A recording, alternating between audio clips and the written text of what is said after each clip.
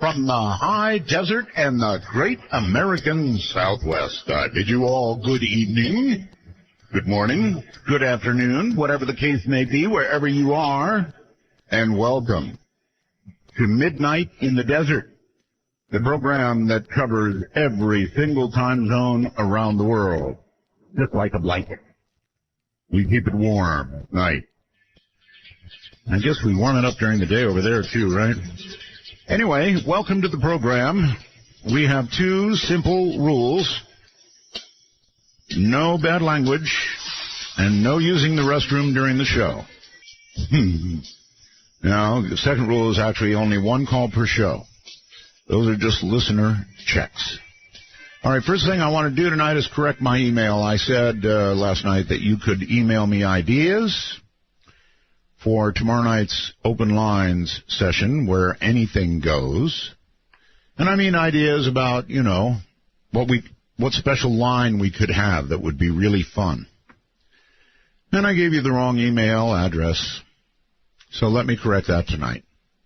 If you would like to email me a suggestion that you think would be fun to explore with people on the air, you know, just to use as a special line. I mean, it's going to be open lines, right? But special lines are fun. The correct email is artbell@knye.com. That's Kilowatt Nancy Yokohama Easy. artbell@knye.com. Sorry about that. I'm sure a lot of you had bounced emails. All right.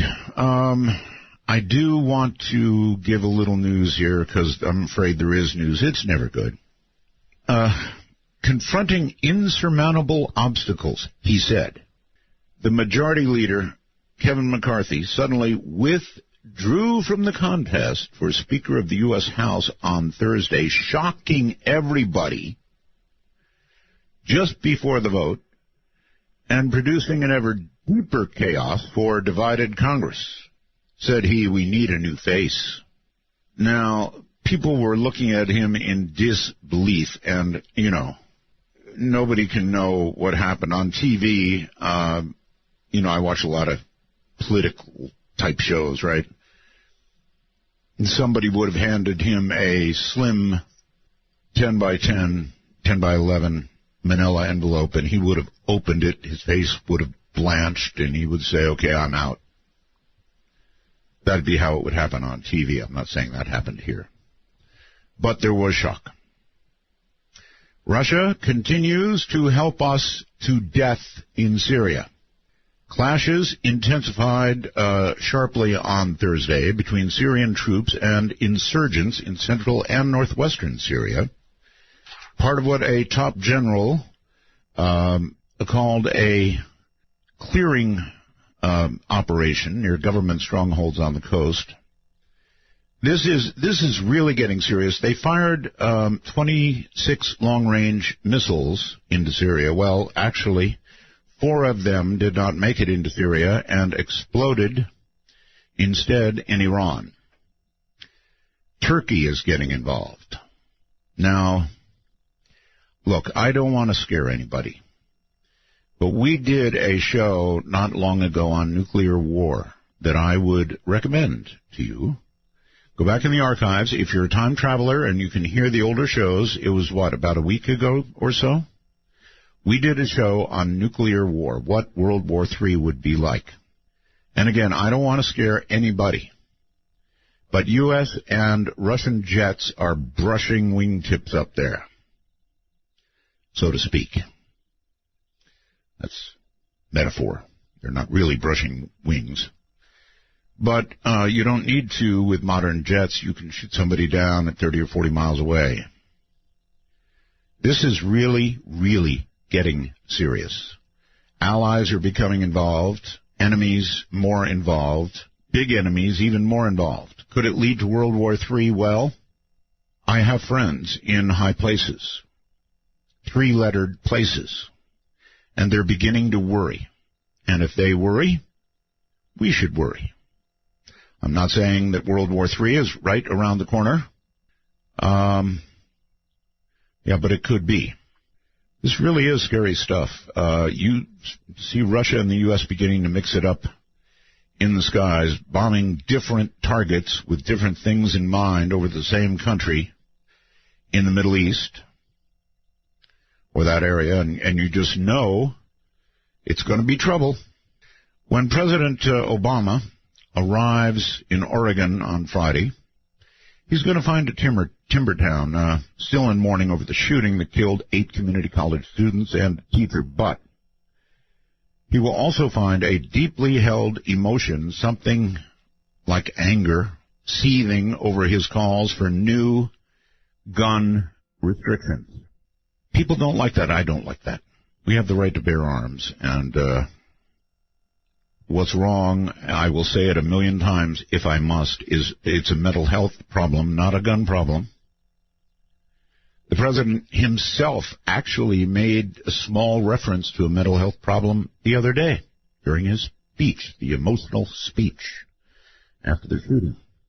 Now, this is shocking and interesting at the same time. Dr. Alan Stern, you may have heard, sparked absolutely frenzied speculation that the space agency NASA was about to announce a groundbreaking discovery after saying scientists had found something amazing on the icy planet. That's like saying something wonderful. He also referred to the planet as alive during a speech to students, and so everybody went berserk. Even Richard last night was going, oh my God, what could it be? What could it be? He even was quoted as telling a meeting, NASA won't let me tell you what we're going to tell you on Thursday. It's amazing. But with so many NASA announcements, this one, there was huge disappointment when he took to a social media, the social media, to squash all this, saying, well, he had no idea how the remarks had been misinterpreted, using the handle New Horizons 2015, sent a series of tweets in which he then retreated from his own personal account, debunking the idea, even the idea of an imminent announcement, much less something amazing. He wrote, there is a false rumor going around. There's going to be a big New Horizons science announcement tomorrow. Completely false. Asked by a fellow user whether he had been misquoted, he replied, I have no idea how it was misinterpreted, but it was. So that's one you got to wonder about, too. I mean, do you suppose that the torsion field was bearing down on him from above, and he decided he can't release the information? I don't know. Any more than I know about the speaker thing. All right, so coming up after the break, we have somebody special tonight. We have Kevin Mitnick, a hacker extraordinaire. Kevin is simply the world's most famous hacker. Once one of the FBI's most wanted because, well, he hacked into 40 major corporations just for the challenge. And they sent him to jail just for the challenge. Kevin is now a trusted security consultant to the Fortune 500 and governments worldwide. Kevin and the Global Ghost team, how's that for a name, now maintain 100% successful track records in being able to penetrate the security of any system they're paid to hack into, using a combination of technical exploits and social engineering. And he will also be here in a moment to tell you how he and Tommy Chung alone, instead of the whole Chinese government, hacked successfully into Sony. We'll tell you all about that. Stay right where you are. This is Midnight in the Desert. I'm Art Bell. We came from somewhere back in how long ago.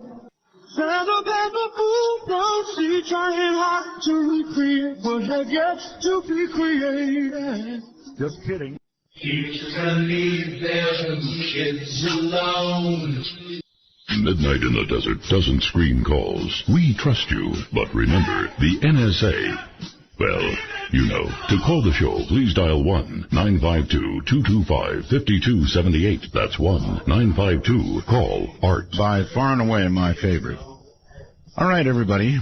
If you think you're ready, here comes the most famous hacker in the world, otherwise known as Kevin Mitnick. Kevin, welcome to Midnight in the Desert.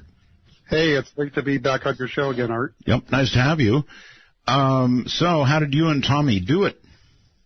I cannot confirm or deny anything. Yeah, we'll talk about Sony later. All right, so you've got a long and somewhat sordid history behind you, and it always serves well at the beginning. I mean, it's been how many years since we talked? I don't know, a lot. Wow, it's at least maybe 4 or 5 years. At least. That's when you were at Clear Channel. I don't remember how long ago that was. Well, that was a long time ago. That was more than that. Time is compressing as you're getting older. Yep, that's true. Maybe I'll have to create a new identity for myself and make myself younger. Yeah, I actually, you good luck with that. I left there in about 2003, so that gives you some clue. Oh, wow, I didn't realize it's been that long. Well, it's great to be back on your show again. I missed your shows on the air, so it's fantastic to have you back on. Thank you, and it's kind of nice because no matter where you are, whether you get a radio station locally or not, you can get us. We're on the internet worldwide. All right, so your infamous background, how you got started, how you got stopped. Well, actually, like how I got started with computer hacking was for my love of magic. So when I was a young boy, around 10 years old, I used to ride my bicycle over to the magic store. And I always wanted to know how the magicians, or the word magicians, or kind of sales magicians, would actually do their magic tricks, right? And I just love doing this stuff and amazing my friends. And when I was in high school, I met this other kid in high school who could actually work magic with a telephone, and he could do all these tricks, like he could get my unlisted number. He could add what they called custom calling features to my phone, and back in those days it was like three-way calling, call waiting, call forwarding. He could just do anything, and I was just wowed, and I just wanted to learn how I can do what he did because it was so cool at the time. And this was what they called phone phreaking, right? And this is kind of the predecessor to hacking. And not only was I involved in this, but if you recall, Steve Jobs and Steve Wozniak back in the mid-'70s. Were also involved in phone phreaking a little bit differently. They built these boxes called blue boxes. What blue box is, it's just a device that emits a certain frequency tones called multi-frequency. And in 2600 hertz was, the initial tone that you would use before you used the blue box. Actually, anyway, officer, it's just a blue box, officer.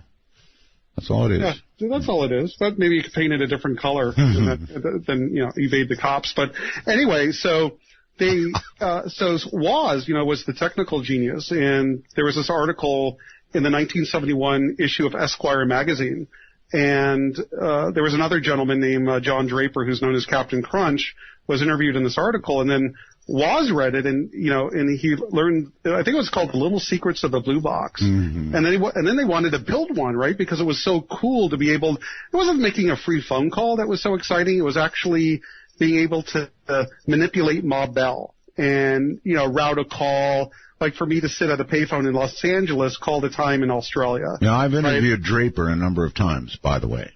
Oh, you have? Oh, okay. Sure, yeah. He's actually living in Vegas now, if you believe that. But in any event, so are a lot of people absconding from the law. Not that he is, but... well, wait a second. I live there, too. Well, but I'm not absconding. Further proving my point. So anyway, so Woz was the technical guy behind this, and he actually, learned from Draper. Draper and Woz met, and he was able to actually build one of the boxes. Woz actually showed it to me in 2000 when we did a documentary together called The History of Hacking. And then Jobs had the idea, well, how can this I should notify you, buddy. I'm sorry to interrupt, but you're dropping a packet every now and then. That's the hotel I'm in. I'm sorry. That's all right. I just thought I'd let you know. Or somebody's hacking the connection. There you go. I'll speak slower. No, so in any event, so Jobs had the idea, hey, let's sell these at Berkeley's campus and, make some money. And that was the actual initial funding for the Apple I board. So kind of Apple computers started from this, from dabbling in phone phreaking, if you will. So it's quite an interesting story. In fact, there's going to be a new Steve Jobs movie, I think, out Friday here in the States. Right. So I'm excited to see it. Oh, really? But in any event, so I was just like so fascinated with this phone freaking stuff. I just wanted to learn all about it. I remember when I was a kid, I would go on these dumpster diving missions at the phone company. And what dumpster diving is when you're looking in the trash for discarded manuals and information and intercompany directories. And I remember at one time we found a bag of trash, a small little bag, and somebody had gone to the trouble of ripping up this document and, tiny bits of paper. It must have taken them an hour or two. Actually, diving into a dumpster is kind of social engineering in your world, right? Not really social engineering. Social engineering is kind of more manipulating a target, but we actually took these bits of paper and put it together at the local Wintel's Donut House in L.A., and it was the entire username and password list to the system called Cosmos. And with Cosmos, you could actually, create telephone service, or if you have, you could basically do anything at the time, and it gave you all this power over the phone company. Oh man, you must have been king for a while. Yeah, for quite some time. I think at least over a decade. So in any event, I was so amazed with this phone freaking stuff that I just delved into this, even to the point where I would be staying up late, talking to other people with similar interests, and I'd always be late for school. Right. So it kind of overtook my life for a little bit. And then I met this other kid in high school that knew about all the things I could do with the phone. And I was also in amateur radio at the time. So when I was 13 years old, I passed my general test, and I was always fascinated with the ability to use a thing called an auto patch. And I know you know what that is. I do, and we'll tell the audience. But Kevin, I forgot to announce in my opening, this will be news for you, and pretty warm news. Are you still a ham? Oh no, they took your ticket, huh? No, they went to take my ticket because of my hacking stuff. Yes. But I went to a hearing in D.C. It cost me $20,000. Right. And hire a lawyer. You got it back. And they basically they had a hearing to see if I was rehabilitated enough to have my amateur radio ticket back, and they gave it back. So I still have it. Unfortunately, I haven't had time to use it, but I still have the ticket. All right. Well, guess what? It was announced today that the Heathkit company is back in business. No way. You way. Are you serious? Yeah, I'm serious. Heathkit, folks, they built kits for ham operators, kids, everybody, so you could learn about electronics. And many of us have been mourning the passing of Heathkit now for a long, long time. Heathkit is back in business. So if you want to get the kid a kit and start him down the road toward electronics, and then, of course, illicit hacking like Kevin has done. Not really. Getting them into electronics. Get a Heathkit, really, seriously. Free advertising for Heathkit, but there you go. They announced it today. Yeah, Art, I built my first 2-meter radio handheld. It was a Heathkit. There you go. That I bought from this place called Henry Radio, if you remember them in L.A. They were one of the old school places. And I remember, again, I was 12 or 13 years old, so... Back to the story, so... Well, wait. Go ahead. Okay, stop you again. You had a Heathkit story. I've got one. Tell me. My first transmitter was an AT1. That's first the one I think they ever made, actually. So I didn't have a receiver, Kevin. So I ordered the Heathkit AC3 that went with it. Okay. And I started to build it, but I didn't read the manual sufficiently. And in the manual, it talked about clipping lead lengths. So when I'd put a resistor or a capacitor in, I thought, well, it's got to be the right size wire, and so I used all the wire involved. Well, when I finished building the kit, I had what looked like spaghetti sticking out of the bottom of it. Yeah. Because all the leads were, 2 inches long. So they were all sticking out. And when I put it in the case, before I gave it a try, it squished them all down. So when I plugged it in, well, you can imagine. Close your eyes and imagine. But there was smoke and fire. Oh, no. oh, yes. So if you don't clip the leads, you end up with stuff that sticks, a couple inches. No, it's a sad story. Anyway, go ahead. Now you can resume. Well, when we were talking about radio, when they tried to take my ham ticket, I am glad they didn't know about something that I did in my younger years, because remember, I got my amateur radio license about 13, is I used to have so much fun when I was about 16 years old. I guess I was a junior in high school, taking over McDonald's drive-up windows. Oh, yeah, that can still be done, That can still. So I remember the frequency was 154.6 megahertz, and I forgot the PL, the sub-audible tone. But, what you could do is when somebody would drive up to make an order, I'd be using like a 5-watt handheld, which would overpower their small little transceivers they'd wear on their head. Yeah. And when customers would drive up, I'd get to take their order. And, Kevin taking their order is a lot more entertaining than McDonald's taking the order. You know what? I'm going to tell you what I wanted to do. I didn't do it, Kevin, but you'll appreciate it. Yeah. In Walmart, they all have headphones and little radios. Yes. In Walmart. And so I was thinking, how fun would it be to drive into the Walmart parking lot, announce yourself as the president of Walmart International visiting, and the first, 35 employees to make it out the front door into the parking lot get $1,000 each. And then just watch. Oh, yeah, that would definitely be entertaining. But I would never, of course, do that. Of course not.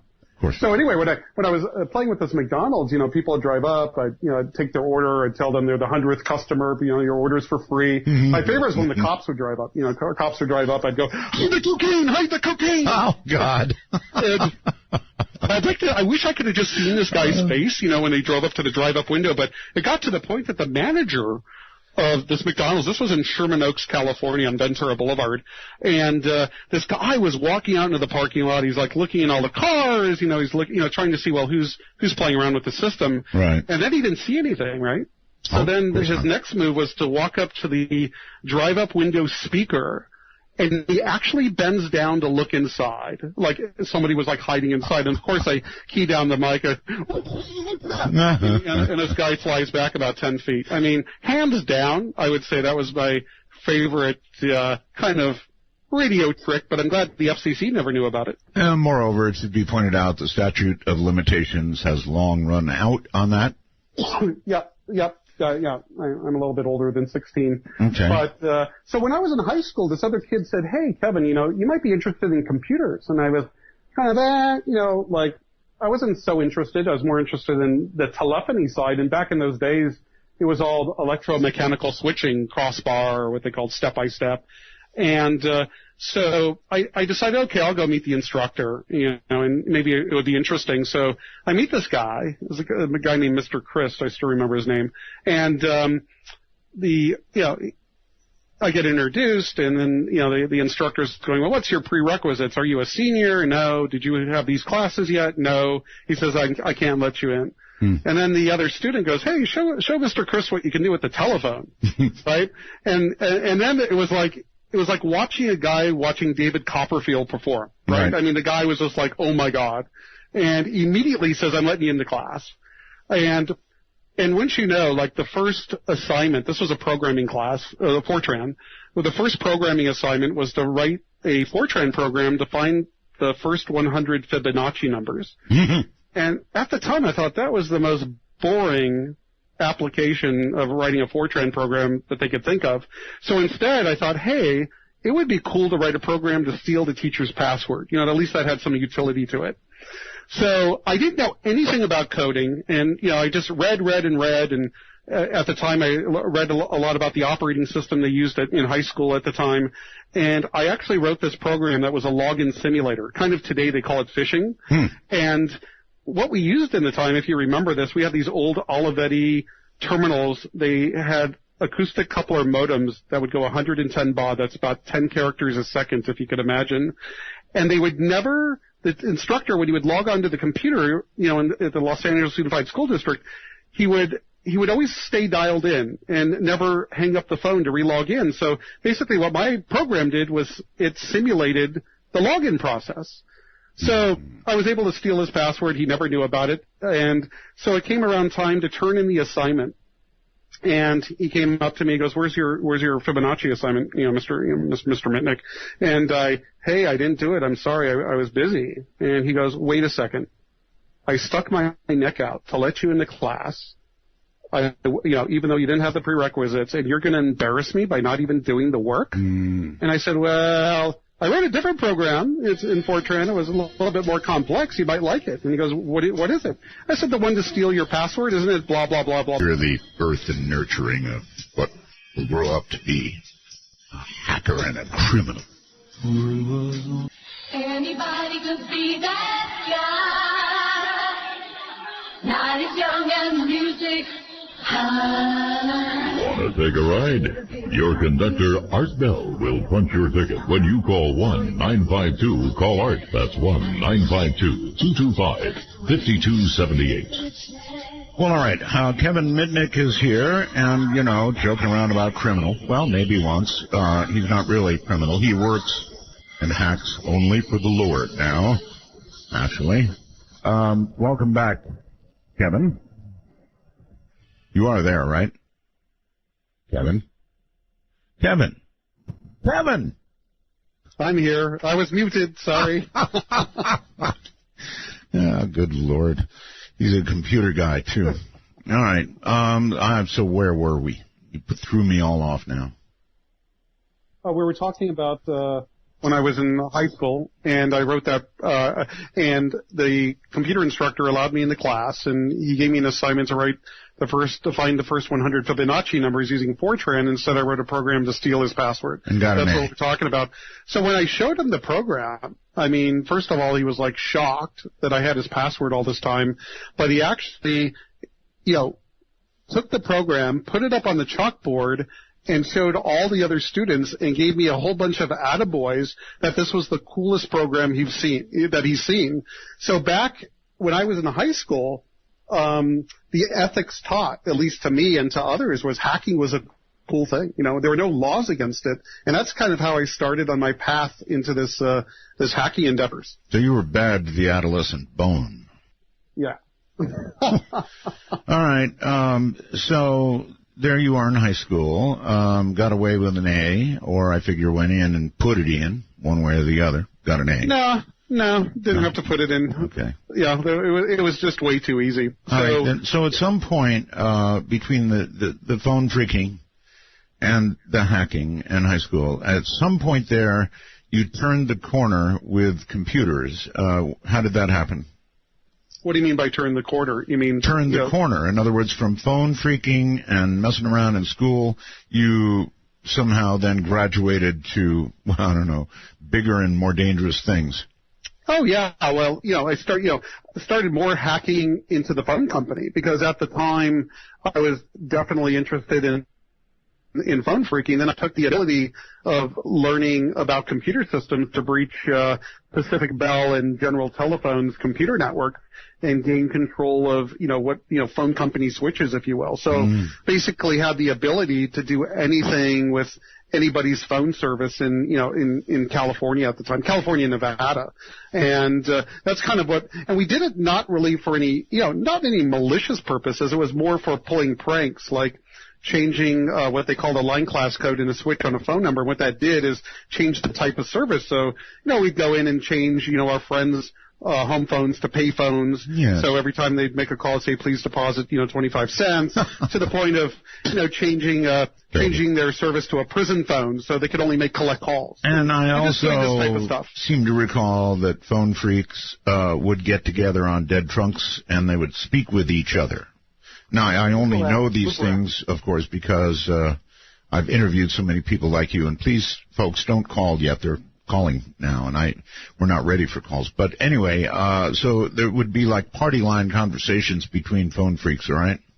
Yeah, I remember those days. Yes, and I would imagine you were, with some of the information you had, you must have been kind of like a king back then. Well, I didn't really associate with many people. I had a few, close friends that also were into the same type of hobby, and we just wanted to learn everything there was. So we would, we would talk to others more to, acting like a sponge to get more information. Yes. But we weren't really. It wasn't like I'd sit there and hang out on these conference lines just to talk to people. That wasn't really interesting. What I wanted to do was learn the information. How can I get better at gaining more control over telephone company computer systems to pull pranks. Yeah. That was really the initial goal back in those days. All right. A couple of myths, possibly, about you, or not myths. You can clear them up. The whistling you've already covered, but was there something about nuclear weapons? Really? Oh yeah. So if you fast forward, back to like 1989, I was arrested by the FBI, and let's stop here. How did the FBI get on to you? Well, one of the guys that was kind of hacking with me got upset with me, and he basically called the FBI and told them what I was doing. So it was basically you were they ratted didn't know out. what I was doing at the time, and so he acted as an informant and basically told them what's going on. So you were ratted out. Essentially. Yes. Yeah. And he did this why? Because you were in a tiff with him over something? Well, I mean, I'll give you I'll tell you the story. So we'd constantly be betting against each other, to see, who could do, the better hacking. Sure. And the bet was always $150. Dinner for two at Spago's. We figured that's $150. Right. And I kept winning. Right. And then he got upset about it and said, well, I'm not going to pay you. And I said, oh yeah, you're not, even though, we have this bet going. Yeah. And he goes, no, I'm not paying you. And I said, okay. Then I figured I'd like just, kind of play a joke on him. So, and so what I did is on a Friday when he was getting paid, I called up the company and represented us with the Internal Revenue Service, and that we're faxing over our garnishment order. So please don't, please do not give him his check. Right? And the whole idea was just to inconvenience him for the weekend. It was it was like a joke, a practical joke, but he got really, really angry over the whole thing, and then went to his boss. Yeah. And told them all the hacking we were doing, and then they both called the FBI together. So that's basically how I got caught. Was other people knew what I was doing and informed on me. That's sad. Well, the FBI apparently did not get you right away, or you were on the lam for a while, or what? Well, that was later. So I was basically. I was, okay, so this was your first. So I was arrested. All right, so this was your first brush with the FBI. First brush. Okay, right? All right. So I ended up in court, in federal court, and I was arrested like on a Friday, and I end up I was in custody at Terminal Island Federal Prison for the weekend, which wasn't fun at all. And I end up in court, and I'm positive I'm going to get bailed out. It just matters how much is the bail going to be. So I end up in federal court, and I walk in, and this attorney walks in that's going to immediately represent me, a federal public defender. He goes, have you ever been outside the country? I go, no. Have you ever had a passport? No. And we go into court, and the federal prosecutor starts telling this judge, not only do we have to hold Mr. Mitnick without bond because he's such a danger to the community, we have to make sure he can't get access to a telephone. And then he goes on to say, if Mr. Mitnick gets access to a telephone, even a payphone in custody, he could dial up to the modem at NORAD, and he could whistle into the modem and communicate with the modem and instruct it to pass the launch codes to the ICBMs and start a nuclear war. And you're telling me this judge... I started laughing. I never heard of something... This judge bought it? The judge bought it. Or the judge maybe didn't buy it, but just figured... Didn't matter. Didn't matter. And so I was held in what they called a hole in the Metropolitan Detention Center in L.A. for almost a year. The only way I got out of the hole... What? A year?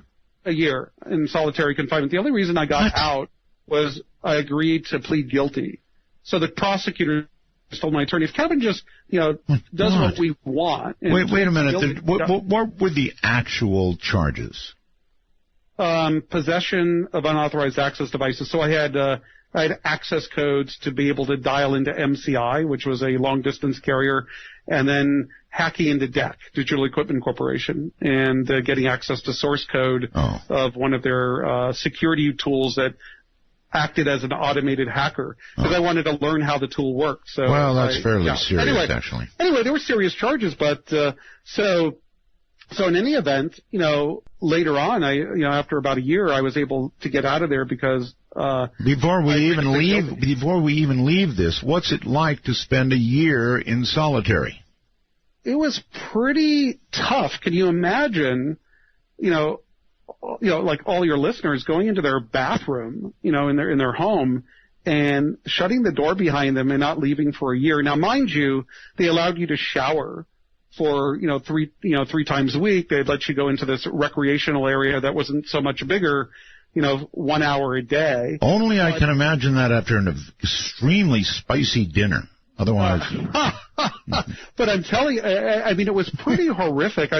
I wonder how that actually affected me today, but the idea that you're just locked in this, the cell, 23 out of 24 hours a day for a year is like, it was just an incredible amount of like, how, I asked myself today, how did I get through such an ordeal? And I just did. You just adapt. Right. Well, what did you do? I mean, did you sit in your cell and just sort of think? Did you think about computers? Did you think about women? What did you think about? Thought about escaping. Really? You know the truth. Really? How do I get the hell out of there? Right? So that's kind of like what I thought about. But I had, they allowed me, because I wasn't there for being, disciplinary reason. They allowed me to get a Walkman radio, which passed a lot of time, and reading books and, sleeping, so a lot of sleeping. But it was a pretty... Weren't they afraid you'd rearrange the radio and set off a hydrogen bomb? But, I'll tell you one thing. So imagine I'm in solitary confinement in a federal prison, facing, 400 years for hacking into Digital Equipment Corporation. And remember how they said I was so dangerous I couldn't be near a telephone, so the judge... Okay, now you suddenly got closer to the mic and you sound better. I don't know what you did, but... I'm holding the mic to my face. I'll start doing that more frequently. Please. So anyway, the judge made a special order that I was only allowed to call 5 people at the time, and that was my mother, my grandmother, my attorney, my father. Like, I had 5 people on the list that I could call. Right. And so... Imagine I'm in solitary confinement, and at the time I was married, and I could only call my wife's phone number at the time.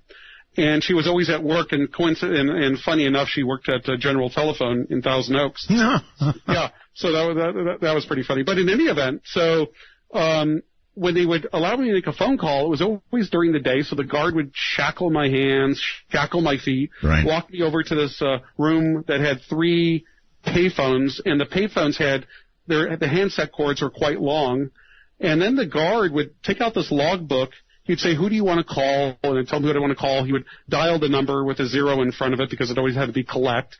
And he'd hand me the phone, and he'd sit in the chair watching every move I made. And then I was thinking, just waiting for you to whistle. No. Well, maybe. But, it got even better than this, because I figured I had nothing to lose. What else could they do to me? I'm in solitary confinement in a federal prison. It can't get any worse. So I figured, okay, I'm going to try to beat their system.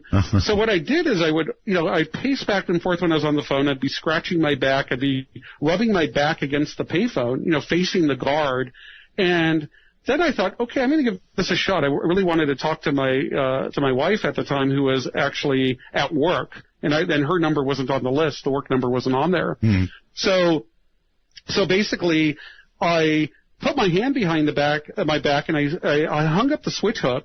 And then I put my hand in front of me and just acted like I was rubbing my back against the phone again. And I knew I had 18 seconds before it would start going to what they call a reorder, like a fast busy tone, and it would hear it. Right. And then I reached back, and back of me, and acted like I was scratching my back, and I dialed 0 plus, the work number. And I was pretty good with using a touchtone pad. It wasn't that hard. Sure. And as I was walking, I acted like I was in conversation, because the operator was going to come on and say, "Who's the collect call from?" So I'd say, "Well, tell Uncle Mitchell that Kevin said hi." And when I said the word Kevin, that's when the operator's asking who the collect call's from. And I was able to do this, right, to call anybody that I wanted for 3 to 4 weeks. And then one morning, about 6 in the morning, my cell door opens, and it's the executives of the prison, the associate warden, 2 of them, the captain. I thought that, maybe a family member had died. Something really serious was going on. Right. So they brought me into this room, and they sat me down, and then the captain, he's the head of security, goes, "Mitnick, how are you doing it?" And I go, "Excuse me, how am I doing what?" He says, "Well, we're monitoring your phone calls downstairs. We're actually recording all of them. You do have notice about this. And somehow our officer is watching you every second, and you're somehow redialing the phone. How are you doing it?" And then I remarked to him, I said, "I don't know what you're talking about. Do you think, what do you think I am, David Copperfield?" Right. Right? And, they didn't like my sense of humor, so they, threw me back in the cell. And then a couple days later, Pacific Bell was out, and they were installing a phone jack in the hallway near where my cell was. Really? And I was thinking, are these guys stupid enough to actually, put a phone in my cell that's like restricted to calling certain numbers? Apparently. That was what going through my head. They couldn't be that stupid. So when it ended up that I actually had to make a call, it was a little bit different. The guard brought a phone. He plugged it into the jack. He dialed the number and then put the handset through the trap door, where they feed you in the cell. So the only thing I could touch was the handset. Right. So I kind of felt like Hannibal Lecter in The Silence of the Lambs. Man, what a story. That's a year in solitary. Yeah, like so I even was hacking from solitary confinement. All right, so we assume eventually somebody says, we've got to make a deal with Mitnick, and they come to you and they cut a deal. Did you get away with time served? No. No? I actually, they basically said, "Hey, deal with us. We'll let you out of solitary. You'll spend 4 more months in custody, and then you'll be out." So basically, I kind of got really tired of being in solitary. So I'd admit I murdered JFK. It didn't matter. I didn't care. So I just signed on the dotted line, and then that ended that part of the story. Good. And then so you were still in custody, but in Gen Pop? Yeah, right. They moved me over to this place called Lompoc. It was a camp in yes. Lompoc, California, and I had to, sit there. Actually, a nice place. I hear it's quite nice. Yeah, they had tennis courts, jail. swimming pool. Got to meet some federal judges that were in there. It was kind of cool. Some senators. Kind of like the creme de la creme of criminals. Yes, of course. It was quite interesting. All right, that was experience number 1 with the FBI, right? Or was that the only one? No. Then I was out on supervised release, and yes. I'm trying to make a long story short. And what had happened is I kind of got out of hacking at the time. Got into being a gym rat, so I'd be working out all the time. I kind of moved my interest into working out and stuff like that, and moving away from the hacking. And then all of a sudden, I had a horrific experience happen in my family. My brother, my half brother. He was found dead in his car on the passenger side in a bad area of Los Angeles. Oh my. So then I knew the cops weren't interested in really investigating this, that he would just be some sort of statistic. So, and I was pretty close to my brother at the time, and I just had to find out what was going on. So I started, getting back into hacking to get into the systems to find out, to look at phone records that might help me identify or figure out what had actually happened to my half-brother. Wow. I mean, how did hacking help you do that? Well, I suspected somebody. We had somebody else in the family, actually an uncle, who was heavy into using heroin. And I immediately thought, well, maybe my brother hooked up with my uncle and something was going on there. So the first thing I did was get the what they called the call detail records of my uncle's cell phone at the time, to get his location where he physically was during the last 48 hours, and anybody that he called. So I was kind of becoming like a somewhat of a private investigator to figure out how what had happened to my brother. Mm-hmm. Did you find out? Yes, unfortunately, I found out my initial instinct was correct, because my half-brother's, my uncle's former wife had, when he passed away, had come clean with the story that he was definitely the guy behind it, and told me the entire story. So, unfortunately, my hacking skills didn't help me uncover that it was him at the time, but I found out later that I was absolutely 100% spot on. Gotcha. All right. Hold tight. We're in a short break here, top of the hour. Kevin Mitnick is my guess. He's really something. As it goes on, you'll see what I mean. I'm Art Bell. This is Midnight in the Desert. Remember, when calling Midnight in the Desert, let the phone ring until answered. These calls are unscreened for your listening pleasure. Call 1-952-CALL-ART. That's 1-952-225-5278. Sure is true. We don't screen calls. No need to. Whatever comes, comes. You know, if it's really bad, I've got a button I can push and erase you. It really sounds bad, doesn't it? Listen, I wanted to do a fellow a favor, and so he emailed me the lumen thing that I use for my back. He can't seem to get the number, so I'm going to give it to him slowly. This thing actually works. It's the only thing that ever has. So are you ready? Got your pencil. He wrote me a long email about this. It is area code 828-863-4834. One more time. I hope you're writing this down, because I'm not going to do it again. Area code 828-863-4834. Like I say on the commercial, it's not cheap, but it works. And in all my life, nothing else has. So I use it every single day. All right. You're back on, Kevin. Great to be back on your show. All right. So that was mix-up one with the FBI. Can we, without ruining the story, jump to number 2? Sure. You know, I was kind of explaining it before we went to break. Right. So what had happened is we already talked about number 1. Then number 2 was a much longer and complicated story that started with me getting back into the hacking, you know, to investigate why my brother was found dead in a car. Right. And then I started like heavily getting back into this because it was just was kind of attractive to me at the time. Irresistible. What? Oh, it was irresistible. Yes. And I remember that the government at the time had sent this guy, a guy named Justin Peterson. His name was also known as fake name was Eric Hines.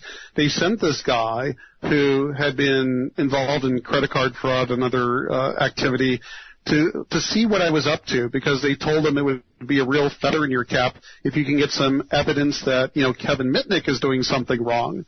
So they were still after you, Kevin. I mean, yeah, they were still after me. So I kind of figured it out kind of quickly, and then I started investigating the FBI and trying to figure out what they were doing, to the point where I hacked into Pactel Cellular in Los Angeles, because back in those days... Listen, I'm sorry to stop you. You're a little bit distorted. Now, I don't know whether you're speaking loudly and far from the mic, or you need to adjust the volume or something, but this time you just began to get a little distorted, like you were hitting it too hard. Sorry about that. How's it now? Was that good? Yes, better. Okay. Better. Maybe I was just getting too excited. Yeah. So anyway. I understand. And so they sent this guy to sort of make friends with you and see if he could get you.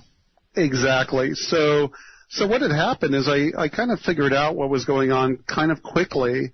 And to fast forward a little bit, I decided, well, I'm going to find out who's investigating me and why they're doing it. So what I ended up doing is I hacked into Pacific Bell Cellular, and back in those days there was only 2 cell phone providers in Los Angeles, LA Cellular and Pactel Cellular. Right. And I was able to successfully get in, and the first thing I was looking at was the call detail records. That's the real-time, like, billing records, to try to identify who has a cell phone, you know, that's provided by their services provided by Pactel, that calls this informant guy, because I was able to figure out, you know, his home phone number, and that's another story in itself.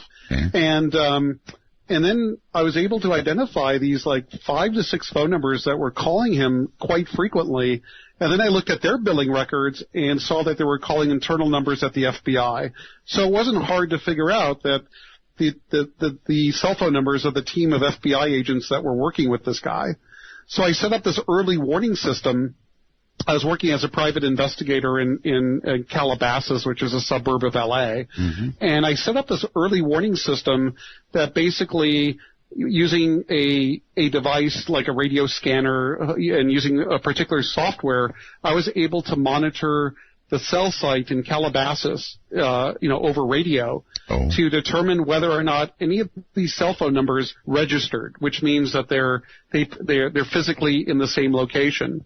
So I set up this early warning system for the FBI, and nothing had happened. I kind of forgot about it, and about 3 weeks later, I walked into the office and I heard this loud beeping coming from my office as I walked into it, and I go like, what's going on? This is weird. And I looked at the computer and the early warning system had been tripped. And I go, oh my God, one of the numbers came up, and I knew who had the number, because what these agents would do is they'd call their voicemail all the time, so I'd see this number that was constantly repeating. Yes. And so I called the voicemail, and then it would say, hello, this is Ken McGuire with, FBI Squad, 3 or whatever. And then I knew the names that were attached to the cell phone numbers. So this guy, Ken, the guy who was, the lead guy that was, kind of my hand ratty and, catch me if you can. So this guy was the lead guy trying to capture me or catch me doing something wrong. And so at the time, I looked at this, capture, and 2 hours earlier, when I was sound asleep, this guy Ken had called a payphone across the street from my apartment at this market. And I'm thinking to myself, why? That doesn't make any sense. Like, why is he calling a payphone? He's at my apartment, right. Well, in the complex, 2 hours, and I'm sleeping. They know where I live. Why didn't they knock on the door? What are they doing? They're not there to arrest me. So then immediately I realized what was going on is they were there to get a description of my apartment premises for a search warrant. And I go, oh, so that's what they're doing. So, of course, I immediately went home. I cleaned out anything that would be interesting to the government, anything electronic. Sure. I put it over at a friend's house. And then because I was such a smart ass at the time, I decided to go over to the local donut shop. And I bought an assorted dozen donuts, and I wrote with a Sharpie on the box, FBI donuts. I stick it in the refrigerator. And then on a piece of paper outside the refrigerator with a magnet, I put FBI donuts inside, like with the Intel logo, how you used to say Intel inside or whatever. I made it FBI donuts inside. So they actually raided me the next morning at 6 a.m. At 6 a.m. They were trying to the key into my door, but I opened it, and all these federal agents, came streaming in, storming into my apartment, in my small one-bedroom apartment, and the only thing they found were the FBI donuts. They were pretty pissed. So this is another reason why the government, I think, came down on me quite hard, is because I was such a smart ass and things, right? Okay, so they obviously. Or did they arrest you on the spot? And if so, what for? No, they didn't. Okay. No, they have no evidence that I was doing anything. They had no concrete evidence. And, all right, but after FBI donuts, they hated your guts even more. I think so. Yeah, I think I ruffled a few feathers. All right, so then how did they eventually get you? Well, eventually, you fast forward. I lived in Denver, Colorado. I was working for a law firm, and then I left there and went to Seattle and worked as a help desk analyst at a hospital there. And then eventually, what happened in Seattle, I was nearly caught. Back away a little more from the mic. Okay. You're getting very excited. Okay. So I was living in Seattle, and I was almost apprehended there, and I was able to get away before they knew that it was Kevin Mitnick, and that's again a longer story. Well, so I ended up in Raleigh. Wait. Why were they after you? In other words, if they didn't arrest you back in the donut days, why are they now hunting you down like a dog? Oh, because at the time, around the donut days, about a month later, they issued a warrant for my arrest for violating my probation. Because what they figured out that I had done is, again, this is a real long story. I actually have a best-selling memoir out there called Ghosts in the Wires. All these stories are inside there. But okay, so what did you violate? Well, what had happened is I routinely used to check to see if I was being wiretapped. Okay. If you'd believe it. I do. And what I used to do is use what we call the social engineering attack. I'd call the central office, and I'd, impersonate security or something, and I would try to find out if they had certain types of devices in the central office, and then if they did, I'd have the frame technician go ahead and trace out the connections and give me the data. So basically, I was able to call the central office to find out if the phone company had any active wiretaps going at the time. So what I did is I called the Calabasas central office. I acted like I was with security. My con was, hey, I'm with the Pac Bell security, and we have a ongoing case in Canoga Park, and we need to know if we have any of our boxes over there because we're going to have to move them to Canoga Park for this investigation.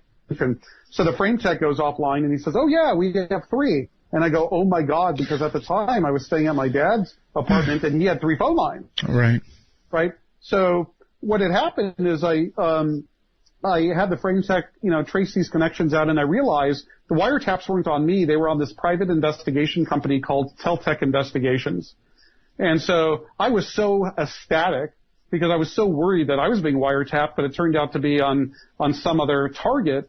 So I went home that night and I told my dad, we're having dinner, and I said, "Hey Dad, I was checking to see if we had any wiretaps on the line, over, normal conversation over dinner." And my dad looks at me like I'm some nut, like I'm living in some spy novel that, none of this is true. It's like a figment of my imagination. It was quite funny. And then I tell him, well, luckily it wasn't on us, Dad, but it's kind of funny. It's on this PI firm called Teltec. And then what had happened is he goes, "Wait a second, I know the manager. He lives in this building. He's a friend of mine." So the guy named Mark, so he invited them over. I told him the story, and then immediately they offered me a job, and my job was to find out who was wiretapping them and why. Well, you already knew, right? No, I knew the phone company was doing it, but the phone company was doing it on behalf of the law enforcement. That's right, of course, yes. Oh, okay. Right? Yes, right? Yes, so yes. They wanted me to figure out what was going on, and I said, "Hey, that would be kind of interesting."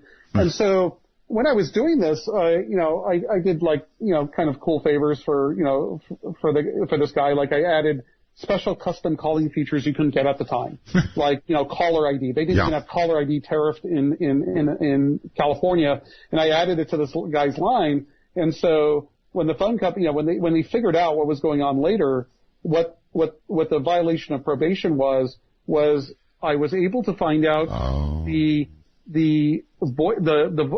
phone number of the law enforcement officer. It was a sheriff, a guy named David Simon, who was working the case against Teltec. And what I did is I hacked into this guy's voicemail. So basically I could find out the status of the investigation. Right. And that was the violation charge. Yeah, that sounds like a definite violation of your parole. Yeah, definitely. But the coincidence is this guy, David Simon, so, much later I'm commissioned to write my first book on social engineering, and it's called The Art of Deception. So my agent finds me this co-author, and his name is Bill Simon. And we're sitting around talking about all these stories, about my past. And the funny thing is, this guy, David Simon, who I was monitoring for Teltec investigations, is his twin brother. Small world. Okay, so you found out they were after you again. Oh, yeah. Yeah, so found out it was after me, and then, again, it's a very long story. And then I became, a fugitive, if you will. For how long? About 3 years. 3 years. So for 3 years you were moving from place to place to place, evading the FBI. It wasn't so hard. I was really good at creating new identity. So I actually had, good government identity. And my first identity was, paying homage to Harry Houdini, because my first cover identity was Eric Weiss. And that's Harry Houdini's real name. Of course, the FBI had no sense of humor, but I thought it was quite funny. I'm sure you've learned by now, from donuts to whatever. Harry Houdini. They didn't like Harry Houdini. Right. They don't have a sense of humor. Government guys, the ones that carry guns, no sense of humor at all. None at all. So anyway, I was working a law firm in Denver, and I remember one of my jobs one of my duties in the law firm as assistant admin was actually, how lawyers are, they'll bill you for using a paperclip. So basically, they put me in charge of, maintaining the phone system to make sure that all the attorney calls were billed to the right attorney-client matter. So basically what I did is I added my own covert code in the system that if anybody in the law firm had called the FBI in Denver or Los Angeles or the U.S. Attorney's Office in Denver or Los Angeles, it would send me a page to my pager. And it actually, tripped a couple times, but I got really nervous, but it turned out that it had nothing to do with me. It was the U.S. Attorney's attorney's office in L.A., but their civil division. So I used to set up all these early warning system type, schemes, if you will, to basically protect, myself when I was on the run. All right. Skipping ahead because, we have a lot to cover here. How did the FBI get you the second time? Well, basically, we hacked in, me and this other guy in Israel hacked into this guy, Satomo Shimomura. And this guy was a security researcher that worked out of UC San Diego. Yes. And, we thought, at the time, we were very interested in the source code to the firmware on cellular phones.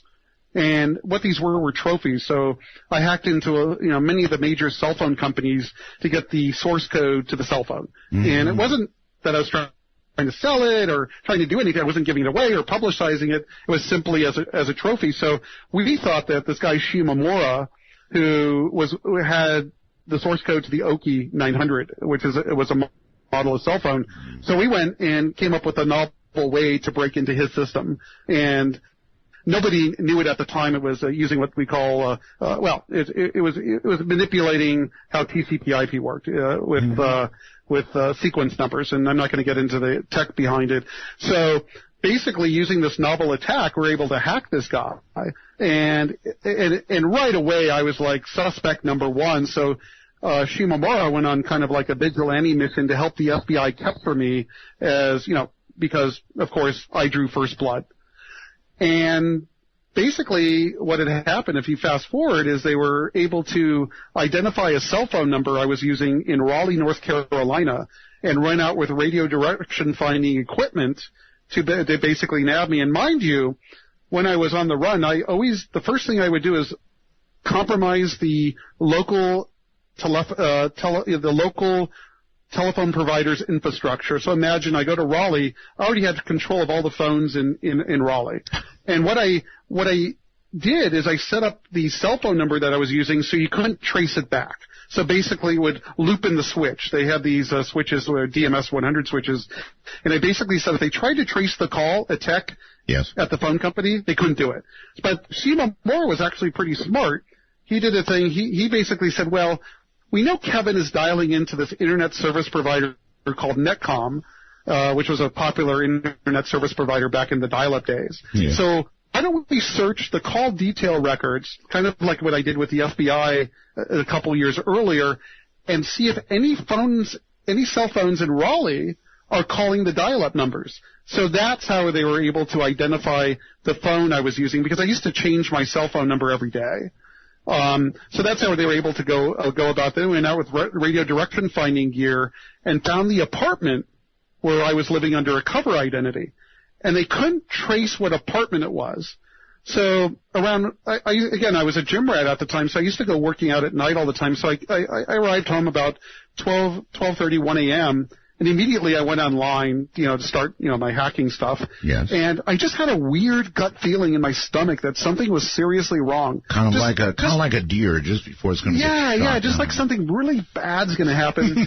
Yeah. So I walk outside my apartment and I could see the parking lot, and I scan the cars in the parking lot because I just have this overwhelming, fear.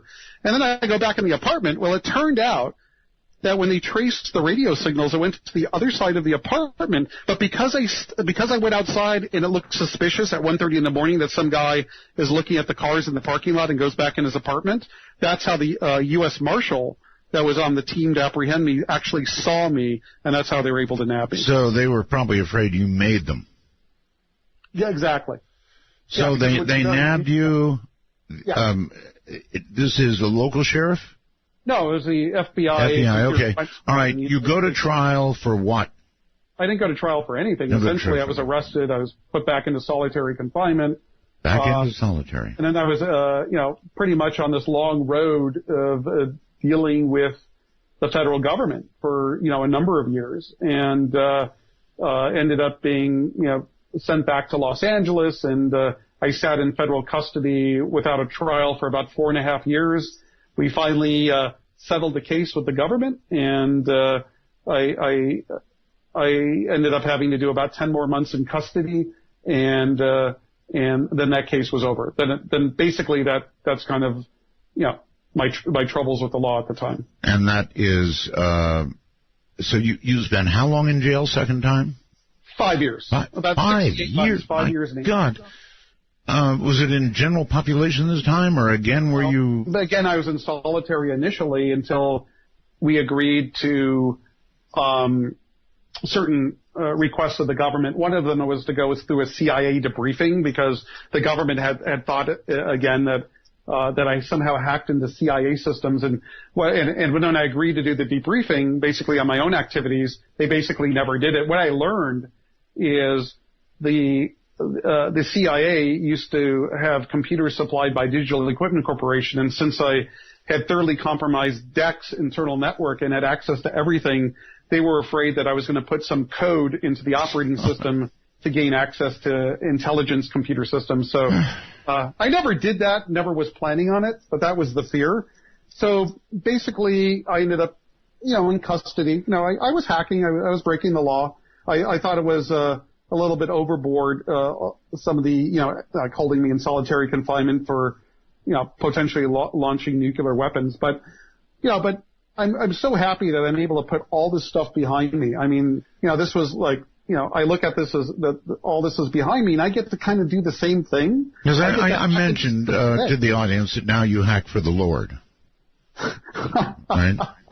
No, I actually, it's kind of like Pablo Escobar becoming a pharmacist, right? So basically, companies hire me and my team to basically compromise their physical security, their technical security, basically everything's security, to find whether or not they're vulnerable so they could shore up their defenses, so they could, resist a real bad guy coming along later. Yes. And protect themselves that way. And so you are employed in that manner now. I have my own company. So basically, companies hire my company to do what we call, it's called penetration testing or ethical hacking. Right. And basically, it's so interesting. It's, every time I'm dealing with a client, it's a new puzzle. And it's almost like it's not work. It's actually a very enjoyable and fun job. And when I started hacking, it was all for the intellectual curiosity, the challenge, the pursuit of knowledge especially. And so it wasn't about making money or causing damage like you hear about these days. Yeah, but not from their point of view. Right. So now, I get to kind of do the same thing I was doing before and have that enjoyment, but at the same time earn a living. So it's kind of a cool turnaround, if you will. Make any good friends in prison? No. No.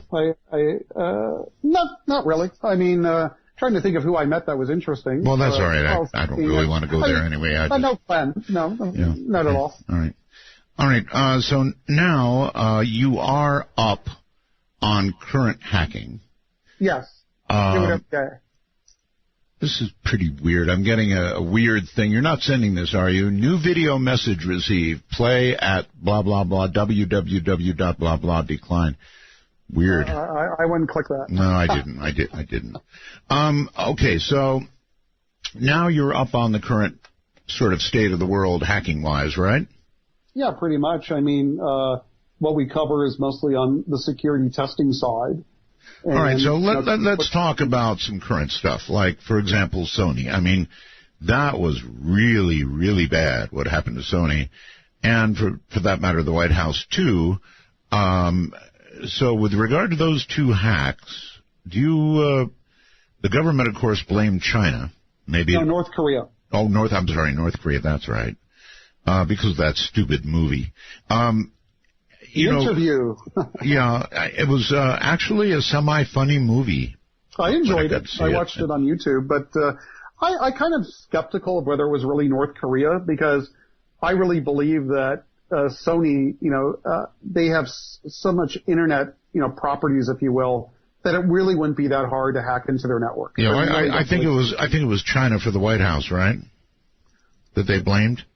Oh yeah, well, every time you hear about a hack on a national security issue, it's always China or North Korea. It's gotten to the point that every unsolved hack has to be China. Now, mind you, I don't have access to the information the NSA has, so they might have, access to certain information or knowledge that they have that, squarely places the blame on North Korea. But personally, I haven't seen anything, through any transparency on the government's part to actually prove that's the case. Well, they probably wouldn't give it out. Well, why not? I mean, if they have evidence that it was them, why not? Well, because even that might show their capabilities. So at least that's what they can claim. Yeah, maybe if they're reading Kim Jong-un's email, they don't want to tell the public about it. I could understand. All right. So you don't necessarily think it was North Korea? I don't know. I really don't know. Again, I'm skeptical because I know how easy it would probably be to hack into Sony. And in fact, when the hackers, did this doxing, what doxing is where they hack into a target and just expose all their, internal information. Right. There were some documents in there that, that showed that Sony's internal security wasn't really up to par. And mind you, the CEO, Michael Linton of Sony Pictures, his domain password to get his email remotely, don't give it out. I can give it to you. It's changed. It was Sony, SONY, ML, which is his initials, followed by a 3. So you kind of wonder, how can this guy pick such a stupid password? I mean, I already know, the pattern. I'm sure next month it would have been ML4, the one after that, ML5. So they really had sloppy security. And so it's not surprising if it would be surprising if anybody couldn't hack them, to be honest with you. My God, that's lax. I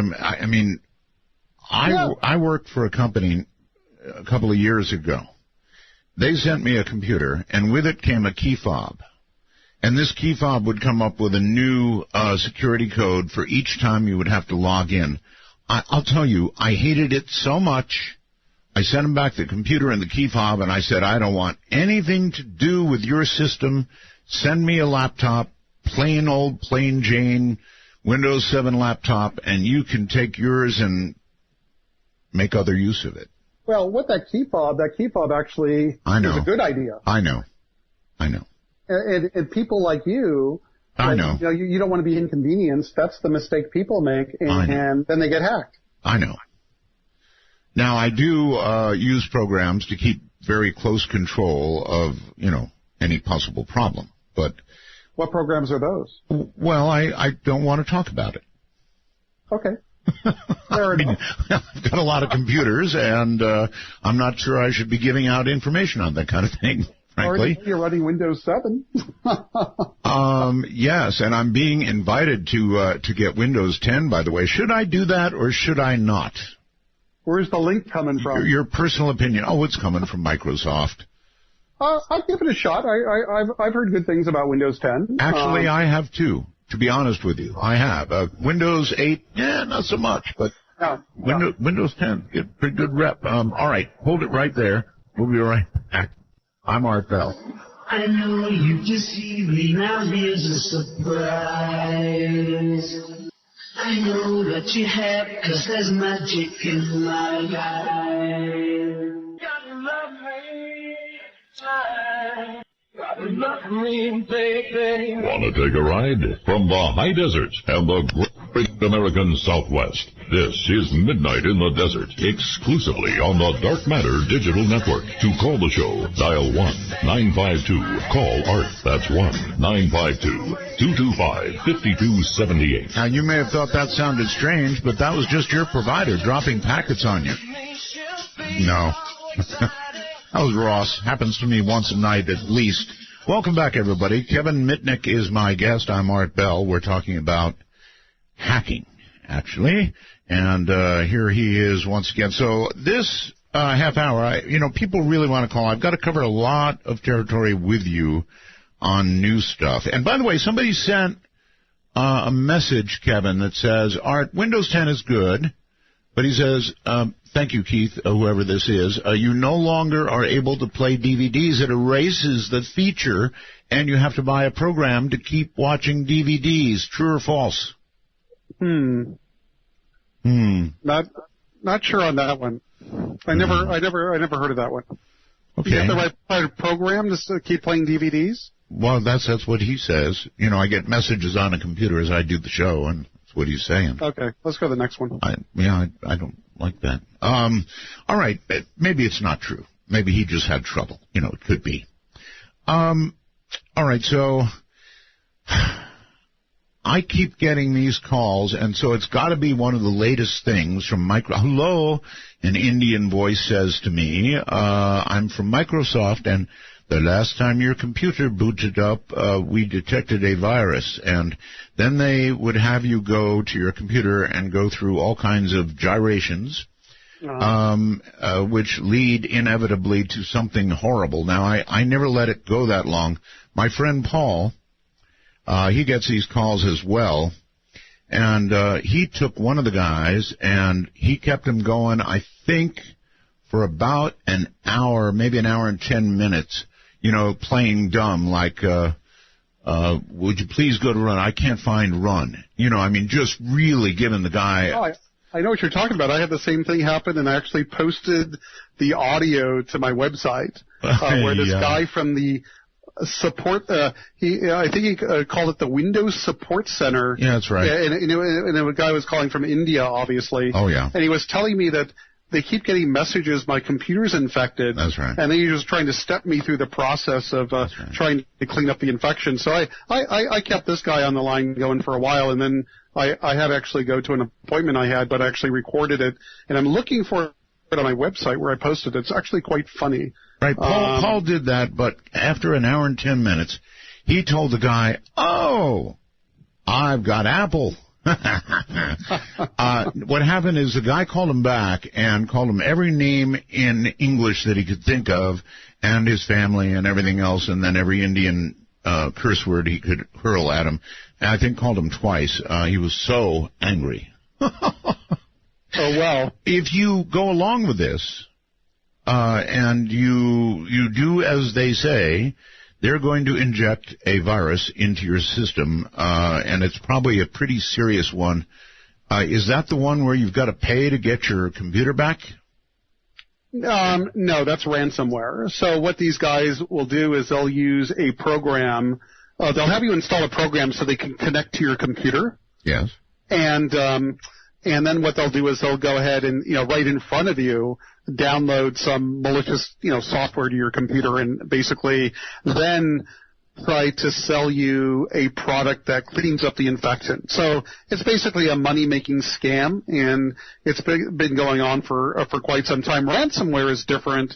This is a type of malware that will encrypt your files or will pretend to encrypt your files, and it will require you to pay a ransom to unlock your files, using cryptography, if you will. Right. They'll encrypt the files. And if you don't do it, you don't get access to your files. There's even one case where there was a police department, I forgot exactly where in the United States, that actually was hit with this ransomware, and they actually paid the ransom. Wow.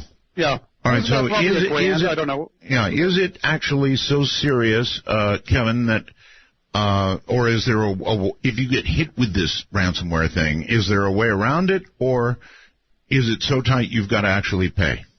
Well, you have to think about how do you get hit with this stuff, and usually the way you get hit with it is the bad guys are using typical social engineering, which is using spear phishing attacks or phishing attacks. So what they do is they trick you as the user into doing something like opening up a file that sends in an email that contains the infection, or clicking on a hyperlink. No, okay, so I get all that. If people don't do this, they're not going to get infected. Yeah, I get all that.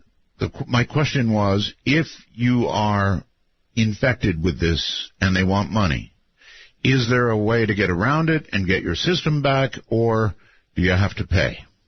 Well, I actually had a client call me that was infected with malware and infected with this ransomware. Yes. And what the ransom was $500. So I told the client, I said, it's much cheaper just to pay the ransom. And that's exactly what they did. They got all their files back. Wow.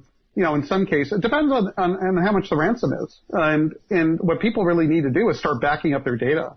I mean, if they back it up and secure that backup, then even if they get infected with the ransomware, they could just restore the files and be done with it. Okay.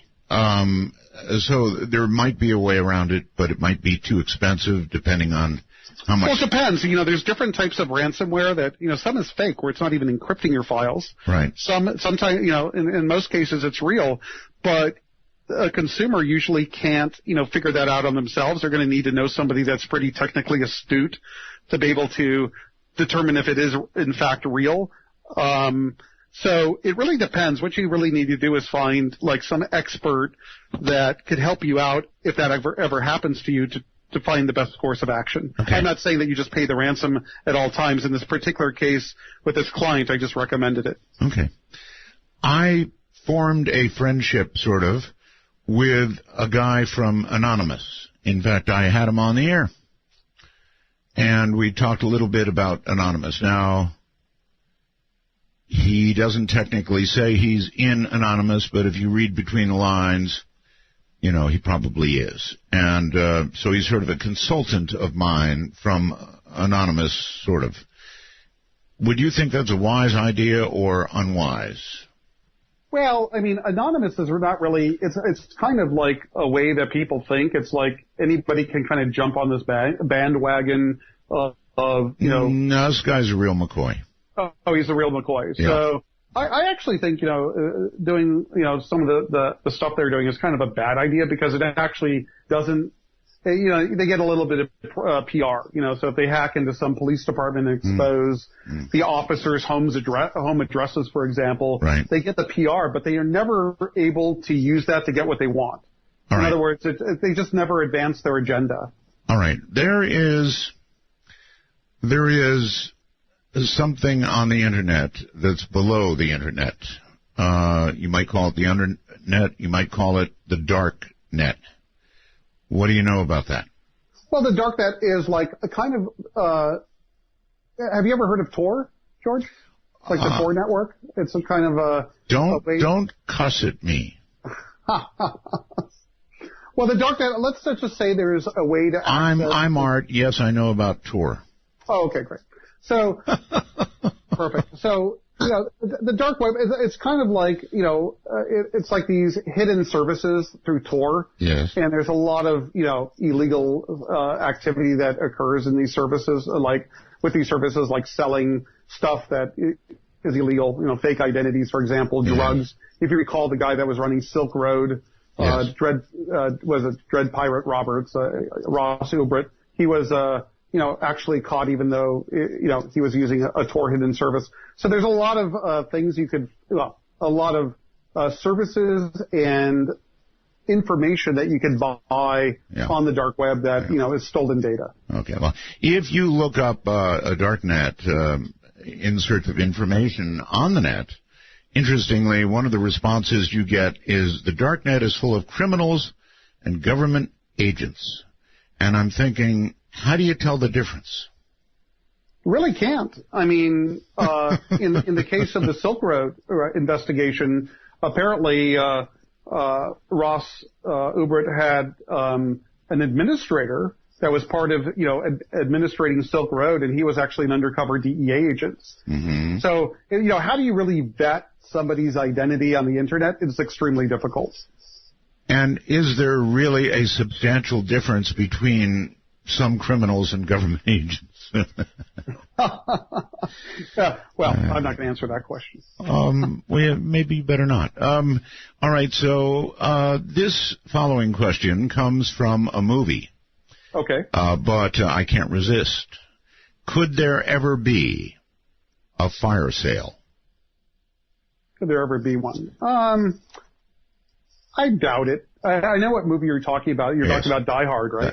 Well. Yeah. Die Hard? Actually, no, it was a later one. But the point is, a fire sale, let's explain it. Fire sale, everything must go, right? And so in this case, we're talking about a foreign power or a domestic agent of some kind disabling everything. And that means streetlights, power, water, communications, you name it. Disabling, just attacking everything, a fire sale. I know what you're saying. I think it's far-fetched because the attackers would have to compromise such a great deal of a number of systems and remain undetected. Now, mind you, remember when back in the 80s and 90s, when I compromised a lot of the telephone companies around the United States, yes. I had complete control of a lot of switches, at the time, but each set of prefixes required compromising a different switch and doing it and staying undetected and something like that. So it is, I think it's a little bit I think it's pretty far-fetched. Okay. Yeah, that's stuff that writers put in movies. Well, maybe, but you start hearing about some of the incredible hacks.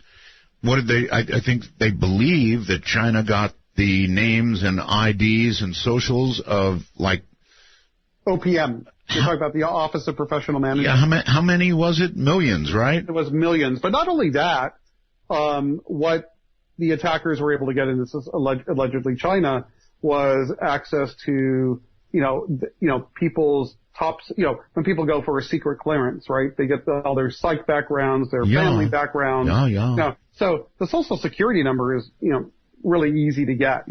I can look up anyone's social security number in 60 seconds on the internet, but the attack on OPM was much more personal data that was compromised and actually could be leveraged by a foreign national. Okay. Let's talk about people's privacy. I mean, the privacy of the people listening to this show right now. If you really, really need privacy, is PGP any good? And that PGP, of course, means pretty good privacy. Now, that was written and was said to be unbreakable. I'm not sure. Is that now still true or not true? No, I think PGP is definitely a tool that people could use. It's, ordinarily, it's used to, obviously send, to secure your email. The problem is, in configuration, normally the average person on the street can easily configure, setting up, what they call a private key and a public key. And then they have to get the person that they're communicating with to do the exact same. And there's actually a free version of PGP called GPG that anybody can download, and it actually is a good way to definitely secure your email. Now, mind you, when you send an email to somebody, you have to have their public key. Well, one thing you have to make sure is that when you're sending, like if I'm sending, an email to Art Bell, that I really have your public key, that it's not somebody else impersonating you. Well, all right, look, let's define by who it's impossible. In other words, the average person, the average even corporation perhaps could not decrypt it. But if NSA wanted it, I assume they'd be able to read it. I don't know of any known attacks on that the NSA is using, or at least according to the Snowden revelations, where they were able to crack PGP encrypted email. Really? Yeah. I don't know. In fact, just the opposite. I mean, some documents that Snowden released, I remember there were some communications between GCHQ and NSA that they couldn't decrypt information that was protected using PGP. By the way, how did you like the way Snowden addressed the NSA by saying, "Can you hear me now?" on Twitter? I thought it was great, and I think it's fantastic. It's like the only person he follows on Twitter is the NSA, so that's kind of like an in-your-face type of behavior there. But I kind of chuckled. I'm curious of what security precautions he's taking to access Twitter. So. Who knows? I mean, they know he's in Russia. I'm sure they probably know where he is anyway. So, if you were to give Ed Snowden any advice, what would you advise him in his current position? Oh, I would definitely advise Ed Snowden that it would probably be a serious mistake to come back to the United States. I think if he did, no matter what the U.S. government would promise him, yes, right, that they would actually put him in ADX Florence, which is it's like the most secure federal prison in Florence, Colorado, and he would sit there, in solitary confinement for the rest of his life. I wouldn't trust that they would really make any real deal with him. I think they would actually lie to him to get him back to the U.S. unless he had access to some information that the government doesn't want made public that he could use as leverage. Otherwise, I don't see any leverage he really has in that regard. So I think if, he's captured or voluntarily returns back to the United States, I can't really imagine that he wouldn't be locked up in ADX Florence for a very long time. All right. Well, you understand. Yeah, that's my opinion. You understand that half the country thinks he's a hero. Half the country thinks he is a spy, or not a spy. If spy is the wrong word. A criminal.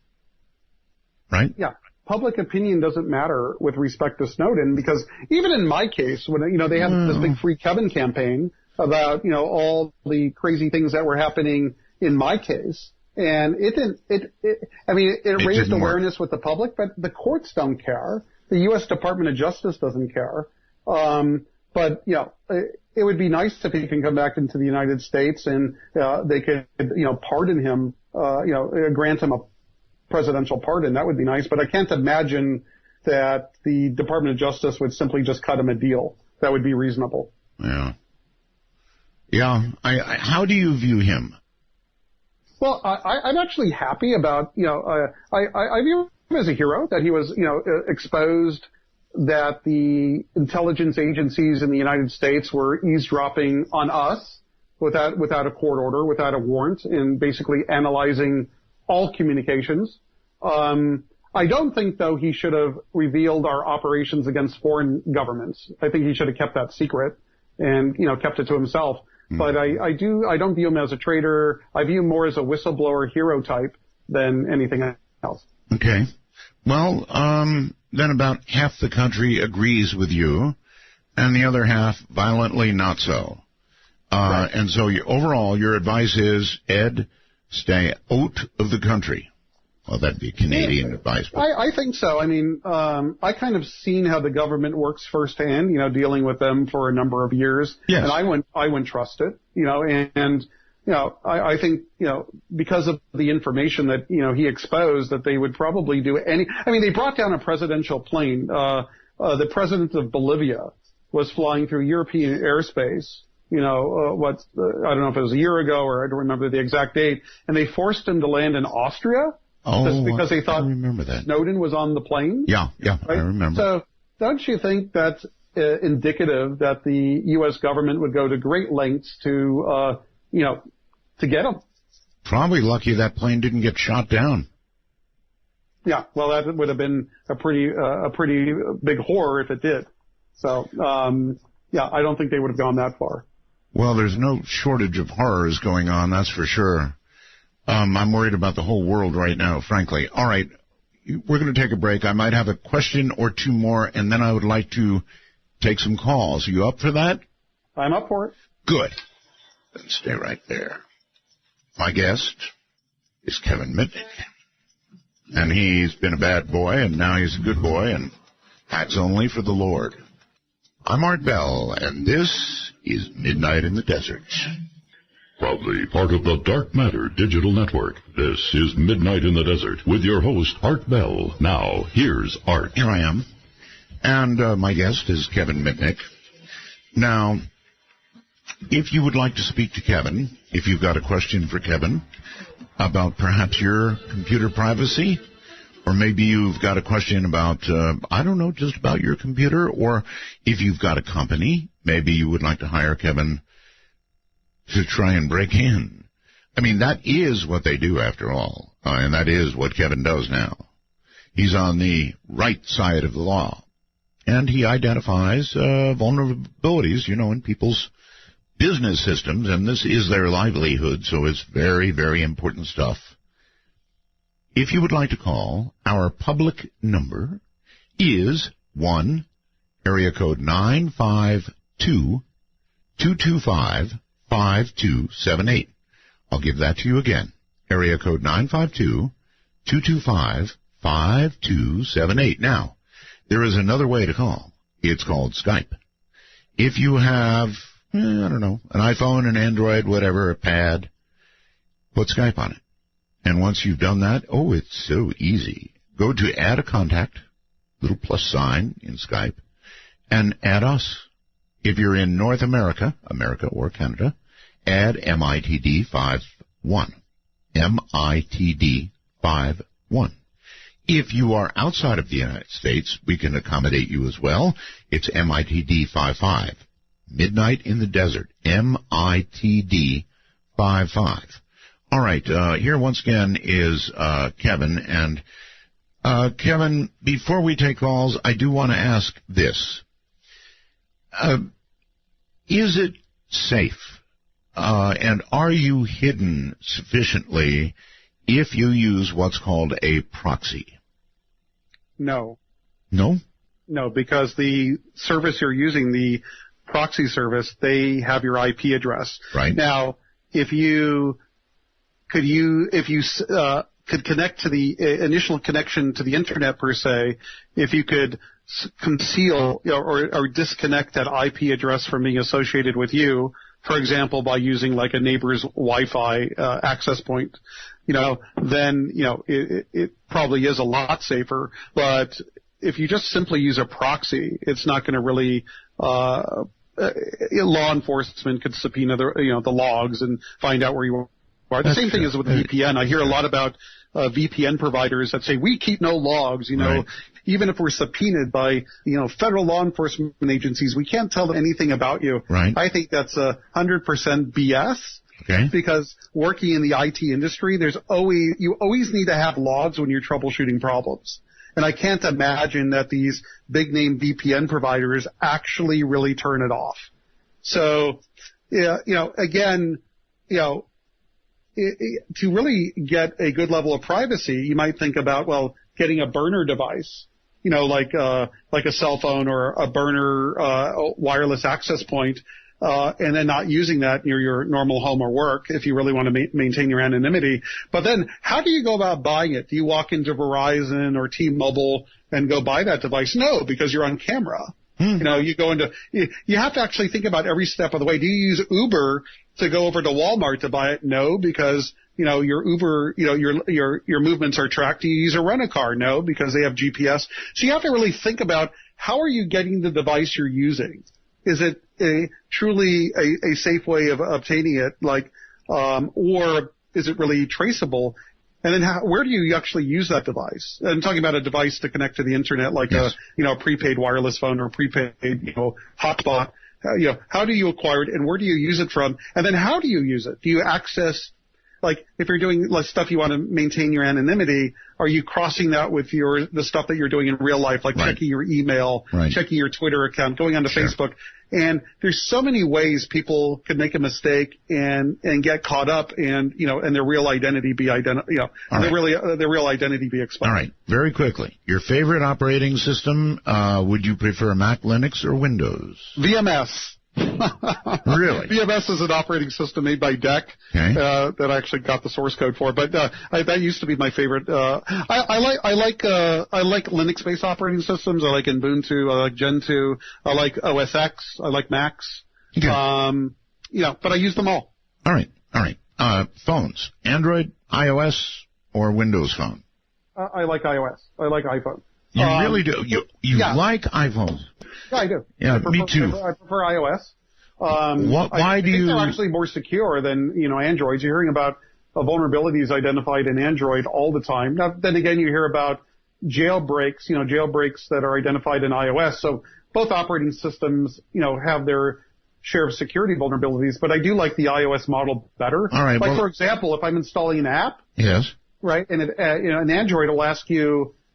Do you want to give this app all these permissions? And then once you do it, it never asks you again. Right. When you do that with an iPhone or an iPad, every time you're doing that function, like it wants your location, right. It's going to ask for your permission every time. Now, Android is running some sort of anti-Apple ads showing that Apple Pay seems not to work. The person is swiping around and they can't get it to work, whereas Android just pays it off, boom, like that. Are you a fan, number one, of these pay systems? Are they fairly secure, more secure than, a credit card, for example? And number two, is it really true that Apple's pay system is having a problem? Well, I haven't actually used Apple Pay personally, but I've read documents on it, and it seems reasonably secure. Where how they, how they use their like protocol, if you will. Right. But I actually haven't tried to attack Apple Pay yet. And I'm curious of whether there's room to do, if they tokenize the information, so your credit card number. Wait. Did you say use Apple Pay or attack Apple Pay? Attack. I haven't tried attacking it as part of like a security test. I see. So I'm not sure personally whether or not, of any vulnerabilities in Apple Pay to date. Okay. You do good work for companies, right? That is what you do, and I want to give you a chance to, promote that. You have this ghost team, right, that claims to have 100% success rate of being able to penetrate any system using technology and any social engineering. You can use technology and social engineering. You can get into any system out there. How can it be 100%? Well, basically, there's different types of security tests that companies have us do. There's network testing to look at, what are they, what network services they're exposing to the internet that could possibly be attacked. A company could have web applications, like when you log on to, like Bank of America, for example, you're using a web application, right? And, so there's different types of security issues. When clients allow us to use social engineering, that means when we could try manipulating the humans that actually operate the computers. Yes. And con them into doing something or exploit them that way, our success rate's 100%. And it has been since we started with the company. Now, mind you, if a client wants us to, test, their a web app, we don't have 100% success rate at compromising a web app. We have a high success rate, but always when we're allowed to use social engineering, we always get in. All right. Because all you have to do is find one person inside the company. Yes. Describe in detail, well, not that much detail, but as much as you can, if you were given permission, let's say a large company, to go after them with social engineering, how would you do it? Well, basically what I would do is first get a target list. Who in the company would I be targeting with this attack? I might, move over to LinkedIn. A lot of, business people use LinkedIn, social, the social network LinkedIn, and you can kind of identify the individuals that work at companies, their titles and positions. You could use, Salesforce has data.com, which gives you, another way of getting that type of information. So you're basically kind of building your target list. And then what I would do is look at, well, what does this business do? Who are their customers? Who are their suppliers? Who are their partners? And then come up with an attack, come up with a situation that I would manufacture to get somebody on the inside to comply with the request, for example, to open up, like, imagine that I'm a new client, or that I'm going to hire a law firm, for example. The law firm is the target. And I know that the attorney will want to read some documents about the issue or about the case. What if I could send a booby-trapped PDF file to a partner at the law firm, and as soon as they open up that PDF file, it exploits a problem with Adobe Acrobat, and then I have full access to that lawyer's system. So that's like, one simple way that social engineering could be used to attack a system. Okay. But you do admit that just doing it with computers and trying to make it through firewalls does not always work. What say that again, Nerd? I said just using computers and trying to make your way through firewalls does not always work. Does not always work, but when we're testing web applications, companies have web applications that are facing the internet. Sure. Our success rate is in the very high 90s. Yeah. But if somebody is saying, hey, test our wireless network, and they've deployed it properly, they're using, proper security technologies, then we might not get in. Or if they're having us look at what network services are being exposed by, their servers to the internet, if they're not exposing certain types of applications, if you will, that we could possibly exploit, then we're not going to get it. All right. I want to take a few calls here if I can. If they want to get in touch with you for work, how do they do that? They can go to our website. It's Mitnick Security. That's MITNICK Nick, security.com. Okay. All right, let's go to Quake Guy on Skype. Hello. Oh, hey there, Art. How am I sounding? Sounding all right. All right, much appreciated for the guest tonight. It's really a pleasure to ask Kevin some questions. Awesome program tonight. Thank you. I wanted to ask Kevin one or two quick questions. I have a bit of a background in computers, mainly due to my father. He got MCSE certified in the early 90s, Cisco certification and all that. And I kind of kick him in the butt now and again for not getting me more into it, because I'm on my computer more or less far more than I should be. I have a typing WPM of like 120 words a minute plus, and I've always wanted to know where I can start amateurly without spending $10,000, $15,000, $20,000 a year on a university degree. Where are you grabbing your network security guys, your server security guys? How can somebody who has the drive, has the will, and wants to get into this sort of thing, where do they start? Well, what we actually look for is when people are are interested in working with security is what's their experience like, for example, as a developer. Like if we're looking for somebody that's going to assess the security of web applications, what's their development experience and what technologies, .NET, Java, what background do they have in systems and network administration and working, as a DBA, not actually working as a full-time job, but actually have knowledge in these areas of, how things work. And then looking to, there's a lot of, universities that offer security degrees. I know you already said you're not interested in going the university route. No, I'm kind of self-taught myself, from, being a hacker back in the day. But there's lots of, good resources out there on the internet you might want to look at. There's a lot of, I remember there was some best-selling book on beginning penetration testing on Amazon. I didn't actually look at the book myself, but actually looked at the reviews, and the reviews were pretty high. You might want to consider looking at that, and downloading tools like Metasploit. Metasploit is a very, very common penetration testing framework, if you will, and becoming familiar with a lot of the tools like Metasploit and Nmap, and going around to different sites on the internet and learning a lot about security and looking at what tools and what techniques and processes you go through to actually, test security controls on various operating systems, devices, and so on and so forth. Either all of that, caller, or if you want to impress Kevin, spend a year in your bathroom without coming out. All right, well, fair enough. One other quick question, if I may. Do you happen to have any of this sort of information, these recommendations, listed anywhere online, or would it be all right if I went through your company and sent an email asking for such recommendations? That'd be really appreciated. Yeah, just do an email. There's also some courses you can take. There's offensive security. I think their URL is, offensive-security.com.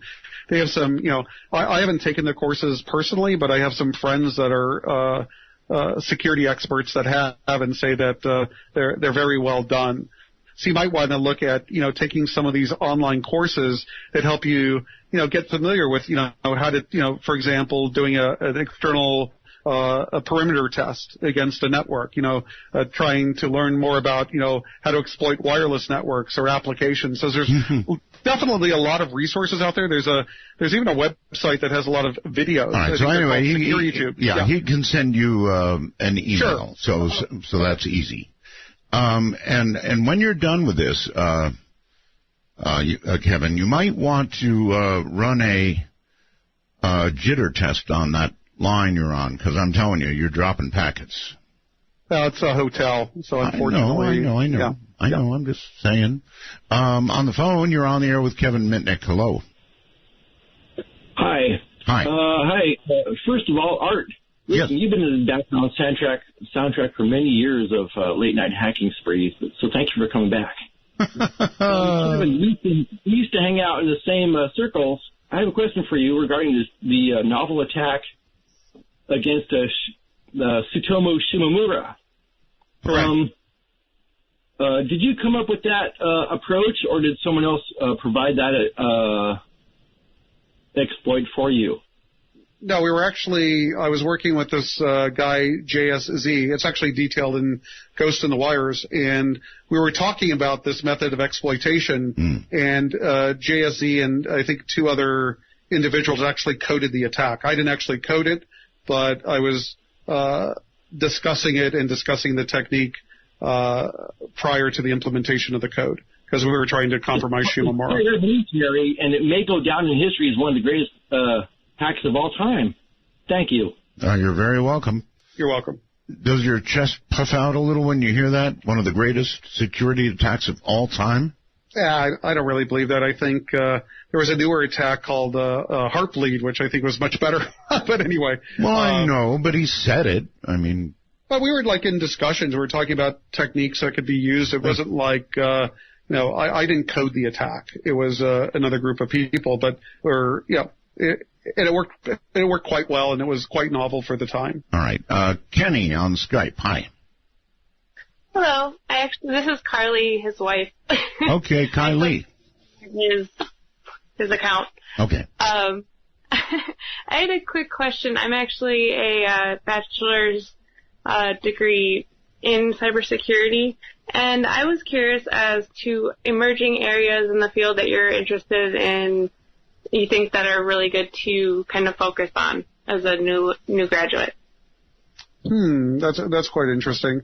Well, I like the area of security testing. That's kind of what I focus on. But I mean, there's different areas of security, like doing forensics, security implementation, working with, being a sales engineer, for a company that's selling security products or actually building products. I mean, there's so many areas of information security that, what is your interest? What do you like to do? And give me some more information about that. I have a pretty wide background in the field of security, and I actually was just interested in areas of emerging software or companies that you feel have the biggest area for potential growth. Well, again, for potential growth, I always look at, companies that have, recently IPO'd. And I'm trying to think. I don't really want to mention the names of companies, to be honest with you, on the air. But one area that you might want to, consider, research in or focusing on, and it's a problem that hasn't been solved, is the problem of malware. Pretty much, it's not hard for any reasonable, skilled attacker to bypass any of the antivirus products that are out on the market. And some of the other products that have spun up, by other companies could be bypassed as well. So there hasn't been a solve yet to solve the issue of malware. So that might be some area that you might be interested in focusing on that's, still emerging. And, at least companies are trying to figure out ways to solve the problem. I'm all for that. And is it all right if I ask one more question? Yes. Okay. I was wondering, for your actual security system of choice, why you prefer that one the most out of all of the other ones like Linux and all the popular ones, obviously. Wait, why do I prefer what now? What security? I never said I preferred any security system of choice. No. You're talking the operating system? Yes. Oh, I said VMS because that was my favorite system to hack back in the day, so it was kind of a joke. I was like, okay. All right. And you mentioned PGP as being a secure way of actually communicating, and I was just curious as to why, because in my 101 classes, they were mentioning that was already hackable back in 2005. Well, I don't know anybody that's broken RS. I don't know anyone that's broken PGP. And I'd like, if you could send me. It hasn't been done. Okay. The PGP hasn't been broken. All right. Now there's ways to steal keys by getting malware on some target machine and stealing the keys and stealing the key ring. Of course, there's those types of attacks, but PGP hasn't been broken per se. If you just intercept the encrypted material. All right. Going to the phones. Hello, you're on the air with Kevin. Hi, Art. Hi, Kevin. Hey. A couple of areas of interest. One is with the shift from analog to digital telephony, how has that expanded or contracted phone phreaking? And the other thing is there's concern about smart TVs snooping on people. Mm-hmm. And the governor here in California recently signed legislation concerning that. But I'm thinking that might not be a bad thing because given the state of TV programming these days, it might be more entertained by me than I'm being entertained by it. Now, there is that. So anyway, but the digital versus analog and phone phreaking, and also how does smart TV snoop on us? All right, well, let's start with the phone phreaking stuff. Well, back in the day when we're dealing with analog, we could use, multi-frequency tones because it was, in-band signaling, per se, and monkey with the phone network. Today, that's all changed. Now it's out-of-band signaling. In fact, nowadays, anyone could go to the Apple App Store and download a Blue Box app, which would have been a felony to have back in the, probably the 80s or the 90s. As far as the smart TV stuff, that's definitely concerning from a privacy perspective. There's already been, hacks that I heard about, people that have, the built-in webcam on their television, about being able to enable that webcam and get access, obviously, to, spy on somebody if they're on the same local network as the TV is on. But also a lot of, this new technology, this new emerging technology actually allows you to wake it up by speaking to it, like some of the, gaming systems. So you could actually talk to it and it will wake up when you talk. And then you have to wonder, like, where's that, what you're saying, that audio, where's that being sent? Is it being sent to Microsoft? Mm-hmm. Does Microsoft basically store that information, somewhere, even though you're not actually commanding the actual device, but you have some device in your home that's actually intercepting your audio and passing it to some third party? That's kind of scary. Well, I'm in trouble now because I've been talking back to my TV for years, so I better watch out. All right, caller, thank you. So I've got a question based on the last caller. The last caller was on a cell phone. And, Kevin, he sounded like he was on a cell phone. How long and when is it going to take, what is it going to take for cell companies to begin to devote just a little more bandwidth so they don't sound like Bigfoot scat? I mean, really, it's got to get better because it can't get worse. Yeah, in fact, I remember that my friend, Steve Wozniak, he when they had digital and analog devices, still had analog. He always used analog phones because they sounded much better. Same here. Yes, yeah, exactly. And now that we're in the digital world, we're kind of stuck, with whatever provider that we're going with. Yes, yes and no. I mean, they've eventually got to move more toward the pin drop era, and right now, you could drop a hammer and you might only hear it as a little distortion on a cell phone. Yeah. Yeah, well, I have no idea of when these cellular providers are going to actually improve the quality of their voice calls. Well, the first one that does will get my business, I'll tell you that. I've heard T-Mobile was making a few moves in the bandwidth era.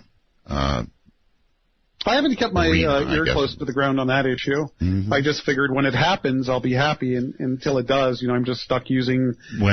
I'm stuck on AT&T, unfortunately. Well, me too. But when it does happen, you'll hear it. Mike on Skype, you're on the air. Thanks for taking my call, Art. You bet. Two quick questions. One is, I keep my passwords in a file, and I cut and paste them in instead of typing them in.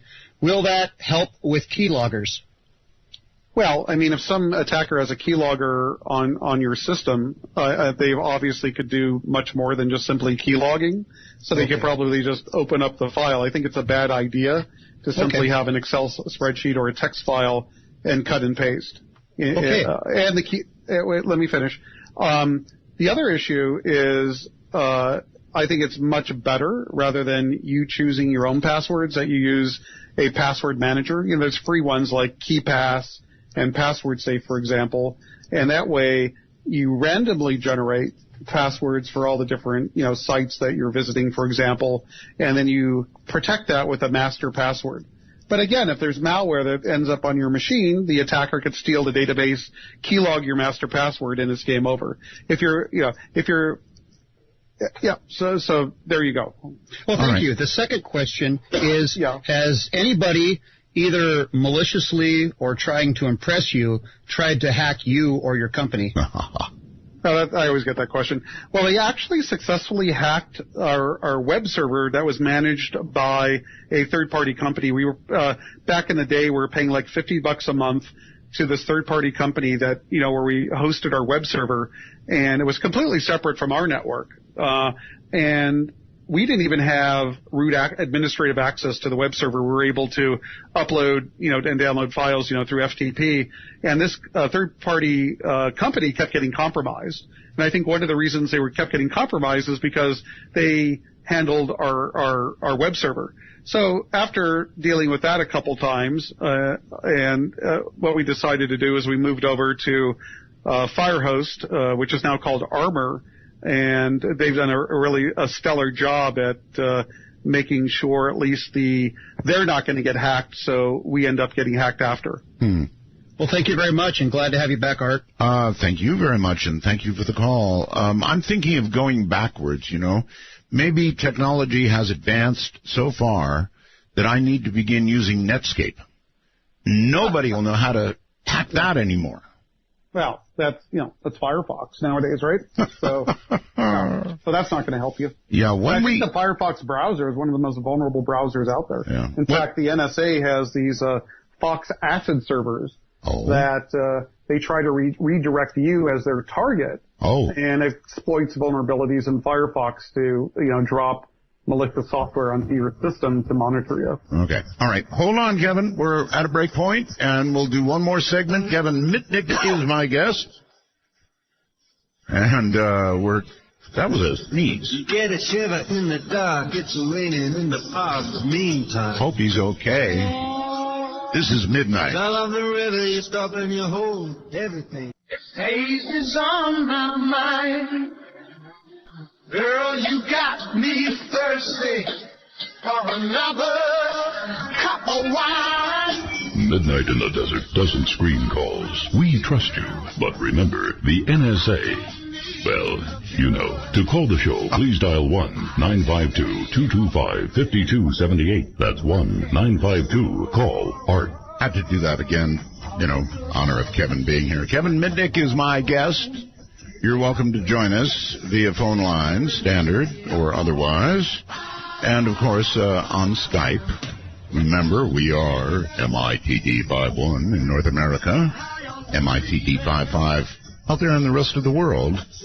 And here once again is Kevin. And one more thing I want to bring up with you before we proceed, and that is this. I have noticed, Kevin, that my bank, which I won't name, and my credit card company, which I also won't name, both have astoundingly good algorithms in place. And in each case where I've had a problem lately, they have caught it, bam, like that. I mean, their computer algorithms must be so good because they know if that's me or somebody else doing it, either by geolocation or by my buying habits or whatever it is. Each time the bank or the credit card company has caught it, boom, like that. Any comments? Well, I guess you've been lucky because in some cases the banks don't catch it. Well, yeah. Right. And in your case, I guess, again, it's luck. I hear myself echoing back. Well, I didn't do anything different. Okay, that's weird. I hear myself talking in the background. Anyway, when I think about like financial security, people that want to protect their bank accounts from getting hacked, I think a very simple solution. People will spend $100 a year for their antivirus software. Right? Imagine if you just double it. You just go buy a Google Chromebook, and you use the Google Chromebook. You use the browser in what they call guest mode, so it doesn't save anything on the Chromebook. And you only use that to log on to your credit card company, log on to your bank account, log on to your brokerage account at Morgan Stanley or Schwab, and you never keep any passwords, of course, on, the computer you use for everyday use, that's going to really make it really difficult for somebody to compromise you. Okay. I assume you probably went back to your headset and your problem went away. Oh, yeah. I'm back. Jeff on Skype, you're on the air. Hey, great show, as always. And Thank Kevin, it's good talking to you.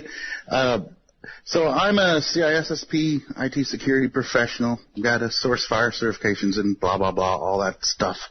Been doing it for a while. And one thing that I'm noticing, well, first of all, one of my specialties is definitely penetration testing for internal organizations that I work for. And ironically, I like magic too, which is really cool. One of the things that I've noticed here that seems to be trending, Gardner put out a study here a while back about bimodal application development. And, of course, everybody who's anybody is using agile type management to where they're creating code and just dumping it in. And I'll tell you, I will put out study after study, report after report, looking for internal vulnerabilities, external vulnerabilities in company systems, and they're paying big money for that stuff. However, what I find out is this newer trend, it seems newer to me, in taking and offshoring, especially web app code, and they're having this stuff done like by India and resources and whatnot. And I find out that companies seem to be pretty lax about giving some company that they don't even know the people who are working there access directly into their systems to write, test, debug, and produce this code. And then, of course, the company puts it in production, and they're saying, okay, well, it's good and it's safe. I've just seemed to have a lot of concerns. It makes me really nervous, and I've seen a lot of companies do that. I just wanted to get your thoughts on that. Okay. Kevin? Can you hear me? Yeah. Okay, great. No, I completely agree with what you're saying, that you definitely should be concerned about, where you're outsourcing your development. But more importantly, no matter if it's India, China, or Indonesia, it doesn't matter as long as you're going through some processes that's actually going, somebody that, some team that's quite knowledgeable is going to actually analyze the code and look for potential security vulnerabilities in the code before it's actually deployed. And what you just said, you just mentioned, that seemed to be a huge missing step in the process, that basically web app is developed and deployed, and that's it. But there needs to be some sort of security development life cycle there of where any code, even updates to existing code, goes through some processes where that code is evaluated by security knowledgeable people to try to mitigate the chances that they're going to obviously introduce newer vulnerabilities. Sure. Okay, quickly to the phones. You're on the air with Kevin. Hello, on the phone. Hendersonville somewhere. Hello. Going once, going twice. Sorry about that. You waited a long time. Winnipeg, Manitoba, I think. Hello. Hello, how are you? Fine. We'll just call me root user. Okay, anyways. Okay, user. Root user. Yeah, okay. Anyways, our great intro to the show with the Tommy Chong Easter egg exploit. That was awesome. Yes.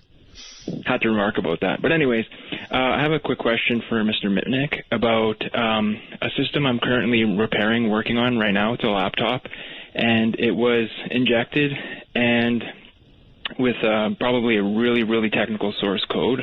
And I was wondering your thoughts. When you try to... What do you mean by technical source code? Yeah, apparently he's got something wrong. All right, you're going to have to send us $29.95, and we're going to fix you right up. And what's the problem, actually? Okay, well, when you put in... when you try to put in the super user password, right, because I have elevated it, right, because the operating system wasn't a Linux-based operating system at the time. So when you put in the super user password, when it's plugged in, it just fails and fails and fails. You put it on battery, and then it'll go in the first time you put in the password. Could that be a power grid type of attack? I never heard of such a crazy thing. I haven't either. Yeah, it sounds like you have a unique issue. And so wait a second, you didn't even identify the operating system that you're running with. Yeah, so I think with this caller, it's He messing like with a very us. weird call. Yeah. Well, you Go to send the us next $29.95. Yeah. The second question I have. Well, you didn't answer the first one. What operating system is it? Oh, okay. Originally, when I believe that it got injected, it was Windows 7. Injected? What do you mean injected? Yeah, injected. What does that mean? Well, like when it got infected. Oh, infected. Very different than injected. Sort of. Well, it could have been SQL injected somehow, or you know what I mean, but like infected, we'll say. I'm like trying to find the root of. And what makes you think that somebody used SQL injection to compromise your Windows 7 laptop? I think you said you had. I don't, but I just thought it was like because when you take it off of like power and put it in on battery. Well, it's obvious to me, sir, that it's coming through the power line. It's a UFO. It's an injected thing through the power line, saying alien. Yeah. Well, I don't think we can solve your problem, sir. I appreciate your and call. I doubt anyone used SQL injection on your laptop. Bill on Skype, hello. Yeah, hello. Can Hi. you hear me? I hear you. Great. Well, although you're very far from your microphone, so if you would get close to whatever, injects the audio into your computer, it would be better. Okay, how about that? Is that any better? Oh, way better, yes. Okay, I use Fedora. I'm on Fedora 21. It's the free version of Red Hat software. Okay. All right. Now, they use what's called SE Linux. Right. Which is a secure Linux. Correct. Could you give us some input on that of the security measures or, whatever? That's all I have. Okay, so you're just asking if this Linux you have is secure. Well, it sounds like he's considering moving from Fedora to SE Linux. I think if you're concerned, it's a more of a hardened operating, more of a hardened OS. So I'd recommend if you're definitely look at SE Linux. And if you're interested in looking at the different features or pros and cons of it, you could just use Google. Okay. Let's go to Kurt. Kurt, hello. Hey, Art, how you doing? It's Kurt in Tolleson, Arizona. Yes. Hi. I wanted to ask him, just today it was announced here in Phoenix that T-Mobile was hacked, about 1 million customers, all their information, everything about everybody. Wow. Is there a way that he can trace back to who did that with his... in other words, forensic work. Yeah. Well, I couldn't tell you. It's called incident response. So when a client gets compromised, they'll hire us to do an incident response. And in some cases, you can't find who the attacker is because it's so easy to make it look like it's coming from anywhere in the world. Or imagine, you have the attacker compromises one company system and then uses that as a jumping off point to attack a second company. So it all depends. It depends on a lot of factors, and I can't really say yes or no to whether I could actually trace back who hacked into T-Mobile. If they were really good, probably not. Yeah. All right. Probably not. They just could have used a neighbor's wireless access point, for example. It really depends on the sophistication of the people doing it. But then again, people make stupid mistakes. Like apparently I read in the news today that the CTO of Uber's, their competitor had hacked into Uber from his home, and they were able to trace back the IP address, which I thought was, I thought that was like pretty insane. For somebody, rule number one, like a Fight Club, rule number one of hacking is you never do it from home or work. Yeah. All right. I guess rule number one of Fight Club is you don't talk about Fight Club, but with the hacking, if anyone is going to do this from work or home, that's pretty careless behavior. So this guy who recently allegedly hacked into Uber has indeed done it from home. So I was surprised. All right. To the phones and Clearwater, Florida, probably. My name is Stan, and I'm interested in knowing if he could tell me if snort is effective in deterring any type of infection, or what would he recommend? Well, snort is good for, basically snort is like an intrusion detection system. It's essentially free, I believe, open source. And it basically is a signature-based system. So basically, if you're running snort on a network, you could detect when any of the signatures that are currently being used are triggered as some sort of attack. But that's not going to really problem. What?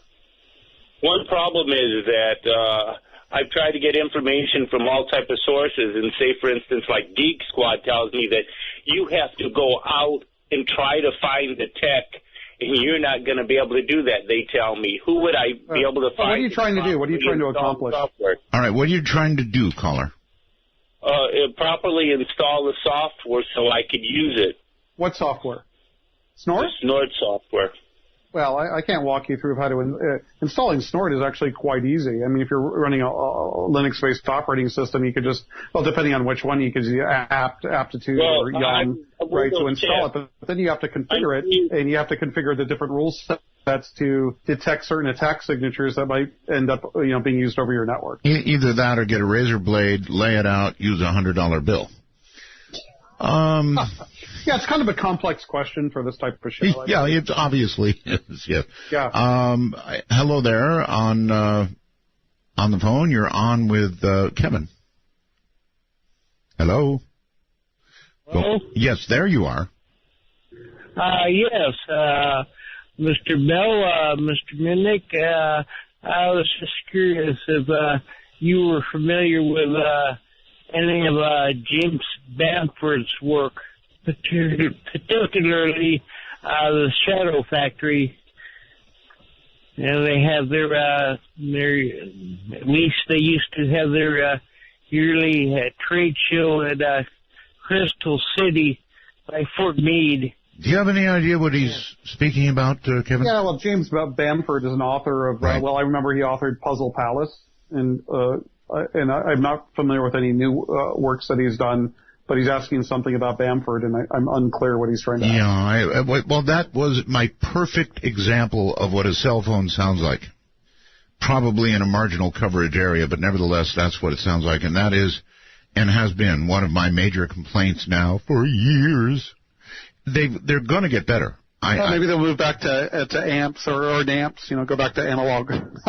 No, they're not going to go back to analog. But I'm kidding. Doggone it, they can allocate more bandwidth and they can make it sound much better. I mean, if Skype can sound as good as it sounds, you're not going to tell me that there's not a way for the cell phones to sound better. It's just that they're trying to squeeze a bazillion of us in a very tiny little pipe. Is that fair? Yeah, no, I agree with you. Mm-hmm. All right. Hello there. You're on the air with Kevin Mitnick. Hello, Art, and hello, Kevin. Kevin, could you talk about the fun times you used to have on 435? It was a radio repeater, your ham radio days, and how you used to shut off Hey, Art, have you ever heard of 435? Yeah, I know all about 435, Southern California, yes. Yeah, so the Renegade repeater. Yeah, I remember the good old days, back... God, I haven't been on 435 for years. Is it still raging, caller? Yes, it is. It's in Southern California, obviously. You know that, and we always have fun on the air. But, Kevin, you should tell people about people used to dare you to shut their home phones off. Seriously, their phones would shut off. Yeah. Have you ever heard of Richard Burton, Art? I mean, he was pretty, he was the only one that I think was prosecuted by the FCC. Anyway, when I was during my younger years, me and Burton used to go at it, and I think at one time I turned off his phone or something when I was like 15. But anyway, that's a longer story. Yes, the FCC is beginning to shut down a bunch of field offices. A lot of people are not all that happy about that fact. And then, of course, there's others in Southern California that are happy. I remember I had to do the code and everything, and now it's just so much easier. It's surprising. Right. I know. It's too easy. Kevin, my friend, as always, thank you for being here. It has been a pleasure. And once again, you're going to have a new book, right? Yeah, it's called The Art of Invisibility. It hopefully will be out in under a year, and it's going to basically teach people that aren't so technically astute how to protect their communications, their email, their text messages, their voice calls, how to kind of get off the grid so your nosy neighbor, your significant other, your boss, your parents, or law enforcement or the NSA can't easily monitor your communications. That's quite a group. All right, my friend, thank you, and we'll do it again one day, of course. Thank you for having me on your show, Arthur. It's always a pleasure. Kevin Mitnick, take care. A pleasure indeed. That was a lot of fun. All right, well, it's Thursday already, so tomorrow is open lines. If you have a special line that you think would be particular fun, you can email me. The correct email address is artbell@KNYE. That's Kilowatt, Nancy, Yokohama, Easy. Don't get this. Most people get dyslexic and do it the wrong way. So it's artbell@KNYE.com. From the high desert to the world's time zones and all of you living within, good night. We only have 2 simple rules, lots of bad language, and you can call all you want. Are you paying attention? No bad language and only 1 call per show. That's the rules. I wonder how many people just let that go by. Yeah.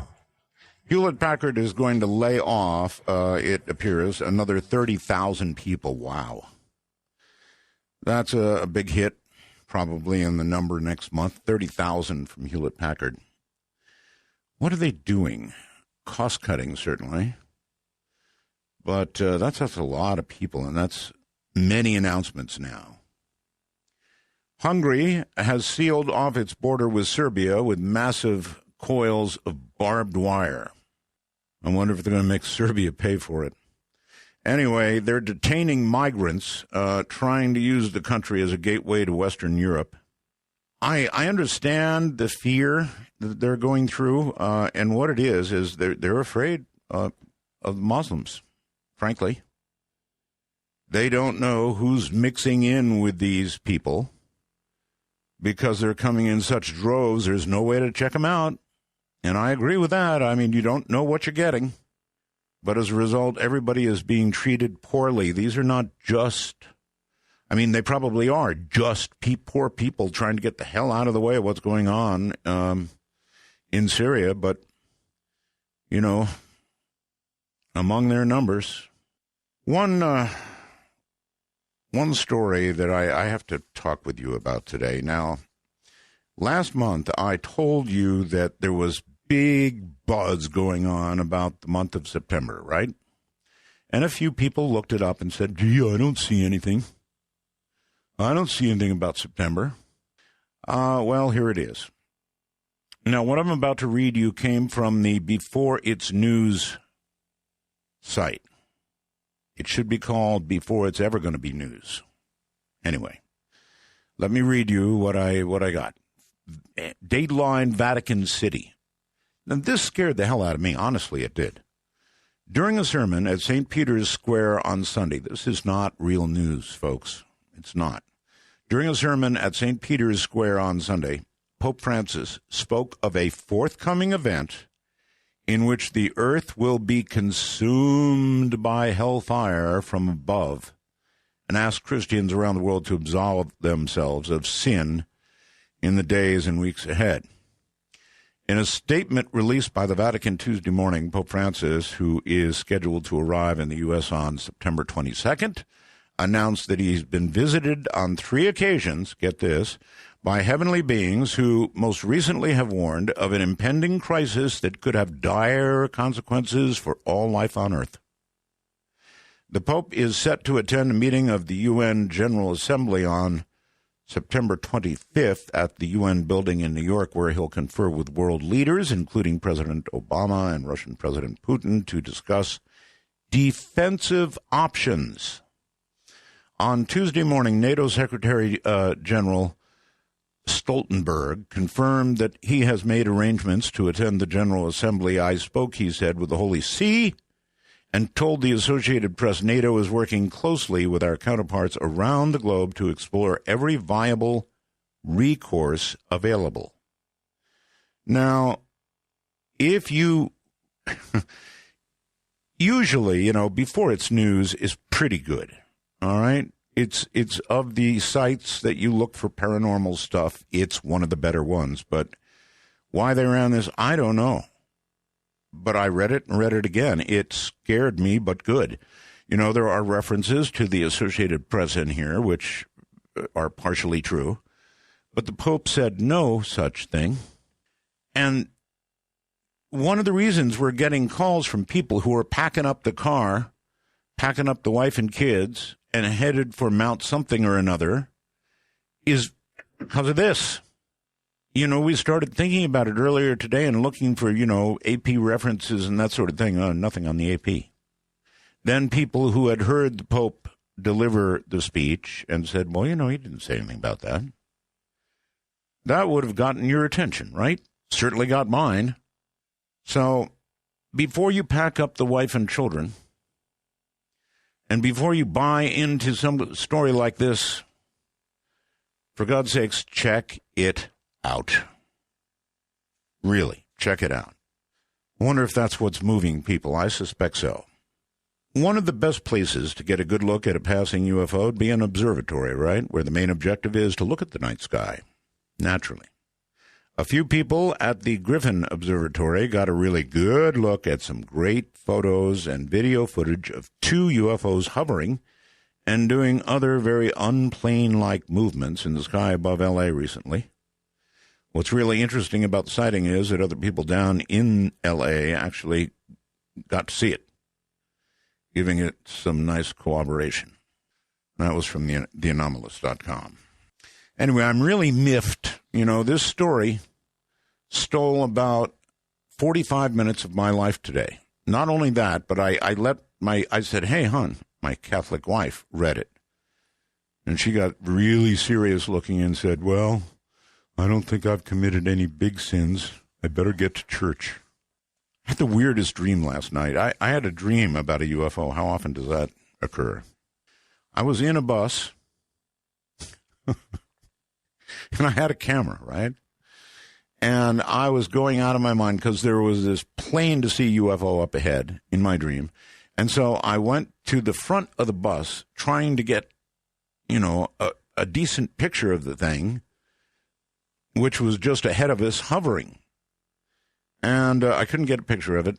And then finally I did, went around a corner. So I can't remember. It was in the dream, right? What do I know? I got a picture of the UFO, or a couple of pictures, and then, you're going to love this, somehow or another I got to the UFO, and some little green guy, he wasn't really green, but an alien of some kind, reached out, grabbed my camera, and took it in, and I beat on his saucer. I got on the saucer, and I beat the hell out of it, and out comes this arm with my camera, and I was happy. I remember in my dream being happy, and then, of course, I looked at my camera, and the two pictures of the UFO that I took were gone. Ooh, was I angry. So maybe that's, I don't know, maybe that's kind of like real life, huh? The pictures are always gone. This one was really gone. All right, coming up in a moment, Lloyd Auerbach has a master's degree in parapsychology. He is the director of the Office of Paranormal Investigations, president of the Forever Family Foundation.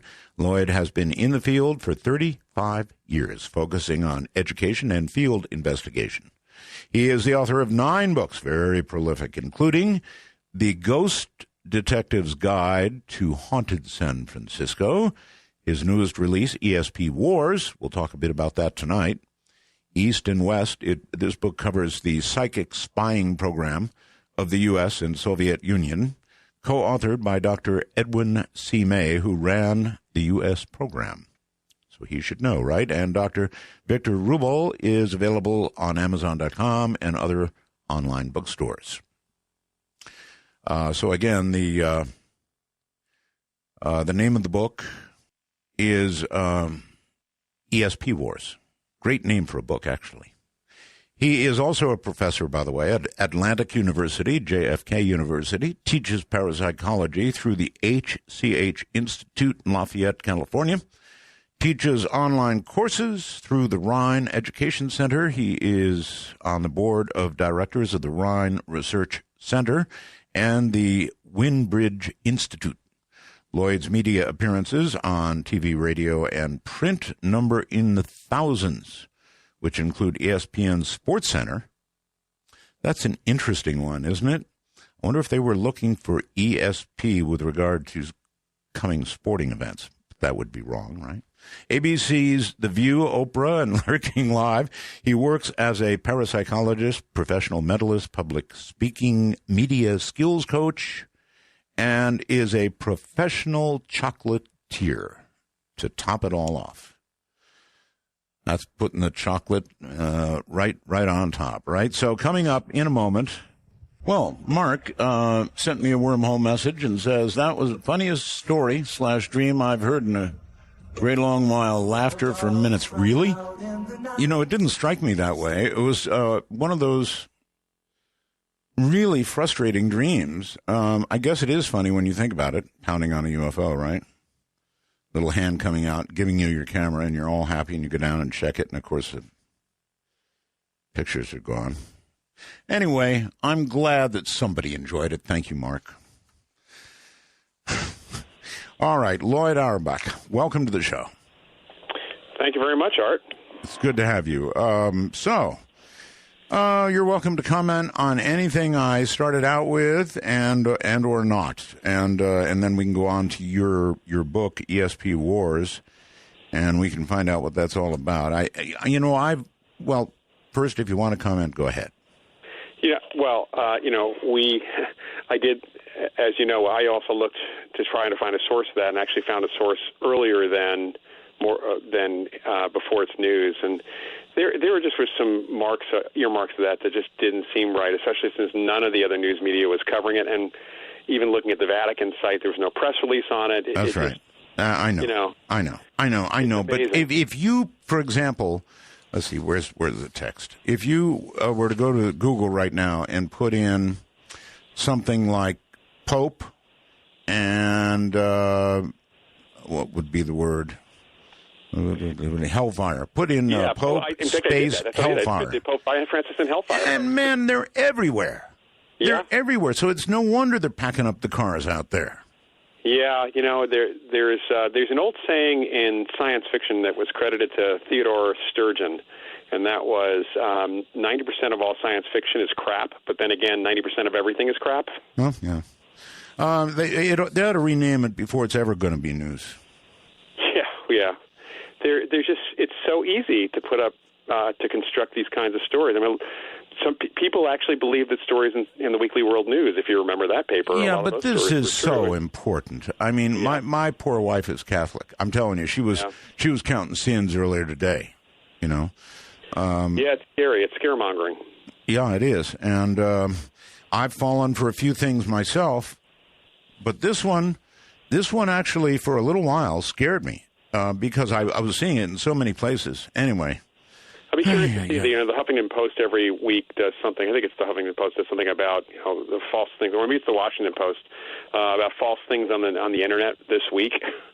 And they kind of cover the top 5 stories on the Internet that seem to be taken as real by some people. And usually it's celebrities, but sometimes it's news-related stuff. I'd be kind of curious to see if they cover that one. Yeah, but this was so serious. I mean, somebody would research this a little before they printed it, you would think.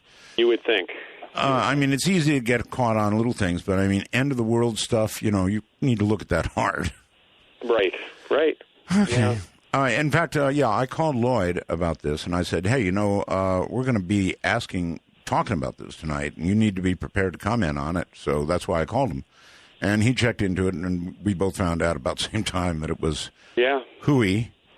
Now watch, Lloyd, the world will end, and nobody be around to say, I told you so.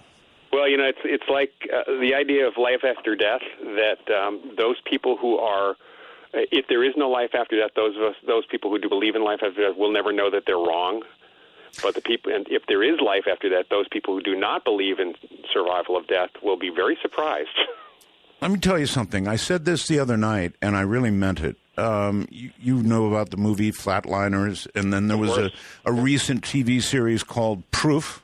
Mm-hmm. Yeah, very good show. I thought it was pretty good, too. And you know, I said it should have been called No Proof until the last episode. And then, of course, that's when they really hit it. Right. But anyway, I'm sorry. We have to talk about proof versus evidence, because proof is a very, touchy thing. It's not always that easy to actually have hard proof on things. Not at all. And I was watching that, and I told my wife, at my age, if I was healthy and I thought I'd withstand it, I'd be willing to give a shot at flatlining. Mm. I want a good medical team. I want all the goodies they had there to make sure you come back. But I'd almost be willing to give it a try so I could know. Does that sound crazy? Yeah, well, not necessarily, no. People have done crazier things. You would know, but then everyone else would still not having had that experience. Well, the hell with them. Yeah. I would know. That's all that would matter. Sorry. I really would try it, though, and it begs the question of NDEs, period, and what people have experienced. I've got a story here from an atheist who claims he had an NDE for about 2 minutes and saw absolutely nothing. Black. Well, there are other atheists who have had NDEs with the full-on experience of having a voice tell them to go back, or seeing a relative, or something else, or seeing the light. So, and then there are the negative NDEs, which come from people typically who grew up in hellfire and brimstone religions, typically. So there is an influence. There certainly is. Not every NDE is the same, and there are 15 different constituents that kind of comprise a classic NDE, but they're not always there. And you can have a near-death experience that doesn't affect you, which wouldn't put it in the camp of parapsychology, more in the neuroscience camp. Well, to actually flatline and get absolutely nothing, that'd be worse than not coming away with the pictures of the UFO. Yeah. I mean, that would be really annoying. I would expect something. A little brain activity as the cells begin to die, whatever, something. Well, my question for that atheist was just about atheism? Because you can be an atheist and believe in psychic phenomena and even believe in life after death. But if you're an atheist and you disbelieve in all this stuff and the possibility of this, maybe you're programming yourself so that you don't have an experience. Well, maybe you get exactly what you believe in. Yeah. I don't know. This whole thing was on Reddit, and it really was there. He apparently had 2 NDEs, and he says, yes, the truth is both times I was simply not there. It was just black. I'd describe it as when you take a nap. Well, I don't know about that. I dream. A short nap, no dream, he says. You wake up, and it feels like you've been sleeping a long time, when in reality it's only been about 15 minutes. So, he got exactly, apparently, what he expected. Well, and he got what a lot of people get, because it's only a small, it's a smaller segment of people who have either flatlined or their hearts have stopped. Remember, it is a near-death experience, not a death experience, so not everyone has the experience. Well, then, if it's not a death experience, how do we define death? We're constantly redefining death. What, no brain waves, no heartbeat? You can go no brain waves, no heartbeat. And really, you have to, not just brain waves, you have to talk about electrocortical activity in general. There's the famous Pam Reynolds case, where the woman was undergoing some serious brain surgery, and they actually not only stopped her heart, but they brought her body temperature down, as you saw on the TV show Proof, but even more significantly than that, and there was literally no activity. It wasn't just flatline. This woman was dead. Yeah. As Dean Radin would say, she was triple dead. Right. They stopped her heart, stopped her brain, she was just dead. Right. And she had the classic out-of-body experience. She came back remembering things that there's just no way her brain was reacting to, not only in the operating room, but also in areas right around. And none of that, the skeptics would say that, well, obviously they told her about it as she was coming around, and there's no evidence that supports any of that. I think I remember that was a 60-minute segment. Yeah, I'm not surprised. Yeah, I think so. And I believe I have memory of interviewing her, but I interviewed so many people. And I have interviewed a number of people who have had incredible NDEs. Yeah. And seeing relatives and people, swarms of people, sometimes not so happy people, a bunch of them. So it is, I think, the biggest question for mankind, and that is whether this is it or there is yet more. Yeah, and for most people, we'll find out when we die. Yes, that's right. And if there is absolutely nothing, well, we won't complain. Right. But there's a lot of evidence that there's much, that human spirit or consciousness survives. So you lean toward that direction. Oh, absolutely. The evidence is there. When you discuss this, I discuss this with some of my colleagues in parapsychology, and frankly, not everybody comes from a perspective you can call dualism or even pluralism, that consciousness is more than just the brain. People in my field, even though we're dealing with psychic ability, many people are more materialist and don't believe in survival possibility at all. They think that ESP kind of covers all the experiences that we have that we would call evidence for life after death. Now, that's what the search is all about, right, Lloyd. So I know that, touching on another area that would provide evidence of an afterlife or of something after, would be ghosts. And yes, it's yet another area. You're into all of these areas, and so you're like the perfect guy to ask about this. You have obviously investigated ghosts. Would you conclude, with all the investigating you've done, that there really are ghosts? Yes. Well, first let's define that. All right. That ghosts, we tend to use the word apparition in parapsychology just because ghost has a lot of pop culture charge around it. But the idea that we survive, that spirit consciousness, or you like to use the word consciousness, survives the death of the body. The brain dies, your body's dead. Your consciousness, for some people, sticks around and is capable of connecting with those of us that are alive. Is capable of mentally connecting with our consciousness, kind of mind to mind, using basically ESP to do it, and even providing us with an image of what we might actually see if we could actually see them, what they sound like. The personality of these people doesn't dramatically change at all after they've died, and it seems like it's not everyone that sticks around.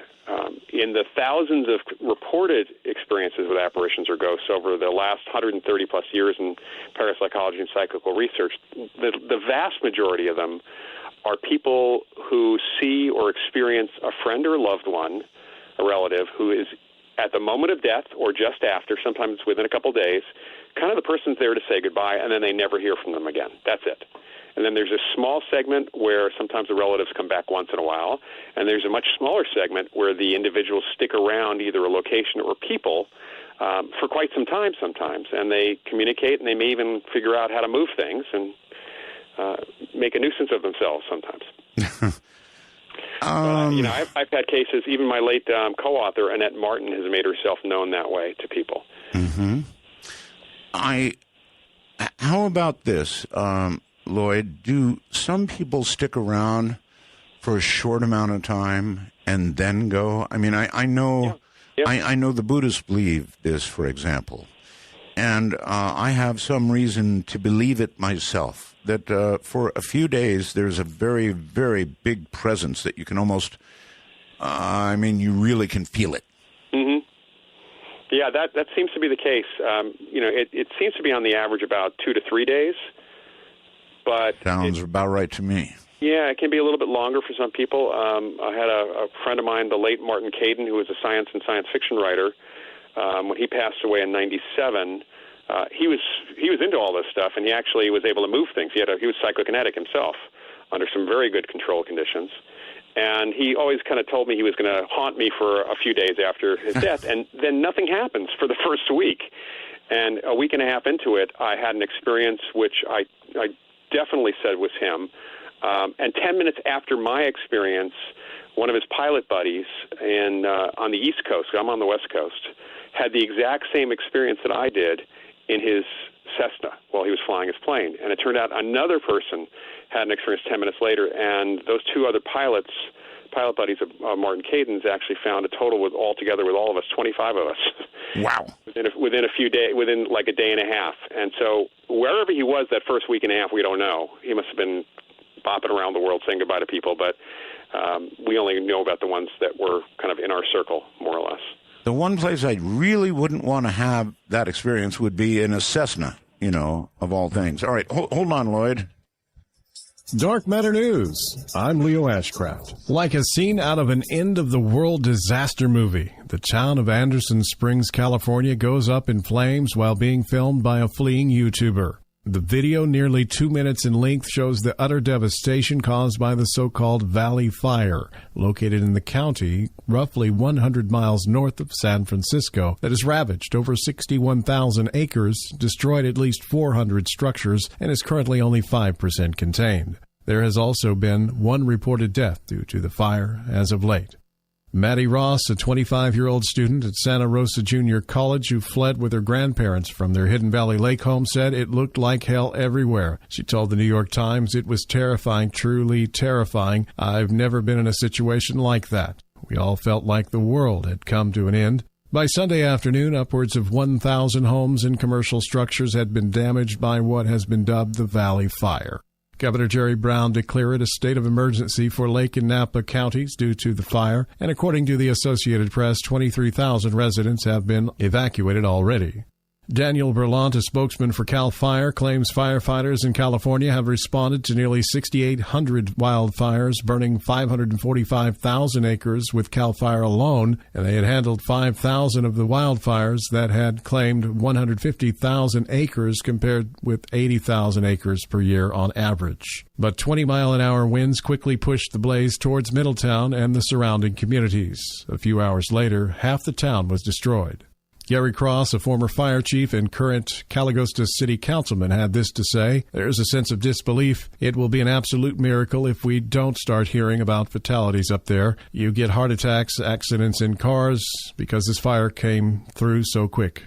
What are your thoughts? So many wildfires burning across America today. Are we seeing further signs of climate change? Let us know your thoughts at darkmatternews.com. Got news tips or other information you'd like to share? Hit the tip line at darkmatternews.com. And a welcome to another Dark Matter News staff writer. Pete Fernbaugh brings us the following to consider. Is history a lot like the game of telephone in which stories are repeated over and over again until the final retelling bears little resemblance to the truth? This is what Sarah A. Chrisman and her husband Gabriel believe. In 2010, they made a life-changing decision. Frustrated with the complexities of daily life and fascinated by the secrets of the past, the Chrismans, both of whom are history buffs, chose to time travel in a way, transporting their lifestyle back to the late Victorian era of the 1880s and 1890s. They began by purchasing a Victorian house in Port Townsend, Washington, which happens to be an historic Victorian seaport. Their first step after moving in was to get rid of the electric refrigerator and replace it with an icebox. From there, the Chrismans purchased a mechanical clock that Sarah winds each morning. They installed oil lamps for lighting. For heat, the house features a 19th century gas heater and an antique kerosene space heater. The couple sleeps on an antique Victorian bed, which has a mattress that Sarah sewed by hand and stuffed with feathers for authenticity. For transportation, Gabriel rides a high-wheel bicycle and Sarah rides a high-wheel tricycle. Neither owns a cell phone and Sarah has never had a driver's license. Instead, they're quite content to live with their primary source materials, completely immersing themselves in the late 19th century. If you'd like to learn more about the Chrismans, you can visit them at thisvictorianlife.com or head on over and read Pete's great article. I've only just touched on it. It's quite extensive at darkmatternews.com. I'm Leo Ashcraft, Dark Matter News. Good evening, Bob, if you're out there listening. Back to Lloyd Auerbach. Lloyd, welcome back. So all of these things that you investigate and have been investigating for now 30 years, including ESP, all of them actually either go to our abilities that are beyond the obvious and physical or our everlasting, hopefully, soul. Yeah, I mean, what we study in parapsychology can be looked at as relating to consciousness, whether you are a materialist believer, basically that it's just the brain. It's still, you're saying that consciousness is resident in the brain, and that's where ESP and mind over matter happen to be. Or if you do have some acceptance or belief, or at least an awareness that it's possible that consciousness can survive the death of the body, can reach out beyond the body and beyond the brain. You know, we talk about extrasensory perception. It really is a form of perception, and it's only extrasensory in that it's extra or beyond what we consider the normal senses. And even that idea of what is considered a normal sense is changing. And as we learn more about humans and other animals, and even about how we can augment our senses. All right. Gee, where to go? You mentioned psychokinetic, right? Yeah. And you said that it has been demonstrated to you. And this is an area of intense interest for me. To be able to see anything moved with mental power would astound me, and I would immediately begin practicing, trying to do it myself. What is it that you have actually seen with your own eyes? Well, I've seen a number of different things. If we can start with some of the cases that I've had, sure. There have been physical movements of objects where there was no obvious physical source. So in a couple of the ghost cases, for example, there's a restaurant out in east of San Francisco called the Banta Inn, and my first visits there in the 1980s, they had supposedly a ghost there who had been moving stuff around for people for some time after he died in the late 60s.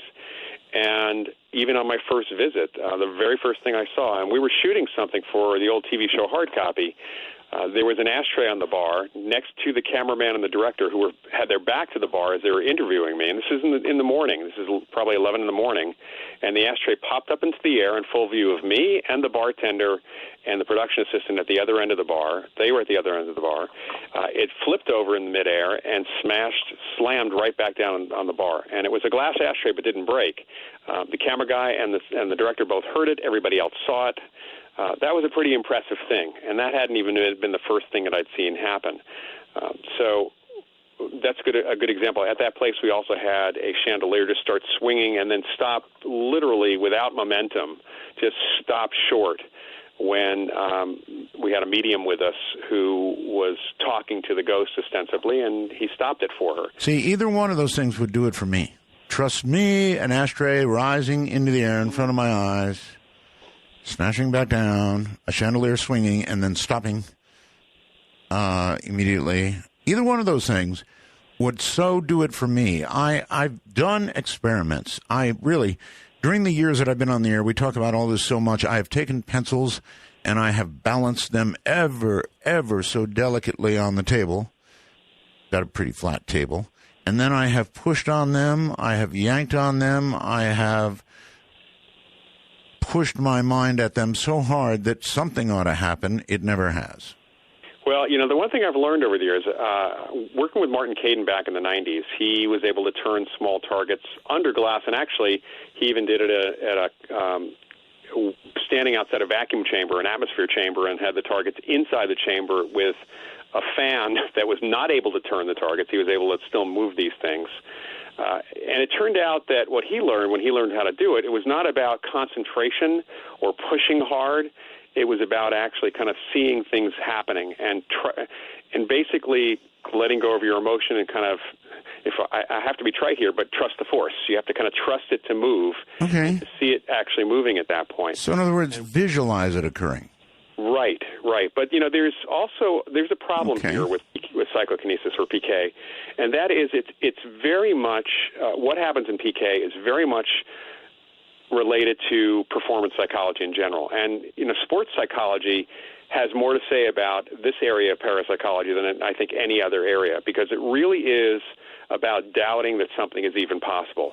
If you think it's impossible, nothing's going to happen, and your conscious mind gets in the way of moving things. And try as you might, there's still that belief that, I've never done it before, I don't think I'm going to do it, but I'm going to try. And as Yoda said, there is no try, there is only do. All right, I wanted to ask you, that brings to mind, you were on ESPN Sports Center, right? Yeah. Why? What did you do there?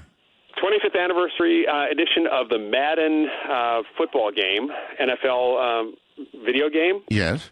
They were doing a very big thing, and apparently there was a Madden curse. It was thought by many people that the player that was on the cover would get injured and would actually no longer be able to play, and that apparently happened.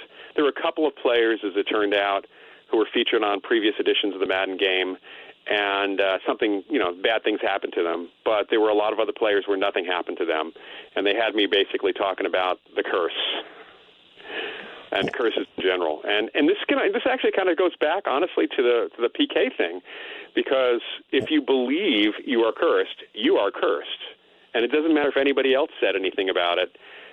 It's kind of the reverse of the placebo effect. Yeah, well, what about Boston? I mean, what about that curse? You mean the Red Sox? Yeah. Well, I mean, that lasted a long. Probably have more of a curse than anything else. But that lasted a long time. Yeah, I know. As a curse of the Bambino, I believe.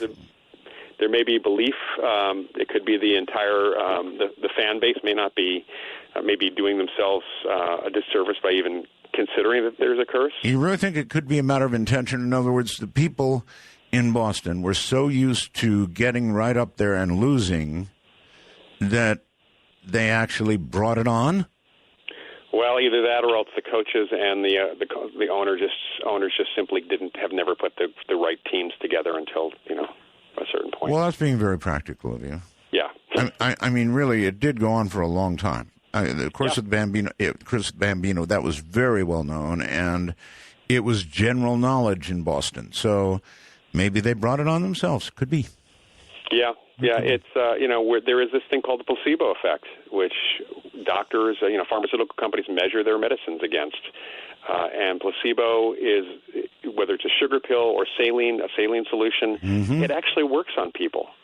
People actually do get better because they believe that what they're being given, even if they're told it's a placebo, they can still actually have a positive effect on their own bodies. And it doesn't happen with everybody, but a lot of the medications that we're given or that are out on the market only have a very, very slight margin above placebo. And placebo doesn't have the side effects unless you tell people that the side effects are there. That reminds me, Lloyd, I'm so sick of watching TV. I guess it is a rule that drug companies must advertise every conceivable side effect known to mankind, up to and including death.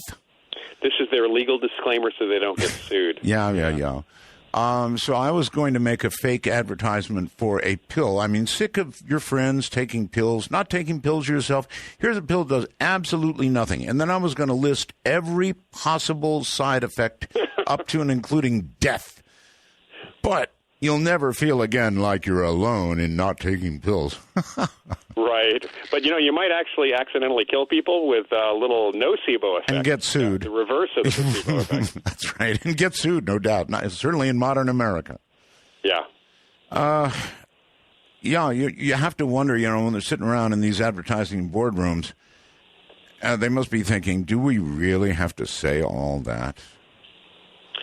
Well, I'm sure that they are, and we now have to contend as investigators. We have to contend with many of the side effects because some of what people report to us turn out to be side effects of sleep, aids like Ambien, or they turn out to be some sort of interaction with various drugs. And it's one of the reasons why when we have cases, we really want cases where there's more than one witness, one person having the experience, because the odds of a whole family being on the same medication are pretty slim. I mean, it's possible, but it's almost unheard of. All right. So have you actually encountered, going back to psychokinetics? Yeah.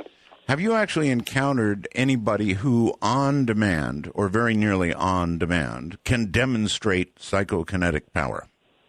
Well, Martin Caidin was one such person. He could do it, I'd say, probably about 80% of the time. Really? Although he did have kind of if we set up more than a couple of targets, which we did in some circumstances in sealed rooms or he was outside the room.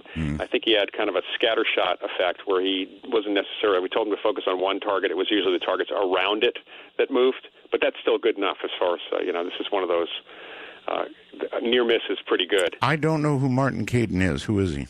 So Martin Caidin was a well-known science and science fiction writer. You would know his work. He's the creator of The $6 Million Man. He wrote the book Cyborg, which became the first TV movie. He was the technical consultant on the show. He actually is credited with The Bionic Woman to some extent as well.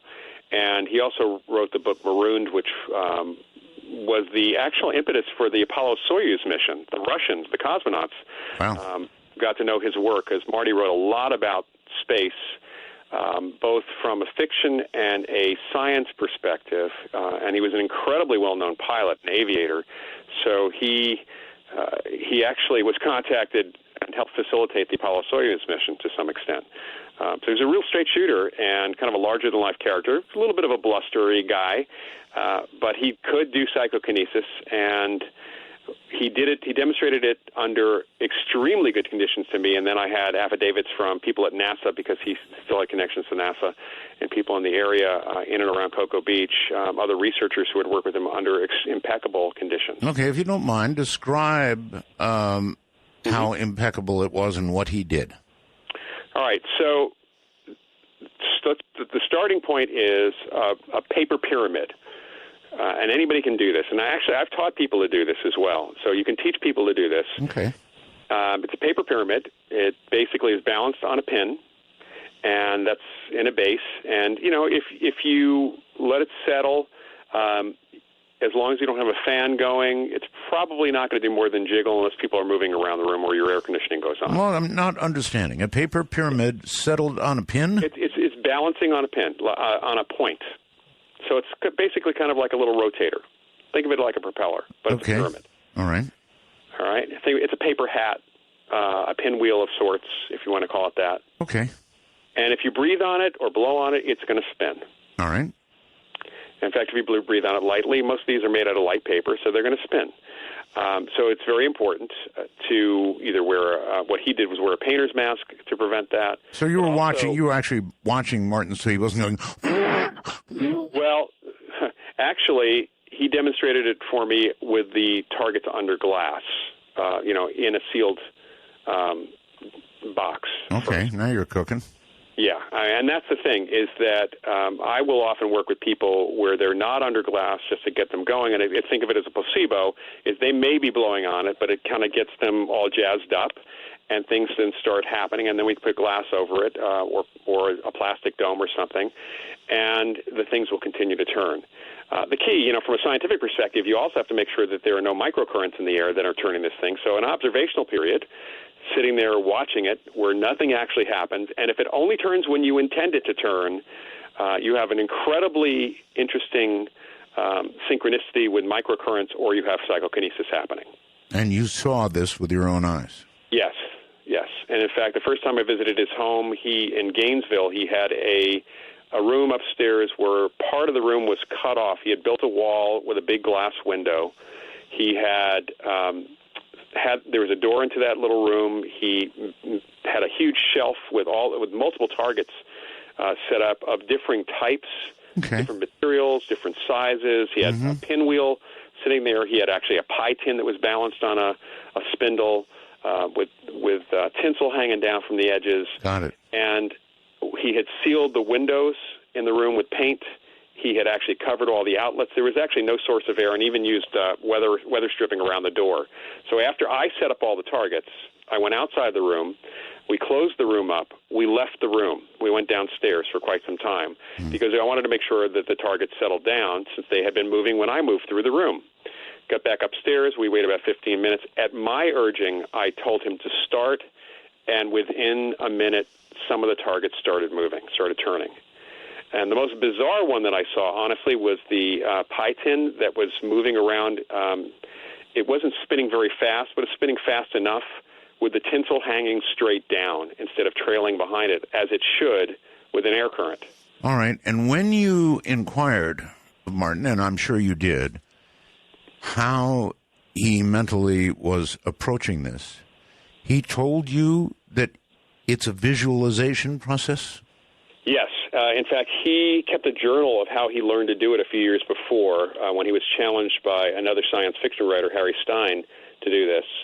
And he spent 3 weeks doing what we would normally think of doing, which is, yelling at the thing, pushing with their minds, concentrating. Probably yeah, I've been going about it all the wrong way, sitting there going, Yeah, that's right. Yeah. It's exactly the opposite. It's think of it as a blank stare. You become a Vulcan. You become Mr. Spock, and it basically turns because of your intention, not because of any strong emotion you've got. Wow.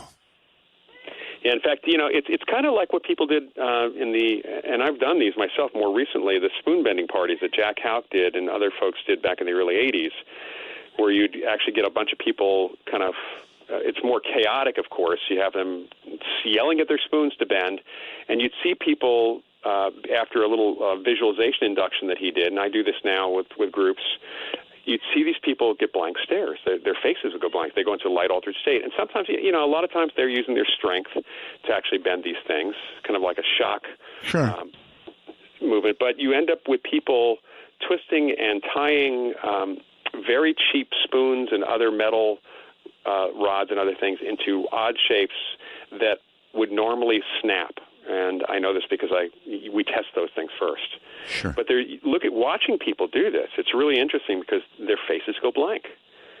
And it's almost as if they're watching their hands do things on their own. There's an altered state involved, and that light altered state, it's kind of like being in the zone, what athletes talk about as being in the zone.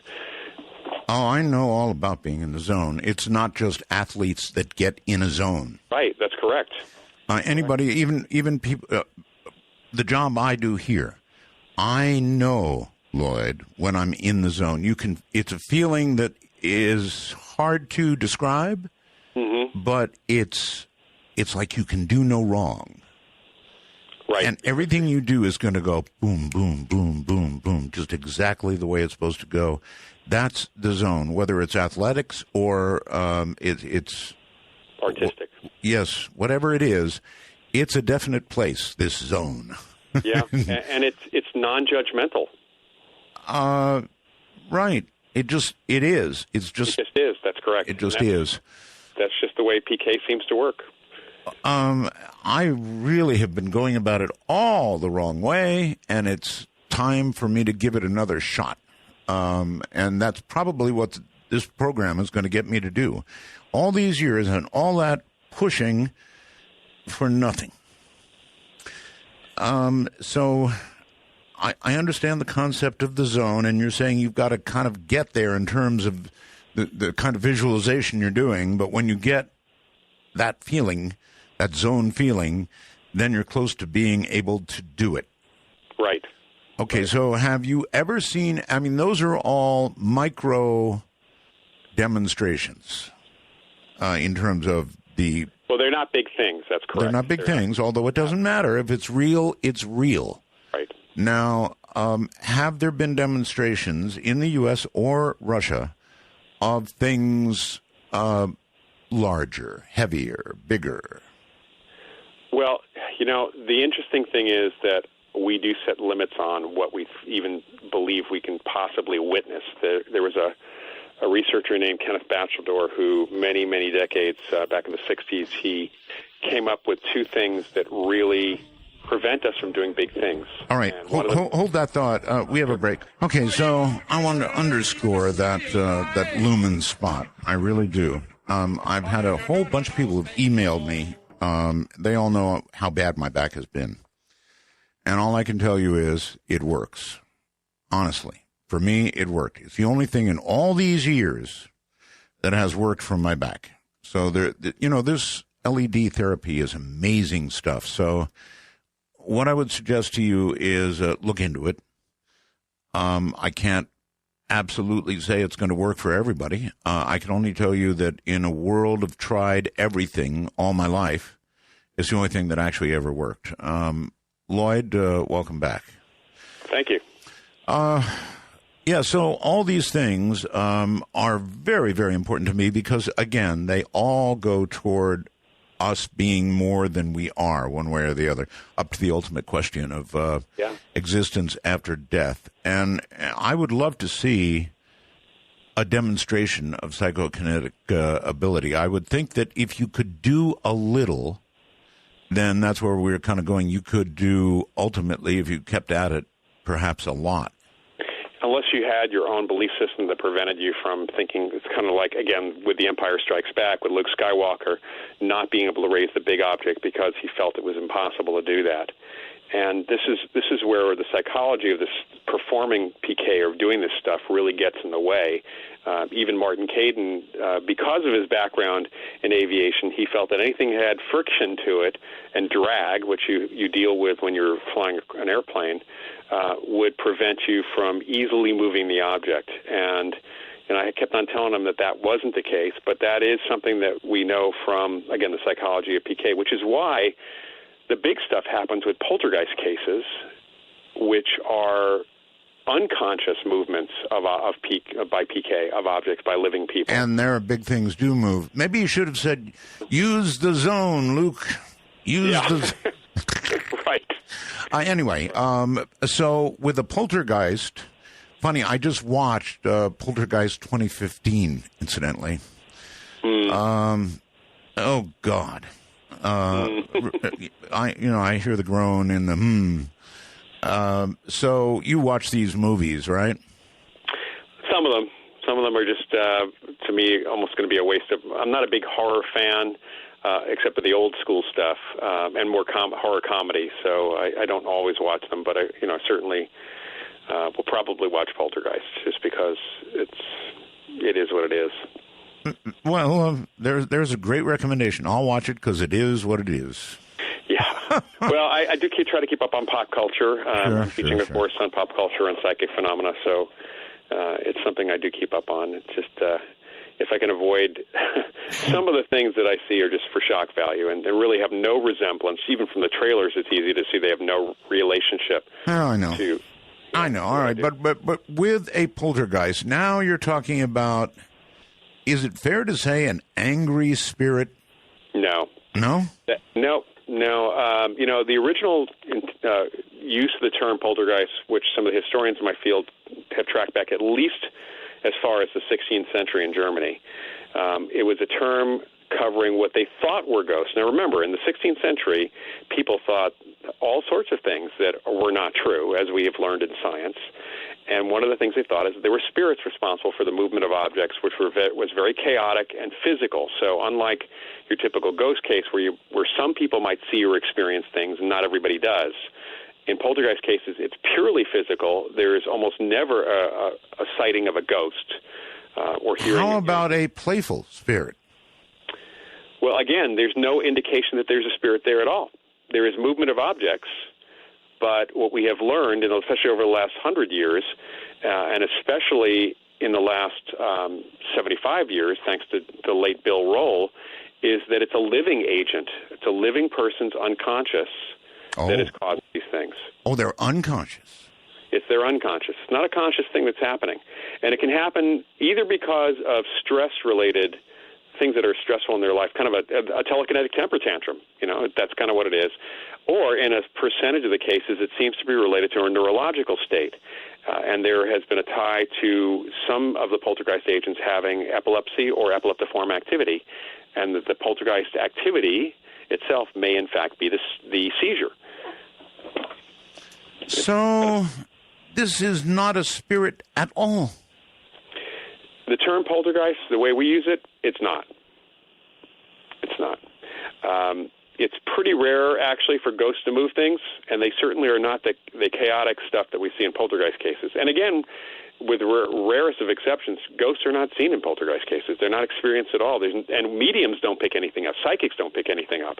It all seems to come from a living person. Okay, so if there's something going on in your house, the first people you ought to look at are the ones around you, and or in the mirror. In the mirror. Yeah, the way I can put it is we have all, when we're under stress, had issues with our technology, whether it's the printer not working or especially, and when I've talked to college students, they're always heads nod. They're under stress, they're under deadline, they have to print out their paper to take right in because they're already late for class, and something screws up. Okay, all right. Here's a key question for you, Lloyd. Have you ever shot a computer or a monitor or a keyboard? And when I say shot, are you being literal? Yes, absolutely literal. Take it out, set it up, put it around in the chamber, and blow its little. You get the idea. I have wanted to, but I have never done that. I've done it once. You know, what I find is when I'm stressed out, my things just don't work right, and it's my little poltergeist thing that's happening at that moment. I'm probably fully capable of a telekinetic temper tantrum. If I could do Pretty much everybody is in our society today. Now that you've taught me how to do it, look out. I'm kidding, kind of. I think it's very interesting. I think the whole thing is interesting. I always thought that there really were poltergeists in the way I thought of them, and you've completely turned me around on that. So it's generally somebody in the family, somebody around you, or yourself, and and it's not conscious thought doing it. No, but we've had in our relatively recent history over the last 40 years, we've had very few poltergeist agents who, when they were identified and worked with by the researcher, they were able to consciously to shift the activity over to a more conscious activity for a time. It kind of burned itself out usually, but it was still possible to get, if they gained acceptance and took responsibility for it and kind of played with it, they could do it consciously, and the unconscious stuff stopped. All right. It is generally thought, Lloyd, that young teenage girls just coming into it have more capabilities in these areas, conscious or unconscious. Generally, more of this stuff happens around them. True or false? Well, I think we can thank Stephen King for creating that stereotype, if that answers your question. The answer Thank you, Stephen. Yeah. It is true that the majority of poltergeist agents are between the ages of probably 11 or 12 and early 20s. So it is in adolescence, and puberty is right in the center of that. It is not true that it's predominantly females. It really follows the population statistics, actually. And it really is, part of this has to do with whether individuals, or if you look at boys and girls and who has the physical outlet. Today we're having certainly less female poltergeist activity than even before, because girls are actually out there playing soccer and field hockey and all sorts of stuff. And it's always been that the poltergeist agents have not been physically active people. They've been kind of, they have no other outlet for their stress, typically. And that's the same thing goes for adults. I mean, it's 60% in the adolescent range, but we have 40% that go beyond that. And I actually had a poltergeist agent who was 80 years old years ago. So there's hope for me. Yeah. Not that I really want to be a poltergeist. I'll get something to you, Art, the kind of Martin Caden's method. I'll get something to you on that.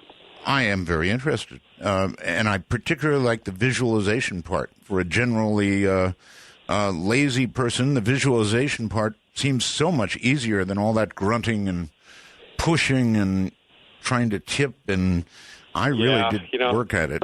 So much of that is Hollywood, unfortunately. It's that throbbing vein in the head, which makes it look like your head's about to explode, like in the movie Scanners or something. Oh, yes. Yeah, it's not the way when people really do PK. You see the same when you see psychic healers, and healing is energy healing is a form of PK. There's a more serene, less concentrated look on their faces.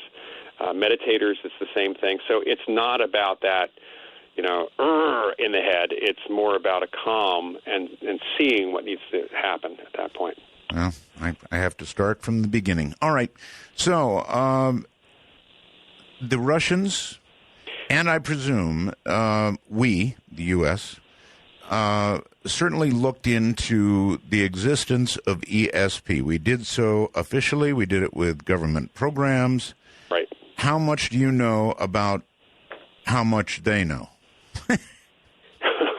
Well, our government programs, we had different programs in the 50s, the 40s, the 50s. We had the MK Ultra programs, which were more directed at mind control, although they had an interest in somehow doing telepathy, and that was akin to what the Russians were interested in, which was telepathic mind control, which never really worked on either side, as it happens. And the Russians got, really concerned about what we were doing because of an experiment in apparent telepathic communication with a U.S. submarine when that was leaked, and probably purposefully leaked to the Russians. Really? Yeah. back in the late 50s. It's hard to communicate with deep submarines because oh yes, you got all that water in the way. So if you could telepathically communicate, that'd be a major advantage. And the Russians felt that we must be spending lots of money on it, so they decided to really start spending on this. And they were encouraged. The scientists were encouraged in many different directions to create some sort of mind control. A man named L.L. Vasiliev did quite a bit of work in writing, which we have access to here in the States in his books, or still in print, of telepathic hypnosis, which did require the person being hypnotized first, given a post-hypnotic suggestion, and you could trigger it telepathically, apparently, but you couldn't do mind control without first hypnotizing them. So that kind why would that matter to our government, who's experimented on people with LSD and they've done all kinds of things. So hypnotizing somebody, no problem. Yeah, the Russians were, if you remember, seeing, and you can still see footage of a very famous Russian psychic, Nina Kolagina, moving objects, doing PK. Uh-huh. If you do Russian telekinesis, you'll typically see on YouTube, Nina Kolagina moving objects, and the Russians actually figured out how she was doing it, which was really interesting. That was one of the things that when I was going through the material that we had gotten from our Russian sources, that really just jumped out. It was almost a minor piece in the books, in the material we got from them. And it was very interesting because Kolagina was doing something. This is back to what you said about us being more than we think we are. Yes. And that's what keeps me in the field, honestly. It's that idea that we are more, we set limits on ourselves, and we are more than we think we are. So here's Nina Kolagina, moving objects, including non-metallic objects. And what they find out is that she was kind of stressing so much that she sweat a lot. And in her sweat, when they analyzed her sweat, was contained histamines, as in the stuff that we take antihistamines for. I know what those are. And histamines do react to electrostatic fields. So she's picking up an object, putting it back down, her sweat's getting on them. She's then generating an electrostatic field of enough magnitude, which our bodies can generate biologically, to actually move the objects. So, well, even that's impressive. Now, here's the thing. I had my co-author, Ed May, does not really believe in psychokinesis. He fully believes in precognition and remote viewing because that's what he did and continues to do. But he said, well, there you go. There's an explanation. That's not psychokinesis. But if we define psychokinesis as mind over matter, she certainly didn't know how her body could generate histamines or an electrostatic field. She just knew she wanted to move the objects. Did they actually measure the electrostatic field? Because yes, apparently they did. At least that's the information we got from General Savin and General Ratnikov. All right, that's really something. Electrostatic field. I've got to think about that. That'd be quite a bit of voltage from the body, right? Lloyd Auerbach is here, and he's a really, really interesting guy. Anything at all in, the genre, he apparently is prepared to talk about. And I've got somebody, I get messages as I do the show. And Monrovia sends me I have to be so careful how I say this, sends me a wormhole message about shadow people. And what does Lloyd believe about shadow people? What is the nature of this phenomenon? Do you know anything about shadow people at all? Well, we have cases which may not fit into this. Certain authors have kind of defined that there are multiple types of shadow people. The ones that we deal with, the shadows that we deal with in parapsychology tend to be, you might say, not well-received signals from a ghost or from the background residual memory that's in the place. Sometimes people pick up a kind of a fuzzy image and it gets seen as a shadow. The cases we have where people see dark shadows, they tend to eventually resolve themselves into looking more human, or can be identified by other people. One person may see a shadow, the other person may see an actual fully formed apparition, another person may just hear something. So it seems to be about we're the receivers, we're the TV sets, and the signal is there, and it's right. It's just there's something wrong with how we receive or process the image. Okay. All right, Lloyd, because I haven't listened every night, you can't know this. several years ago, many years ago, on the other show, I talked about this because people called in about it. And I found it interesting, and then I suddenly found it fascinating because people were sending photographs and talking all about it, and I had never heard of shadow people. Mm-hmm. And so many years went by, and before I started doing this program, I don't know, a couple weeks before at least, maybe 3 weeks before, I was sitting at my computer. I was starting to do prep and reading for the show, and spending a lot of time on the computer very late at night. And I saw one, Lloyd. Here's what happened. I had been hours and hours on the computer, and I saw something to my right. And I looked over, and there was like a human form there. Mm-hmm. Not arms outstretched or anything, arms down, I guess, but a human form of some kind. And then I sort of went into shock for a second. I turned around, it was gone. I looked back behind me, it was there. And at this point, I'm really, really freaking out. And I swung back toward the computer, and then it was on my left. And, oh, my God, I told the audience about this. I went around the house, checking windows, doors. I actually got a gun. It really scared me, Lloyd. Whatever it was, it scared me. And here's my theory, for what it's worth, which ain't much. And that is that staring at a computer for hours and hours and hours begins to adjust your brain to the refresh rate of the computer, whatever, that happens to be.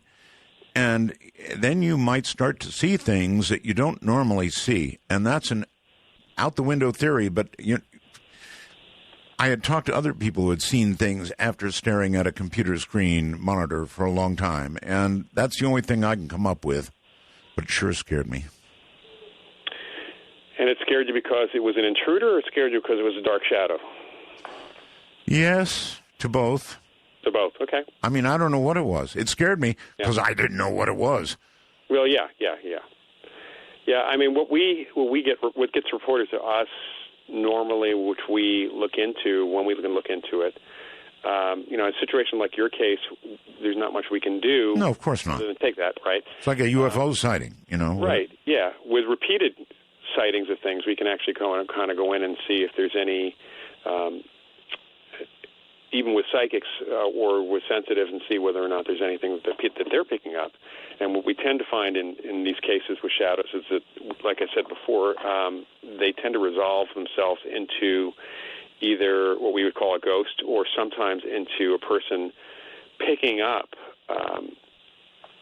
imprints or you might say images of the past, which seem to be in the location. Images of the past. That's interesting. Yeah, I mean, the whole idea, we make a difference between hauntings and ghosts, or apparitions and hauntings.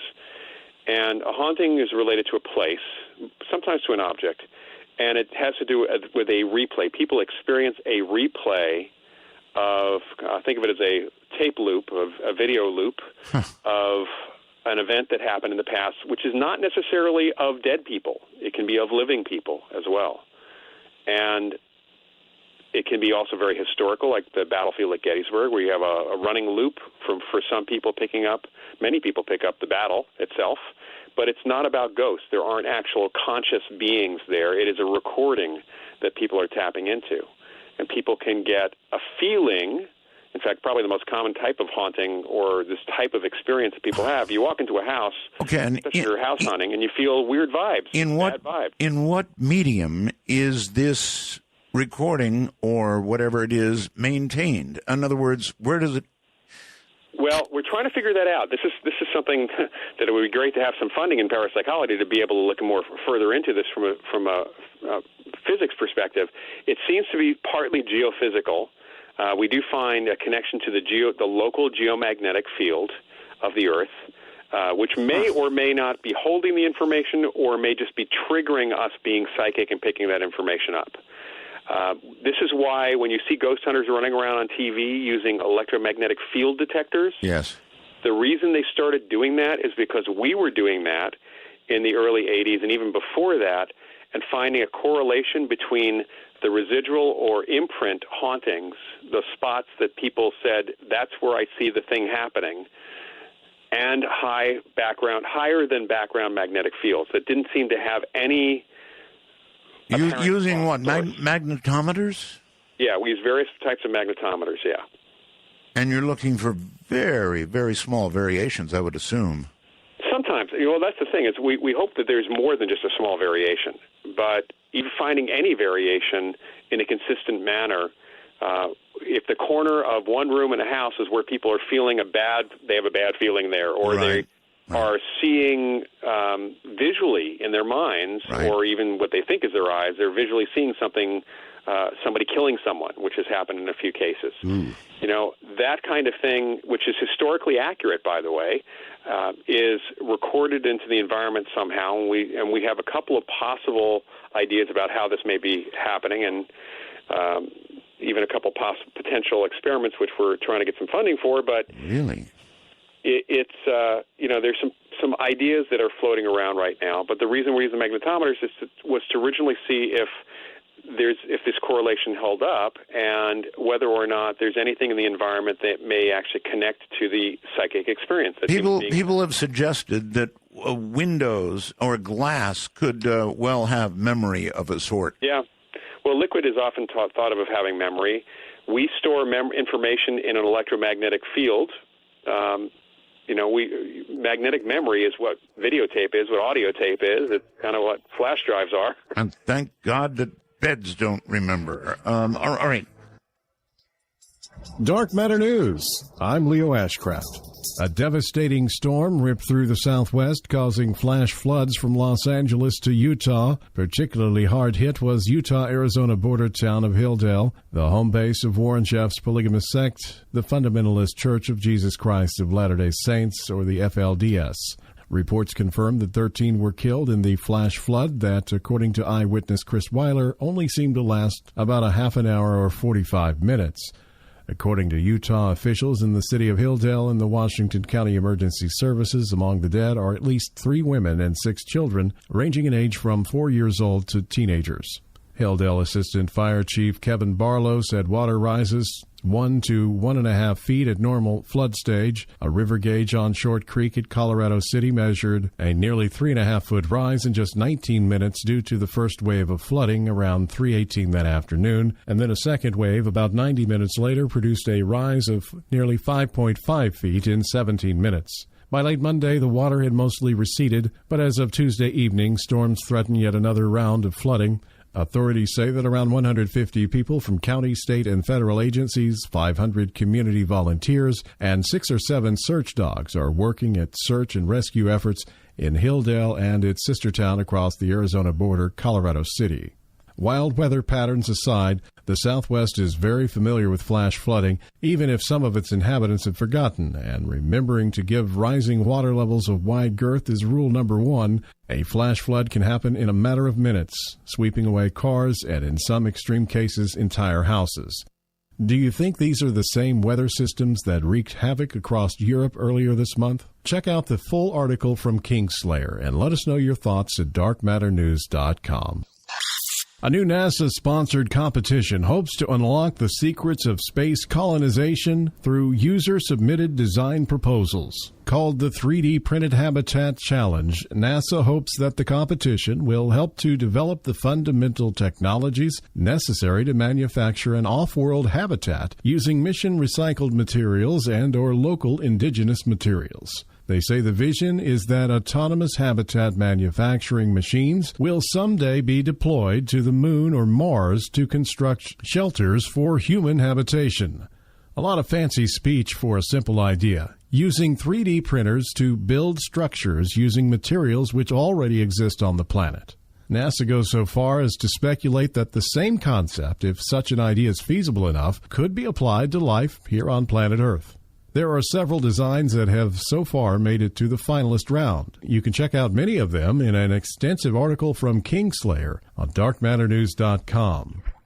The world of the paranormal has experienced a great loss in the passing of Jim O'Connell. He was the founder of experiencers.com, a group whose purpose was to lend support to anyone who had experienced alleged contact with extraterrestrials. Jim O'Connell was a UFO and alien researcher for over 20 years. He mysteriously passed away in his sleep in his Connecticut home on September 9th. He was the founder and lead investigator of the new television show Experiencers.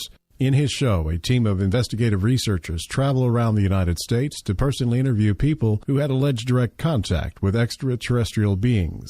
This year, they were focusing on the American Southwest. They plan to include other regions as the seasons of the show progressed. Dark Matter News staff writer Alana Fox Stark has prepared an extensive biography and article highlighting the life of Jim O'Connell and his work at darkmatternews.com. I'm Leo Ashcraft, Dark Matter News. Kind of what we're talking about, right? Time after time after time. Some sort of tape loop going in the universe that occasionally gets seen again and again and again. Maybe it goes on forever. Who knows? Lloyd Auerbach is my guest. Welcome back, Lloyd. Thank you, Art. Okay. So kind of like that, huh? Kind of like a tape loop, something that imprinted somehow on something and it just keeps repeating. It keeps repeating, or, that's kind of how we know it's not evidence for survival, that it's not a conscious entity. There's no reaction.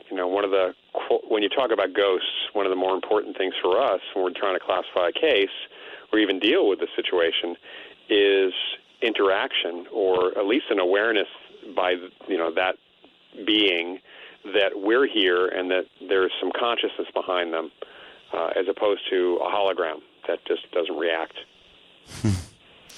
So then you've got to wonder sometimes when you're in contact with something that you think might be on the other side, whether you're really in contact with something on the other side in contemporary time, or you're in contact with what was and still is if you seek it. Does that make sense? Put it that way? Yeah, I think so. We do wonder with any of the cases whether or not it's our own ESP picking up on something through time, and are we picking up on something that happened here? Is it really, in reality, we don't know if it's an imprint or that spot, for whatever reason, allows us to peer into the past. I mean, that's another way of looking at it. And, we can certainly tell the future. We might be able to, certainly can look into the past. Okay, listen, a lot of people want to talk to you, and I've hogged you far too long. So with this many lines ringing, I better do something. Trish Ray, hello? Hello, Trish. All that time, and she's not there. all that waiting, that's crazy. Okay, let's go to the phones. Portland, Oregon, I believe. You're on the air with Lloyd. Hello? Hello. Hello. Hi, this is Josh from Molalla, Oregon. Okay. And fun thing is, I was listening, your radio show's on, and you said something about the end of the world, how people have been raving about that. Well, I read an September thing, like the September, like what's going to happen in September. Yeah. And I ended up having a dream this morning. Was about like an apocalyptic like storm, like tornado. Like I don't dream that often. Right. And I want to know also. I mean, because I've personally had dreams that actually happen later in the future, but I mean, apocalyptic. That's kind of got my attention, kind of thing.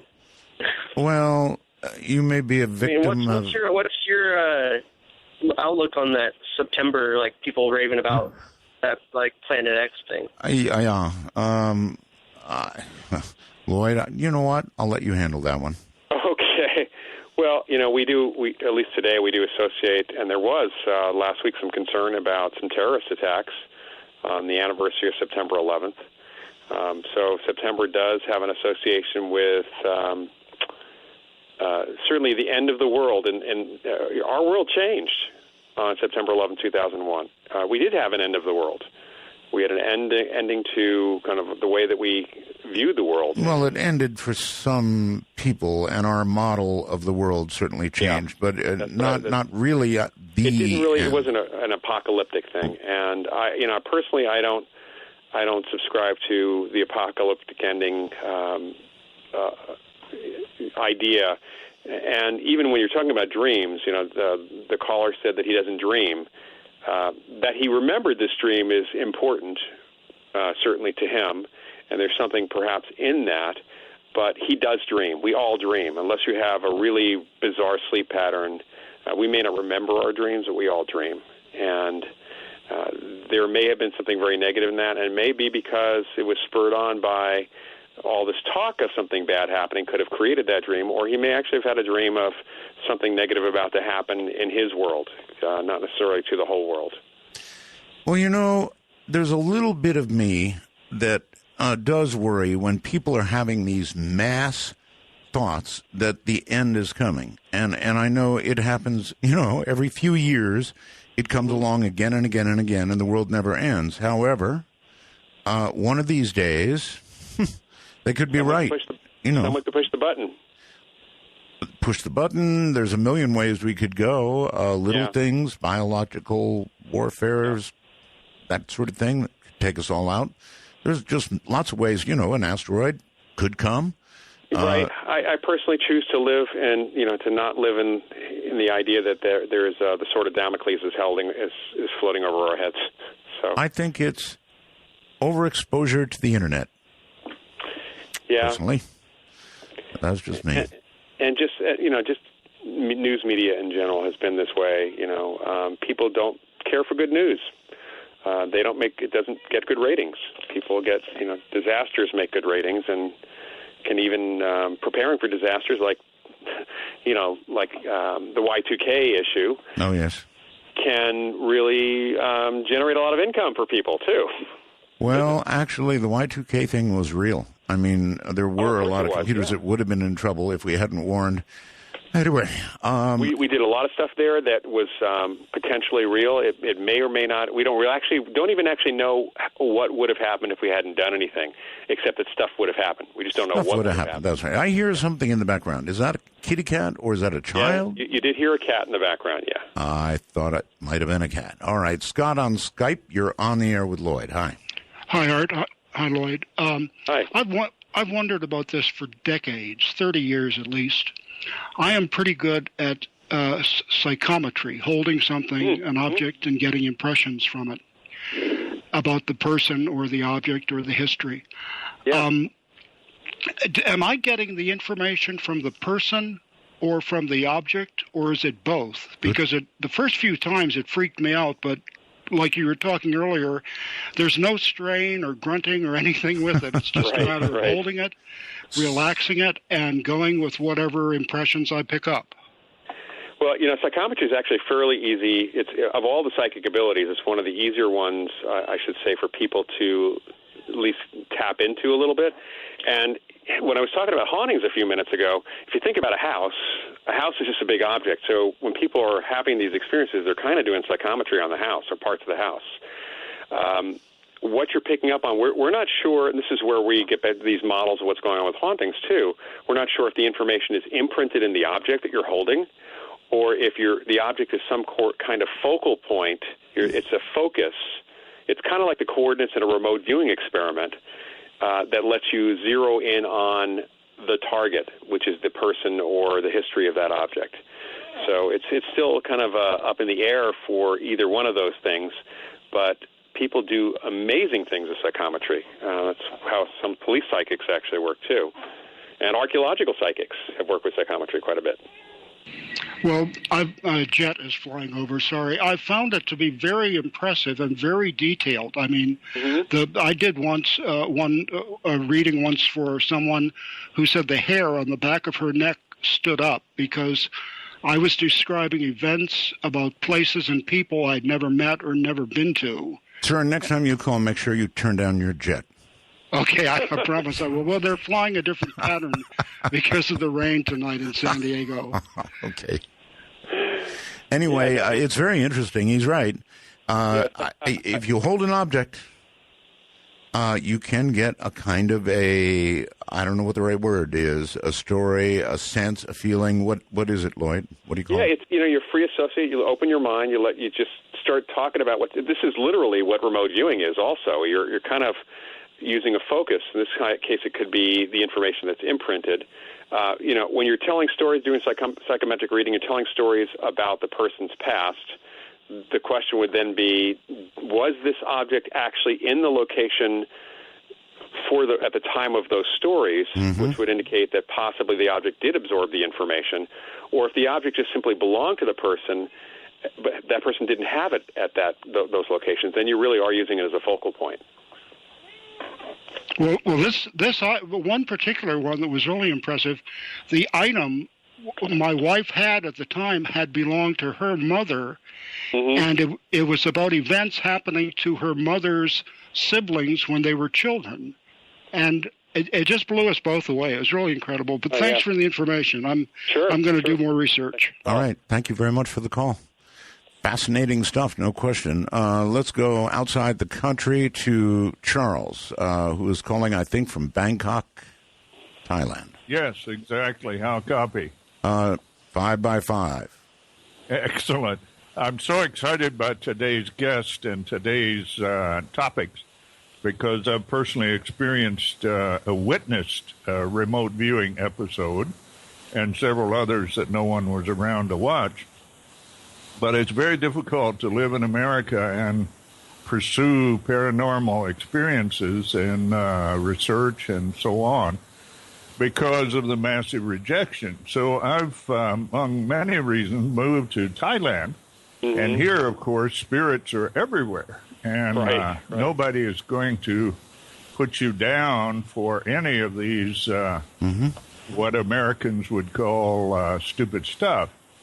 And I have one suggestion that could explain how a person could read something about the past or even something about the future, which Tibetan Buddhism answers. It's remarkable how close Tibetan Buddhism for centuries has been to answering many of these questions and many of these experiences, because Tibetan Buddhism also anticipates quantum mechanics. It's really something to read. So I suggest that time is continuous.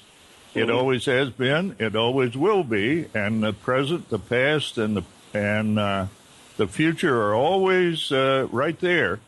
If we can overcome our fear or in some ways be triggered to cross the disbelief barrier and reach those moments in especially the past. But they're always there. That's the thing. They're not being recalled. They're just being tapped. What do you think, guest? Well, that is one model of time, is that time is simultaneous, that all moments in time exist at the same moment. It's really our consciousness that shapes the direction of what we're doing. And, that's one concept. There are those people who subscribe to the idea that there is actually no time at all, that it's really all consciousness. And then there are those that say the past has happened and the moments are gone, but the future is something that is about to happen, so we can kind of pick up a probable future. It's hard to say. I mean, there's even the idea that every moment in the past is actually becomes a parallel universe, or a different way, a different access point in the multiverse that's there. And I'm not actually sure myself which is which. I do see what happens with these hauntings, where people seem to pick up on what looks to be a very programmed recording. And yet there are also stories of what are called time slips. Oh, you know what? We just lost him. There's a, just as he was mentioning time slips, boom, he was gone, just like that. You know, one thing, this phone that I have literally has everything that a person could want. I mean, there is a button on here for everything. And there are buttons on here for things that I don't even know, frankly, what they are. We lost them, so we'll just pick up a couple lines till the break. We'll get them back at the break. Weird stuff. Hello there. You're on the air. Hello, Art. This is Plasmon Polariton in Richmond, Virginia, listening on WTWW shortwave. Yes, sir. 85 kilohertz. Getting a good signal tonight. Sorry we lost him right then because I had a really good question for him. Really I'll good? tell you Okay, I when you will. get him back. Sir, I will write it down. Well, it's a little complicated, but basically, I called you before one time when you were talking about these dark shadows. We built a box that would allow 3D visualizations, which would interact with your brainwaves. And I took this to the Richmond, Virginia Department of Ophthalmology at the Medical College. I'm already confused. Hold on a moment, please. You built a box which would allow visualization of 3D brainwaves? It would interact with your brainwaves and make you see a whole other visual field, okay? And it used something called pattern light. And I took it to the experts at the Medical College of Virginia and showed all the neuro-ophthalmologists one night, and they couldn't explain it either. But they Was it, well, I know the brain, of course, responds to electrical stimuli. Is that what you were doing? It's essentially pattern light stimuli. With certain, pulse width modulated patterns impressed on light. Then later, after the neuro-ophthalmology, I had sessions with people where I had 6 visual field helmets that you could wear that would, everybody would have the same visions at the same time. And at a certain point in the frequency tuning, everybody would suddenly see the inside their own eye, there's a retina vein that pops into place. You can see your own veins in your eye at that point, at that frequency range. And it would happen to everybody all at once. And it struck me as odd that we're so wired the same way that everybody sees their own veins in their eye at the same frequency point. And so later I took this and added the ability to put musical inputs into it to vary the images you'd see. And we held a concert in Northern California. I only had 6 headset units, and the band was playing, and everybody was grooving to the 3D visuals they were seeing in their mind's eye.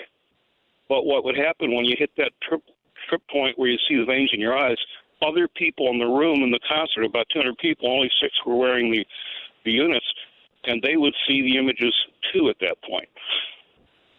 Which made me think, okay, there's some kind of transmission going on between people's brains where they're synchronizing and seeing this vein pattern at each individual vein in each eye. Again, I want to understand how you are transmitting this information to these people. Through what process?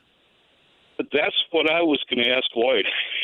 Well, you mean you don't know? I've never been able to figure it out why people who weren't wearing the visual helmets were able to somehow transmit to the others in the audience, from the people that were, and they see the image too, especially when you hit that certain frequency where you see the veins in your eyes. After that, they synchronize, and they start to see the visions that the 6 people in the room wearing the helmets were getting off the band's music.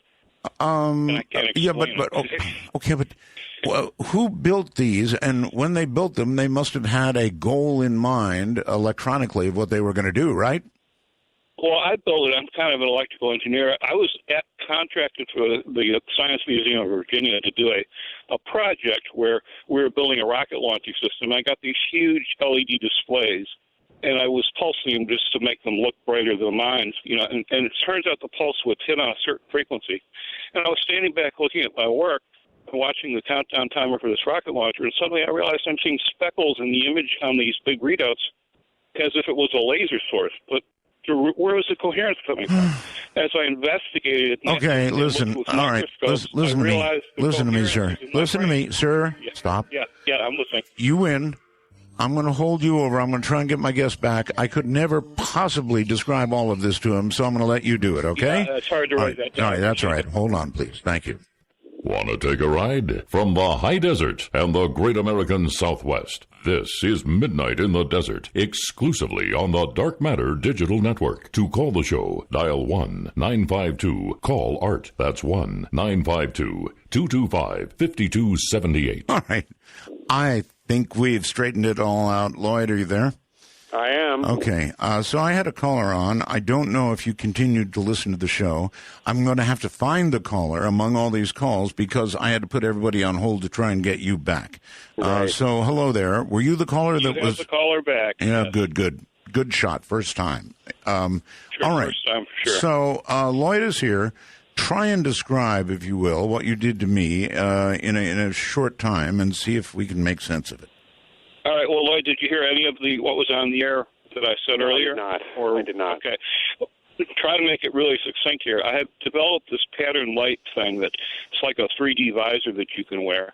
And it's sort of accidentally. While I was working on another project, I found out the light that was being emitted from some LEDs was actually, because I was pulsing them, was interacting somehow to make it look like speckles like you'd see from a laser. And I determined that, in fact, there was no speckles in the light I was looking at. What was happening is the coherence that you'd normally expect to come from a laser beam was occurring in the neural network in my own brain, okay? Mm-hmm. And that's where the coherence was coming from. I tried magnifying it, didn't obey the laws of optics, and finally I said, this has got to be in my brain. So I further researched, and I found out that I could make a dream machine where I could basically dial up 3D images in my mind's eye, separate from my regular visual field. And that was pretty cool. I showed it to the neuro-ophthalmology department at a local medical school, and they thought it was fascinating and couldn't explain it either. And then I added an audio input and went out and did a concert in Northern California where there were a band, and there's 6 people wearing these visor helmet kind of things that were grooving to the musical patterns in their mind's eye. And the rest of the people in the audience, there was about 200, at some point when a certain frequency hit and it clicked on so that everybody with the visor saw the vein in their own retina at that point, which is normally blanked out in your regular vision. Your brain is blocking that out so that it doesn't interfere with your visual field. Well, everybody else, when you hit that frequency where you see your retina vein, started picking up on the images too, even though they weren't wearing the visor. So a transference of a generated vision or whatever it was you saw. Okay, I get it. And it was a group of 6 who were actively seeing the vision, and the other ones started picking up on it, the other 100 and some people. Right, okay. I think we've got it. Lloyd? I don't know what to make of it. I mean, that's something that really should be taken a look at a little bit further because there's, my colleague Ed May, who, again, the main author on ESP Wars, if you approach psychic ability from the perspective he is, which is that it's really an issue for physics and neuroscience, that technically we might be able to develop a psychic chip for artificial intelligence. We might be able to duplicate it. And that's kind of the way he's approaching it because he's coming from a very materialist perspective. And, I'm sure if what you're describing could be replicated and studied further, there might be something really interesting here, certainly. So, all right. Let's say he wants to contact you and have you look into this. How do we contact you? Well, my website is mindreader.com. That's easy to remember. Ooh, good one. Yep, and my email is profparanormal. That's as in Professor Paranormal at gmail.com. Mindreader.com. I really like that one. Yeah, a buddy of mine snagged that back in the mid-'90s. Way to go. Okay, Jonathan, welcome to the show. You're on the air on Skype. Hi, Art. Hi. It's great to meet you. Thank you. Hi, Lloyd. Great to meet you as well. I got several of your books. I read several of them. I just had a question regarding an experience I had several years ago. I'm not sure if you encountered it in your research or not. If you can rule out the normal, any normal circumstances, I was wondering, let me get to it. So I was sitting watching TV with my family, and I got up, and on my way out from the room, I noticed that there was this, how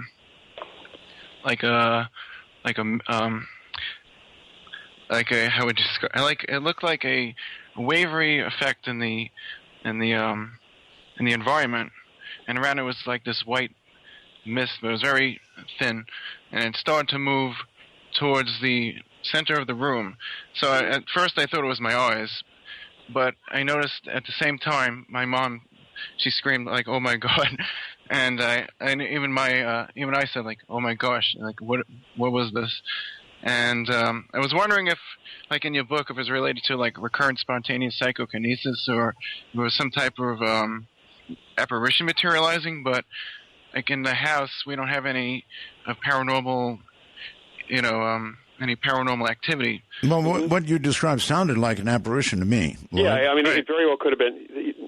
People tend to think that the houses, that they're stuck in houses, and they're not.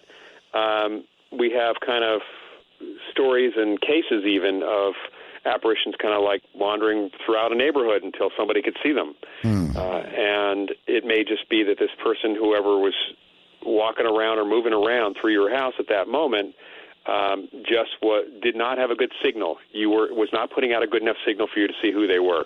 The kind of effect in the air, almost like a heat effect off the road, is that kind of what you're talking about? Right. Yeah, I'm sorry, he's not here, but yes. He's not here, but yeah, I'm assuming that's what he's talking about. That's something that people have reported with apparitions, and sometimes if they do stick around, then people do eventually learn to see them, and actually can see them kind of fully. I don't know if that's a talent I want to acquire at all. Well, I think the worst thing about ghosts that could be in your house is that it's the invasion of privacy, and you never know if somebody's watching you or not. Well, there is that. But yeah, I've never been worried about being injured, hurt, or otherwise affected by any of the cases or ghosts that I've dealt with. But there's always that wondering, who's watching me now? That's right. All right, let's go to the next call. Hi. Hi, Art. Thank you for taking my call. This is the person who was calling about simulation yesterday. I just have a couple of quick questions and one quick comment. My quick comment, first of all, is for the people speculating about the end of the world. I think it's just sufficient to say that we're probably living through it right now with global warming. And I appreciate what you talk about with what we do to the planet. Yeah, I'm going to have a serious guest on that subject, by the way. I appreciate it. It's a topic that I'm very interested in. I'm really tired of the oil company followers who are putting out this tripe when real science will tell you what's going on, and that's where we're going, real science.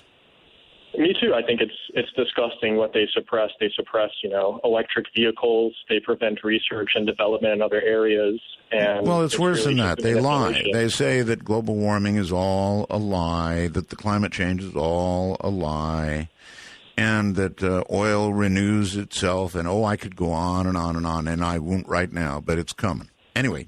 Well, thank you. And my quick questions to the guest. I'm sure you remember a couple weeks ago you had on a guest that spoke about people disappearing in the woods. And my question deals with what Lloyd was talking about with, shadow people. Mm-hmm. And whether he thinks there might be any correlation or whether there's any similarities between either these people that talk, like children who talk about seeing fuzzy men in the woods with no eyes, or whether they talk about Slender Man, or some voodoo type stuff. And then my final question deals, because I am interested in simulation, whether the people in the woods, like the different ghosts who are repeating and repeating, whether this might be an instance of not quite frame drag, but sort of a glitch in the system where there's this sort of remembrance in the, I guess you could say, like the DNA of the area. And a quick shout out to the Facebook group Midnight in the Desert, and thank you very much, Art. I appreciate it. Sure. That's a lot to cover. So the shadow people thing, sir, tomorrow night we're going to have a guest specifically on shadow people. I shouldn't be giving that away, but I don't care. If you want to expand on that, Lloyd, you're welcome to, or you can move on to, like Bigfoot and that kind of thing that are seen. He asked about that. Yeah. Slender Man and voodoo, yes. Yeah. Well, what about voodoo? I mean, voodoo is a religion. It's that does use magic, or at least there's variations of it, and it's based in West African beliefs, and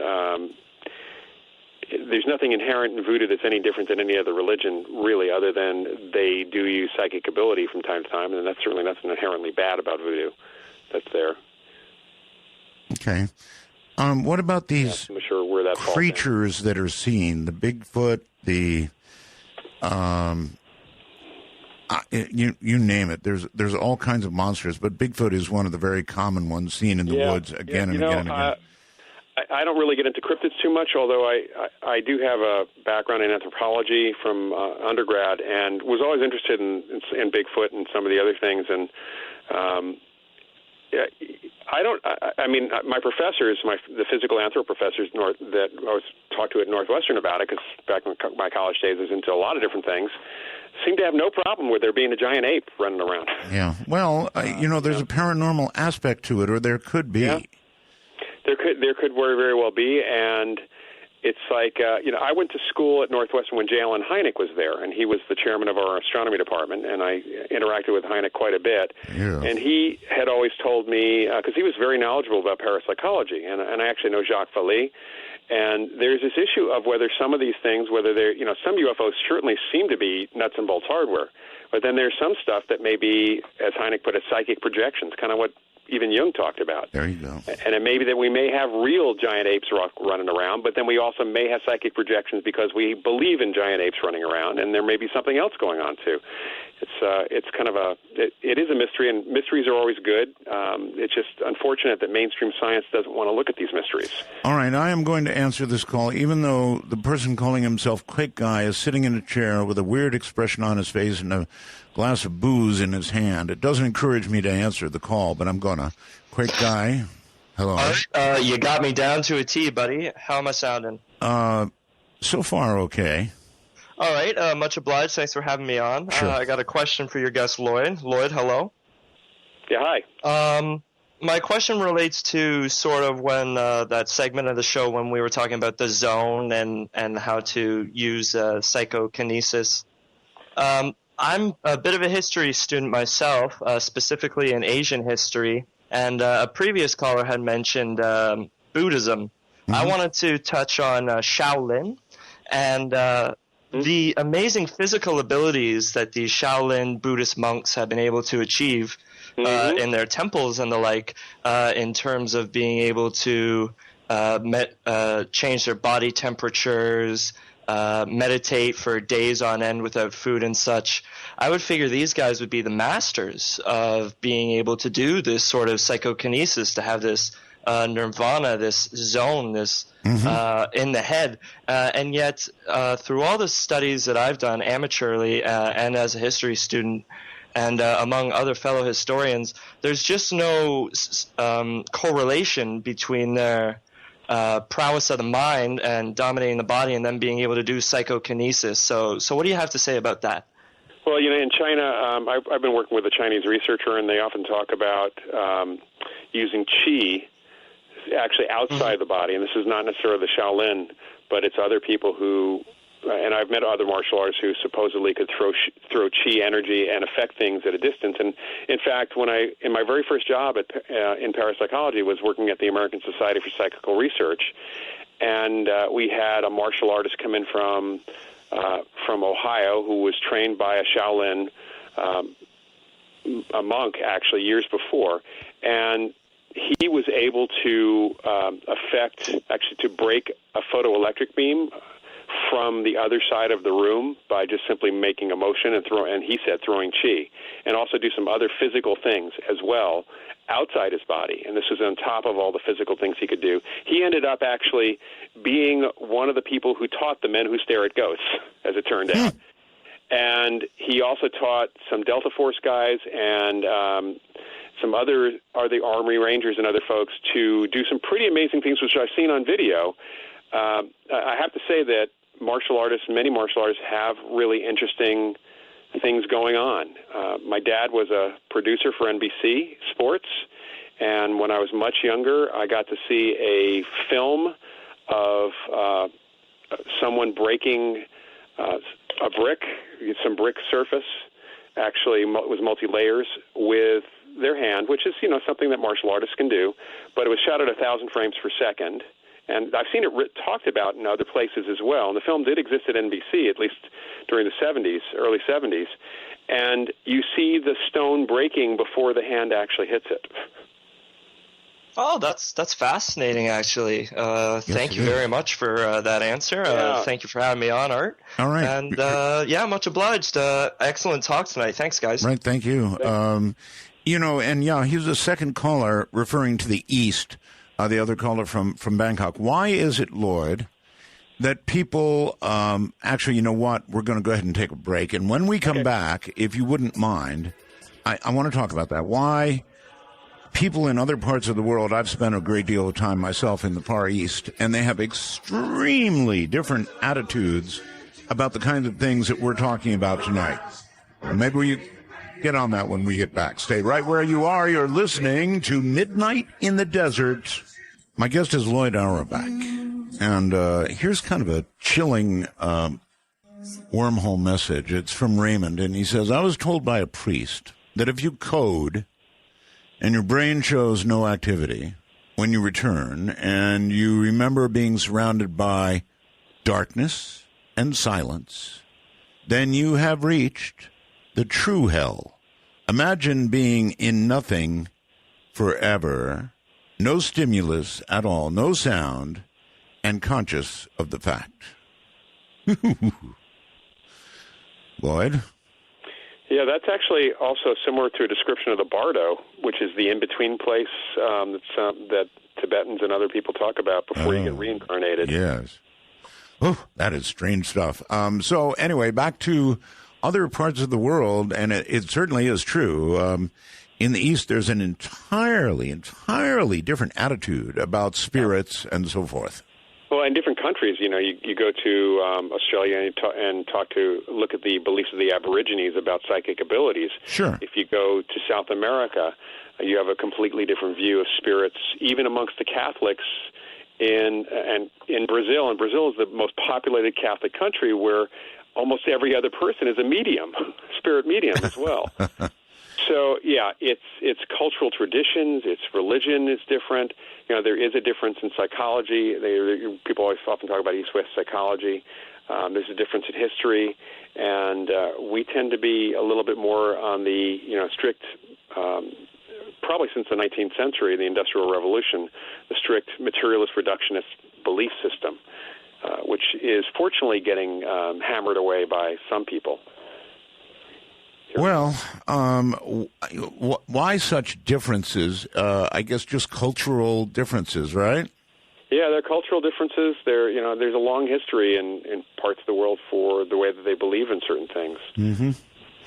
Well, certainly far more acceptance in the East than here in the West, and I guess it's just pretty much religion-based. I don't know. Anne, you're on the air on Skype. Hi. Hi. I was calling about something that you had said about the early in the broadcast about people remembering and not being able to remember their near-death experiences. Right. And I wanted to throw in, there was a drug called Versed that is given to most surgery patients, and I wondered how many people actually had near-death experiences and didn't remember it because they were given that drug. That's an interesting question. I don't know of any research on that. The drug itself doesn't sound familiar to me, but that's something that would be very interesting to look into. Of course, people have near-death experiences also when they're in crisis outside the hospital too.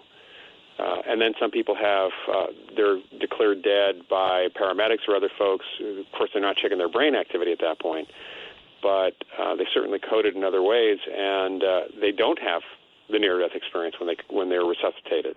So it's not. It may be related to the drug, and it may not be. But it'd be interesting to look into that, certainly. All right. Well, thank you very much. Anything else, Ann? No, that was it. Thank you. All right. Thank you very much. Okay, let me bring up a subject with you that you may or may not wish to talk about, and that is drugs. There are drugs, Lloyd, that are well documented in producing, what's the right word? I hesitate to even say hallucinations, but they allow self-examination in a strange way. The DMTs, those types of things. And I wonder if, as part of your examination of the paranormal, if you have looked into any of this. The drug thing, certainly folks in my field have done that. Certainly we're doing that when it was okay to do so. Andrew Puharich, who wrote the book The Sacred Mushroom back so long ago, was doing research in telepathy using the psilocybin mushroom in very small amounts. Some of the researchers were using LSD before it was illegal.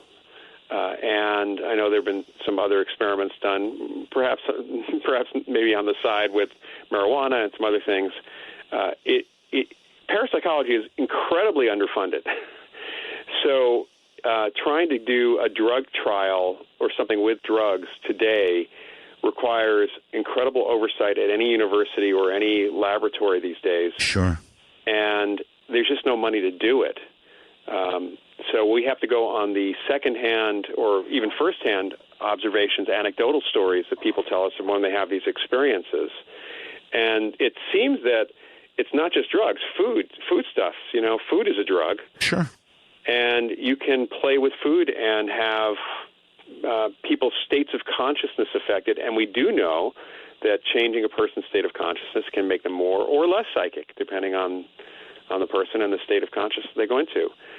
The biggest problem with hallucinogens is being able to separate the psychic imagery from the hallucinatory imagery.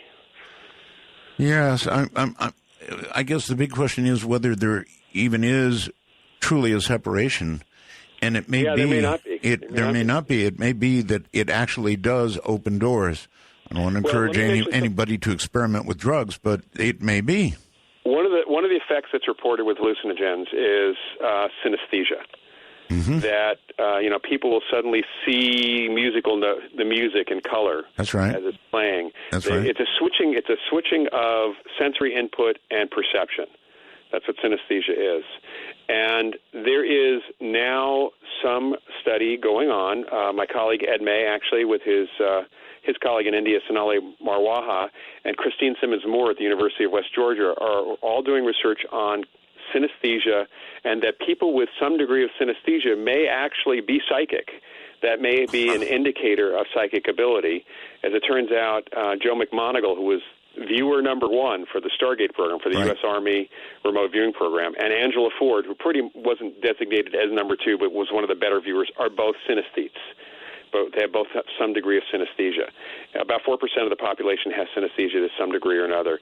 And right now there's some plan to get some research money to look into this question and also to do some genetic testing on the people who have shown that they have these abilities and see if you can identify genetically the synesthesia connection to this too. By the way, Joe McMoneagle, I don't know if you know this or not. I'm sure you very well must, but he had an NDE. He definitely flatlined, and what a story! Yeah.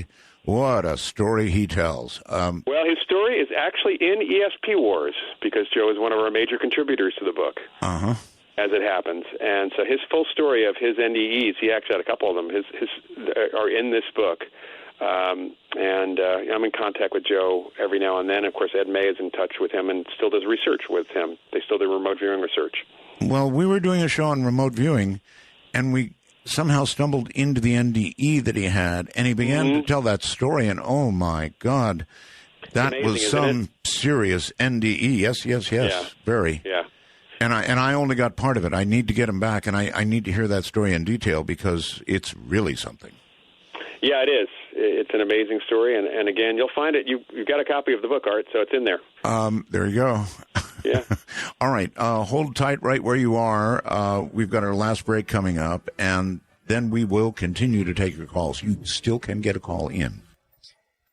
Dark Matter News. I'm Leo Ashcraft. Our newest staff writer and comedic artist, Ryan Cook, brings us our next article and a super comic book page titled Man-Eaters of the Himalayas. Excellently done. You should check this out on our website at darkmatternews.com. Would you expect a fuzzy kitty to have a body count greater than the likes of Freddy, Jason, and Leatherface combined?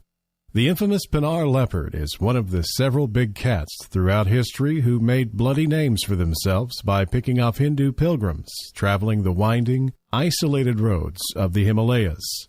During attacks, the leopards lunge for the throat or nape of the neck, aiming to sever as many veins as possible. Homicide skeletons found in Africa and dating back to millions of years are said to show puncture marks from leopard teeth.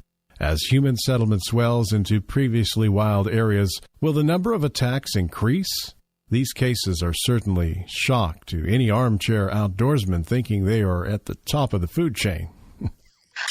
Did you know that back in 2012 there were rumors going around that the Large Hadron Collider machine at CERN managed to open a portal? This is obviously according to a rumor, but it has been said that the LHC machine managed to open up a doorway to another dimension where giants, known as Nephilim, were witnessed, leading to the machine to be shut down immediately, apparently to be revised and reset for late September 2015.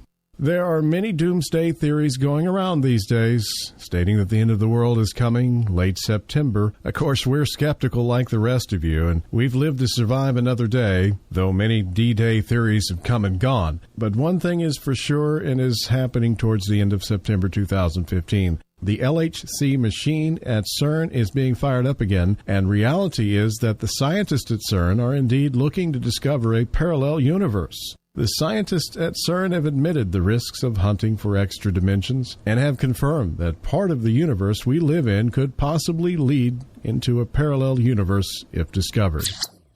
Got news, tips, or other information you'd like to share? Hit the tip line at darkmatternews.com.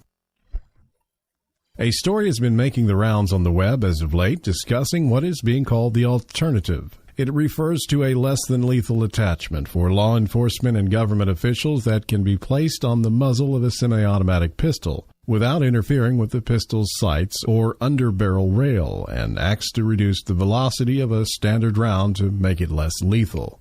Developed by Alternative Ballistics in California, they claim it comes in a belt-clippable pouch designed to offer one-handed access of the attachment as well as one-handed securing to the pistol itself, all without taking your eyes off of a suspect. The attachment catches a live bullet fired from a gun, and like an airbag for a bullet, it slows the round down to 1/5 of the speed while retaining the blunt impact force to knock a suspect down, effectively lessening the lethal potential of the fired bullet.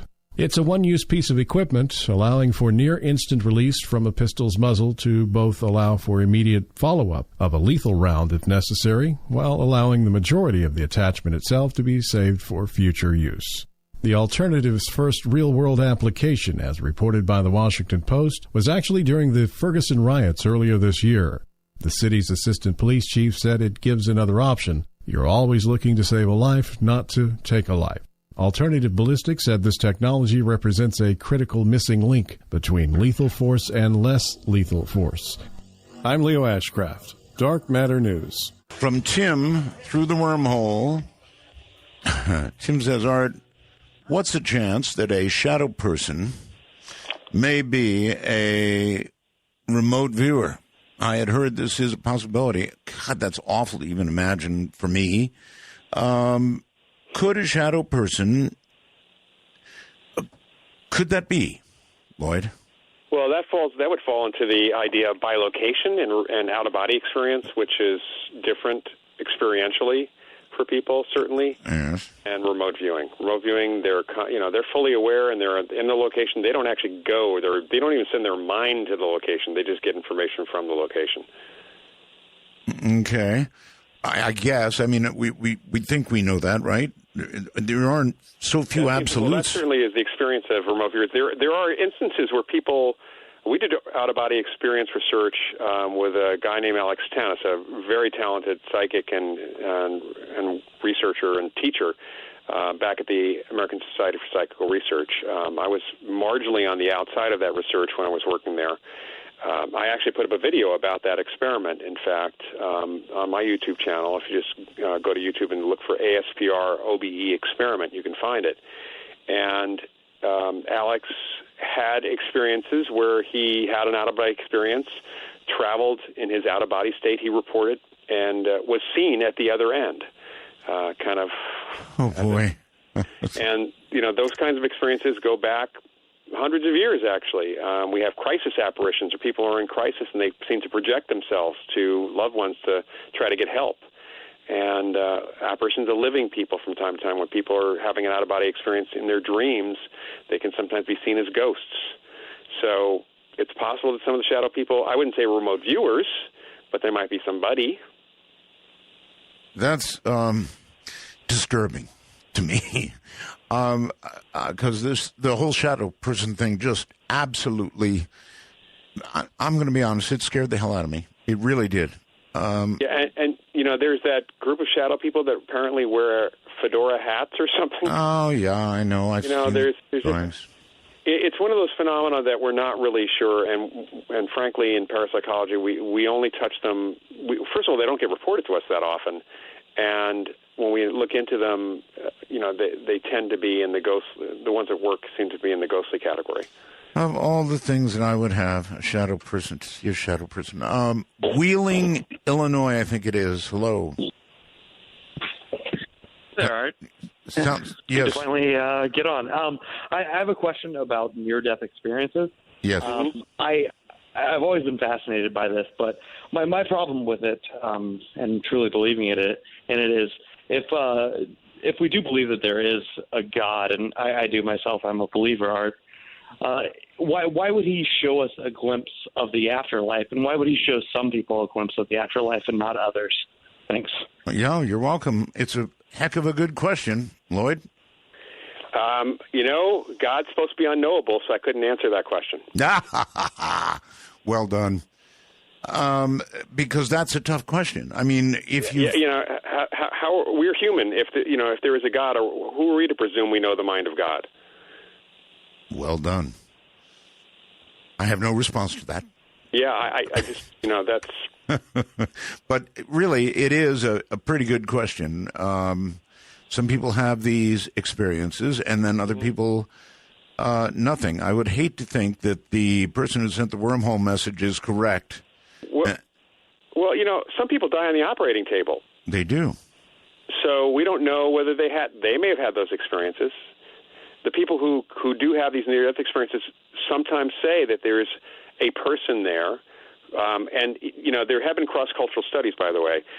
Some people meet relatives, some people meet religious figures, and it's based on the religion that you are. So in a cross-cultural study done by Carlos Osis and Earl Under Haraldson years ago, looking at Christians in the U.S. with near-death experiences and Hindus in India, the Christians tended to see either relatives or saints or Jesus or Christian figures. The Hindus saw Hindu gods. Mm-hmm. So, what's going on there? I have no idea. That's an honest answer. All right, up to Bozeman, Montana. Hello. Hi, Art. Wow, I actually managed to get you. You did? First off, man, you Roswell. So many. I've been listening to you since I was 5 years old back in the 80s. And you're 80 now, right? Yeah, yes, that's it. Yeah, I'm kidding. Just really glad that you're back on the air. Thank you. 100%. Thank you. Lloyd, I was wondering what your thoughts on the possibility of all this PK activity being quantum in nature. Just thinking about quantum entanglement and quantum physics, anything that you're close to, you might be able to affect with your mind just due to the very nature of particles. Well, if we want to speculate from a science fiction perspective, we could possibly scale it up from the quantum level to the macro level. The biggest problem we've got is this scaling up. A big thing moves. Now, of course, that big thing, a chair or even a ball, is made up of quantum particles, and we might affect them. We'd have to affect them all, I guess, and maybe even affect gravity. Maybe we're affecting gravity. Yeah. I'm just, thinking about at some point if you'd be able to find a way to look at particles, that people move particles, because that much had to be easier than, moving bigger things. Good point. Yeah, actually. It's a really good point. And we're just, I think we're still scratching the surface in physics of a lot of what's going on in the quantum world and how it scales up, or does it even scale up? There is, I get something called Science News, Lloyd, and there is something very interesting going on with quantum entanglement. They're determining that there is a way, perhaps, to use the entanglement aspect to communicate, to actually transmit information. They're right on the edge of this. I knew this was coming. I knew it had to come. I knew it too. And of course, science fiction writers always talked about the Ansible, which is basically on that, on that principle. So, it's got to be coming. It's spooky action at a distance. Big one. Speaking of distances, Andy, Jazz it is, down in Australia. Hello. Hey, Art, how are you? I'm very well indeed, thank you. That's good. I just wanted to know if Lloyd has had any experience with the phenomena of streetlights turning off or on as you drive by. Is this a phenomena, or is it just a case of you only noticing the few times that it does happen and not probably the million times that it doesn't? Similar to the 1111 phenomena. Right. Also known as streetlight interference, or SLI, for folks in my field. Well, we'd have to take each individual streetlight incident separately, because some streetlights do have photoelectric cells that when a light beam hits them as if it's the sun hitting them, they can turn off. So a car driving by can reflect off something and can cause that to snap off. But that said, I've seen a few people. We've had a few people over the years who have said that they could turn off streetlights, and walking by on a quiet street, as they walk by the streetlights turned out. So that was pretty cool to see that happen. And of course, then you do have times that streetlights do cycle on and off. So it may just be that some of the streetlights that were even turning off for this guy could have been because of the cycle that was happening. But he seemed to be able to actually. His presence seemed to affect things in that way. Okay. Great. Thank you. Great show, guys. Thank you, Jazz. Take care. I should mention, Art, I'm trained as a magician and mentalist also. Really? So it's kind of my parallel career, and it's served me really well, not because I think people are typically lying or faking, but because we do perceive things in unusual, mysterious ways, and that's how magicians and mentalists can make people think things are happening. And so when we do investigations of people's experiences outside the laboratory where it's not controlled, we always have to look for alternative explanations, and sometimes you find multiple alternative explanations, and until you can rule them out, you don't really have psychic things happening. Okay, let's try George out there somewhere. George, where are you? I'm about 40 kilometers north of Hamburg, Germany. Wow, okay. Little farming village. Alrighty. I had an experience at 5 years old. I'm an American, by the way. I had my tonsils taken out.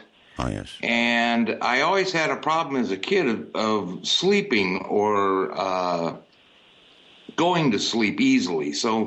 And at that time they used, I'm not sure, gas or something to put you out. Mm-hmm, yes. And when they put me out, I died on the table.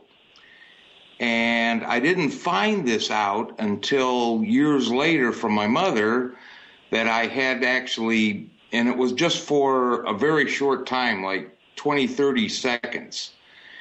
And, but I distinctly remember it today, floating and noticing that my gown that I could see the color of it, the slight blue. Rather than seeing a bright light or a tunnel, I had like an illuminated screen in front of me. Wow. And I'm floating, and the screen was white. Everything else around me was kind of a gray, and I could hear them talking. The physician was my uncle.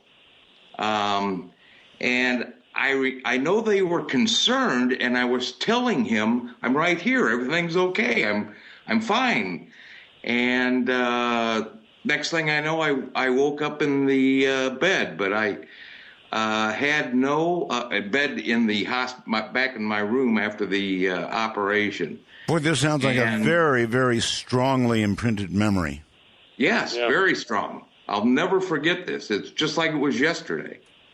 And I'm 65, so that was 60 years ago. Mm-hmm. Right. The effects, actually, of the gas they used back then, very weird. I had some, too.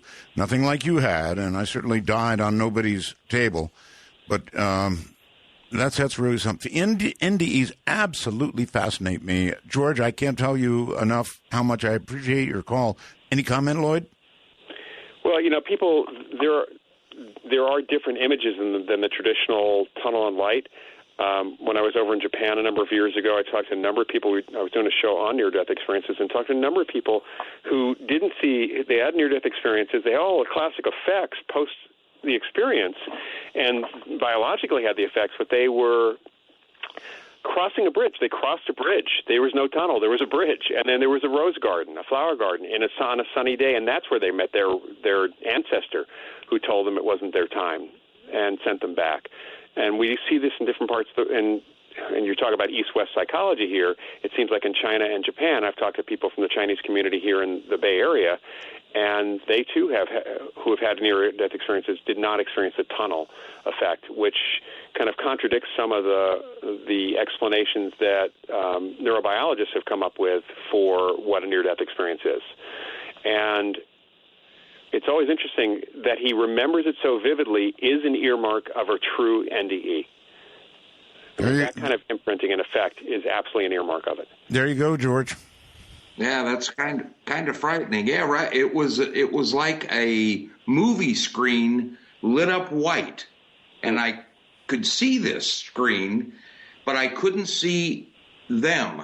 And I had no one come and tell me that it wasn't my time to go. I don't think I realized that I was dead. Maybe you weren't gone long enough for that. I really appreciate the call, George, all the way from Germany. Thank you. We're developing this very international audience. Let's go to Denver. You're on the air with Lloyd. Hey, Art. This is Matt, your undefeated atheist from Friday night, part of the 5-0, Matt. 5-0, part of the DM Talk hashtag over at Twitter. But I got a real quick question. I know you're almost out of time. I know you up. I saw you up there celebrating again and again, Matt. Oh, I had to. That's what you got to do. You got to celebrate your victories. Okay. Anyway. All right. So real quick, I had a question. It was about his experiences where he said that he witnessed in a controlled environment, the spoon bending and the pencil rolling. Mm-hmm. My question is, and I know you have a problem with funding, that if you've proven this in, like a vacuum kind of scientific kind of element, why not take this to the $1 Million Skeptic or $1 Million Paranormal Challenge? Make the $1 million, prove it, legitimize it, and make grant money, off of it. And I would encourage you to go to Randy's site, to randy.org, and actually read the application process and the rules, and you'll see why no one actually takes that research there. I've seen people go on his things, but he only seems to get, kind of the kooky people. The people who are legitimate claim they want it. Yeah, people who really look at the rules and look at the challenge, it's not about whether they can do it or not. It's about who owns the rights to what. It gives up patent rights or your... There's so many things. First of all, there's a lot of hurdles because, and frankly, it's not going to be set up fairly. The test itself may be fair, the controls, but people who have gone through or gotten up to that, there have been enough changes and tweaks to the challenge over the years. It's really about the rules. And if you really read the rules, and then also you might read an analysis of it on the Daily Grail, Greg Taylor's blog. He did a really great study of the $1 Million Challenge a few years ago. And it's not something that an athlete's manager, a professional athlete, would not be allowed by his manager to take the challenge if it was a challenge for athletic performance.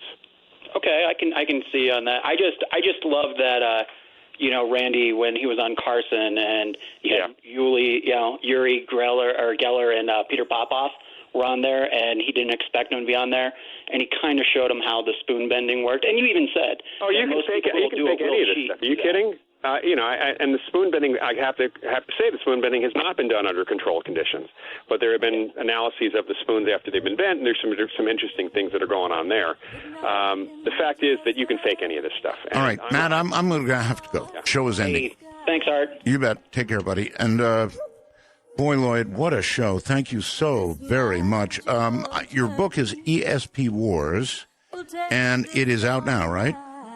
I've got a couple of online courses coming up if people want to check those out too. So online courses as well. Okay. Yep.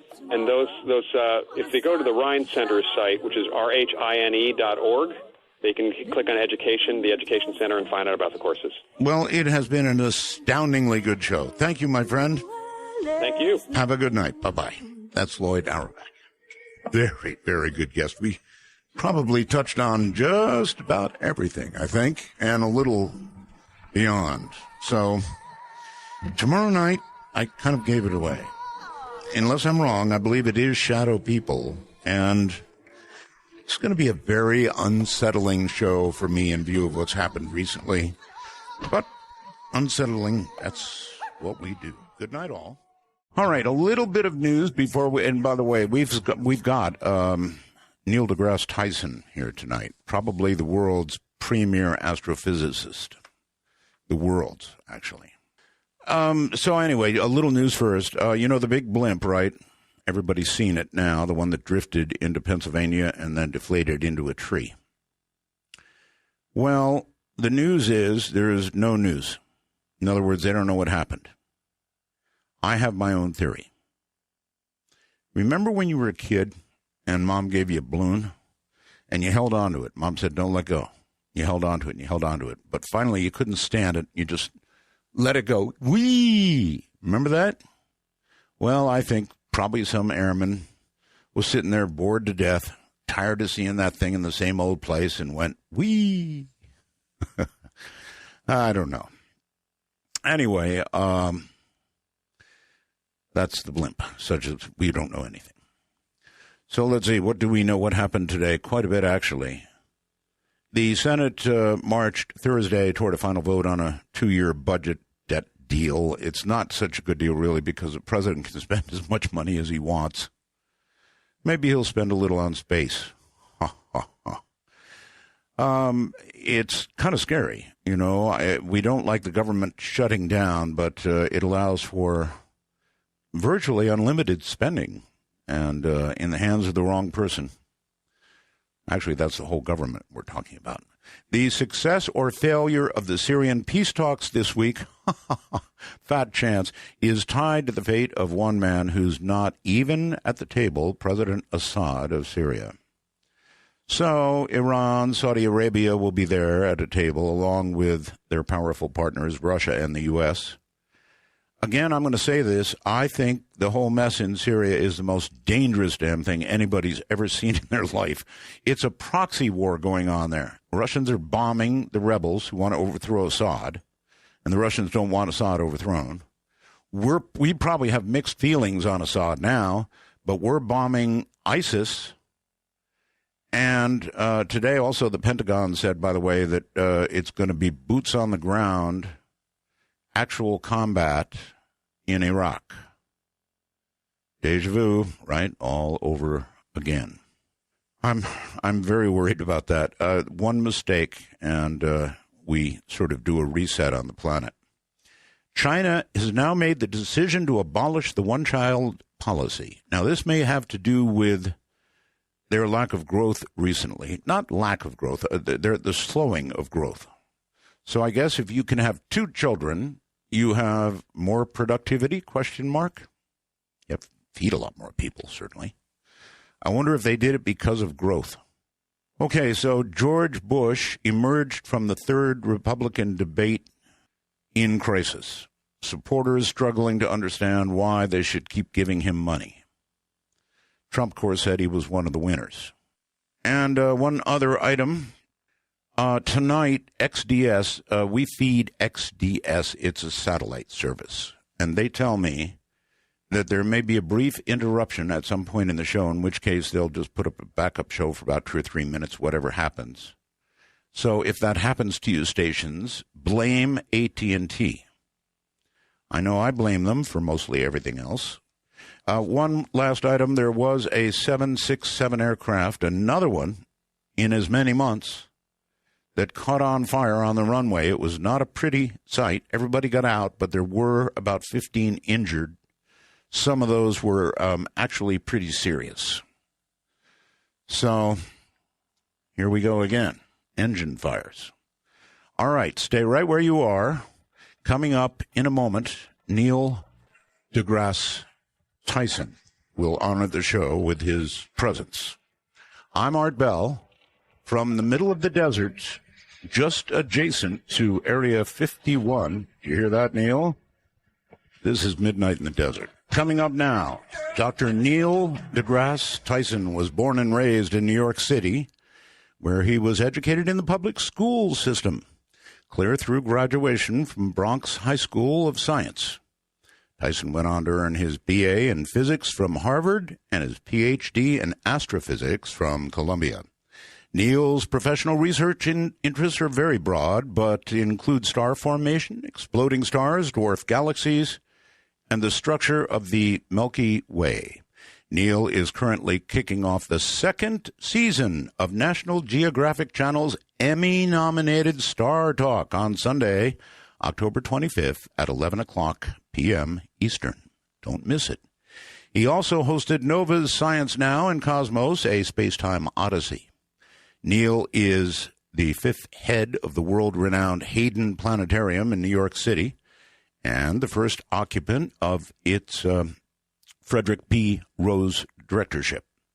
He is also a research associate of the Department of Astrophysics at the American Museum of Natural History and the man who was at the very least an accessory to the premeditated murder of the once glorious planet Pluto.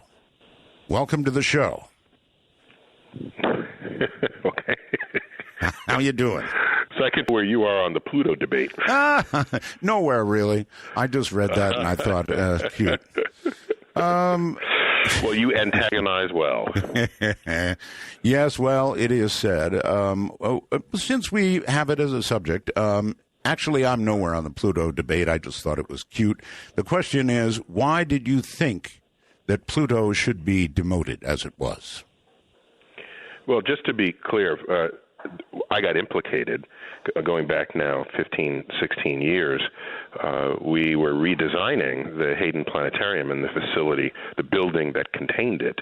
And in that redesign, we're creating an entire new modern astronomy museum. And in that museum, it's like how we're cutting metal. And we want to cut if we're going to cut metal, we want, content of high shelf life. And so we looked at Pluto and said, Pluto looks more like these new things that have just been discovered, these Kuiper Belt icy bodies in the outer solar system. They look more like each other than either one of them looks like any of the other planets in the solar system.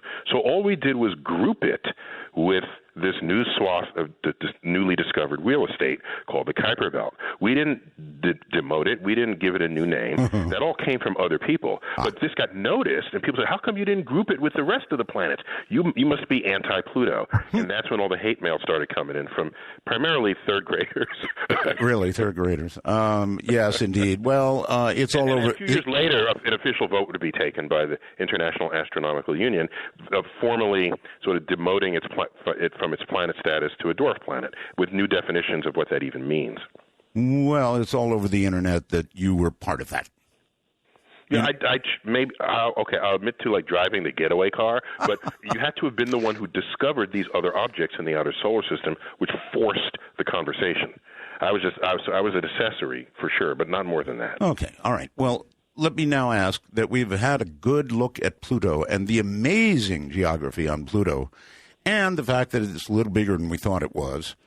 Have you reversed your position? Oh no! In fact, it's not like it remains true no matter what that it and these other objects are more alike than any of them are like the rest of the 8. So and it was a little bit bigger, like by a few inches. This is not like, oh, it's twice as big. No, it's like a little bit bigger. Right. And we were all delightfully surprised by how much how many surface features manifest in these high-resolution photos that have no real explanation beyond something happening from within. Many people expected it to be its surface to be a victim of collisions, so to be cratered perhaps, or ice freezing and refreezing. But it's got mountain ridges and valleys and so fascinating features that deserve much more attention than Pluto has gotten in the past. Since we thought it was basically, I think, pretty much a billiard ball, and we've now found out what it really is, does that say to you one of two things. Either Pluto came and got captured from elsewhere, where it really was active, or it really has a lot going on internally. Okay, so I'm not the best expert on Pluto compared with my colleagues who study it professionally, but I can tell you that Pluto has a large moon of its own, a moon called Charon, large relative to it. Right. And in fact, it has the largest moon relative to it as a host planet than any other planet in the solar system. Next comes Earth. Earth and its moon, we have a pretty big moon compared to us.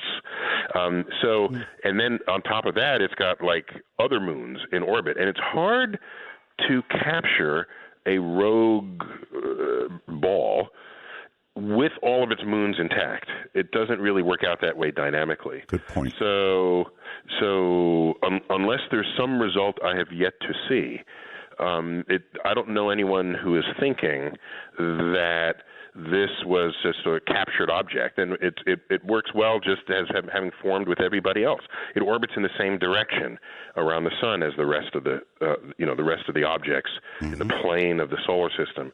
And so, even though it's tipped pretty far tipped nearly 30 degrees out of the plane of the solar system, one of the oddball features of Pluto that left people suspicious of its planetary allegiance, going back 40 years, by the way. But so generally, if you're captured, you have an orbit that's more weird than even Pluto's orbit. Sure. So that means internal heat, volcanic stuff, radiation, something. Yeah, I mean, if you're going to make mountains, something's moving around on the surface of your object. And so, no, it remains a frontier. And the data are coming back slowly because to get the spacecraft to Pluto as quickly as my colleagues managed to get it there, because the number one rule in all of science is you want your experiment to be finished before you die. And Pluto is really far away. So the way to accomplish this is you make the lightest possible space probe and you put it on your most powerful engines. And this gives you very high acceleration away from Earth. In fact, it passed the orbit of the moon in like 9 hours, something of that order, whereas it took the astronauts 3 days to get to the moon. That's how fast this thing was moving. Ooh, it was screaming. Yes. So the reason why I'm dragging you through those details is that they could have given it multiple means of transmission and data taking and high bandwidth, but that would have cost weight, and then it would have taken much longer to arrive at its destination. So as it is, the transmission back to us and the data taking of Pluto itself happen through sort of the same channels within the electronics. And so it's a very slow going in the obtaining of the data from Pluto, and they'll continue to feed us for many, many months to come. What's the baud rate coming back? Do you know? Probably about. I don't know the exact rate. Low. I don't know it's high enough to so you're not there forever. But the point is, it could not give us data simultaneously while it was flying by Pluto. So all of our knowledge of what it was doing was on sort of models of its trajectory and what we expected it should have been doing while we were not communicating with it, because it needed every bit of its electronics to obtain the data during that flyby. And there it is, traveling for 9 years, and then it's like a few hours in a flyby of Pluto before it emerges on the other side, headed for other destinations in the Kuiper Belt. All right. Well, now I want to ask you about the really, really, really big story. I sort of broke this early on. Not the first, I'm sure, but probably the first big one. Was in the Washington Post. I'm talking about this star that has, and the headline was, serious scientists talking about an alien megastructure. I call it KIC 8462852, I believe. KIC seems like an easier name. Yeah, that's right. Kepler, of course, is now conveniently disabled for the moment, so we can't continue to look with Kepler. But what they did find caused one scientist to really, open her eyes quickly, pass it on to a scientist, Jason Wright at Penn State, and he said the word aliens. I would think that before any scientist, any astrophysicist would utter that word, they would think about their career, their family, their life, everything ahead of them before they would even suggest that word. It is, though, a fascinating story, and I'd like your take on it. Well, sure. So, we all love the aliens. Don't get us wrong here. The issue is if you come upon something that you do not understand, and you are a scientist, history of the exercise in coming upon things you don't understand tells us that, to echo a comment I first heard made by Carl Sagan, the most extraordinary explanation is not likely to be the most likely explanation. This is just simple. This is a simple recounting of the things scientists have come upon that they did not understand in the past. And so for them in a press release to say, we don't know what it is, could be aliens. No, we don't know what it is. It could be a new kind of star system that we haven't studied yet. It could be a new kind of orbital dynamics that we haven't learned yet. I would go through a list of maybe 150 things personally before I would land on aliens as a possible explanation for it. All right. Well, I don't know if their list was that long, but they did say they virtually went through everything they could think of before they got to anywhere near that word. I guess the one standing item that still could be would be a comet swarm, they're suggesting, but the odds of that are very, very low. Yeah, whatever those odds are, it is surely higher than it being an intelligent alien civilization. That's all I'm saying. And so you would invest just the history of this exercise. That's all I'm saying.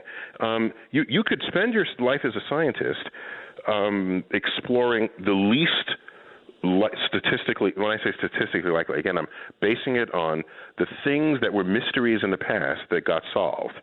Okay, and we learned that they were not solved by aliens or new forces of nature or God or spirits. Right? They were solved by known laws of physics in a new way that we had yet to explore. Given that track record, I'm simply saying that I would not lead with that explanation, and I would make sure I could rule out comets, and then, by the way, I would still say, I just don't know what this is. And I would need better data before I'd start commenting that it might be intelligent aliens. By the way, I'm not faulting people for arriving at conclusions to interpret things you don't understand. We have an urge to need to have an answer to things. This is one of the greatest drivers of sort of religious text, because you go to your religious text because it has answers to things you don't know anything about, like what happens after you die and how did it all get here. And then you have an answer, and then there's comfort in having an answer. Whether or not you choose to investigate the answer to see if it's in fact held up by data, doesn't matter. You have an answer. The most successful scientists are not the ones who invoke answers that have no supportive evidence in the face of ignorance. Yeah. They just say, I will pose more experiments until I have enough information to judge what it is I'm looking at or what it is I've tested. Okay. And that's what distinguishes successful scientists from not.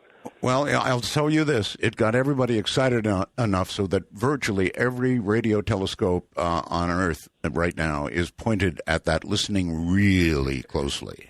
Exactly, because we don't know what it is, not because we think it's aliens. There's an important distinction there. We are perfectly content standing on the precipice of what is known, peering into the unknown and saying, I have no idea what's out there.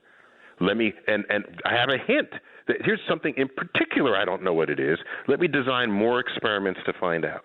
And then when I have something reliable, I'll report on it to you. You'll be the first to know. Or the second to know. Okay, well, so what 1,500 light years away, something like that, right? I forgot how far away it is. But pretty close, way out there. So every radio telescope now pointed in that direction. And I don't think we're going to get a discrete signal, nothing in Morse code, nothing like that. But well, keep in mind that the signal that was obtained, what Kepler telescope does, in case people haven't read up on it, it was a telescope. It's run its useful life now, by the way. It was conceived and designed for one purpose, to discover Earth-like planets around Sun-like stars. Right. And so it had a target list, and it focused in one direction in the sky. And because planets are so dim relative to their host stars, the way this was going to measure it was to look for what we call transits of the planet across the surface of the sun, and which would require, of course, that the star system you're observing is edge on to you. Because if it were face on, then the planets wouldn't go in front of the star, and then you would see nothing. There's nothing to notice. Sure. So if it passes in front of the star, and you're monitoring the intensity of the light carefully, you will see the light dip ever so slightly, because the planet is blocking out some of that light. And then the dip comes back up, as the planet moves off the sun's surface from transiting across. And then if you see this repeat, then you have things like the size of the planet, you have the orbital time, you can deduce a lot of information. And the Kepler telescope produced a catalog, released a catalog of 1,800 planet candidates. And by the way, there's more data in the pipeline still to come. But those are the ones that were like secure enough to actually put out a press release on. And in there is this one object that has this peculiar eclipsing pattern, this peculiar darkening of the star relative to all the other planets that have been discovered and any expectation we would have for what's going on around it. And we discover new stuff all the time in the universe. And for that reason, I think astronomers are some of the more humble among professions who are out there, because we are dumbfounded all the time. We discover black holes. Who ordered that? The expanding universe. Who ordered that? Dark matter, dark energy. We'll get to all of those, but you've got to admit, 22% occlusion is just incredible. I mean, 10%, 12%, 22%. We just don't, it's a mystery. There are plenty of mysteries. I mean, Venus would only dim it by, 1%? Yeah, it's 1/100th, less than that. It would dim it by... dim it by less than 1%. That's correct. So something big is going on. Yeah, but like 1/10 of 1%, Venus would dim our sun by if somebody else were looking at it from afar.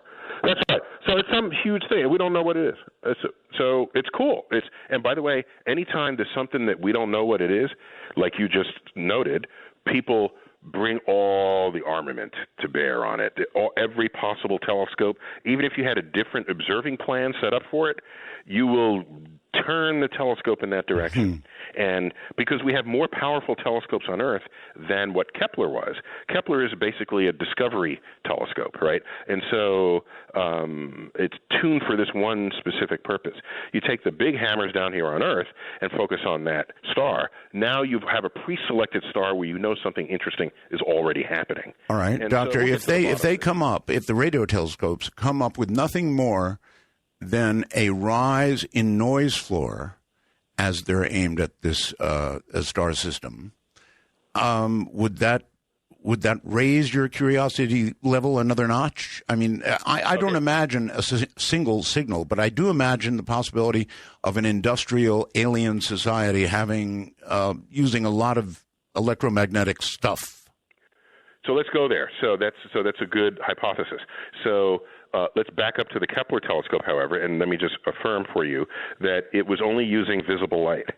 And that's how it noticed that the light of the host star dimmed. Gotcha. So now, if it is an alien, if it is something that we don't understand but could be have some intelligence, and if it has some intelligence, and it will also have to have technology, because presumably we counted ourselves as intelligent as a species long before we had technology, right? So it would have to have intelligence as we know it, and technology. Technology communicating with itself, with others, then there'd be radio signals. So you take our largest radio telescopes, aim it at this, and look to see if your radio signal goes up, whether or not you can interpret it. That's right. Like you said, it could be the noise level goes up. That means even though you don't know what it is and can't decode it, some extra stuff is happening there. And you compare the noise level to the noise level you'd expect just for the native emissions of the star, because you don't want to read something that is natural to what you already know it would be emitting. So it'd have to be above all of that. Then that would be interesting. Then, by the way, that could be just some new radio phenomenon, and that alone would not presume that it has intelligent aliens with technology. No, I said raise the interest kind of radio source. Yeah, raise the interest level by a notch is what I said. It would definitely. That's the right way to say it. It would further raise the interest level. Now, if you take the radio telescopes and point it there, and there's no increase or blip going on. By the way, you'd have to do this at many frequencies. All right, it's not like let's just listen. They're going to many. Yeah, of course. You spread it out, and if nothing's there, then we bring optical telescopes back to bear on it to see if we can try to get an image of it. All right. There's interferometry. Doctor? All the other secondary means. Hold on for a sec. We're at a break point. It's the long one. Enjoy it. We'll be back. Dark Matter Network News. This is Amy Martin. A Saudi blogger, Raif Badawi, convicted of insulting Islam, is expected to receive the second 50 lashes of a 1,000-lash sentence soon, according to reports. The lashings are to be carried out 50 at a time for 20 weeks in a row. According to The Atlantic, the 30-year-old founder of the website Liberal Saudi Network, which was dedicated to fostering open discussion of religion and politics in Saudi Arabia, was just awarded the Sakharov Human Rights Award by the EU Parliament. His sentence and punishment has been condemned by many prominent political figures, including several foreign governmental and UN leaders and 8 U.S. senators. Also, according to The Atlantic, flogging as a means of punishment is prohibited under the Convention Against Torture, an international treaty to which Saudi Arabia is party. The kingdom is also member to the UN Human Rights Council, where it heads an influential panel.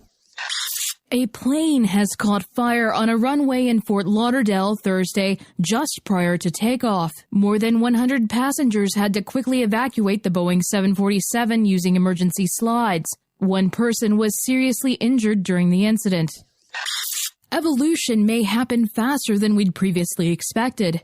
A new study of chickens could overturn the popular assumption that evolution is only visible over a long time scale. For a long time, scientists have believed that the rate of change in the mitochondrial genome was never faster than about 2% per million years. The identification of these mutations shows that the rate of evolution in this pedigree is in fact 15 times faster. NASA's New Horizons spacecraft has successfully completed the third in a series of 4 maneuvers, propelling it toward an encounter with the ancient Kuiper Belt object 2014 MU69, a billion miles farther from the Sun than Pluto. The targeting maneuver, performed with the spacecraft's hydrazine-fueled thrusters, started at approximately 1:15 p.m. on Wednesday. It lasted for about 30 minutes, surpassing the October 25th propulsive maneuver as the largest ever conducted by New Horizons. The 4 maneuvers are scheduled to alter New Horizons' path to send it toward a close encounter with MU69 on January 1st, 2019. The flyby would be part of an extended mission that NASA still must approve. Based on its brightness and distance, MU69 is estimated to have a diameter of only 20 to 30 miles, with an orbital period of about 293 years. New Horizons is currently located about 122 billion miles past Pluto. Just imagine how far it will have to travel over the next 3 years to reach its next targeted flyby. This has been Amy Martin for Dark Matter Network News. This night, with the presence of Dr. Neil deGrasse Tyson. And I guess my pre-show notes just can't be right, judging from what I've heard. I mean, it says here that he was prepared to come on tonight and completely reverse his position on the frequent transit in our atmosphere of UFOs. So, I guess I was wrong about that. Doctor? Hey. Hey. So you're putting words in my mouth. Is that what you're doing? No, I'm kidding. I know that you're not a real UFO kind of guy. So. Well, I don't know that I have a position on anything. I just, if I'm just thinking that if they were to visit us, it wouldn't require somebody's eyewitness testimony. You'd have way better evidence than that. And so you want to keep looking for them, go ahead. I'm not going to stop you. But I have judged what people seem to be so low a likelihood of them being real as to not trigger any interest in me at all. Mm-hmm. But I'm glad some people are, because one day you'll find one, and then you won't need – no one will have to believe what you say, because you'll be walking down the street towing a flying saucer for everyone to investigate, and then we're done. And then you were right all along. But now you have actual material evidence for it. If I get to actually tow a UFO, then probably I'm going to claim a little one. Okay, the better technology. Maybe somebody's truck. We got trucks towing all kinds of stuff. I bet we can find one. My favorite scene in the movie Independence Day was when the alien sort of crashes in the desert and Will Smith pops the hatch, punches the alien in the face and says, "Welcome to Earth." And drags that's him right. across. Actually, I think that's about what would happen in real life. Let's say I'm thinking so too. Yeah, if something landed, the door opens, the ramp comes down, the little green guy starts down the ramp. He would be so full of lead before he got to the bottom of that ramp that he'd be rolling. 300 million guns in the United States would greet him first. Then we'll hand him over to the military. So. Yeah, that's right, I'm afraid. All right. Let's move on to other things. So much. While we quite have not left alien life, the big question, is it your view that somewhere out there, almost unquestionably, there is life? Well, the way you have to approach that is not saying yes or no. You just have to sort of assess likelihoods. And so how about probably? Earth, yeah. So you look at I would say likely. That there's life.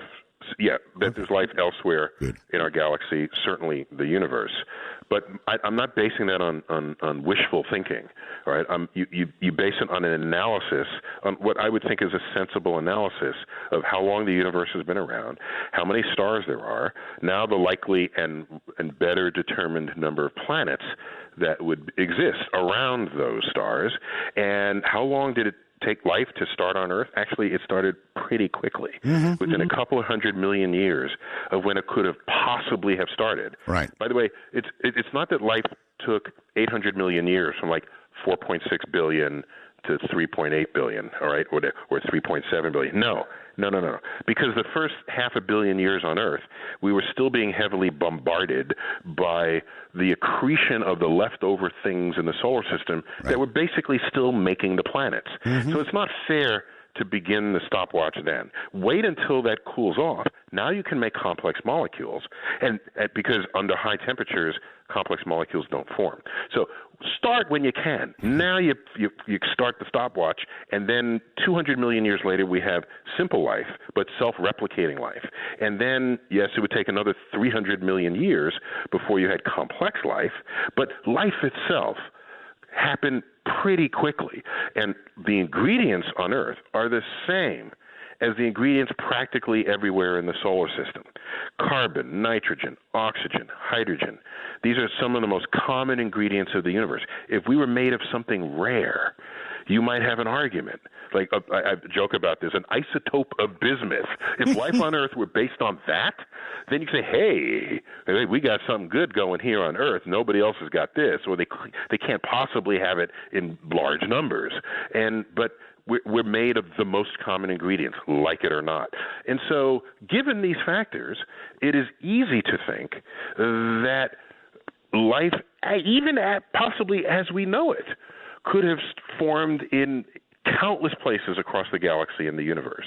And now you want to ask about intelligence. That's like another level.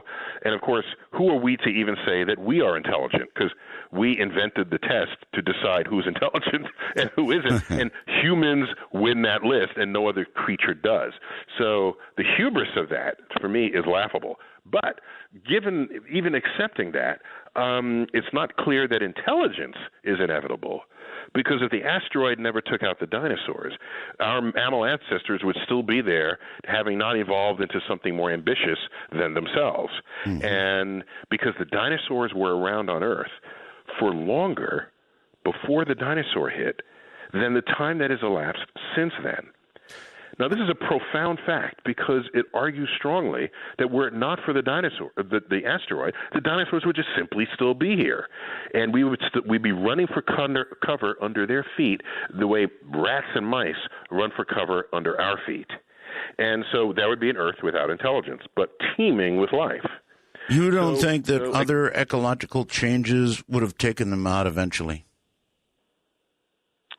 they were going for hundreds of millions of years. What's another 65 million, which is the time that has elapsed since they've been extinct? True. 65 million is small compared to how long. So they don't. Now, by the way, we use the word dinosaur, but that refers to many, many species, some of which came and others went. Okay, not all the dinosaurs you see in the cartoons or in any authoritative source were all alive at the same time, right? So I say dinosaur as just this dominant lizard, reptilian thing on Earth. But T-Rex surely would have had his run and then maybe gone extinct, but other dinosaurs would have risen up, as had happened over the hundreds of millions of years that preceded it. But there's no indication that these big-brained mammals derived from tree rodents of the day would have evolved to anything more ambitious than what they were at the time. Dinosaurs originally, I guess, were, or birds of today are descendants of them, right? Some birds? Yeah, they're a branch of what we would think of as, and I learned all this. I work at the American Museum of Natural History, which has an entire department of vertebrate paleontology. That's how much the study of life goes on in the museum, that they can separate life forms that have vertebrates from life forms that don't, and they're two different departments in the museum. So vertebrate paleontologists, these are the dinosaur hunters. And I learned from them. I didn't know before I've been at the job for 20 years, but being near them sensitizes me to all these things that they know and that they study, including the fact that birds are direct descendants of dinosaurs. But colloquially, when we say dinosaur, no one is thinking bird. We're thinking T-Rex. We're thinking the dinosaur formerly known as Brontosaurus. The classical dinosaurs that you see in movies. Okay, let's change to the large had. Oh, before we do that, I actually heard you on another podcast, Joe Rogan. And I really, really got a kick out of the talk you had about people who think that the world is going to end. September was a very interesting month because I talked to a lot of these people. And there were at least 3 separate, when the first date came, I can't remember what it was now, and the world didn't end, they were kind of upset and set a second date. That passed. They said a third date. That too passed. I haven't heard from them since. They're probably warming up for something new. But the world should have ended in September, according to all these folks. My God, I got a lot of email about that. Well, so what I find fascinating, and somebody should study it, if not psychologists or cultural anthropologists, somebody should study the fact that there are communities of people who are predicting the end of the world and then are upset when the world does not end. What is that about? Happy that they were wrong. Yeah, what's that about? Why would they be upset? I don't know. This is what I'm saying. Somebody's got to study it and figure out what's going on in the human mind, in the human brain, where there are people who are only happy when they're sad. Apparently so, yes. Well, you're right about that. They kind of slunk away, And there's a great website. You can Google it for Ends of the World, and it is an endless list of predictions made for the end of the world that go back thousands of years. And not all of them give a date. They say, sometime in the next 10 years or so. 10 years goes by, and it makes a note that the world has not ended yet. But what's interesting to me about the end of world scenarios is whoever is telling it to you, it is very likely, I would say, a certainty that they're telling you the world will end in our lifetime. And if you become a believer of that, then you end up joining the movement, and then they become the head of a movement. Whereas if they say, the world is definitely going to end in 150 years, no one's interested, nobody cares. That's right. It's less potent an argument to give to grow the cult or whatever it is you're creating for yourself. But there are people not in cults who follow this. I mean, millions of them, literally. It's amazing to me. So I thought that was a good discussion. Anyway, on to the Large Hadron Collider. That's news right now. They're powering it up to apparently a power they've never reached before, with 2 things in mind. One, possibly it's said, or it's rumored, to create a mini black hole, and or 2, to connect with another dimension. What can you say about this? Yeah, so I mean, my specialty is astrophysics, not particle physics. But I can tell you what I do know from I have a lot of friends who are particle physicists. So first of all, just keep as background information that when modern physics makes discoveries, typically, it's because an experiment has been designed that enters a regime of energy or force or pressure or some measurable quantity that had never been reached before. Mm-hmm. And that's not fundamentally different as a goal from the astrophysicist saying, I want to now have the biggest telescope there ever was, because that will enable me to see dimmer things than ever before and farther than ever before. And anytime you push such a frontier, you are bound to make some kind of a discovery, because you're entering what we call a parameter space never before explored. So with the Large Hadron Collider, with this new round, if you will, they'll reach higher energies with that, as you'd expect every next time they do this. Once you refine the operations of it, but plus they got the Higgs boson out of the way, so now now let's keep going. So now mini black holes, these are fascinating things because they're not particularly stable. And they evaporate essentially instantly by Hawking radiation. They just evaporate. Higgs boson evaporated pretty much right away too, right? What? Say again? Higgs boson pretty much evaporated. We wouldn't say in that case we wouldn't say evaporate. You can decay to another particle or another kind of. But a black hole. I mean, there are particles that were inside the event horizon that now emerge from outside the event horizon in the space around the black hole, and then the black hole loses mass, and then and this continues until the black hole loses mass entirely, and then it disappears forever. So if it makes black holes, there'll be tiny black holes, and they'll be of no real they might be fun to study, but they're of no danger or consequence. So there's no danger they'll create a black hole and it'll just not disappear. See, that'd be problematic. You mean if it just decided to eat everything? Yeah, starting with the collider, I'm sure. Yeah, back when they first flicked on the switch of the collider, there was a YouTube clip of like the security camera of the parking lot outside of the CERN facility, and it had a countdown clock near it, and seconds till turn on. So it turns it on, and then this hole opens up in the parking lot. All the cars fall in. Really? People, creative videographers, especially when inspired by science catastrophe, makes for some entertaining viewing. So there is no risk of that. And by the way, your concern is healthy, but unfounded. What I mean by healthy is one should always ask, what is the risk? Could this happen? Could this possibly be? And if you look at the history of these kinds of experiments, everybody's worst nightmare was never realized. And because the worst nightmares that people came up with were not based on the reality of the calculations that were actually done. And so, we'll just look for more discoveries of things. And I don't even know what next particle they're looking for. Maybe next time we talk, I can come in with a portfolio of what remains to be discovered. But, something smaller than Higgs. I know that, smaller than Higgs. Exactly. Well, we'll consider that there are three kinds of discovery. There's, I think something will be there, and I'll look for it, and lo and behold, I find it. And that gives credence to my hypotheses that I put forth to begin the experiment. But another one is, it should be there, and I look, and it's not there. That's almost as interesting, maybe more interesting, than finding what you're looking for. It's not finding what you're looking for. And then a third one is, you find stuff that you never even dreamt should be there. And these are three fascinating outcomes. Or how about this one? Something happens that you weren't prepared for. Yes, that can happen at any time. Yes. Yes, well, that's the one everybody worries about.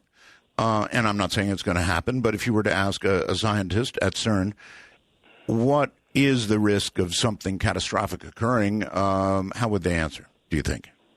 Yeah, I don't know, but that's a great. Let me think of a way to pose that question slightly differently. So it would be, are you prepared for something to happen that you're not prepared to happen? I mean, that's kind of what you're asking. It is. And I guess by definition, the answer is no. By definition.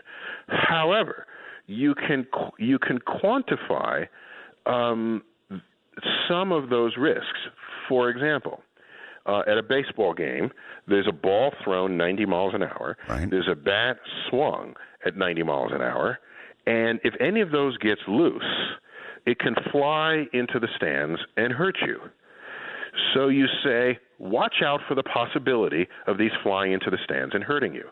And you can ask, what would a rotating bat going, 90 miles an hour do to the human body? And you can calculate this and figure this out. Sure. And so even if it never happened, of course it has happened, but even if it never happened, you can judge what kinds of things can go wrong based on what you know you do on the baseball field, or based on what you know you do in a particle accelerator. There's a limit to how much energy can possibly leak out because you know how much energy you're putting in. You don't get energy from nothing. Yeah. So you can contain your concerns in some way, but I have to concede at some limit.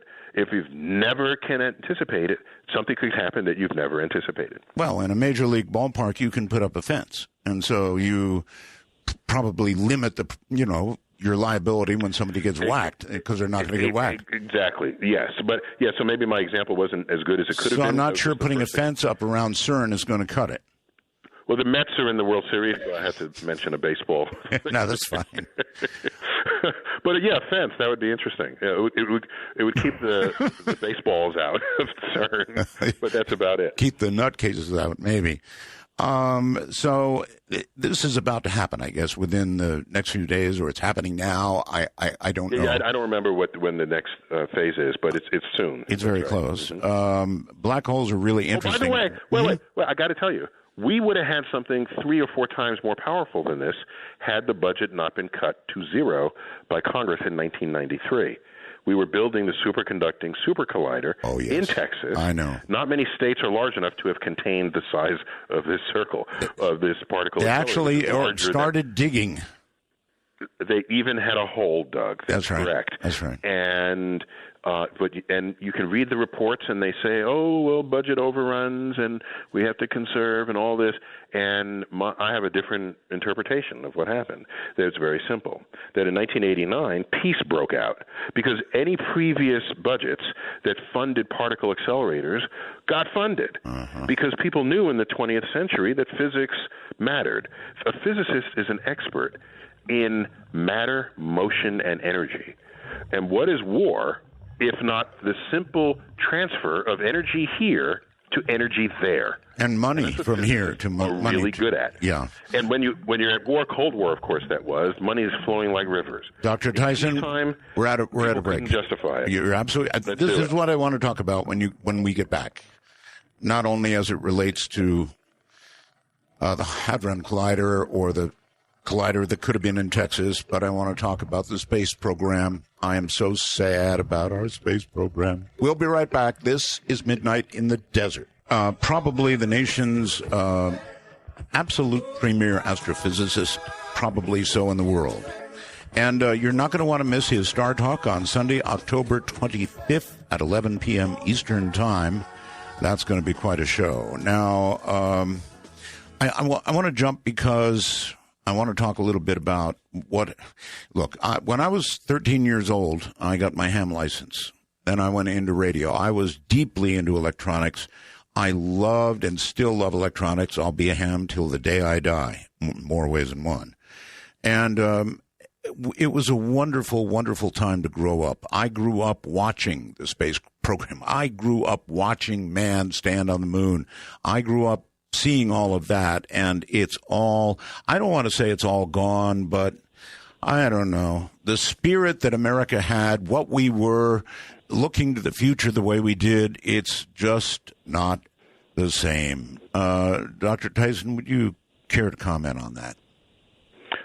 Sure. So what distinguished the 1960s from all times that followed it And of course, the 1960s ended in like 1972, 73, I guess, with the end of the Vietnam War and when we stopped going to the moon. Yes. And of course, the 60s began when the Beatles appeared on Ed Sullivan.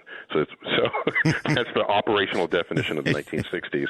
And so in the 60s, every single space mission was more ambitious than the previous one. Oh, yes. Because there was a goal set that had not yet been reached.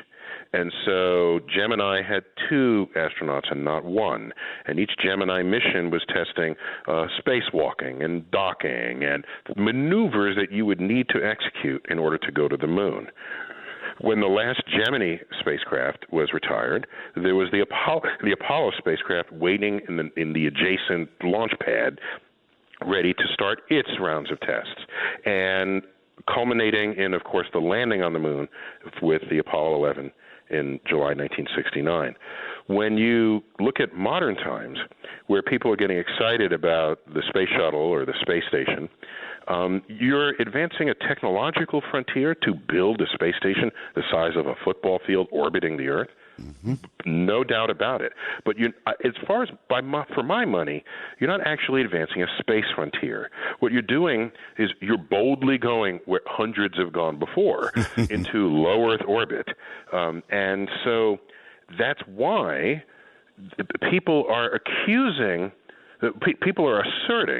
that, space is just not interesting. Well, it's not interesting because there's not an advancing frontier to garner the headlines, such as what happened in the 1960s. Nor do they seem willing to admit how many things came out of the space program that we take for granted now. Yeah, I can't even be. That's a whole other conversation. It is. Perhaps the most under-heralded aspect of the space program was the need to miniaturize electronics to save on the weight of the launch vehicles. And so every functioning piece of electronics, from the computers to the communication devices, everything, a lot of engineering brain work went in to make them small. And the act of doing so then led Earth people to say, hey, this radio that used to be a piece of furniture in my grandparents' living room, maybe I can fit that on my hip. Clearly, no one in the 1920s was looking at the radio saying, I want to carry that around with me, and one day I will. No one even knows how to have that thought, because that's not the mindset at the time. So much of what we count as modern access to computing and electronics as being portable are traceable to the trend that was initiated by NASA simply to go into space. And that's not simply a patent. It's not a spin-off in any literal sense. It is a trend in what you needed to do to get the job done, and what impact that had on the innovation of everybody else here on Earth. So what's happened to us? In other words, why can't this case be successfully made to those who hold the purse strings for whatever we want to do? Well, so I wrote a whole book on this. It was called Space Chronicles: Facing the Ultimate Frontier.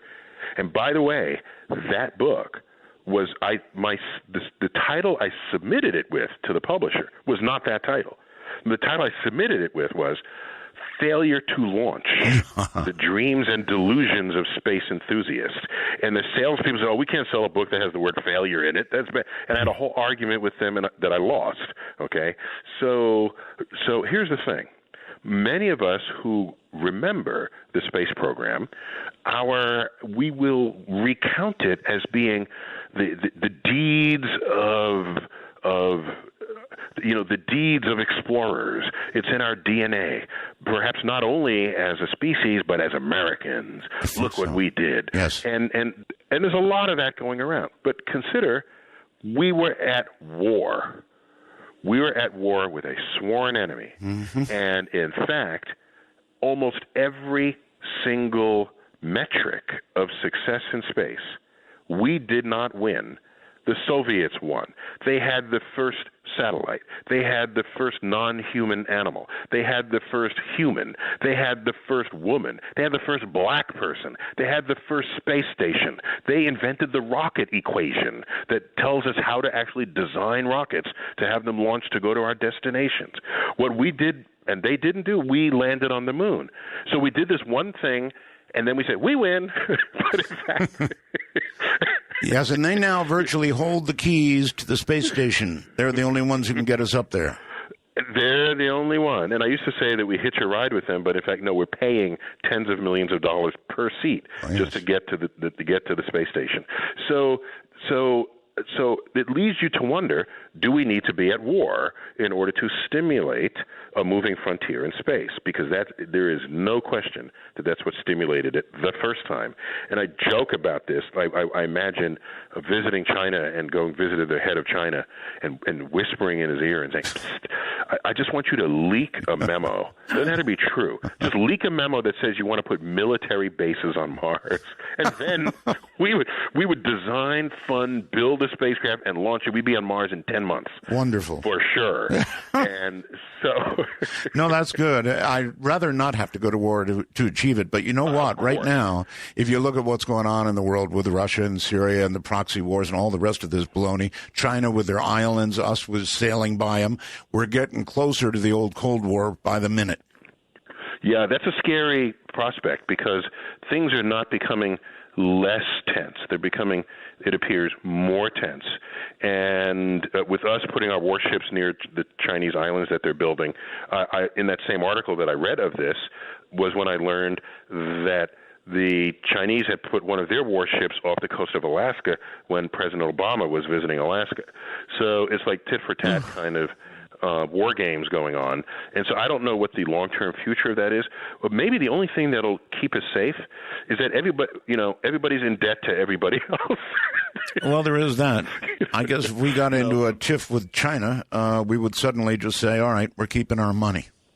Right, and they don't want that, and so maybe it's the economies that are preventing it. But I have another plan. I don't want to call it a plan, an idea, I'd rather say. Okay. And that is for a nation to grow economically and to maintain a sense of security and health and wealth, it will require innovations.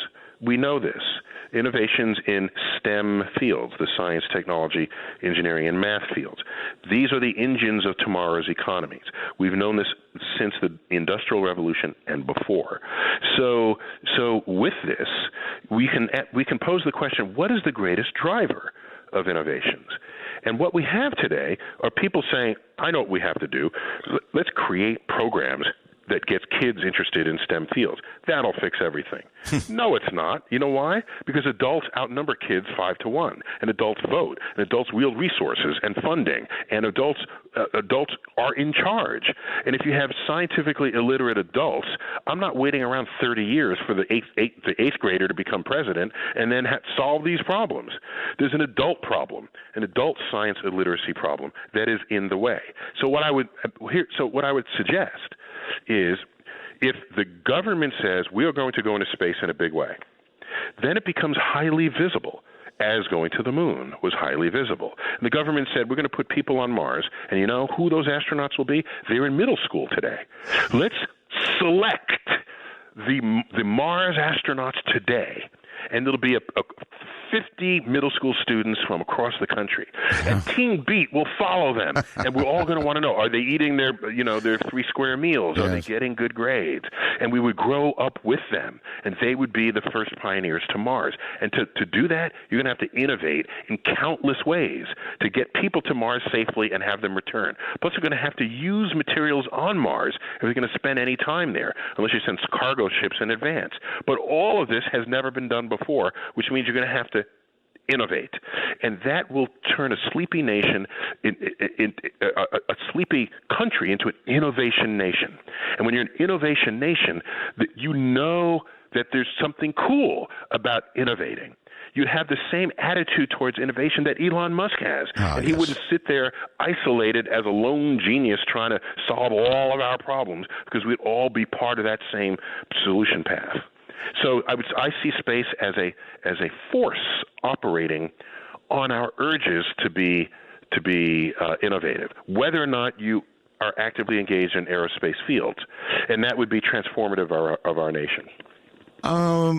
Okay. If you were in charge of NASA and you had lots of money and you could set the agenda for our next big goal, what would it be? So that's a great question. So I'm going to I'm going to give you an unorthodox answer first, and then the longer real answer. My unorthodox answer is I don't want to be head of NASA because the head of NASA reports to the president. Mm-hmm. But we as citizens, the president reports to us. And so the real power is not in who's head of an agency. The real power is in the electorate.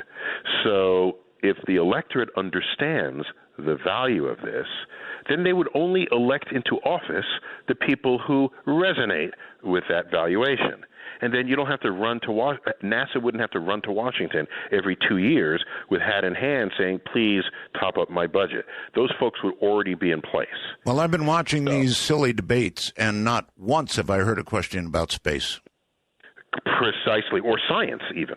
But science or technology, Indeed. As though this is some optional thing that maybe we'll get to if we have time, when there is no health, wealth, or security without it. So I am astonished that it has not only not been addressed directly by the candidates, the journalists are not going there either. Maybe they think that science is not going to sell in the debate ratings. I don't know. But it's a travesty if we're going to have debates where science is not the theme. It's at least one of the topics of the debates. Thank you. Because somebody's got to recognize that there is no modern society as we have come to build it without the contributions of science and technology to it. That's all there. That's pure and simple. Now, okay, well, here's another mystery you can try and explain. While there is not much interest among the public, or maybe that's wrong, there is. While there's not much money getting poured into it, if any at all, look at Hollywood. That's all they're doing. Did you see The Martian? Great movie, actually. I think the Hollywood is a litmus test for what the appetite that exists for people to want to think about space, to go into space, yes, to dream of it tomorrow. And the great thing about The Martian was science and technology were themselves characters in that film. My favorite thing to say about The Martian was they had the cliched scene that any astronaut movie is going to have, where one of the astronauts is looking at a video screen of their spouse and their child. That's right. Say, when are you coming home? And they touch the screen. When they did that in this film, I'm thinking, could you hurry that up, please? I want to see if the experiment's going to work. And that's normally the most touching scene in any of these other films. And this one, it kind of got in the way because the science and technology was where all the suspense was, and the great action and the so now to answer your question, what I think we should do, and I would offer this to people and they can decide for themselves. I don't start movements. I'm not hitting people over the head. I want people to vote freely according to what their own thoughts are, provided they're informed thoughts. So I'm going to give you some information.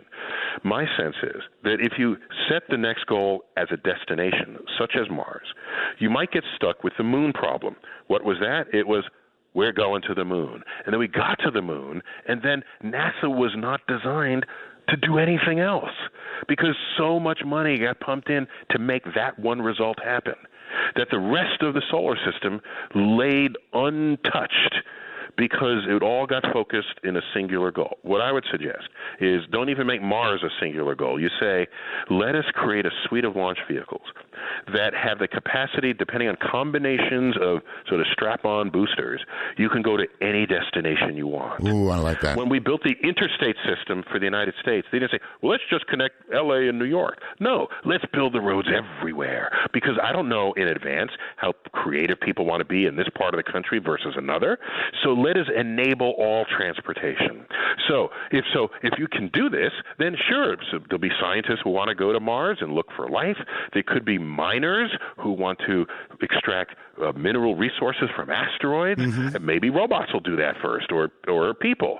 We might want to put a telescope at one of the Lagrangian points on the other side of the moon. Yes. Have tourist jaunts to the far side of the moon, and then all of the solar system becomes our backyard. And you're going to have to innovate to make all of that happen.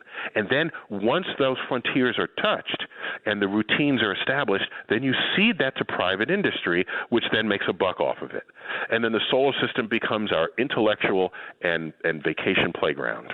Well, listen, Hollywood's still all aglow with it. And as an example, The Martian drew in hundreds of millions of dollars. It did very well. That indicates the American public is still very, very interested. So it's just like a lack of a goal. We don't have a goal. Oh, and that interstate system you talked about, we've got potholes in it. Potholes. Well, yeah, I mean, it's the infrastructure. That's a whole other conversation, of course. Sort of. I don't know what country this is sometimes when I look around. I'm old enough, maybe as are you, to remember in elementary school they would show these film loops of other countries, and it would be like, the United Nations Week or something. Right. And you'd see these like third world countries, as they were known back then, where oxen drawing plows driven by people, right. Flies were on their faces, the roads were washed out. And we had a certain smugness about us. So we're Americans, they need our help. And then here in the 21st century, the economy tanks, the New Orleans floods, bridges collapse, yes. Trains collide. And I look at this, what country is this? We don't have the tallest buildings anymore. Well, who would have thought that our planes would be flying slower today than at any time throughout the 1960s.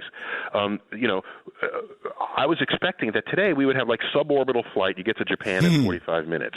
But no.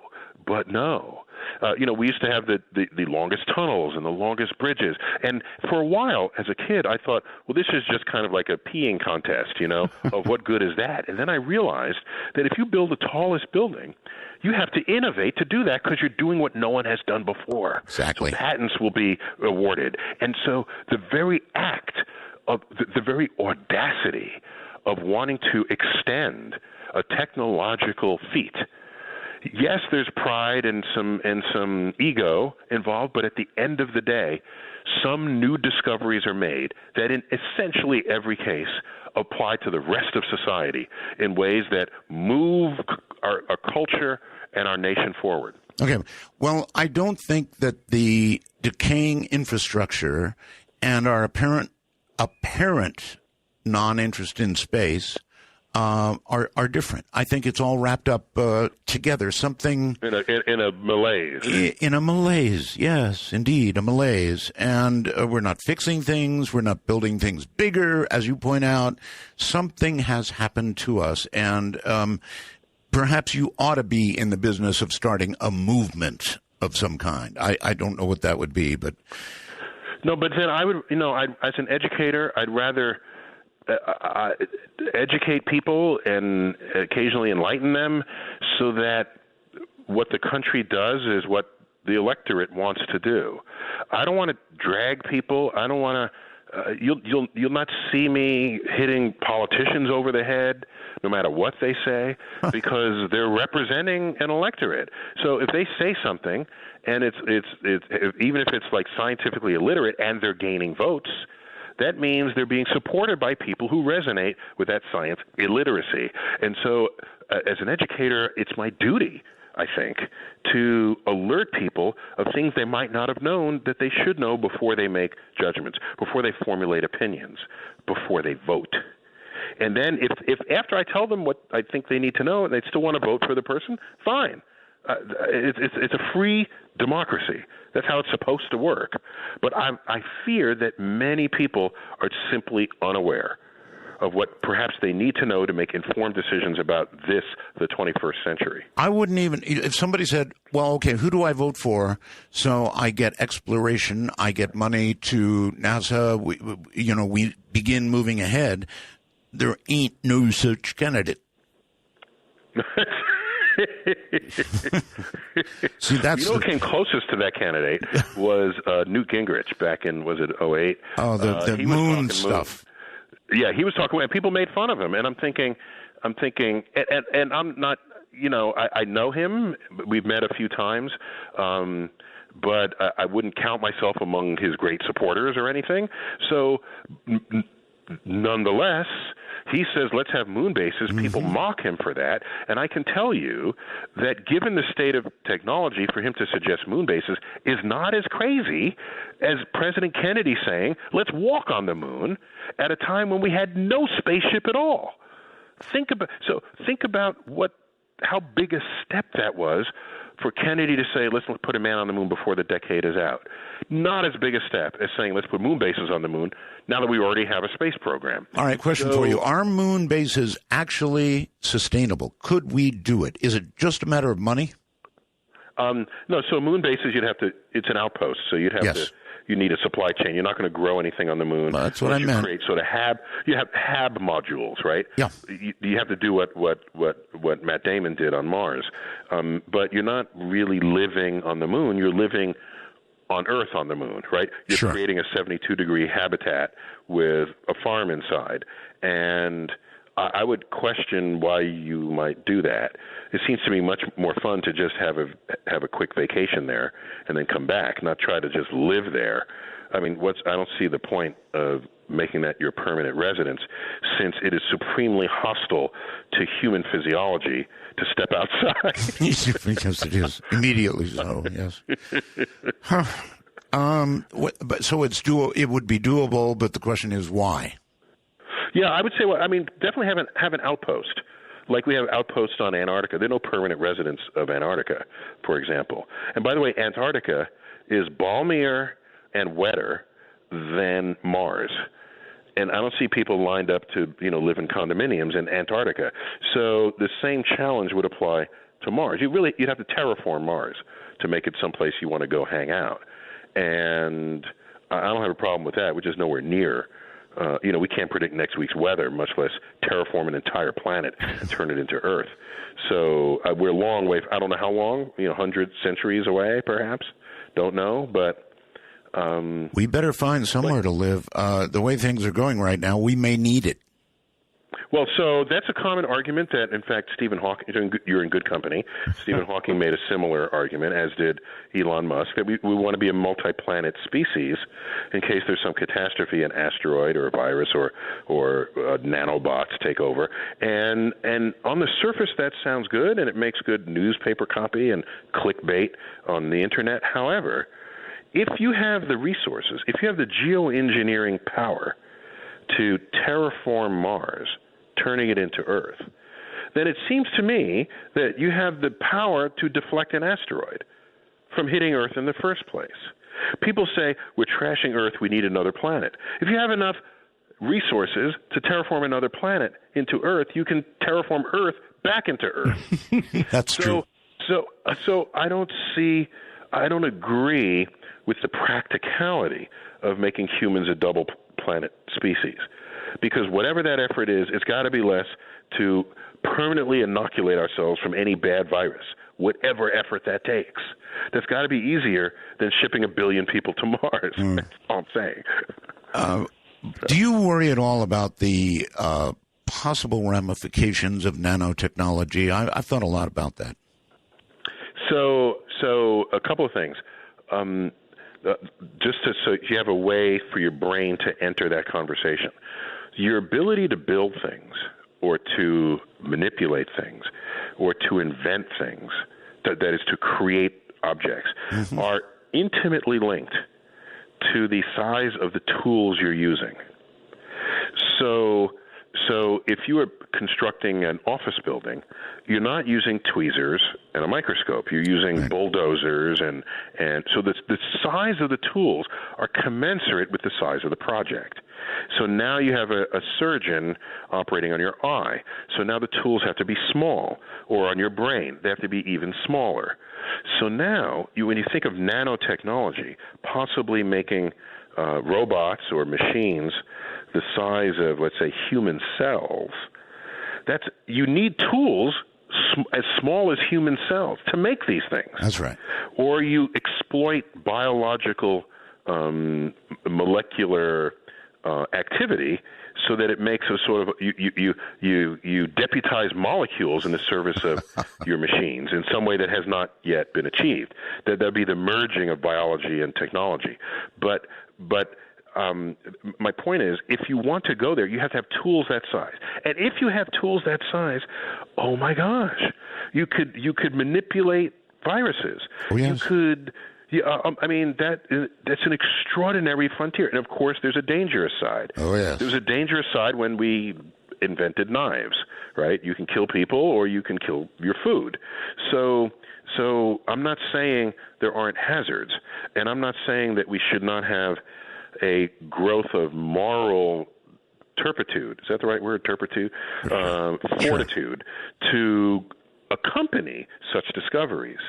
But when I pause and reflect on the power we would have over our genome, right, over our medicines, and how much that could help the human species, I'm not even thinking about what bad it can do. You set up laws and say, thou shalt not do these bad things with this technology. And, of course, there'll be bad people who will. You find them and arrest them and put them in jail. Just as there are bad people who will stab you with a knife or shoot you with a gun. You take them and put them in jail.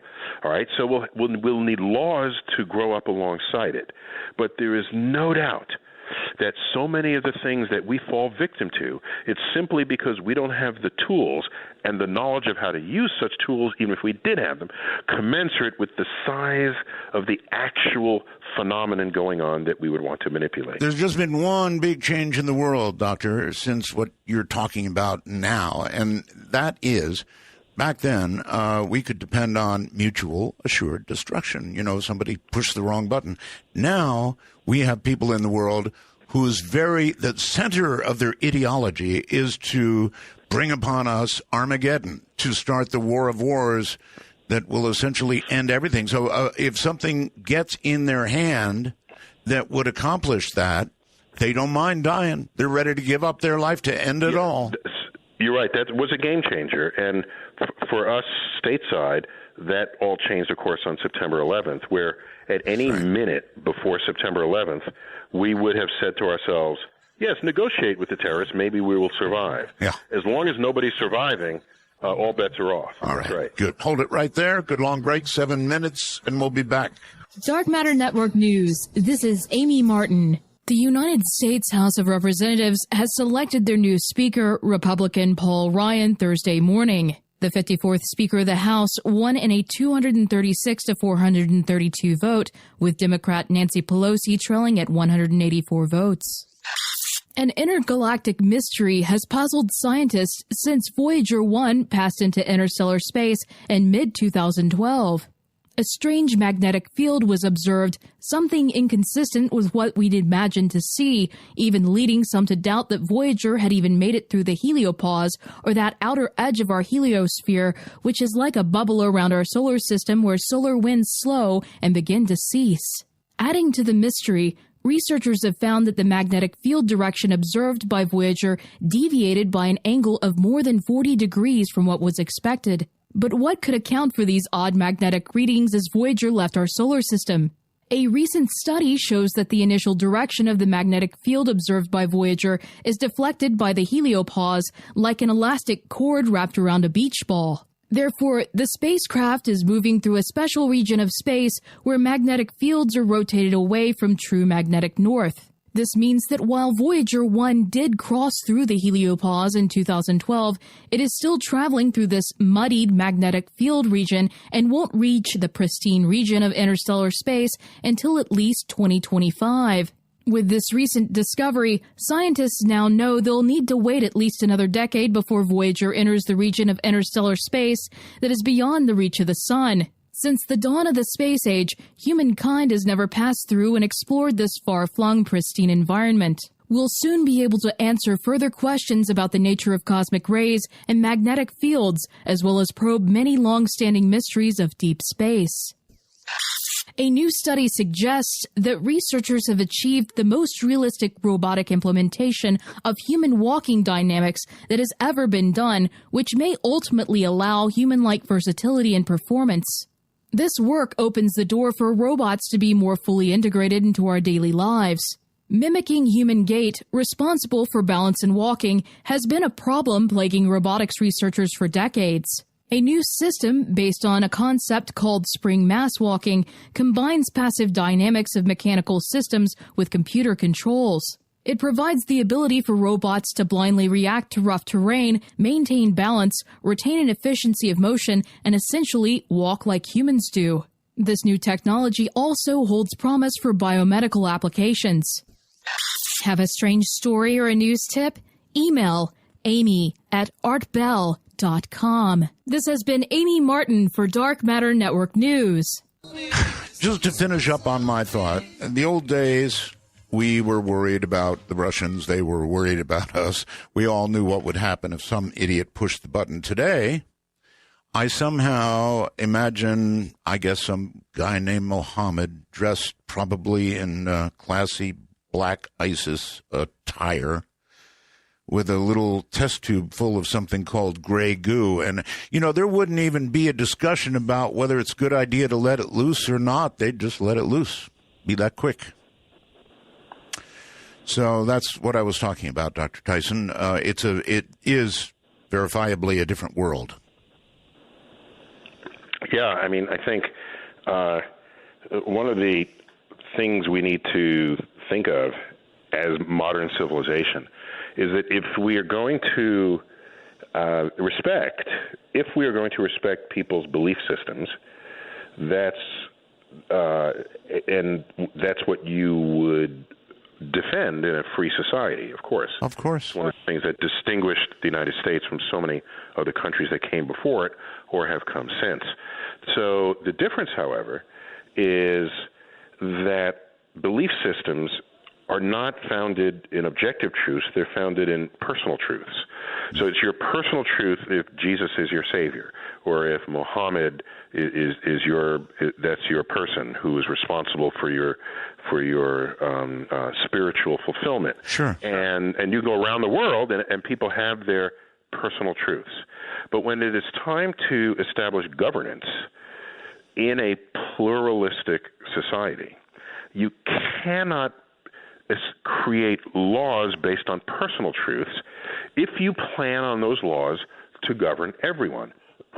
So you need to take a step back and say, what are the objective truths that we know about in this world? Well, we have methods and tools to establish objective truth. It's called science. And I've been quoted as saying, as I said, I think once on Bill Maher, that the good thing about science is that it's true whether or not you believe it. So it's something that it applies to everyone. Right. You base your laws and your nations and your legislation on that, and that then can protect the freedom you would have to have whatever belief system you want. If you have an entire community of people who do not care if they remain alive because they want you to have their belief system, that is a destabilizing force, not only in a nation, but in civilization itself. Sure is. Sure is. And they wouldn't hesitate for a moment. If they had something like that, they wouldn't even have a discussion about whether it was ethical or not, or a good idea or suicide. They are ready to become martyrs to bring upon the end of the world. And so they would do it. Hopefully, nobody who can. Go ahead. You know what I wonder is if this is more hopeful thinking here. If that kind of attitude and that kind of state of mind is actually incompatible with wielding weapons of the power to actually effect that kind of outcome. Because you have to know how the laws of physics work. You want to blow up the world, you have to have to study to learn how to do that. At some point, maybe you'll question the role of your personal beliefs in inflicting it upon other people, no matter what your personal beliefs are, or taking it or trying to. It's one thing to convince people because you preach to them. It's another thing to bring them on by force. And by the way, many of the successful religions over the years accomplish their success by just such activities, right? We can speak of peaceful Christians today, but there's whole episodes where that was not the case, as we all know. And so there was, so we're talking about modern society and post-Dark Ages modern society. And for that to function as we would hope as civilized people, then something's got to give at some point. Yeah, something Otherwise, will give, I don't all know right. that we can move forward. Well, as Lenin said, if you could make it so, would there be no religion? I know that's a gotcha question. I'm a fan of a free society. You can think whatever you want. Just don't require that other people think it as well. Then you've made a dictatorship, and it's no longer a free society that our founding fathers had imagined for us. So I don't run around chasing people and their religion.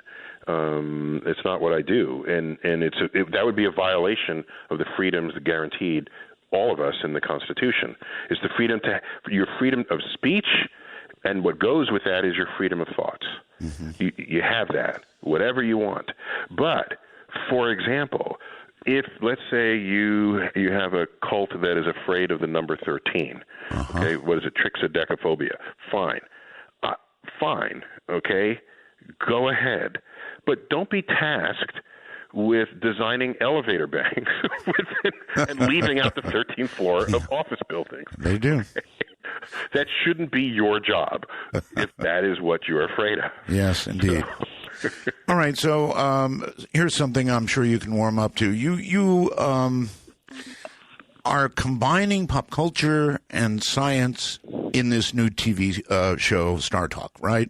I would guess this is what you were talking about earlier, an effort to get people involved. And if it takes pop culture to ease them into science, so be it.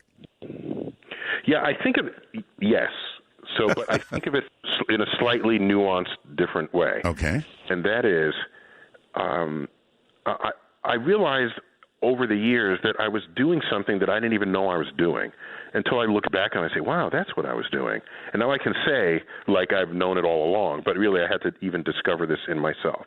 What I realized is that if you take science and embed it in pop culture, then it is a ready-made vessel for people to embrace the science. Right. Because people already know pop culture. That's the definition of pop culture. For example, 2 weekends ago, I finished watching a movie, and I had a half hour before my next TV show I was watching, and I would just started channel surfing, as any red-blooded couch American does. I was channel surfing, and I stumble on the Cincinnati Bengals going into overtime with the Seattle Seahawks. And I said, perfect, I got 30 minutes. It's a 15-minute overtime. Let's just watch. It's something good is going to happen. Sure. Something interesting, suspenseful is going to happen. So after the first round of exchange possessions, the Cincinnati Bengals comes in a position of a winning field goal kick. So there it is. It's hiked. The ball goes 42 yards as it tumbles through the air in this long, arching trajectory, and it hits the left upright and then deflects into the goalposts for the winning kick.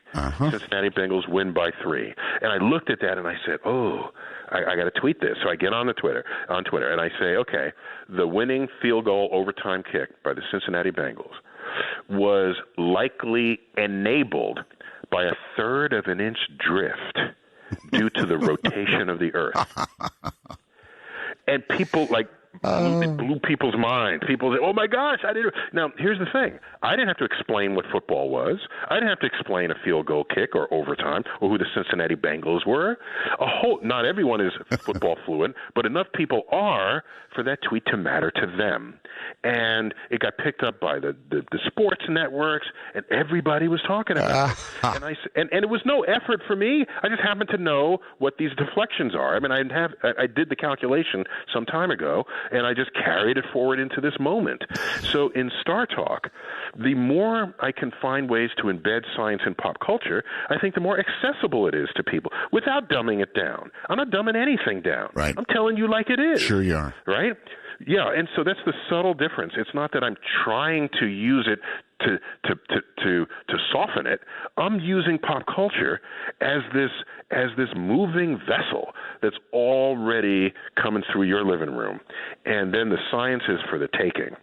And that's what it has been. And Star Talk is the television embodiment of that. And, of course, it's based on a radio show of the same name that posts 50 times a year. But National Geographic Channel has sort of plucked their 10 favorite guests each season, and that they get lifted up and jump species onto television. That's amazing. Well, maybe, that's just you walking your walk, the one you talk about. And I hope it works. I hope it succeeds. What's the response like? It's been very warm. In fact, the first season this past spring got an Emmy nomination, and I was very flattered by that. It meant that we didn't win, but we got noticed. And Emmy, you win an Emmy because people in the television professional community vote for it, right? It's a peered award in a sense. Right. It's not a committee. It's not someone up on high. So the fact that it got noticed told me that maybe when you combine the fact of how well Cosmos did appearing on Fox, sure, not on not in the science ghetto channels of the upper dial, but Fox on Sunday night where everybody's home already. When you look at the success of Cosmos and the fact that every morning I wake up and I look, do I have how many Twitter followers? 4.6 million Twitter followers. That's a lot. Should I remind these people that I'm an astrophysicist so they can still pull out if they need to? and look at the success of, it's not just me, look at the success of the Big Bang Theory television show. It's the #1 show on television in any genre. It's pulling down $330,000 per 30-second commercial. This is, and these are, though they be caricatures, their banter is legitimate science unfolding right before our eyes. And we said earlier in the broadcast, look at the success of The Martian and Interstellar and Gravity. And you have a biopic on an astrophysicist called Stephen Hawking, where the lead actor wins the Academy Award. A biopic on Alan Turing with marquee actor Benedict Cabbage Patch, what's the guy's name? Well, my point is all of this should somehow translate, into the American people demanding that the people who represent them start looking again at science, at space, at things That's that a completely rational thought. And I'm thinking, maybe delusionally, that the demographic who knows that are people who are 35 and under. These are the people who grew up with the iPhone and smartphones, and they know what value technology is to them, and they don't want to live without it. And these are the people who didn't necessarily become scientists, but they took science in high school and maybe even in college, and they liked it, and they want more of it, and they want to consume it in one way or another. And so that is the community, in fact, who grew up with Bill Nye, the science guy, in their classroom. Right. And so it's a different approach to science than what an older generation had seen or experienced. And this demographic, however, is not yet old enough to run the country, right? They're just coming into the age of, none of them are on boards yet, but some of them actually are self-made entrepreneur billionaires, right? And they see that. They're one of them, right? How old is Elon Musk? How old could he possibly be? Or the founder of Twitter or Facebook or of any of these other sort of moguls, really. They all come from that demographic, and they know it's technologically driven. So however delusional I am, I'm thinking that as they move up in the ranks, by the way, they also lead the country in support for social causes, in the sense that if you ask who is a fan, do you object to same-sex marriage? Okay, the objection fraction is like 10% or 15% for the 35 and under, and it's like 80% for 65 and over. Right. So there's a definite social trend, as well as a scientific technological trend. And look at how many people go to Comic-Con. Surely you've been to San Diego during Comic-Con. You can't even believe it. Hundreds of thousands of people show up there. Yep. And it was surely began as just a small illustrators conference, decades ago. Now look at what it is. By the way, I've said this before. I have this fear that we have actually been visited by aliens, but they happen to land in San Diego during Comic-Con and nobody noticed. That's possible. All right. So when I asked about the reaction to Star Talk, it wasn't so much about the awards, though I'm very, very pleased that you came close to getting it. What I meant is, are you getting a lot of emails, I hope, from young people inspired by it? Yes. There are people, and of course, good news for you as well as others, the fact that people spend time in cars and in fitness centers and other places. The audio medium has previously, I think, was given up for dead a few years back, has risen. The growth of podcasts and ways that people obtain information today may be primarily through just the audio medium. And so there are many people who say, I listen to you in my drive, and I listen to you on the treadmill, because each of these shows that go to National Geographic Channel also airs as an audio podcast and on Sirius XM radio as well. It's roaring back, Doctor. Remember the old days when you'd see a kid going down the street with a transistor radio plastered to his ear? Okay, today they're plastered to hips and pocketbooks, and they're called iPhones and Androids.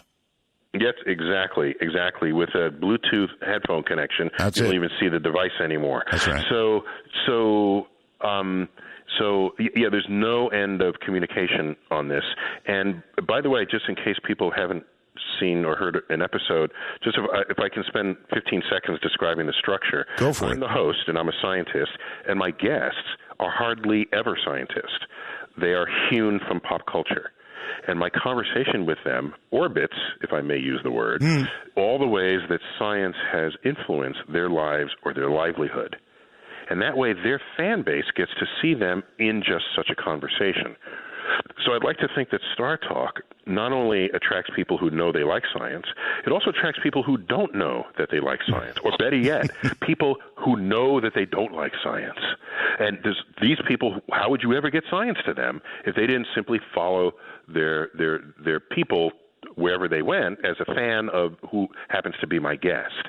And then the way I make this work is I have a comedian who is a professional stand-up comedian as my co-host, and they provide levity when necessary. And then I bring in, if necessary, an academic expert, because not all the topics I talk about are astrophysics. It could be neuroscience, or it could be philosophy, whatever. I bring in an academic expert, and they provide a sort of a gravity valve. So I have a levity valve and a gravity valve, and I as host, I adjust those valves so that I can hit a consistent delivery of humor, of pop culture, of science, in what I'd like to think of as a tapestry that gets woven during the show, so that at the end of the show, you now have a cozy blanket to cuddle with. Well, it's apparently working. And that's why I asked you about the emails. Hopefully you're firing people up. We need it.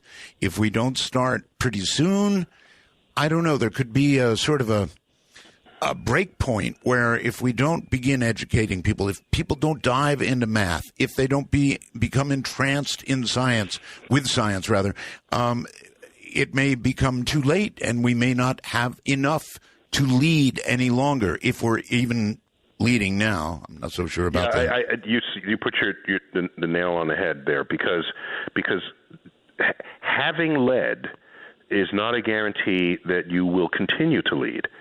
And, I think we got kind of lazy. We got complacent and lazy because we basically led the world in every metric of scientific and technological advance in the second half of the 20th century. Yes, we were behind the Russians in those checkpoints, but by and large, if you look at the strength of our economy and other factors, it was America's century.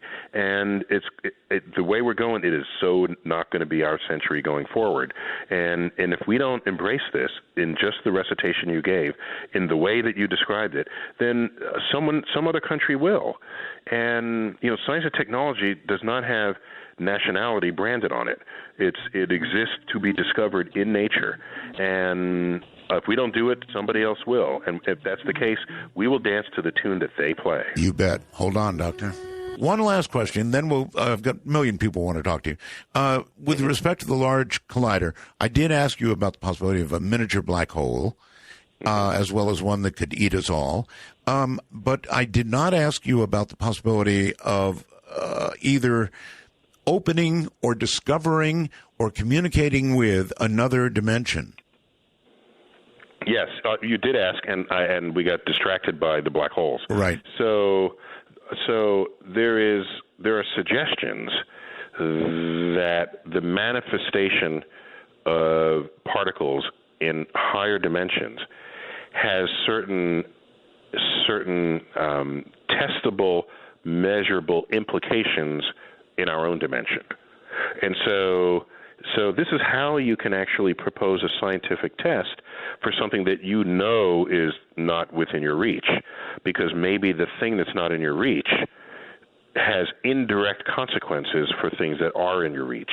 And so, there's some hypotheses that the higher dimensionality which we think we live in 10, 11 dimensional space that you've surely heard about but from others on this show, that we only experience our three spatial dimensions and one time dimension. But in the realm of a particle accelerator, you're extending beyond what your life experiences are. And so to the extent that higher dimensions exist and manifest in our own, there could be some experiments to test for that. And so that would be a fascinating space moving forward. Do you think other dimensions are likely? I don't see why not. I mean, why should the universe stop at the number of dimensions that we sense?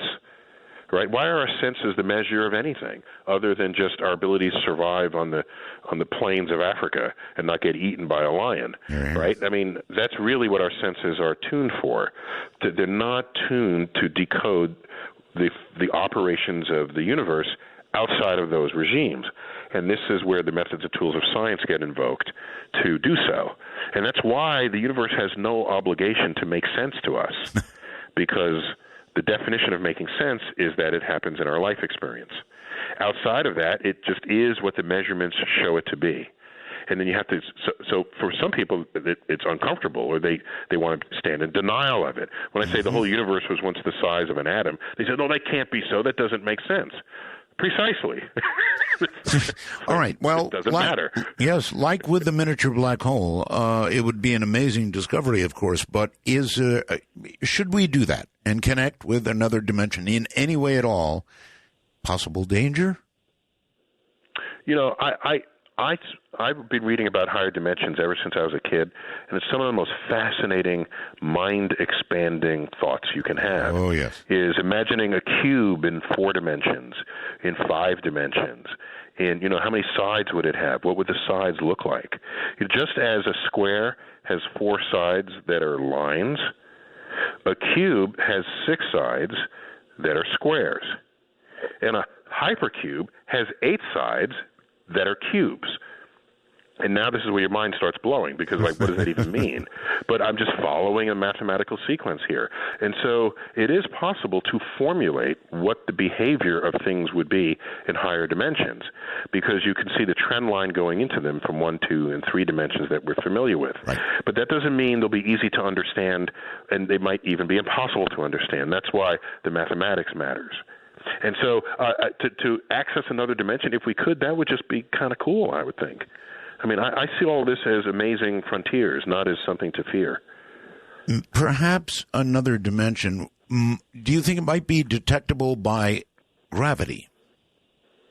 Well, so the gravity is a fascinating force because, in fact, it has, I don't want to call it the power, but it has the properties of where it can emanate from our manifold, from our universe, and be felt by adjacent universes to us. So if there's a multiverse, the different universes can, in principle, feel each other's gravity, but it's significantly weaker. Right. But they can, and this would be a way to know the presence of a parallel universe without actually venturing there, which could possibly be quite dangerous for you if the laws of physics are slightly different.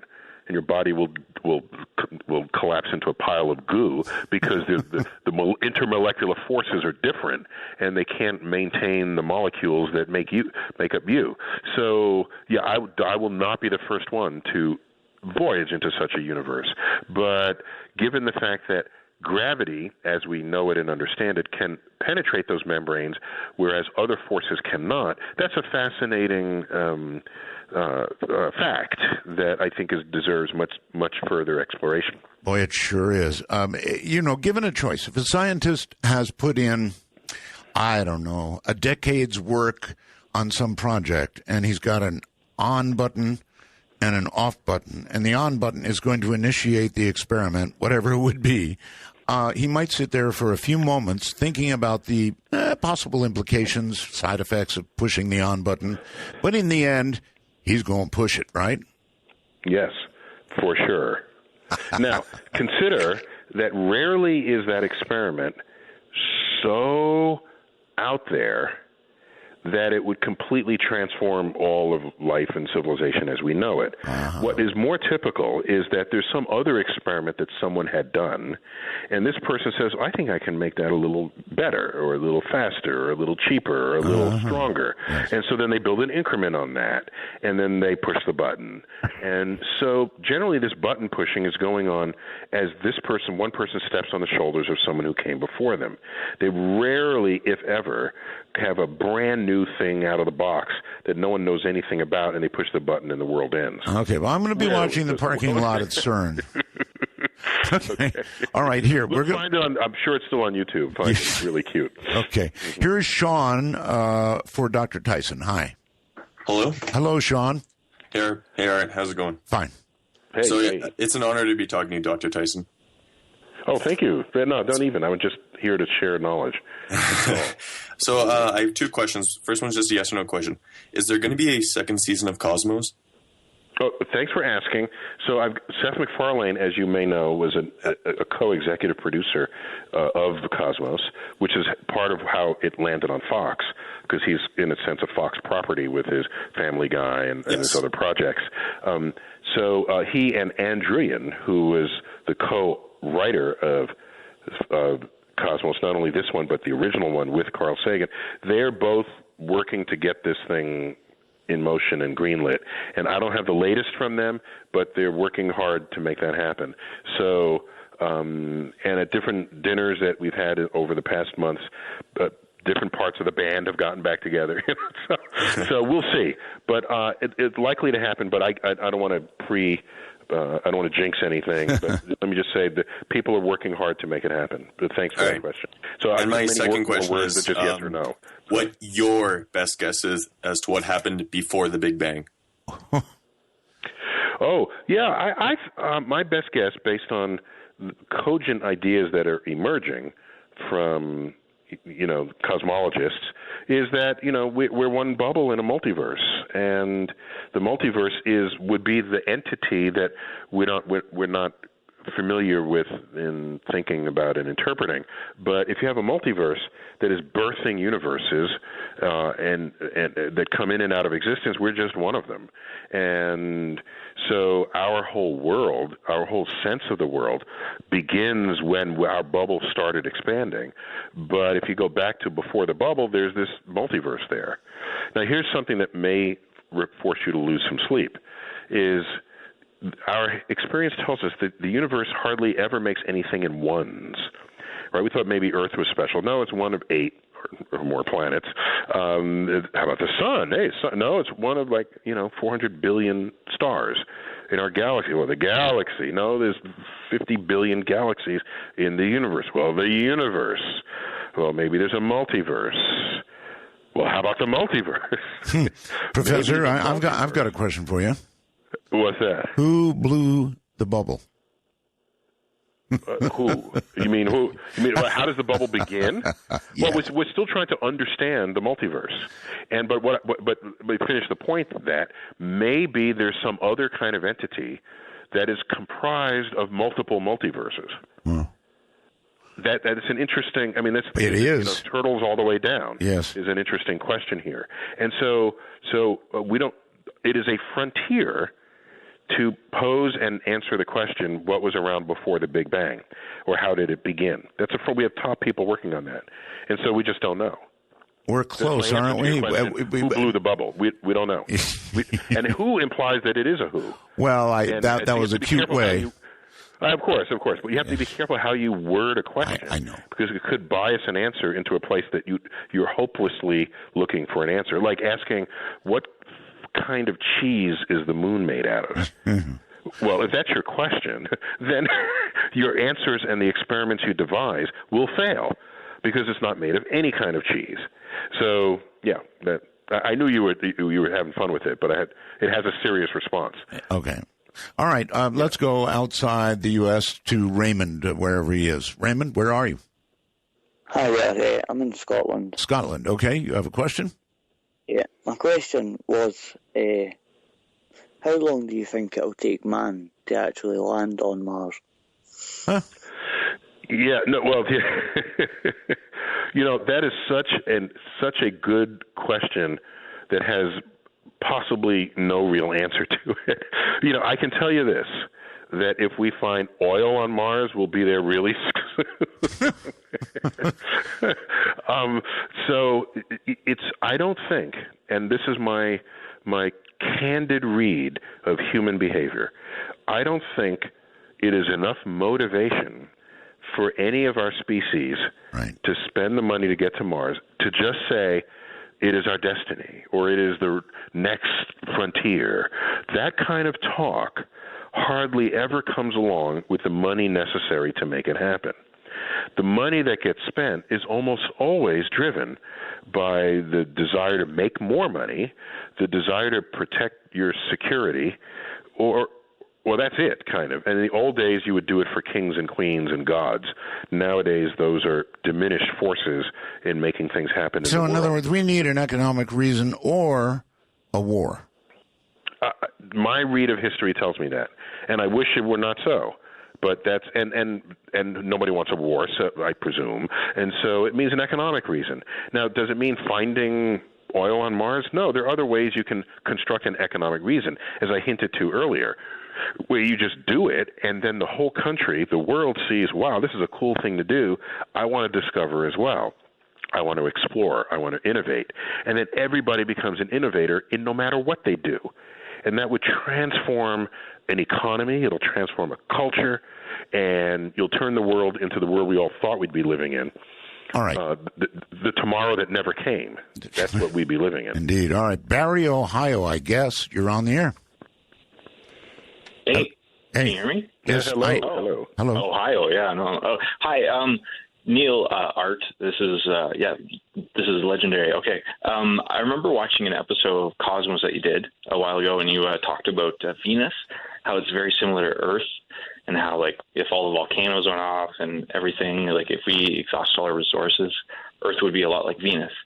And it really kind of shifted my paradigm a bit, and I'm hearing all this talk about Mars and, how there's life on Mars, and I guess my question is could maybe Mars not have had like old life on it, but maybe Venus did?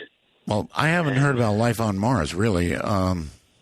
Yeah, but these are good questions. So Venus, is kind of a hopeless cause today. I mean, it's 900 degrees Fahrenheit, and I did the calculation where you can cook a 16-inch pizza on the windowsill in 9 seconds, and then someone geekier than I was said, no, you did the calculation wrong. You left out the radiative effects of the atmosphere, and in fact, it will cook in 2 seconds. So I got schooled on that one. So it's a 2-second pizza instead of a 9-second pizza.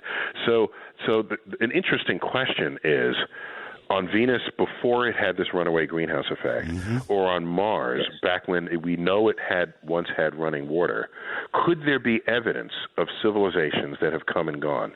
And that's an unknown question. I mean, it's a perfectly legitimate question that has no known answer at this point, and will require, look at what we're discovering even on Earth, but it requires major excavations. We didn't know about Pompeii until, 18 whatever? Pompeii is a modern discovery, yet that thing was around 2,000 years ago, and that's on our own Earth. So it's intriguing to imagine that these are dead planets of lost civilizations, but it will take much more of a space program than we currently have in order to investigate that. Caller? Cool. Yeah. Yeah. Thank you. Okay. Thank you very much. Yeah. You're very welcome. Take care. Since you mentioned greenhouse stuff, I guess it's worth asking, runaway greenhouse, is that possible here on Earth, in your opinion? So when I first looked at this problem, it turns out I overestimated I was thinking that if we were not careful, we could become Venus. Right. Because we're flanked by two planets that have something's gone wrong.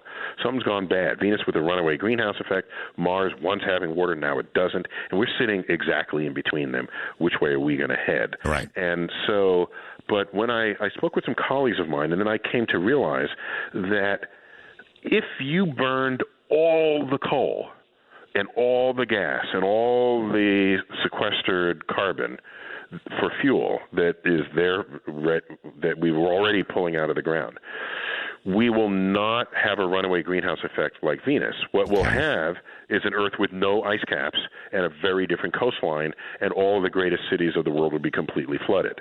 But we will not have a runaway greenhouse, because you just have to go back to a time when there was no buried carbon.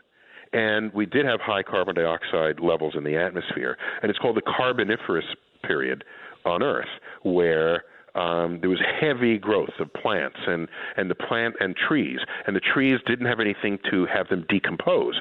So because bacteria had not gotten savvy enough yet to figure out how to digest the was it the lignin or one of the molecules in the tree that made it strong. So the trees grow and they die, they fall over and they do not decompose. And so the world is accumulating this layer of vegetation that is not decomposing, and that would ultimately become the oil reserves. So there was a time when the dinosaurs were around, there was no ice anywhere in the world. And they had much less land because of that fact. Well, what about our submerged? Yeah, what about our submerged cities, Doctor, and the fact that any good growing would move from the central part of the U.S. way up in north into Canada somewhere? Yeah, exactly. I think you could probably move farms fast enough to keep up with this change to where it's previously not arable, now it is, and maybe it was and now is not. You could do that, because what are you moving? You're just planting your seeds in a different place. The hard part would be the cities and all the people whose entire lives, when you flood the coastlines, rich people lose their second home, and poor people lose their only home. Right. You look at how many poor people live in poor countries on the coast, because that's where transportation or commerce or whatever else is conducted. So we're now making that happen at a rate faster than we could possibly respond, given the locations of the major cities in the world, which historically have always been on the river's edge or on the ocean edge. That's right. All right, very quickly, we don't have a lot of time. Chelsea, hi. You're on with Dr. Tyson. Hello. I'd like to know what the nature of the edge of the universe is, if there is an edge. Yeah, that's a great question. So there's a little bit of confusion about that. So let me just straighten that out right now. We have what we speak of as the edge of the universe, but it's not an actual edge any more than your horizon at sea is an edge. It's a horizon. It's a visible horizon beyond which we cannot see. All right, and that's this. When you look out, that's where the cosmic microwave background emanates from. And we have no reason to think that the universe doesn't continue well beyond that horizon for the same reasons that the ocean continues beyond your horizon when you're on a ship at sea. And this analogy is very potent for this case. So the question is, how much bigger than our horizon must the universe be? And there are people who have estimated this based on some plausible arguments. And forgive me, but I forgot the number. But maybe factors of tens larger, or possibly infinite. But we know it's bigger than our horizon. And so, in that sense, there's no edge where you get to the edge and fall off. Especially if the actual universe is infinite. But our visible edge, that's just there like any horizon at sea that you'd have if you viewed it from a ship's masthead. Cool. Thanks. All right. Thank you, Chelsea, and take care. Let's go outside the country to Carl. Hi. Hi. I just wanted to ask Dr. Tyson where exactly the expansion of the universe takes place. I understand that we see it through Doppler shift of distant galaxies and whatnot, but I just wanted to know if where exactly it takes place. Okay, Carl, where are you, please? I'm in Hungary. Hungary, okay. Yeah. Okay, cool. Thanks for calling in from abroad. So we're stuck in a paradigm of mind where when an event happens, you can go point, it happened right there, right? But we're less. We in our minds, we don't think of events happening at a time in a coordinate. All right, so the Big Bang happened everywhere 13.7, 13.8 billion years ago. So so I can point to it, but I'm pointing backwards on the timeline to show you when it happened. And the when is no less legitimate than where when I'm localizing things in space and time for you. So everything you see participated in that expansion and continues to do so. And if we drop one of the dimensions of this analogy to perhaps shine a little better light on it, and you've probably heard this example before, you think of an expanding balloon. So now all of space is now the surface of a balloon. The surface is expanding if you inflate the balloon. Right. And you say, well, where is the center of this expansion? Where is it coming from? It's not on the surface of the balloon anymore. It is back through time. So you have to look in the time dimension back when the balloon was smaller. And then you can point to that exact moment in space and in time when the universe began. Okay. Very quickly to the phones. Yeah. You're on the air. Hi. Hello. Hello. Yes. Hello. Go ahead. Caller, you're on the air.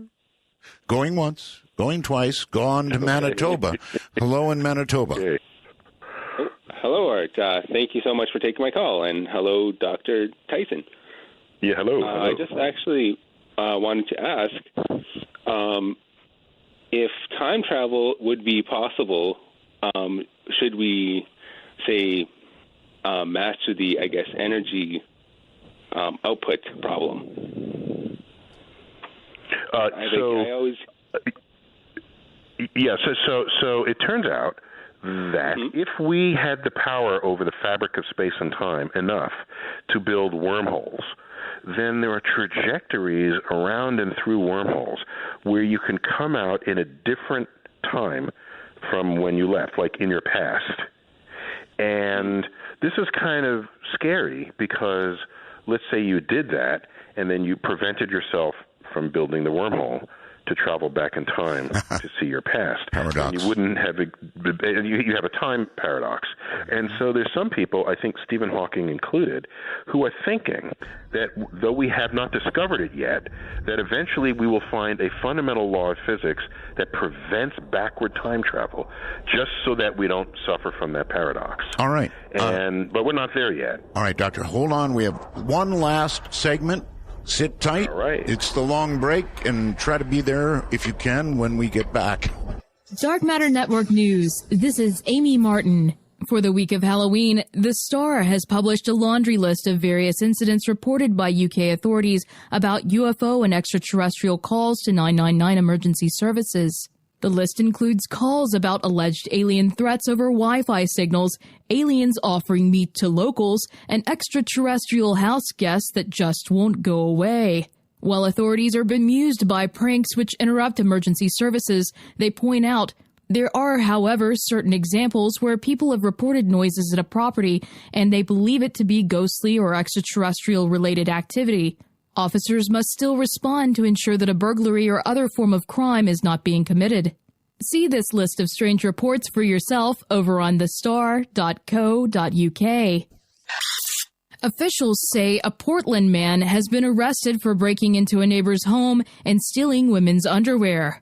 The 24-year-old reportedly told police he had thought about breaking into a neighbor's home many times just to see if he could get away with it. The couple living there has chased him out and called the police. He was booked on burglary and criminal mischief charges. Astronomers have located a previously unknown component of the Milky Way galaxy. By mapping out the locations of a class of stars that vary in brightness called Cepheids, a disk of young stars buried beneath the thick dust clouds in the central bulge has been found. The ages of these classical Cepheids provide solid evidence that there has been a previously unconfirmed continuous supply of newly formed stars in the central region of the Milky Way over the last 100 million years. But this wasn't the only remarkable discovery from the survey. Mapping the Cepheids, the team traced an entirely new feature in the Milky Way, a thin disk of young stars across the galactic bulge. This component to our home galaxy has remained unknown and invisible to previous surveys, as it was buried behind thick clouds of dust. A couple has claimed that they have encountered a giant beaver in northern Minnesota. The man says that he and his wife were in the wilderness of the region between the United States and Canada when they spotted the animal in 2007.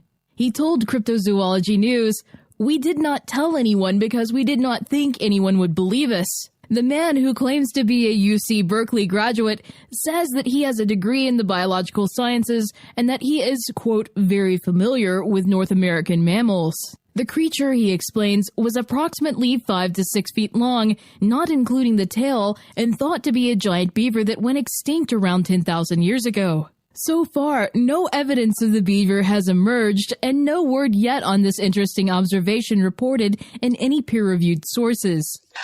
This has been Amy Martin for Dark Matter Network News. Yes. Okay, it concerns a wormhole. Now, I watched Jodie Foster in a wormhole. If we were, yeah, that's right. No, that's not the question. If we were actually able to transit in a wormhole, do you have any imagination that tells you what it might be like? No, I don't. And, you know, I just go with how wormholes are traditionally portrayed as this sort of vortex through the fabric of space and time. I think if the folks back in the year 1968, when they made the film 2001, that if they had a sort of deeper sense of the vorticity of a wormhole, that they might have shown those psychedelic scenes a little differently, because as they were, you would look like you were moving through parallel sheets, and they might have made it sort of more circular, more cylindrical. But no, I have no idea whatsoever. I'm wondering if you wouldn't feel the journey through the wormhole. You just sort of step through this portal and come out the other side, and bada bing, you're there. Right.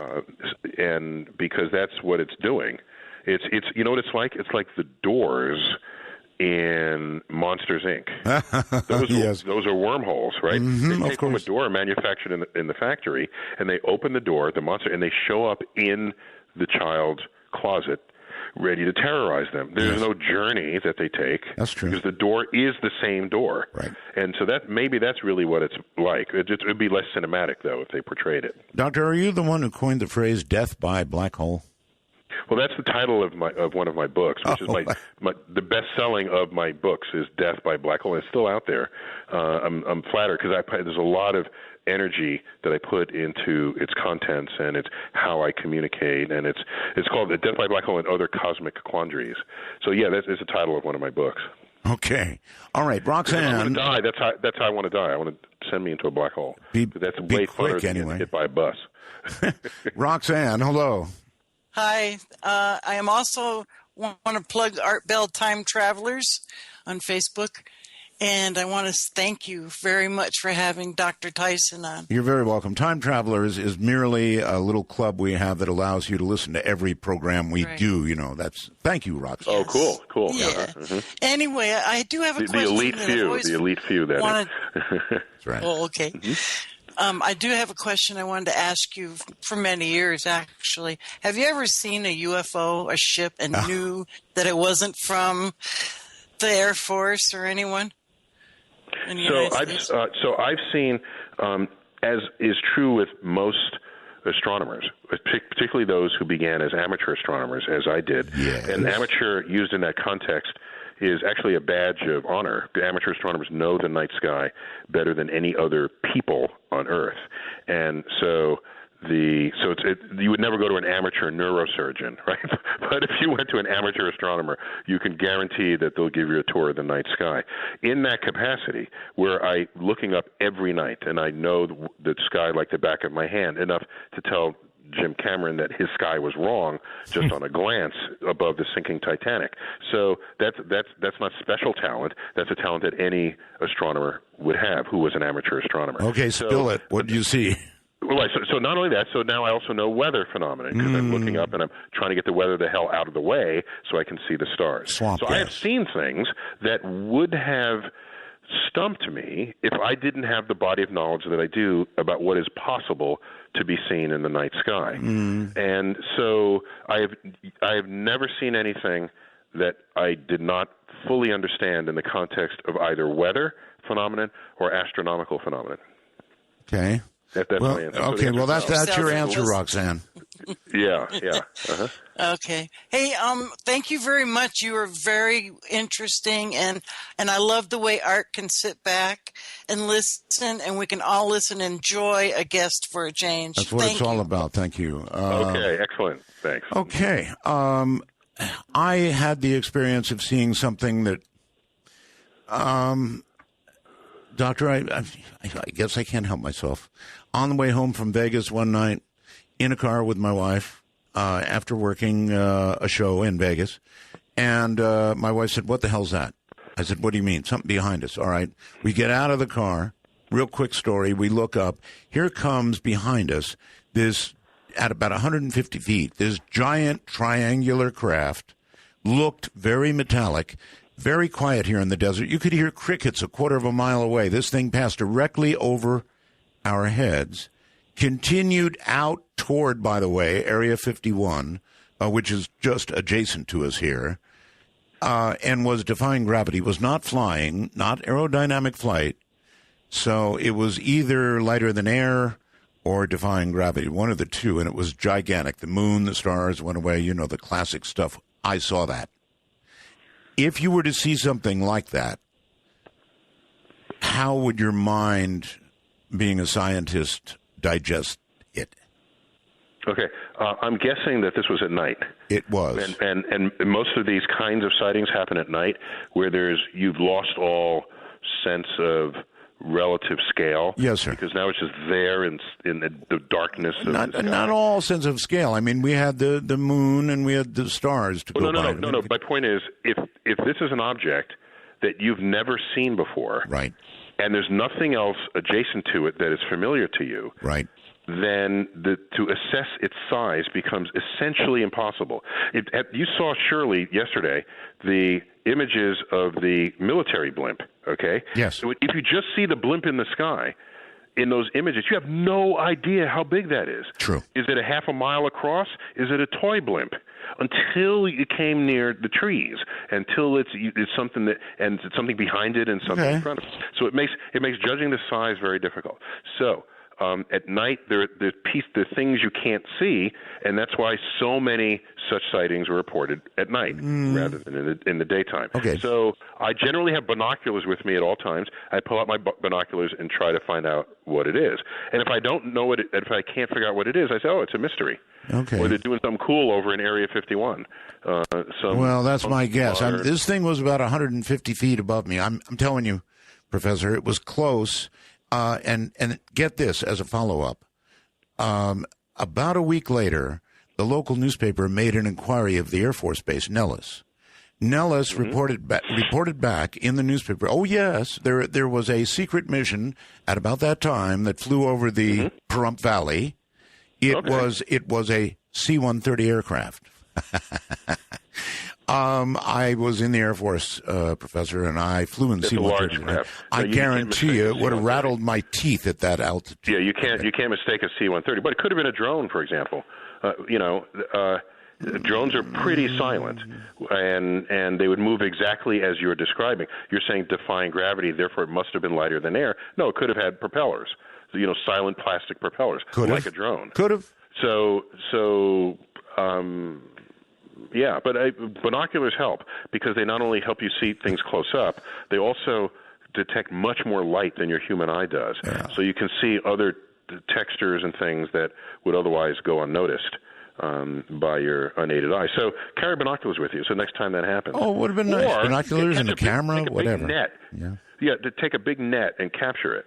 That'll be way better than your eyewitness testimony of what you saw. All right. Simon, outside the country somewhere, you're on the air. Hi, Art Bell. Hi. Big fan. Huge fan of Neil deGrasse, too. The multiverse, as a comic book fan, I'm already familiar with it. I was wondering if I would ever be able to meet my doppelganger out there. Yeah, so what you're implying there is that given the multiverse, there would be countless other universes in every possible combination of atoms and events and probabilities, and so there's surely one that has a person just like you out there, or maybe exactly you, and it's an intriguing thought. I have my skepticism of how large these infinities are. It turns out there are hierarchies of infinities. Some infinities are larger than others, and I plan to do some calculations on this to confirm for myself how big that infinity is, because if it's not a big enough infinity, we're not going to get you. We'll just get sort of other universes, and the variations in all those universes will not be enough to find a universe that'll make someone just like you. Well, it's much more likely that you'll find someone else who looks like you on Earth. So once you start there, be happy with that, because the multiverse view is a long time coming. Okay, Simon, thanks for the question. Where are you, by the way? Toronto, Canada. Toronto. Okay. You're not actually supposed to be on that line. I should have asked. Binghamton, New York on the phone. Hi. Hey, all right. So you guys know the parallel planetary theory? No. Right? I don't think so. Parallel planetary? Theoretically, if you met yourself in another universe or whatever, if you could take a spaceship and you flipped a coin, I'm sorry, my phone or the thing's going off. Are you talking about parallel universes, caller? Not parallel planets, right? Yeah, parallel universe theory. Oh, okay. So go on, yes. If you flipped a coin, if you met yourself, if you could fly to another parallel universe and you flipped a coin, what would it land at? Well, we have to be careful about other universes because the same concepts that lead to the prediction of other universes also prescribe that they have slightly different laws of physics operating within them.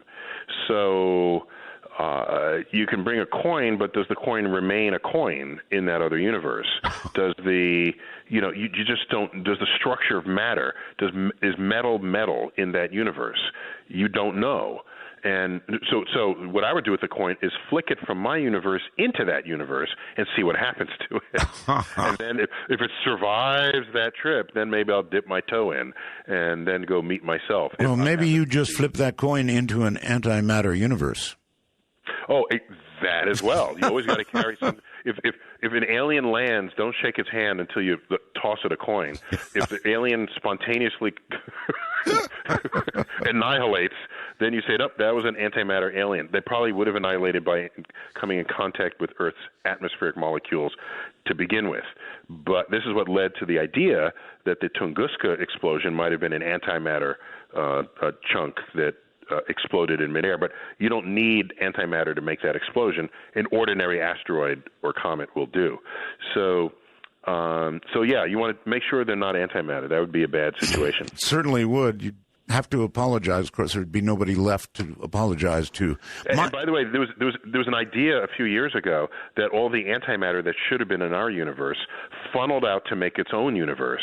And so you have creatures and planets and stars that are all made of antimatter, and it's regular matter that's exotic to them. And wow. Yeah, so that's something to think about. That's an out there idea. Yeah, it is. Michael, wherever you are on Skype, hi. Hi, Art, and great show tonight, guys. Thank you. I have a couple questions. Go. One is, I'm wondering if your guest knows what these small lights that everyone sees in the night sky, they look kind of like stars, but they're moving way too high for a plane, sometimes changing direction. A lot of people I know have seen these. Well, until you got changing direction, I would have said satellites, but changing direction is a problem.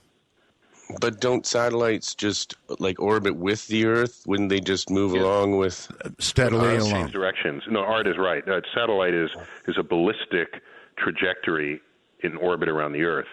The satellites have no rocket control or anything. They just orbit. An orbit is a stable thing that requires no fuel to maintain, unless you're very low and your atmosphere is eating up your energy and you have to boost yourself back up. Right. But otherwise, no. If it's changing direction, it's definitely not a satellite.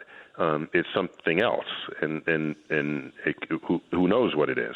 And by the way, I'm perfectly content looking up and saying, "Gee, I don't know what that is," and then try to figure out a way to figure it out. And that's a healthy posture. It's very different to say, I don't know what that is, therefore it's intelligent aliens visiting us from another planet.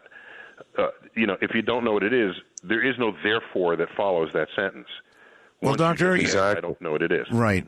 Do you have another question, caller? Yes.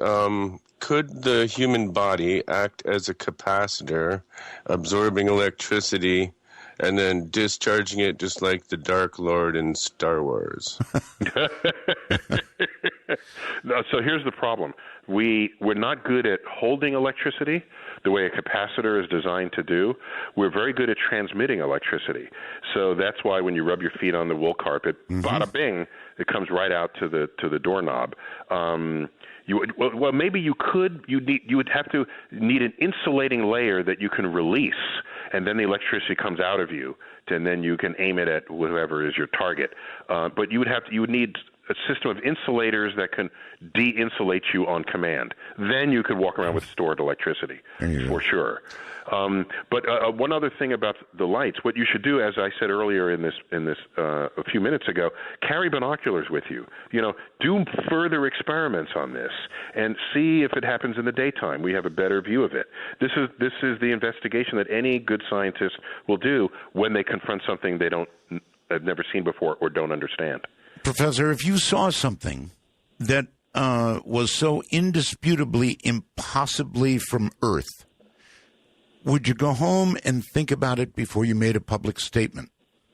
No, I would try to get data on it. I would get video cameras. I would get sound recorders. I would try to observe it in different wavelengths of light. I would get as much data as I possibly could. Then I would say, here's something I saw last night, and here's the data on it. And I would publish that, for sure. Well, that'd be great if you had all those things handy. But, a lot of times when you see these things, A, you're in shock, and B, nothing's handy.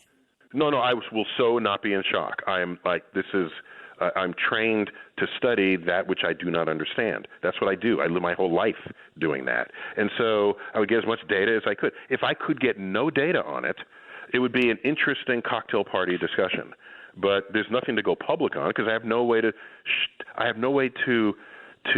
confirm for people what I saw other than eyewitness testimony. And in the court of science, that is the lowest form of evidence there is, which is odd because in the court of law, it's one of the highest forms of evidence there is. And it's also why we have a lot of innocent people on death row. Precisely because of the failure of eyewitness testimony. There you have it. And we know this. Psychologists know it. We've known it in science forever. And so even for lesser things than visiting aliens, do we not use each other's eyewitness testimony? You know what? We're done. The show is over. There's nothing I can do about it. We could go on and on. You're way back in the East Coast, right? I am. Yeah, 3 a.m. here, but that's fine. It's just the night. Thank you so much. It's been an honor having you on the show. Star Talk. Thanks. And the questions were great. And thanks for fixing that Star Talk began October 25th when it goes every week for 10 weeks. Yeah. Okay. All right. People will think you went back in time. So you got to watch out for that.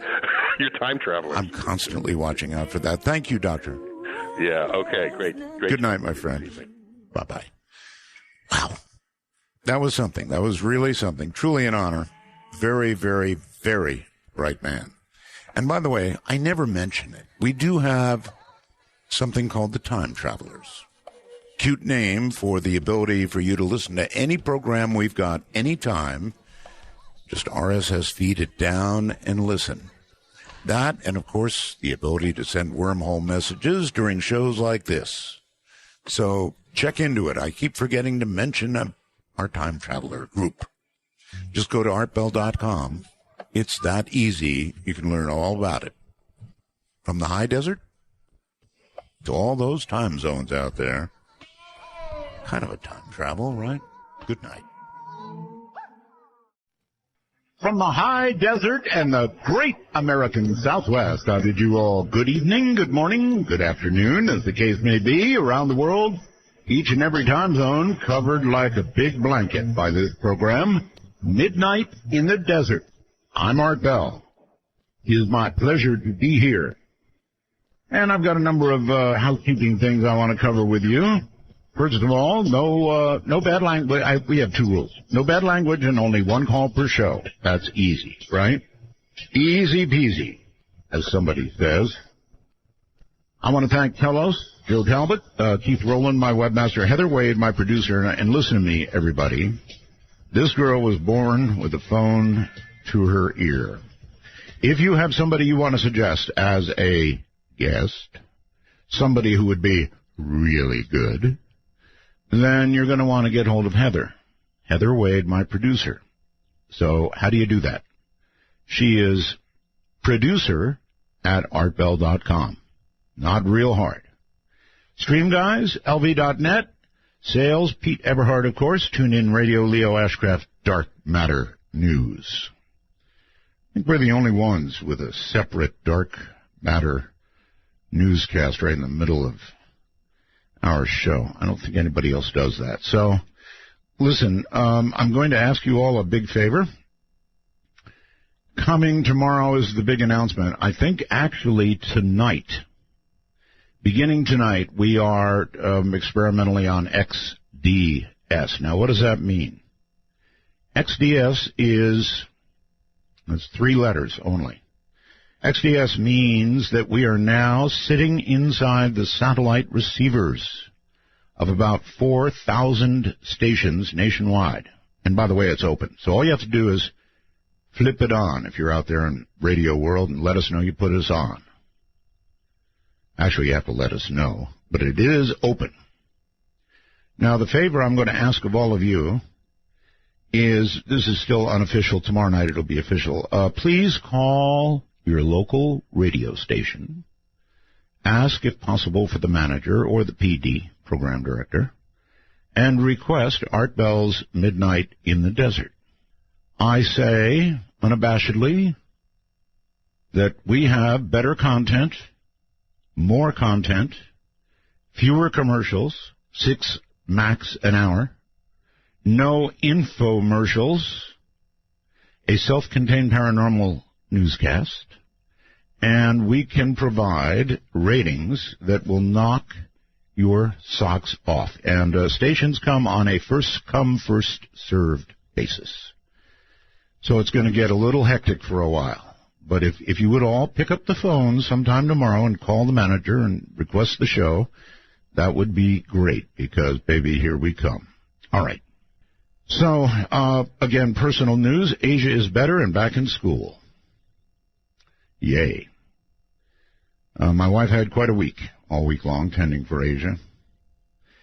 Now, to the news that is sort of news. First of all, NASA, the big announcement. Mars has running water. I about yawned. Richard C. Hoagland said that 15 years ago on my show. Back then, people laughed. So, there you go, running water on Mars. Liquid water runs down canyons, crater walls, over the summer months on Mars. They have concluded that trickles leave long, dark stains, which we have seen for a long, long time, on the Martian terrain that can reach hundreds of meters downhill in the warmer months, before they finally dry up in the autumn as the surface temps drop and it freezes. Images taken from the Mars orbit show cliffs and the steep walls of valleys and craters streaked with summertime flows that in the most active spots combine to form intricate fan-like patterns. Frankly, any idiot could have seen that it was where water flows. Scientists are unsure where the water comes from. They think it might rise up from the underground ice or salty aquifers, or condense out of the thin Martian atmosphere. Now, of course, they say it is salty, and that, life as we know it could not exist on that water. It does, however, make possible a colony on Mars. Any volunteers? One-way mission. At least we know you got water when you get there. Anyway, I'm unimpressed by the fact that it would not support life as we know it. Who the heck thinks life as we know it is what it's going to be up there? It'll be life as we don't know it.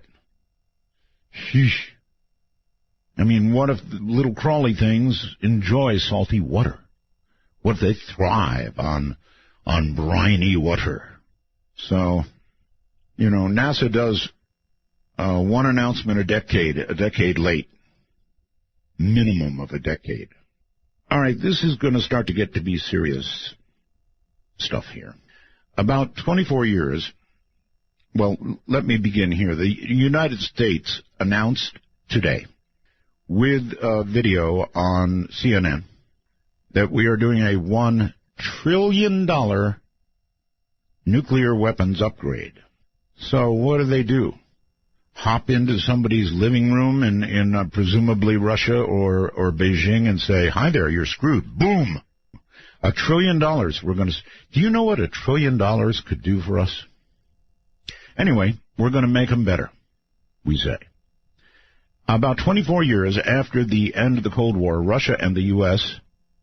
seem to be engaged right now, suddenly, in a nuclear arms race once again that could have disastrous consequences, obviously. Russia's deputy prime minister claims that Russia's nuclear weapons can't be stopped by the U.S.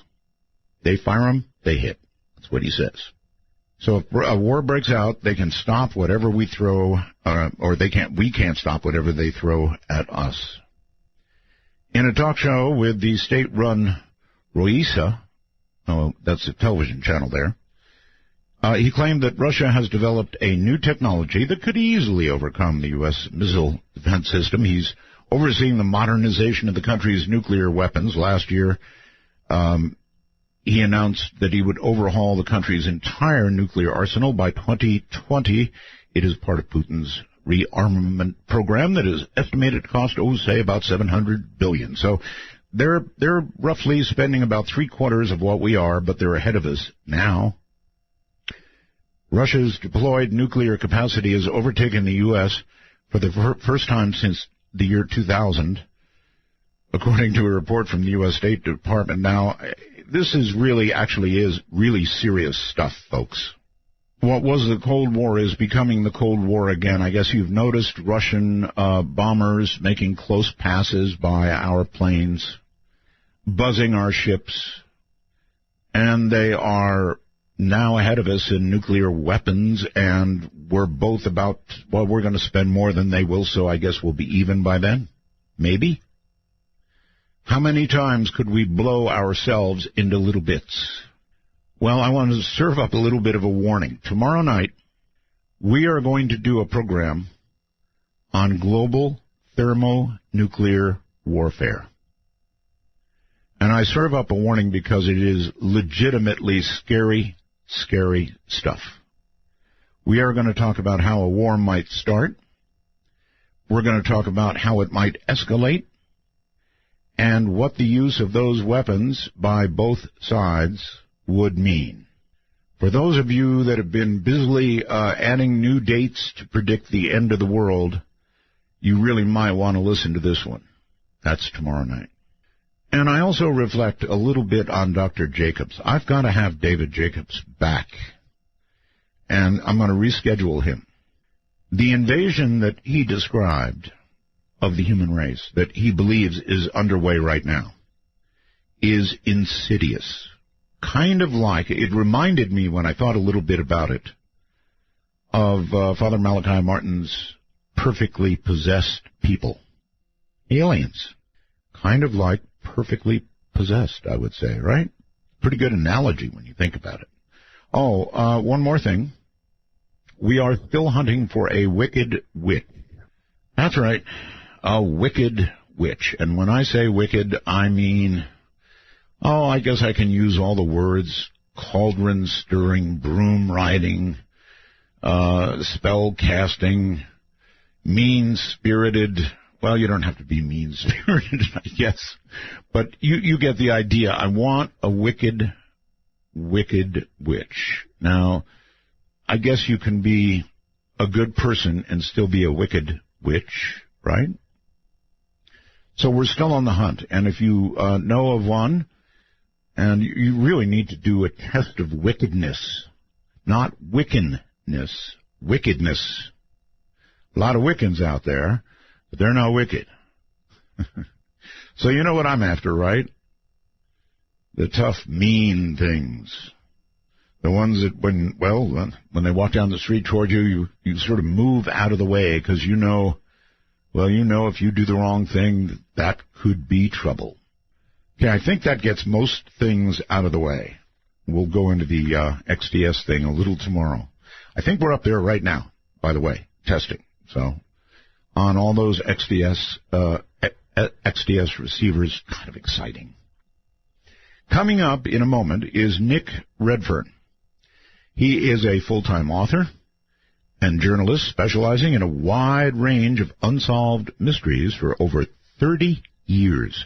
To include UFO sightings, alien abductions, paranormal phenomena, cryptozoology, and men in black. That'll be the topic tonight. He writes regularly for the London Daily Express newspaper, Fortune Times, Fate, and UFO magazine. His previous books include Strange Secrets, Cosmic Clashes, and the FBI Files. Among his many exploits, Redfern has investigated reports of lake monsters in Scotland, vampires in Puerto Rico, and werewolves in England, aliens in Mexico, sea serpents in the U.S. Really? Redfern travels and lectures extensively around the world. Originally from England, he currently lives in Dallas, Texas, and it's really going to be my first line of inquiry to find out why a Brit would decide to settle in Dallas. I wonder if he wears a 10-gallon hat, strapped to his side, and all that stuff. Hey, everybody. Raging in the night. This is Midnight in the Desert. She's got something that moves my soul, and she knows I'd love to love her, but she lets me down every time. can they come? There's magic in my eyes. I can see for miles and miles and miles and miles and miles. The clock strikes 12, and Midnight in the Desert is pounding packets your way on the Dark Matter Digital Networks. To call the show, please direct your finger digits to dial 1-952-225-5278. That's 1-952. Call ART. That'd be me. Hi, everybody. Let's do it, shall we? I have a lot to learn about Men in Black. Nick Redfern, welcome to Midnight in the Desert. Hey, Art. Thanks for having me on. Well, thanks for being here. I am curious, Nick. It just doesn't seem to me that most Brits would pick up and, go to Texas. How did that happen? Well, you mentioned in my bio that, I work as a writer and also a journalist, and I do a lot of freelance work for other authors as well, like hired research and things like that. And I actually got offered a job which went on for about 3 years, and but it required me to be over here because the person who was employing me was writing a book and needed somebody to do the research for him, but a lot of it was based around the Dallas area, and so it sounded like a cool gig to do. And so I came over and I got the job, and then applied for residency and did all the legal paperwork stuff, just in case Donald Trump's listening. Actually, you know what? I hear your British accent is fading a bit. Is it really? Frank, yes, it is. It has been 15 years. So. Are you yet saying y'all? No, I've never actually got around to doing that yet, and I don't have the 10-gallon hat quite yet. But but no, I like the Dallas area. It's sort of a cool city, and it's got a good social scene, and not far away from Austin and San Antonio. So it's sort of central, and as I said, I've been here 15 years. Did all the legal immigration stuff, and isn't that fun? It was just I didn't have any problems with it. I mean, it was just a case of filling out the paperwork and just waiting for the return of the paperwork, and then the next document has to be signed and so on. But there was no issues as such. It was just just a process I expected to go through, where they interview you, of course, and background checks and that kind of thing, which makes sense. And that was it. Everything was sort of very smooth, cordial, and weren't really any problems at all. Really glad it went well for you. All right, so it's hard to get started with this kind of thing. I guess you don't get to Men in Black until you get to UFOs. Is that fair? Well, for the most part it is, yes. I mean, everybody thinks of the Men in Black, and they obviously think of UFOs. And I think for the general public, because of the success of the Men in Black movies, their first thought is Will Smith and Tommy Lee Jones in terms of, how the Men in Black look and act. But if you look at the real reports of the Men in Black, they're actually very, very different. They're sort of quite creepy and strange, and they're not always tied with UFOs, although for the most part they are. But there's so many different strands and angles to the Men in Black mystery that's what makes it so fascinating, in terms of, well, who are they, what do they want, and where are they from? There are so many different issues and cases and odd quirks in relation to the Men in Black that, I've actually written 3 books on the subject because there's so much information and so many different theories for who or what they are. Would you guess that their original mission began with trying to stop UFO stories in their tracks? Oh, yeah. I mean, the so-called modern era of UFOs began in 1947 with Kenneth Arnold's famous sighting over Washington State, the Cascade Mountains. However, although there were 1 or 2 early Men in Black reports in 1947 and 1948, for the most part, the whole thing didn't really kick off until 1951. And this revolved around a guy named Albert Bender who lived in Bridgeport, Connecticut. And Albert Bender was someone who set up an organization called the International Flying Saucer Bureau.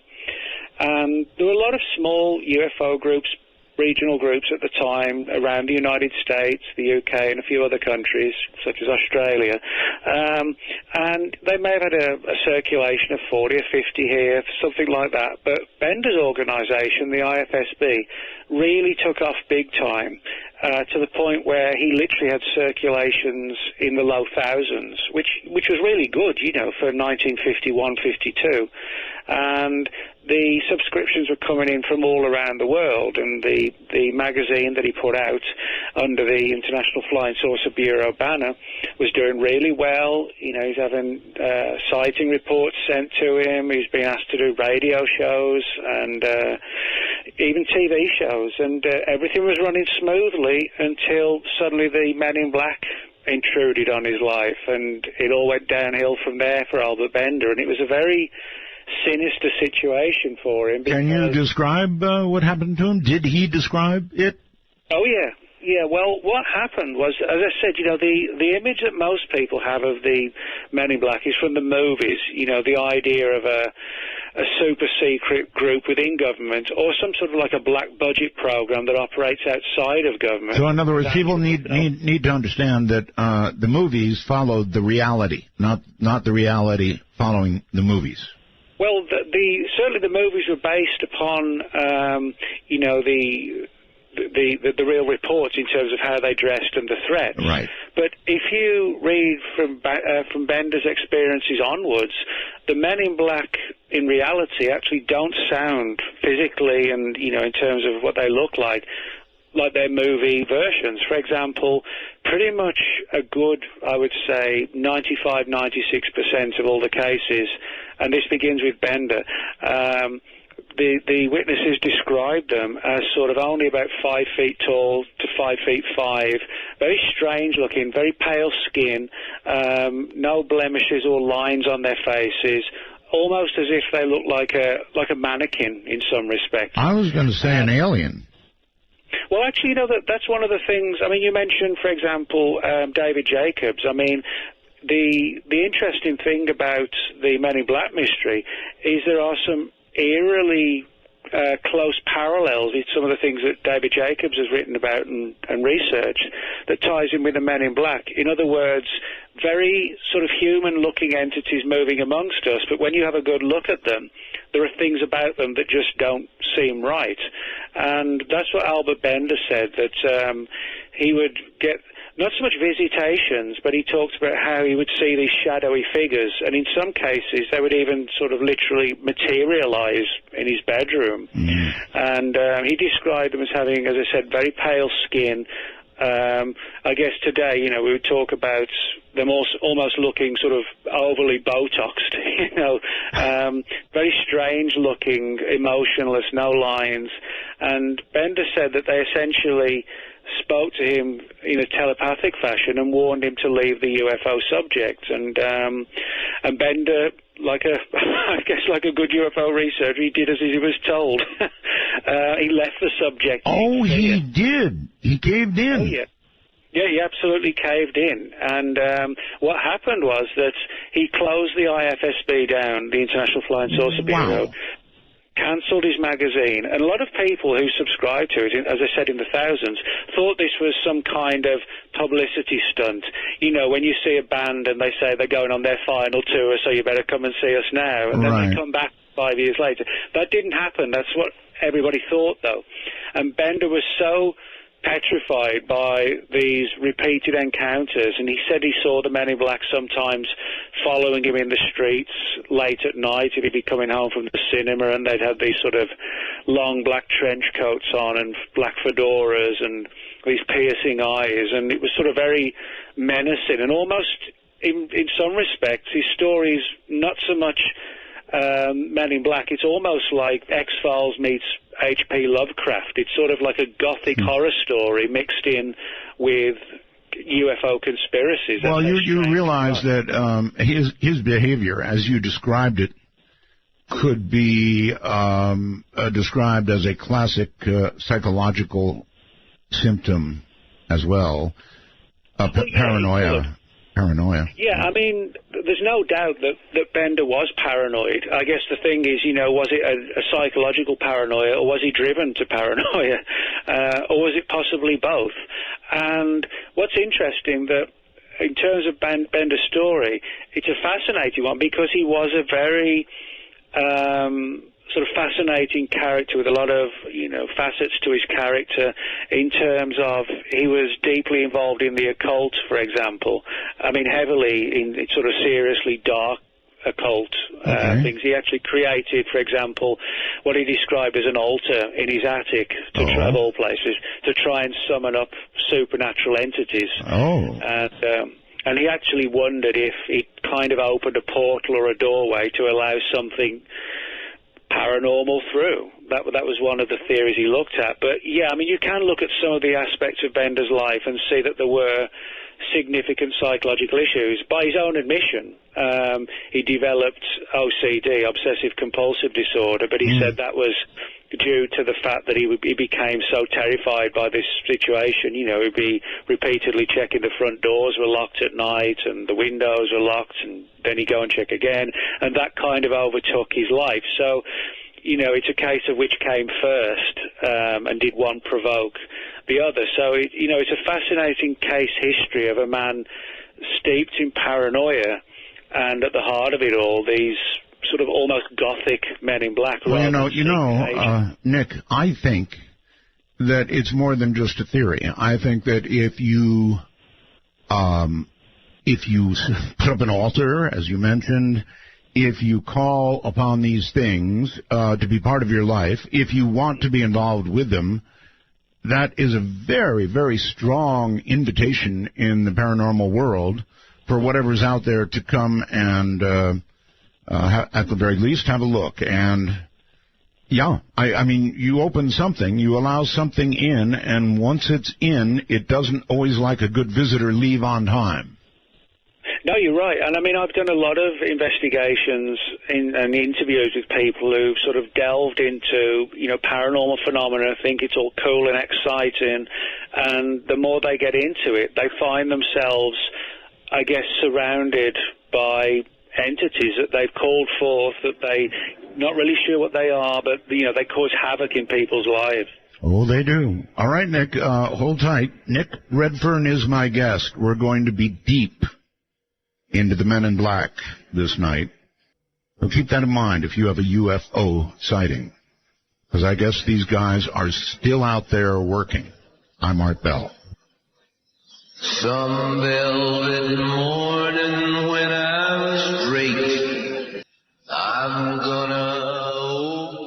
While midnight sweeps across America, you've found an oasis for the mind. To call Midnight in the Desert, please dial 1-952-CALL-ART. That's 1-952-225-5278. That so sets the atmosphere, doesn't it? Hi, everybody. I'm Art Bell. My guest is Nick Redfern. And we are discussing Men in Black. Actually, a very, very serious subject. Certainly it was to Albert Bender.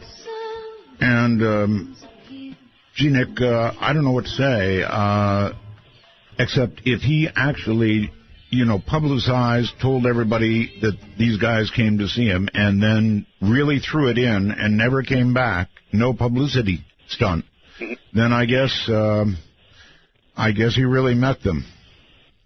Well, what happened, Art, was that this was sort of 52, 53 when he finally threw in the towel, so to speak. And a guy named Gray Barker, who was fascinated by Bender's story, wrote a book about it in 1956 called They Knew Too Much About Flying Saucers, which told parts of Bender's story, but only the parts that Bender wanted to share. And it certainly didn't go into all the bizarre paranormal stuff that Bender talked about himself.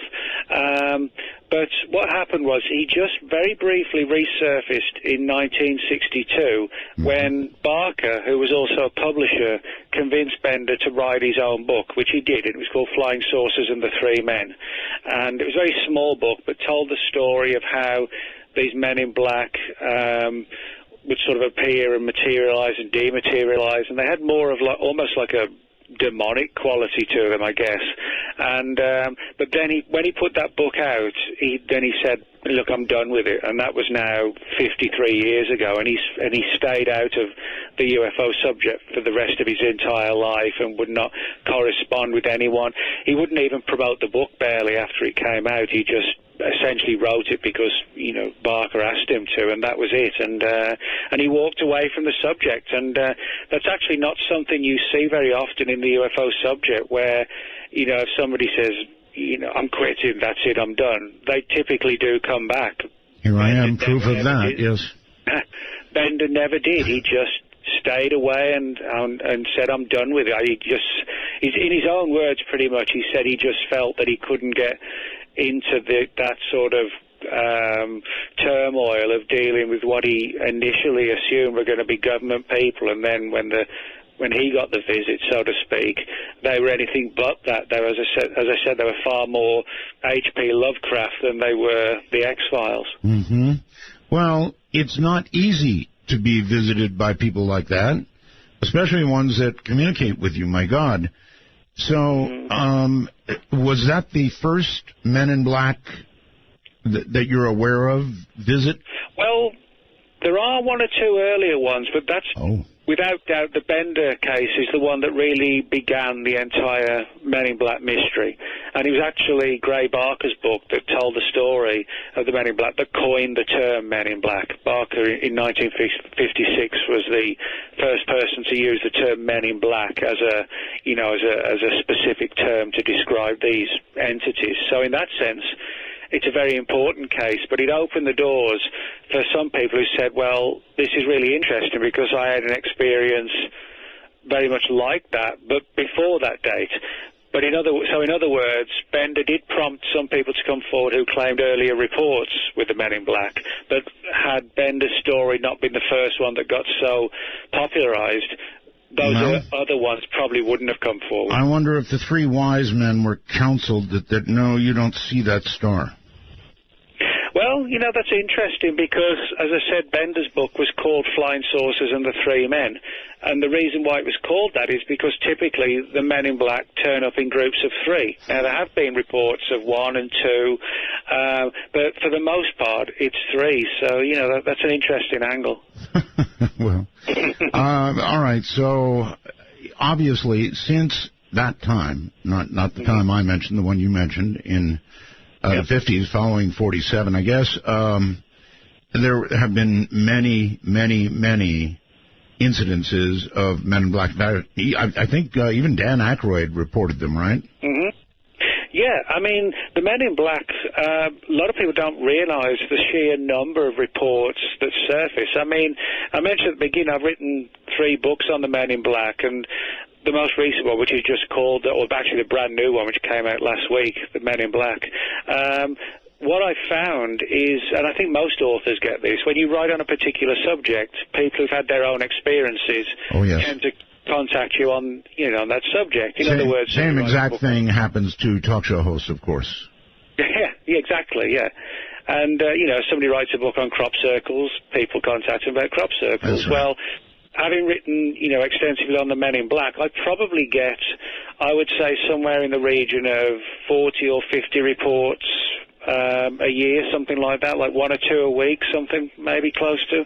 And the reports I get, sometimes they are older cases, but many of them are literally right up to the present day. I mean, the new book's got cases from 2014 and 2015. Okay, well, if you're still getting reports of MIB visits, then I am very, very curious because, if I were an entity, let's say a government entity that were dispatching these Men in Black, and that's just sort of a little setup there, I wouldn't be so concerned about it anymore because there are so many reports of flying objects now that to send Men in Black, it seems to me, would just punctuate and enhance the report of the person who made it.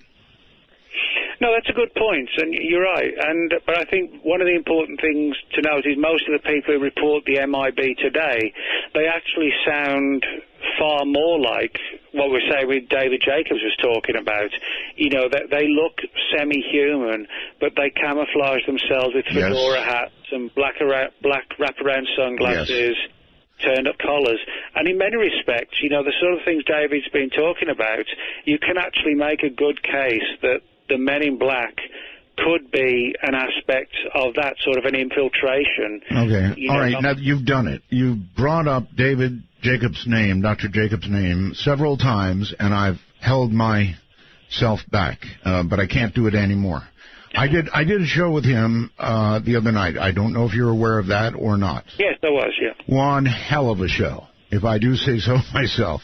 And what he described was an alien invasion, Nick, and maintains that we are in the middle of that invasion right now by creatures that are part human and part not human, and that these creatures have the ability to read minds, and that this invasion is going along quite swimmingly. And I wonder if you would care to comment.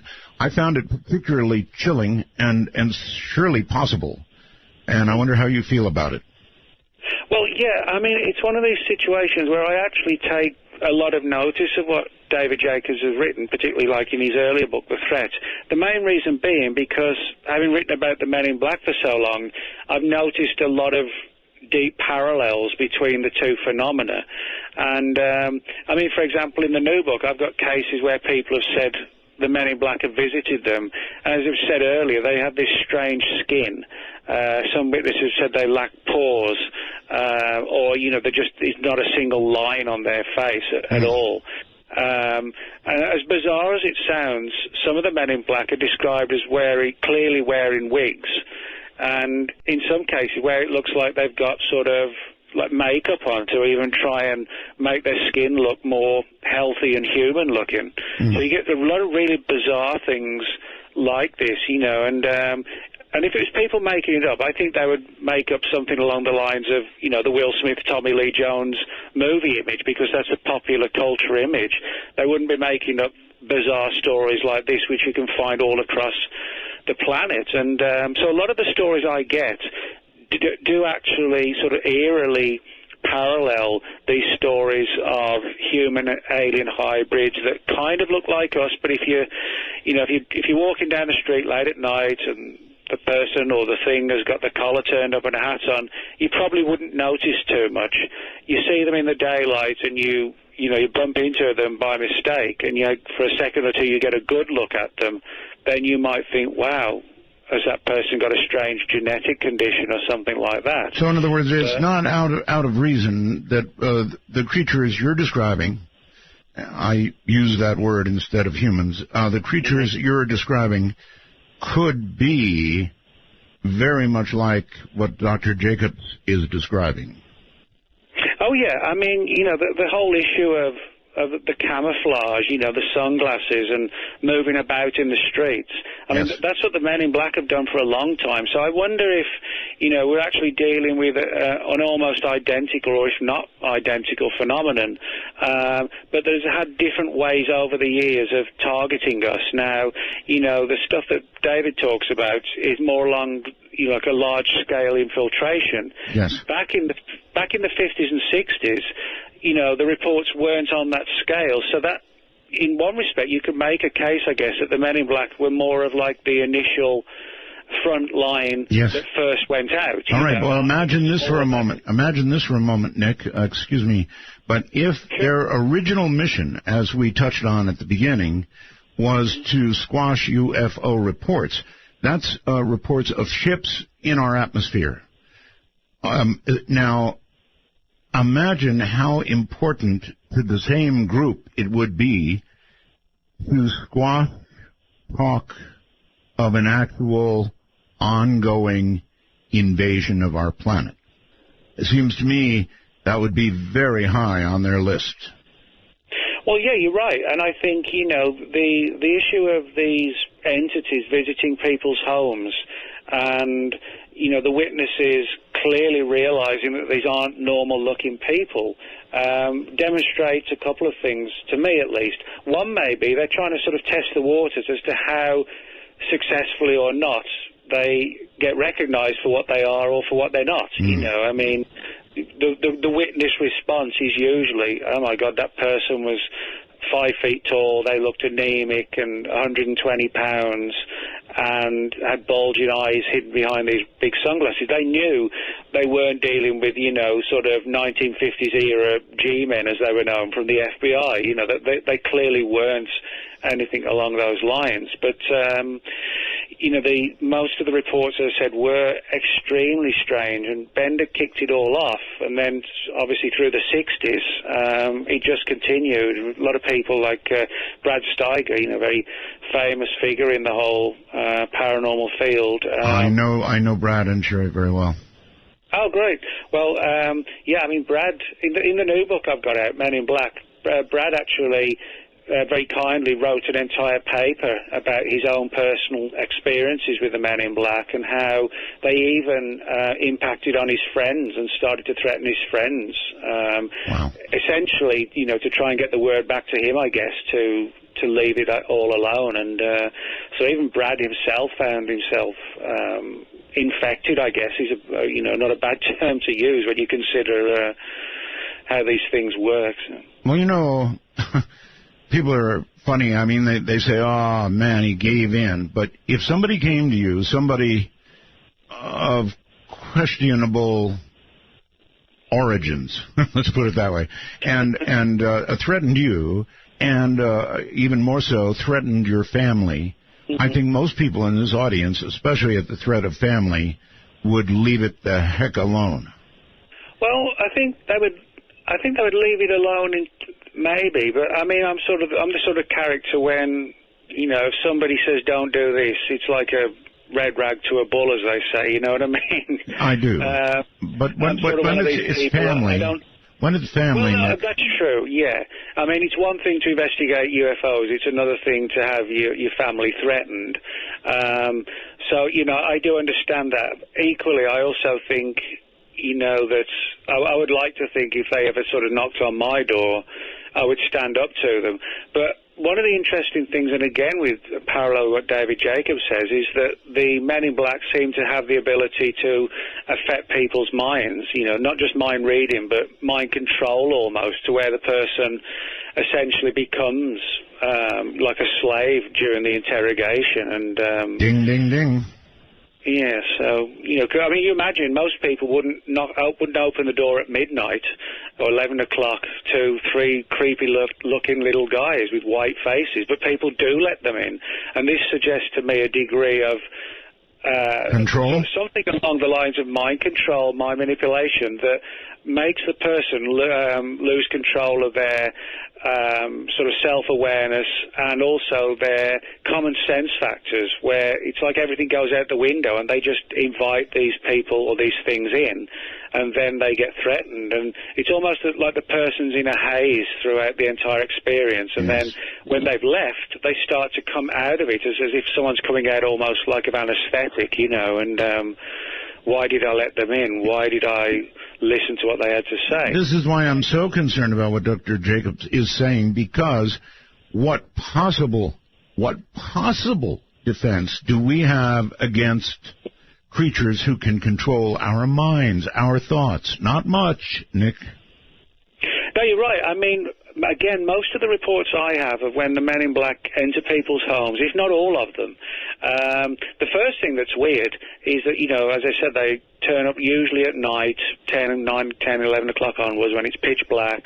The person hears a knock at the door, and even if they look through the spy hole, if they've got one, and they see these entities there, they still open the door and let them in. And what's weird is that the Men in Black rarely ever come in until they're ever invited in, and that kind of fits in with the old vampire parallels. That's what I was going to say, yeah. Yeah, you know, and they kind of look like pale-faced vampires, so I do wonder if... Well, you know what, Nick, maybe when you look through that little peephole at them, instead of seeing 3 little 5-foot guys dressed eerily, they see instead either a friendly neighbor or perhaps a relative, and of course then they open the door and just say, come on in. Well, that's not impossible. And, all this makes me wonder if a lot of ancient stories of vampires may have been very, very early reports of Men in Black type entities. But when they enter the home, as I said, they often ask the most bizarre questions and don't seem conversant with our mannerisms properly. They don't seem to know how to handle knives and forks or cups and, liquid and things like this. They kind of just stare at it as if they're not really sure what they should do with it even. And so it all gets very strange. And as I said, there's no doubt there's a degree of mind control involved with this entire phenomenon. That's why I think they're so elusive, because Nick, you just said something that again parallels exactly what Dr. Jacobs was saying. He was saying that many times these creatures that he described, these mixes, are unable to do the simplest things and have to be taught that they can sit back. I think he used the expression of sitting in a couch, and they had to actually be instructed that they could lean back because there was a backing to the couch, and that's very close to what you're describing now. Oh, it is. I mean, there are a lot of reports. There was actually a famous case where a man in black was given some Jell-O and couldn't figure out how to eat the Jell-O and tried to do it with his fingers. And I mean, it sounds bizarre, but when you find, as I've got, I mean, literally, well, now hundreds of reports from all across the world where people clearly don't know each other, but there are certain little bits of data which fit in, like, them acting strange, not understanding something that would be so easy for us to understand, and even, the issue of the lack of any lines on their skin, and not really being sure if they're entirely human or not, and, just there's so many interesting parallels like that where you can clearly place these things here, there, and everywhere, and that is the scary thing. I mean, I've investigated cases from the US, from Puerto Rico, from Canada, from the UK, from Australia. I've got a couple of Russian reports and a few from Mexico and a few from South America. So, that's pretty much 2/3 of the globe. Has anybody ever recorded a man in black? Nobody's ever audio recorded one, but back in the 60s, a couple of researchers, Tim Beckley and Jim Moseley, actually photographed one. Now, I actually included the photograph in my second book on the Men in Black, which was called The Real Men in Black, and that one includes the photo. And there is this guy, he's got like a long black trench coat, black fedora, black sunglasses, and he's just staring oddly and outwardly. He looks just sort of zombified, in almost like a blank state. Mm-hmm. And the reason why they took the photograph is because for several days, for like an hour every morning, he was stood outside the Jersey City home of a UFO researcher, or two researchers, Jack and Mary Robinson. And Mary got frightened when Jack went to work one day and this character turned up, and Jim and Tim Beckley raced over and managed to get a photograph of him. They literally drove past during rush hour, where he was just standing in the recess of this old building in the shadows, staring right at Jack and Mary's apartment window. And if you see the picture, he does look really weird. He kind of looks just totally emotionless and flatlined almost. And but this like a well-dressed zombie is the best way to describe him. Nick, have you heard of any physical confrontations? Oh, what do you mean, like altercations, that kind of thing? Like that, yes. Yeah, there's a few, but not many. And that's interesting, because if people are able to sort of break out of this mind control state, occasionally some of them have stood up and found themselves actually, their mindset returning to normal, as if they'd broken the spell almost. And they threatened the Men in Black to leave, or they threatened to call the police, etc. And instead of, responding with violence, the Men in Black quickly made their excuses and left, as if they didn't want a confrontation. All right, hold it right there. We're at a break point, and we'll be back. Nick Redfern and Men in Black. That's what we're talking about. It sounds eerily like the interview we did the other night. This really is eerie. I'm Art Bell. Midnight in the Desert, raging in the night. If My body's weak. I'm on the run, no time to sleep. I've got to ride. Riders on the storm. Into this house we're born. Into this world we're thrown. Coming to you at the speed of light in the darkness. This is Midnight in the Desert with Art Bell. Now, here's Art. Here I am. Riders on the storm. I hope we're not riders on the invasion. I really do. I'm beginning to wonder, frankly. Nick Redfern is my guest. We are discussing Men in Black. And they sound eerily like the things that were described the other day. Incredible. Nick, welcome back. We were talking about the possibility of there having been physical altercations. Yeah, this is where it gets interesting because the Men in Black come across very menacing and threatening and intimidating, but a lot of it is sort of very much psychological, and it works, as the Albert Bender case shows and as many cases show. However, there have been a few occasions where the person has felt almost under some sort of hypnotic spell, but they've been able to break out of it, and their sort of common sense factors have come back to them, and they tell the Men in Black, get out the house, I'm calling the police. Now, given, their sort of menacing approach and the way they look, you might imagine the MIB would sort of just put on the fear factor even worse. But that doesn't happen. Typically what does happen is that the MIB quickly find a way to leave the house, as soon as possible. They actually don't go in for physical confrontation. They make their excuses and leave. And so, in other words, once they do not have control or realize they don't have control of you, they're out of there.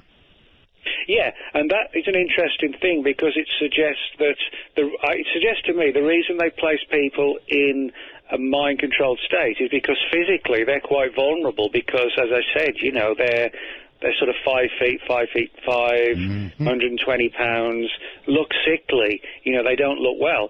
But while they have you rendered into an altered state, they're fully in control. You break out of it, they're the most vulnerable things in the room, and I think that's an important factor to remember, that they always ensure to find a way to be in control of the situation, and if it breaks down, they quickly know enough that it's time to leave. So I think, those patterns are important as well. Is there a link, Nick, between Men in Black and these reports I've been hearing of black-eyed children? Yes, well, there actually is. I mean, again, in the new book, Men in Black, David Weatherly, who wrote the book Black-Eyed Children, David wrote in a paper for me for the book discussing the parallels between the MIB and the Black-Eyed Children. There's some really interesting ones. For example, I mean, for the first thing is, of course, the clothing. Now, the Men in Black, wear black suits and black fedoras. Well, the kids, they wear black hoodies, so the colour of the clothing's the same, and they also wear something on their head to partly mask their face, or on their head, So the Men in Black fedoras, the Black-Eyed Children, hoodies. Most of the reports of the Black-Eyed Children, they try and find ways to force their way into people's home. Can we use the telephone? Can you give us some money or some food? Things like that. There's always some sort of way that the Black-Eyed Children try to get in the house. Typically, they look pale, and also, which is the same with the Men in Black, and also they typically surface at night, which is also a classic aspect of Men in Black encounters. So, in other words, there are 5 or 6 extremely similar parallels between the MIB and the Black-Eyed Children. And again, I kind of speculate that the whole situation is based around mind control.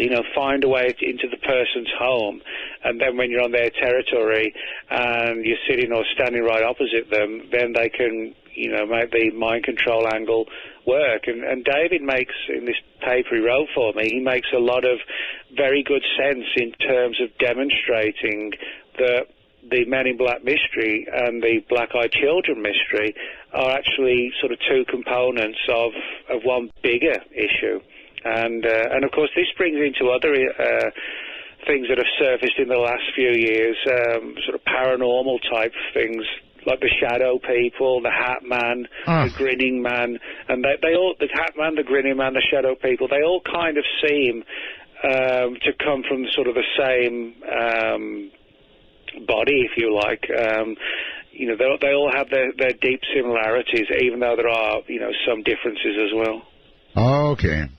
Well, I've had a shadow person experience, which honestly scared the tar out of me, Nick. I'm sorry, but it terrorized me. In my ham shack at the main house, about 2-3 weeks before the show, doing research for the show, late at night, and there was one. I looked to my right. I guess something caught my eye. I looked to the right, and here was this. You know, now that you mention it, probably not very tall at all, about 5 feet tall, a human body, not arms extended. Arms would be down, but you could tell it was a human-like or humanoid type body. That's about as far as I can go. You could actually see through it partially. And I startled, and I started to turn around, and the damn thing was behind me, and again I could see through it. And then I'm, at this point, really freaked out, and I turned to my left, which is where the door would be to get the heck out of that room. And there it was to my left. It eventually just went like that, and it was gone. But it was real. I'm telling you, Nick, it was a real something. I don't know what. But are you saying there is a relationship between these sort of shadow people or whatever they are and Men in Black? Oh, yeah. I mean, one of the interesting things that just stood out for me, what you just said, that, you know, you saw this shadow person when you were doing research for the show, etc. Well, this actually ties in with this paper that Brad Steiger did for the book, where Brad was looking into things, and it was as if the Men in Black knew. In other words, in the same way that he was doing research and they seemed to know and began threatening him, and also via his friends, you know, you were looking into something and they seem to know, you know, in the sense that they appeared or one appeared. And I get that so much in Men in Black and Hat Man and Shadow People type reports, where it's like when you kind of think of them, they seem to have an awareness that people are thinking of them, and they can lock onto the people who might, if you like, be looking for the answers, and then, you know, they can target them with a potential threat. But, I mean, within the shadow people controversy, which again I talk about in the book, there's this sort of subcategory known as the Hat Man, which looks like a shadow person in the sense that it's shadowy, but like the Men in Black, it's typically seen wearing an old-style fedora, but often it's described as like a black silhouette, rather than having sort of a substantial form. You know, it's sort of a cross between a physical entity and a spectre, if you like. But the outline looks like a Man in Black. And then there's another one which is often seen in like a black suit and often a fedora as well, known as a Grinning Man, where it has this sort of macabre grin on its face, almost sort of, you know, just static, unmoving, you know, as if that's its only, the only impression, you know, the only sort of face it has. And they're sort of amongst the sort of creepiest stories of the Grinning Man, that people have seen these things. You know, they'll wake up in the middle of the night unable to move, and there's this very often tall and thin, you know, actually the opposite, the Men in Black are quite small, but tall and thin, wearing a black suit, skinny black tie, black fedora, white face, but has this sort of really malevolent grin on its face, just staring at the person. You know, those reports I mean, I know from the people I've spoken to and written about it, probably, I mean, amongst some of the most chilling ones. All right, well, would you put these, and I know it's tough to put a label on all these things, but number one, you seem to think they're related. Number two would be the question, do you think it's in the field of the paranormal or just some weird government agency? I mean, somewhere in that range you must have a point of view.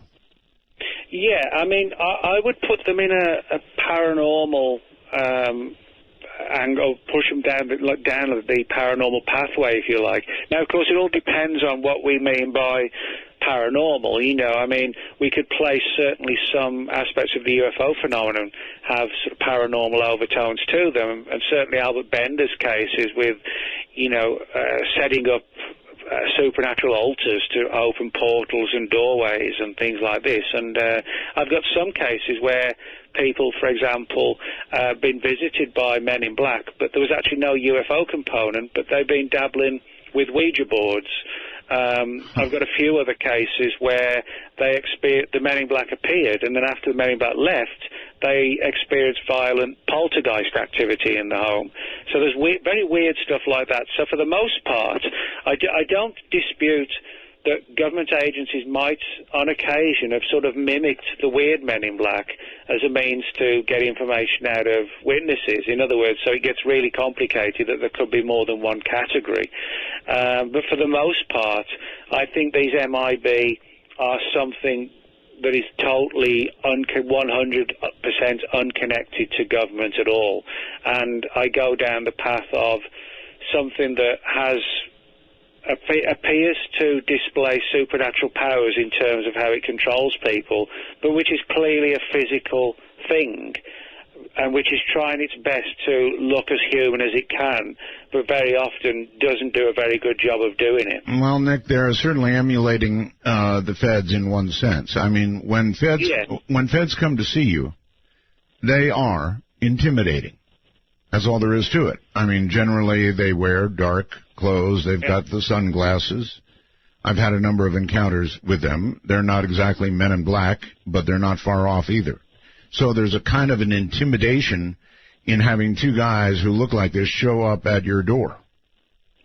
Yeah, and I think, you know, you can make a good argument that a great deal of research might have gone into it on their part to find the most intimidating way to approach people. And what better than turn up at midnight with a black fedora, a black trench coat, you know, and super white skin and sunglasses even, in a group of three, and just scare the living daylights out of people. And it works, you know. I think that motif, that imagery of sort of the fedora and the trench coat, it goes back to sort of, you know, sort of film noir type things and Humphrey Bogart gangster movies. People have that image of sort of the chilling, menacing man in black, you know. Well, it works.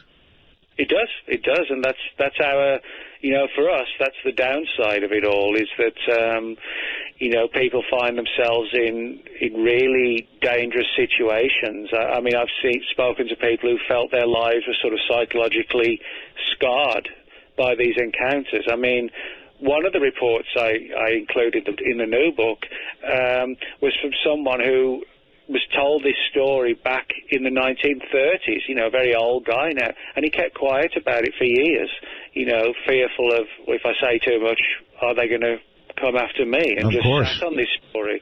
And I get so many like that, where somebody will say, you know, I'm 62 now or whatever, and this happened to me when I was 17. And I know what's coming next, that they're going to say, well, I didn't want to talk about it because the first visit was enough and I never wanted to see him again, so I stayed quiet for 40 years. Well, again, you've had so many reports now, Nick, that I really have to ask, do you notice anything in the demographics? Do you notice anything in the type of people that are contacted? Do you notice any similarities or many similarities in the stories that people tell you, or what? Well, actually, that's a good point, because, yeah, there are certain things you can look for that you do see quite prevalent, you know, through a lot of these reports. One, as I said, is the fact that most of them turn up at night, and I don't think that's coincidence. You know, if you're trying to blend in and you're walking around the streets, the best way to do it is when it's more and more difficult to see it, which is obviously after the sun's gone down. Now, in terms of the people who actually get the visit, this, I think, is one of the reasons why it's been so difficult to predict where and when they might turn up. And that's specifically because it really is at random. You know, if it was just UFO researchers, well, you know, we could all keep a lookout for each other. But, I mean, I've got some reports where it's abductees that got visited or contactees. But then again, I've got other cases where somebody just saw a light in the sky, which could have been, it was no more spectacular than a satellite, but they happened to tell the local newspaper, it appeared in the newspaper, and then they get the visit. But there was nothing substantial or sensational about the report at all.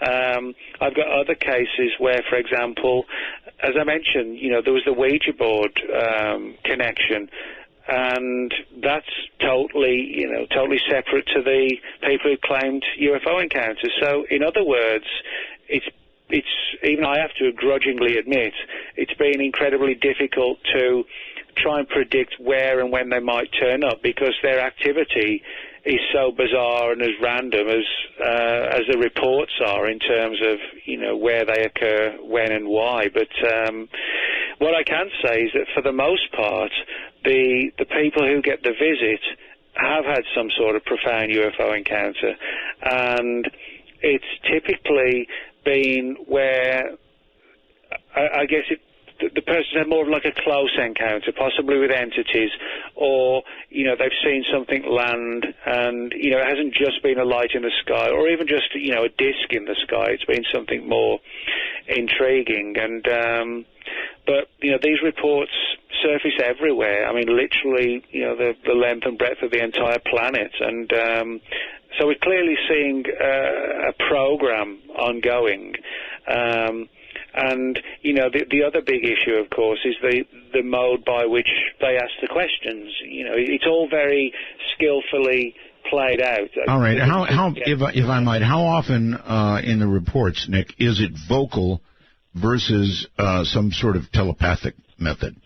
Well, that's a good question. I'll tell you why. Because the men in black often do ask questions, but they're often asked in sort of very stilted, cautious way. One witness actually described it, the speech, as something along the lines of a person who might have a bad stutter and who has to really concentrate to, overcome the stutter. So they speak slowly and deliberately. And a lot of people have said something along those lines. Now, what's really weird is that I've probably got 9 or 10 cases where the witnesses, none of them knew each other, but they said something which was almost identical.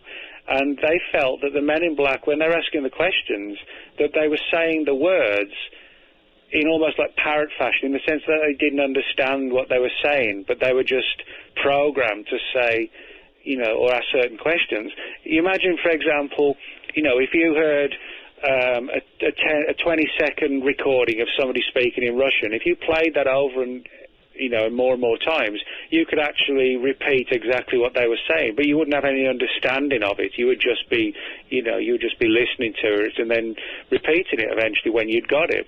And that's what a lot of people have said. As I said, I've got more than a handful of reports where people have said they didn't actually think the men in black, for whatever reason, they didn't feel the men in black actually understood what they were saying. It was almost as if they were sort of biological robots programmed to perform a specific task and go out there and, interview the people or silence them. One or two people have described it as almost like the Matrix movies, where in the Matrix films, you have these men in black that actually aren't real. They're sort of like a simulation inserted into the program to ensure that the secrets of the Matrix, we don't find out we're all living in this weird dream world. And some of the witnesses have said things along those lines, that they felt that the event was almost like holographic, as if it was staged for them, rather than a physical thing. It was almost as if they were in a trance, and the men in black were, the program inserted onto the hard drive, so to speak. Well, it is, to me, here comes that word again, but it is terrifying for me to imagine not having the ability to act on my own thoughts, or for that matter, to have my own thoughts, to have something intervene and create thoughts in my own mind that I would then act on. That's really terrifying. I mean, that's control, right? Well, yeah, I mean, that is the worst part of these events, is that, I'm sure most of the audience listening now would think, well, if they came knocking on my door right in the middle of this show, there's no way I'm going to let them in. And that's what everybody says, but everybody does let them in. And as I said, there have been cases where people have broken the spell, and I actually think the term spell is actually a quite apt one and relevant one. You know, they feel the spell's broken, then everything goes against the Men in Black. But as I said, they're astute enough to know that it's time to leave. So I think a lot of the mind control is done because physically the Men in Black are quite vulnerable. You know, and they clearly wouldn't win any boxing matches, put it that way. But they don't need to because they have they have far more powerful skills, which essentially plunge us into a state of like an altered consciousness state. And Nick, have you been contacted?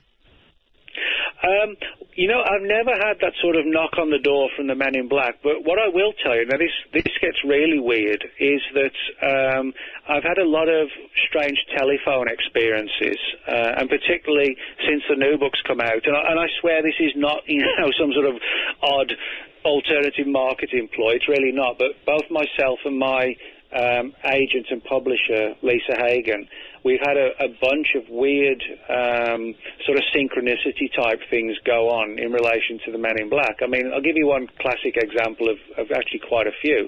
I was in my office about 2 months ago, and I heard a bang coming from one of the other rooms. I thought, well, what was that? It was actually, I could tell it was coming from the bedroom, so I went into the bedroom, and I actually got a framed painting of the covers of one of my earlier Men in Black books, and it had fallen off the wall and the glass had shattered. Now I've got like 8 paintings on that particular wall, and I swear that's true. This one picture of the Men in Black fell off the wall, glass was everywhere, and it actually happened right when I was opening the Word document of the book to put the final edit to it before it went off to Lisa to be published, and that was just like bizarre. But I found that when I'm writing and even talking about the Men in Black, it's as if they kind of know. I know that sounds strange and bizarre, but it's almost as if you look into them, that they have almost like a radar, and these things seem to know when you're looking for them. You know, you pop up on their radar, so to speak. It sounds like somebody's on their way to see you right now. That's how good our audio is. I can hear I do live siren. in Dallas. The police are always racing around at this time of night. Sure. Men in Black, I guess, have been known to affect telephone communication and, as you pointed out earlier, even poltergeist activity, right?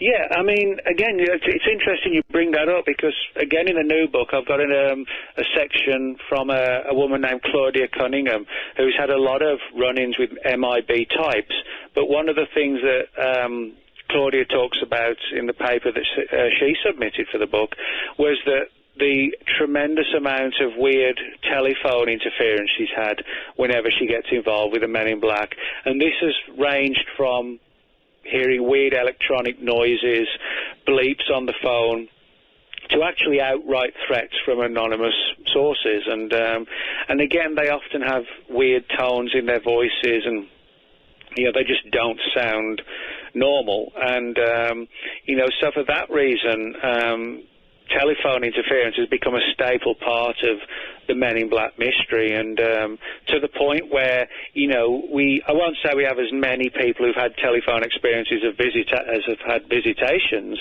but, I would say for every 5 or 6 reports I get of just the Men in Black reports, there's probably 1 or 2 where the people have said they had other things going on, like telephone interference, or in a couple of cases, like I said, where furniture would suddenly slide across the room, that kind of thing. And, so it gets into what starts off like an X-Files thing, like I said, actually turns into something really, really weird and, almost supernatural based. Wow. All right. So they also apparently always drive old 50s, 60s vintage cars, except perhaps back in the beginning with Albert Bender. Yeah, that's right. The interesting thing about the Men in Black is that you would imagine for the most part that they would want to, go under the radar, stay out of people's minds and eyes. But everything about them does the opposite. It stands out, and is memorable. Everything from the fedora hat and the black suit and the skinny black tie, which obviously wouldn't have looked out of place in the 40s, 50s and 60s, probably even the early 70s. But today people would look twice, but that hasn't stopped the men in black dressing like that. And you're right, they drive, for the most part, sort of old gangster-era Cadillacs, cars like that, And but again, what's weird is I've got a few reports where people have said that they came out of this sort of weird stupor and rushed to the window and saw the men in black going down the drive, and both the men in black and the car just sort of faded away into nothing, as if it was never really there. And these are the people who felt that, or actually wondered with hindsight, if the event had been sort of almost holographic, as if some sort of alien entity had taken control of their mind and rendered them into a state where they were almost in like a waking dream. The men in black was a real phenomenon to them, and the threat was real, but it was almost like a holographic dream rather than a physical thing. And they if they suddenly snap out of it, as it were, Nick, and they go to the window and they see the car leaving, an older car leaving, that would indicate to me that they were completely under the influence of these MIBs, and then suddenly that influence waned as the vehicle took off. Yeah, that's quite plausible, yeah. Okay, all right, hold it right there. I'm Art Bell. This is Midnight in the Desert. Down later, haven't seen my mate. I tell me when the boys day up. Wearing as you're walking down the street. How's that so moon?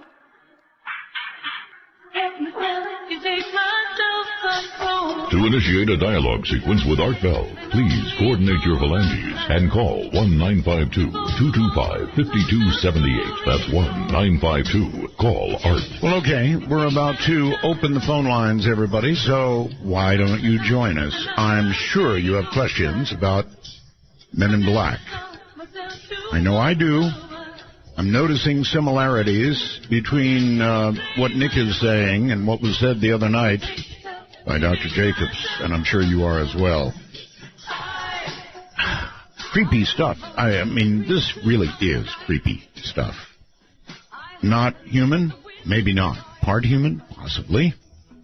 And, anyway, let me get the numbers out. If you want to call us, if you have a question, the public number is area code 952-225-5278. Once again, 1 and then 952-225-5278. We are available on Skype as well. It's easy. In North America, Canada, the U.S., MITD51, MITD51. If you're calling from outside the U.S., we do have a Skype connection just for you. Outside the U.S., it's MITD55, as in Midnight in the Desert, 55. And all you do is get Skype on your phone. When you get Skype, go to the little plus sign and add us. MITD51 North America, MITD55 worldwide. Nick, is there any suggestion that these could be time travelers? I mean, they are using old vehicles, 50s and 60s cars. Mm-hmm. Well, that's actually one of the interesting theories that, within the UFO field, there is this sort of subculture that takes the view that what if it's time travelers, not extraterrestrials? And, there are some interesting things when it comes to that theory. One being, of course, excuse me, the obviously out-of-date clothing and the cars. They're trying to fit in, not realizing perhaps if they're from the distant future, hypothetically, of course, how quickly our fashions change. And so you imagine if that story was true, or that scenario was true, that they would have realized at least by now that they're not fitting in very well. But, there are some interesting cases. John Keel, for example, who wrote the Mothman Prophecies, as well as a number of lot of good books, he noted that in many 1960s era Men in Black cases, the Men in Black would ask the witnesses what the time was, and they thought, he's asking, well, is it 6:30? Is it 7:45?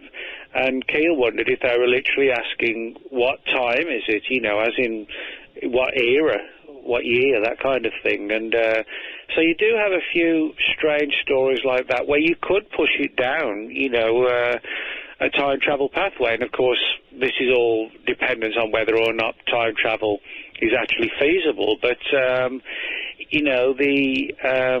whole scenario, I mean, you can actually make a case for it. That's one of the interesting things, is that why it fascinates me, because there are so many different facets and theories, in relation to the Men in Black. Sure. All right, let's go to the phone, and overseas, you're on the air, Charles. Hello, this is Charlie in Thailand. Hi there. Hey, Charlie. This is Charlie in Thailand, the place where ordinary people believe a lot of extraordinary things as a matter of course. Very pleasant place to live for that reason. I've never seen Men in Black, but it occurs to me that if there is an alien force that wishes to try to shape human life, one of the ways to gain entry would be with simulated humans that would appear much less frightening in black suits. So maybe that would be a way to affect human behavior directly, but without causing a whole huge amount of little green men being seen. Yeah, that's actually a good point, Charlie. I mean, if you look at, for example, sci-fi movies, typically, when an invasion occurs, it's sort of Independence Day style, with Craft in the Skies or War of the Worlds or The Day the Earth Stood Still. In many respects, to really have a successful invasion, perhaps the way to do it would be to really do it slowly, carefully, and subtly, to where we don't even know until it's a case of game over, and there's no need for huge 200-foot, 300-foot wide craft hovering over every city. It could actually be something that we don't realize is going on, under our very eyes, so to speak, because it is so unrecognizable to most people, because they're not seeing it for what is actually happening. I have a question for the guest. It occurs to me that the idea that everybody who sees a UFO is crazy and all of that kind of nonsense, it seems to me it's time for everyone just to say, okay, space aliens are real. Let's stop denigrating people and celebrate them for being honest. My question is, do you think the seeming increase in the number of UFO-type TV shows and movies, do you think that's an act, a conscious act of preparing human beings? Well, I know for sure that there have been rumors over the years of sort of, government agencies subtly suggesting to filmmakers and production companies that, hey, why don't you do this? And, there are actually more than a few. We do know also, for example, in the 1950s when the CIA created the Robertson panel to look into the UFO issue, one of the things that they recommended was using the Disney Corporation to create cartoons to, inform the general public, regardless of which way they wanted to go with, informing them. But having Disney on board to assist the government program, so that sort of thing isn't out of the question at all. Okay. All right, let's go to Cynthia. I have no idea where you are, but welcome. Hi, I'm in Wisconsin. I'm sorry? I'm in Wisconsin. Okay. Go ahead. Well, I find this rather interesting because a few days ago when you were talking about the aliens, I didn't make a connection, but several years ago, I had a series of dreams about aliens. And, there was one that particularly stood out in my mind where some aliens were going to take my kids, and I started, shape-shifting, to all kinds of fearsome creatures, and it scared them, and they went away. Well, that's a new one. I think that some of these experiences, Nick, occur to people when they are in or near the sleep state, and more suggestible, I would think. Yeah, I mean, there actually are a number of sort of the weirder Men in Black cases where I actually do think there's a good chance that they can almost invade the dream state. You know, they can literally manipulate people's dreams, and that might sound far out to a lot of people, but on the other hand, you know, there are more than a few reports like that where somebody, you know, goes to bed and they wake up in the middle of the night and they see this weird shadow-type person or the hat man in the bedroom.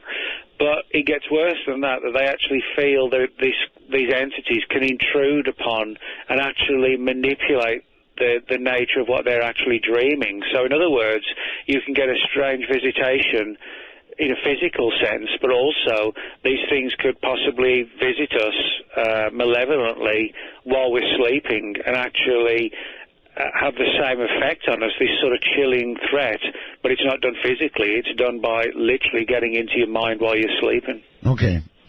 Here comes a question from Heather who wants to know, is it crazy to ask if the black-eyed children just might grow up to be the Men in Black?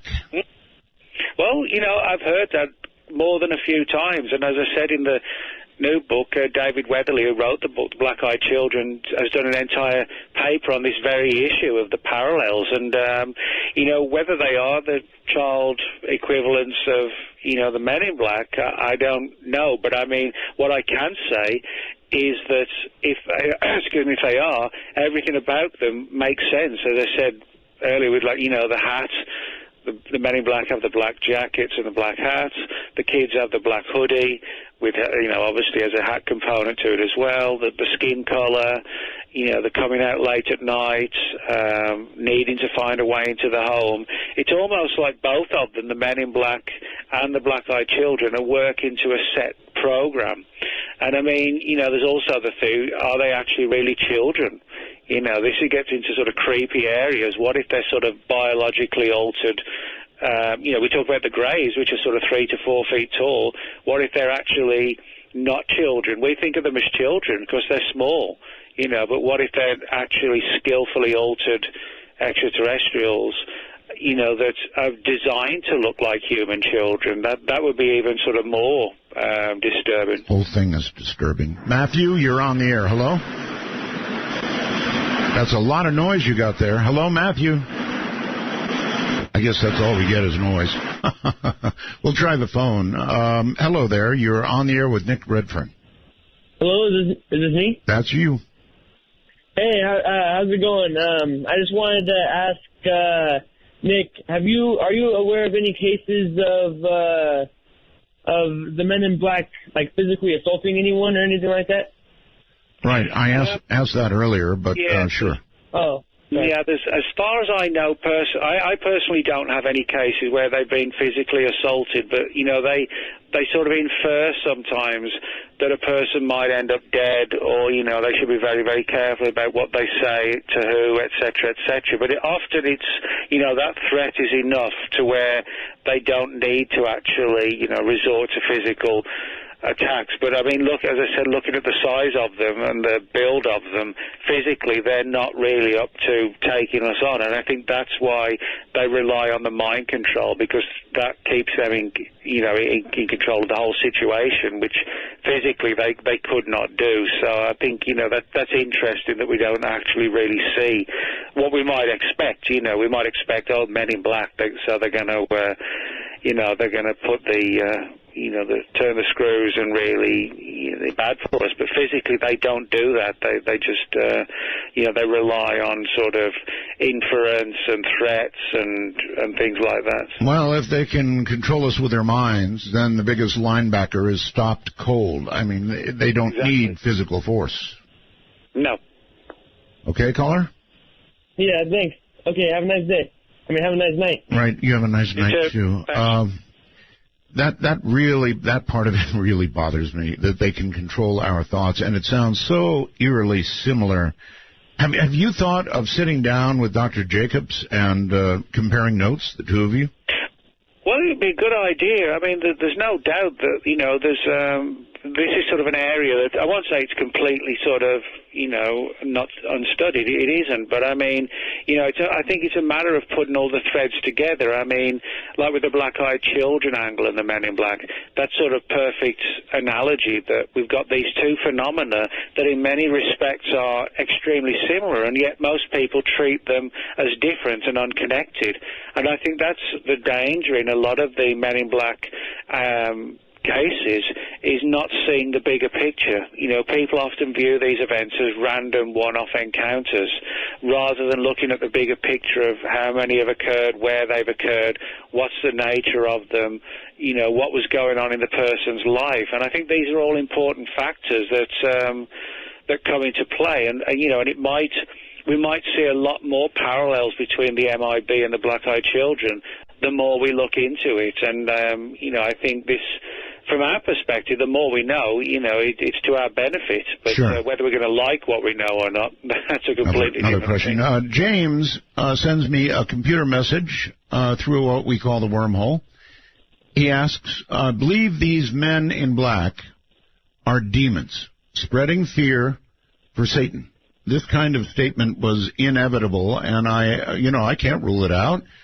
The one that came to you was to show you, to scare you, meaning me, and to make you talk more about them so the fear spreads.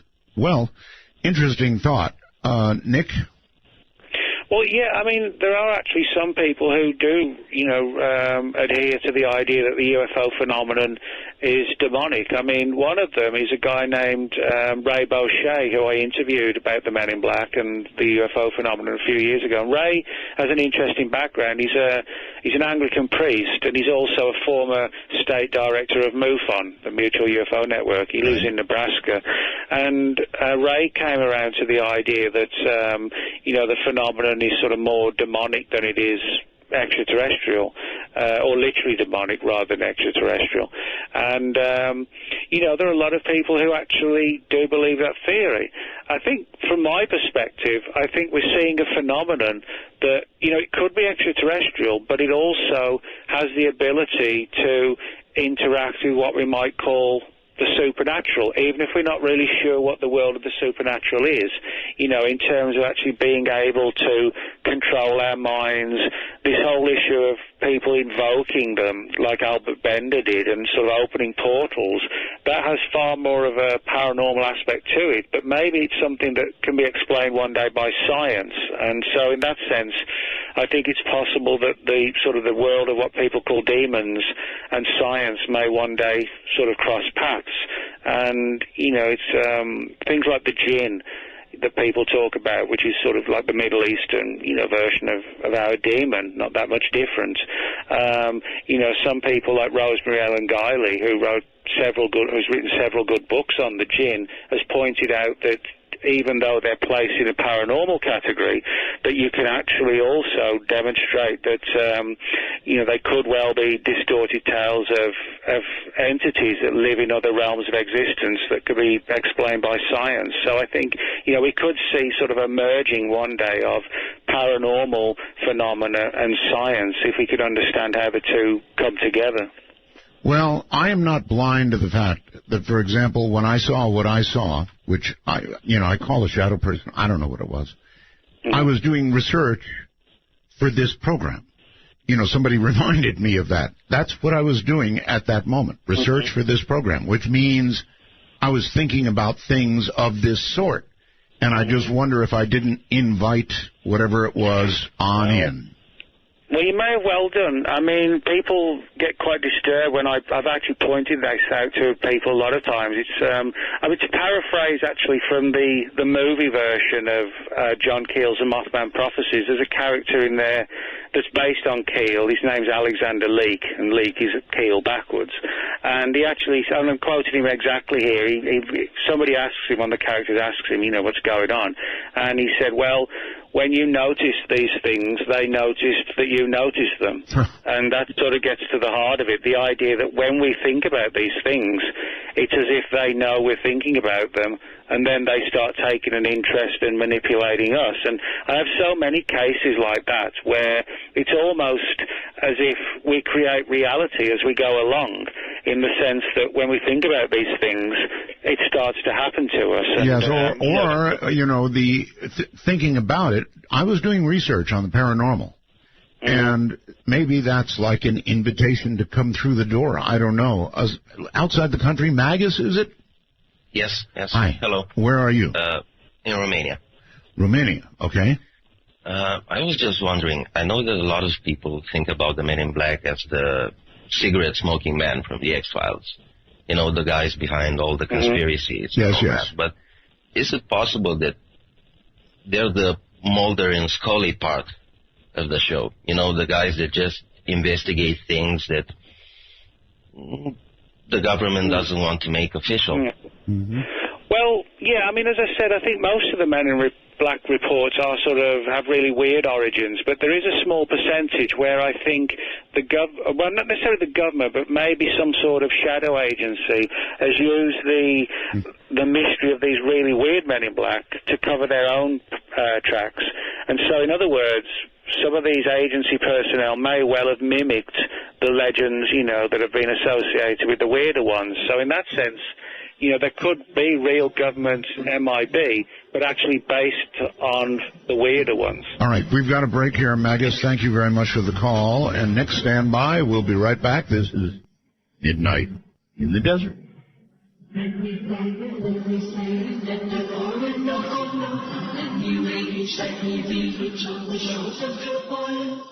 And I will never be set free as long as I'm a ghost you can't see. Want to take a ride? From the high desert and the great American Southwest, this is Midnight in the Desert, exclusively on the Dark Matter Digital Network. To call the show, dial 1-952-CALL-ART. That's 1-952-225-5278. If you could read my mind, such a romantic song, really, right? But really, if you could read my mind, I wouldn't like it at all. And, that's what we're talking about here. Things or beings or part humans that can read our minds or control our minds. And the possibility of an actual invasion.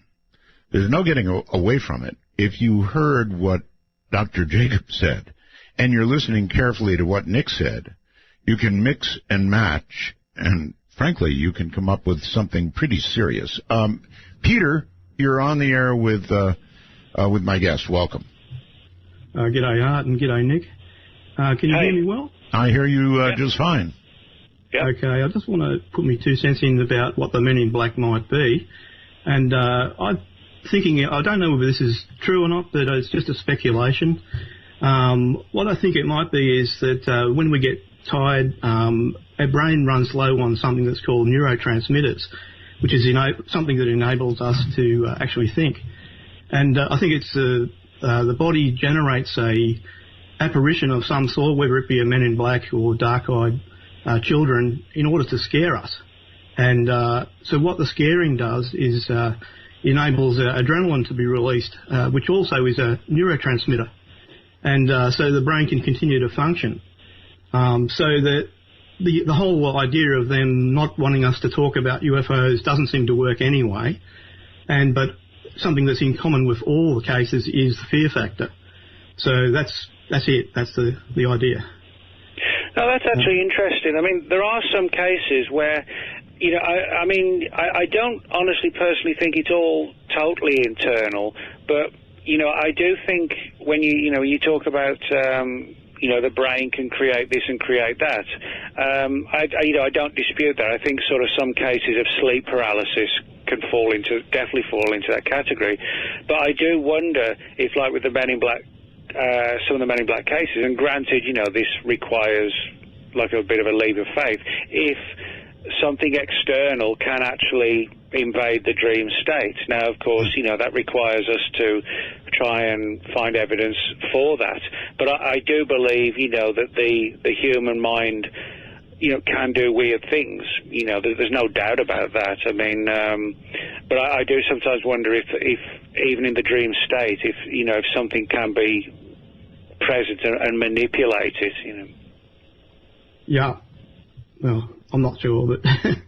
No, but it's good we have that debate, to look at it from both angles. I mean, we need that because we're dealing with sort of definitive unknowns. So we need, the down-to-earth approach, and we need the other angle to try and bounce them off each other to see where it all leads, So that's actually good. Yeah, well, I've had a few paranormal experiences, but some of these things, one of the things I've noticed is that the distinct lack of detail in the entities, if you like, and also the fact that they don't seem to hang around too long, which sort of seems to be they're limited by something. And it could be if they're generated by the brain, maybe all the brain can do is to generate this illusion. Well, we don't think we don't think they hang around long, but if they have control of our minds, I'm not sure we know. Oh, I see. Yes. Yeah, we really don't have a good idea of time, do we? If they've got control of our minds. Right. It's kind of like waking up and looking at the clock.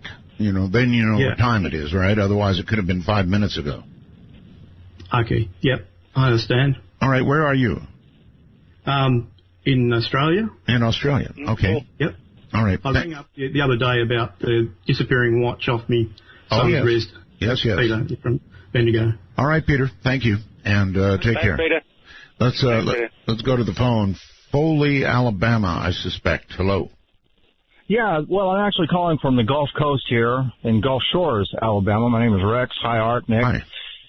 And I remember back in the early 70s reading The Silencers by John Keel, and in one of the cases he was talking about, in Western Virginia in 1942, an object had gone down in the woods to the north, and the sheriff got together with a reporter and a posse, and they went out through all of this long hiking, and they found a clearing, a large clearing, and in the clearing was what appeared to be like the fuselage of an aircraft of that time without any wings, tail, propeller, no windows, anything like that. And standing near the wreckage of this object were 5 human-type people, and 2 of them were dressed in some kind of jumpsuit, maybe the pilots or whatever, but the other 3 were dressed in business suit-type apparel. And he went on to talk about how that, their shoes of these people were like always brand new, like they had just left the haberdashers, and,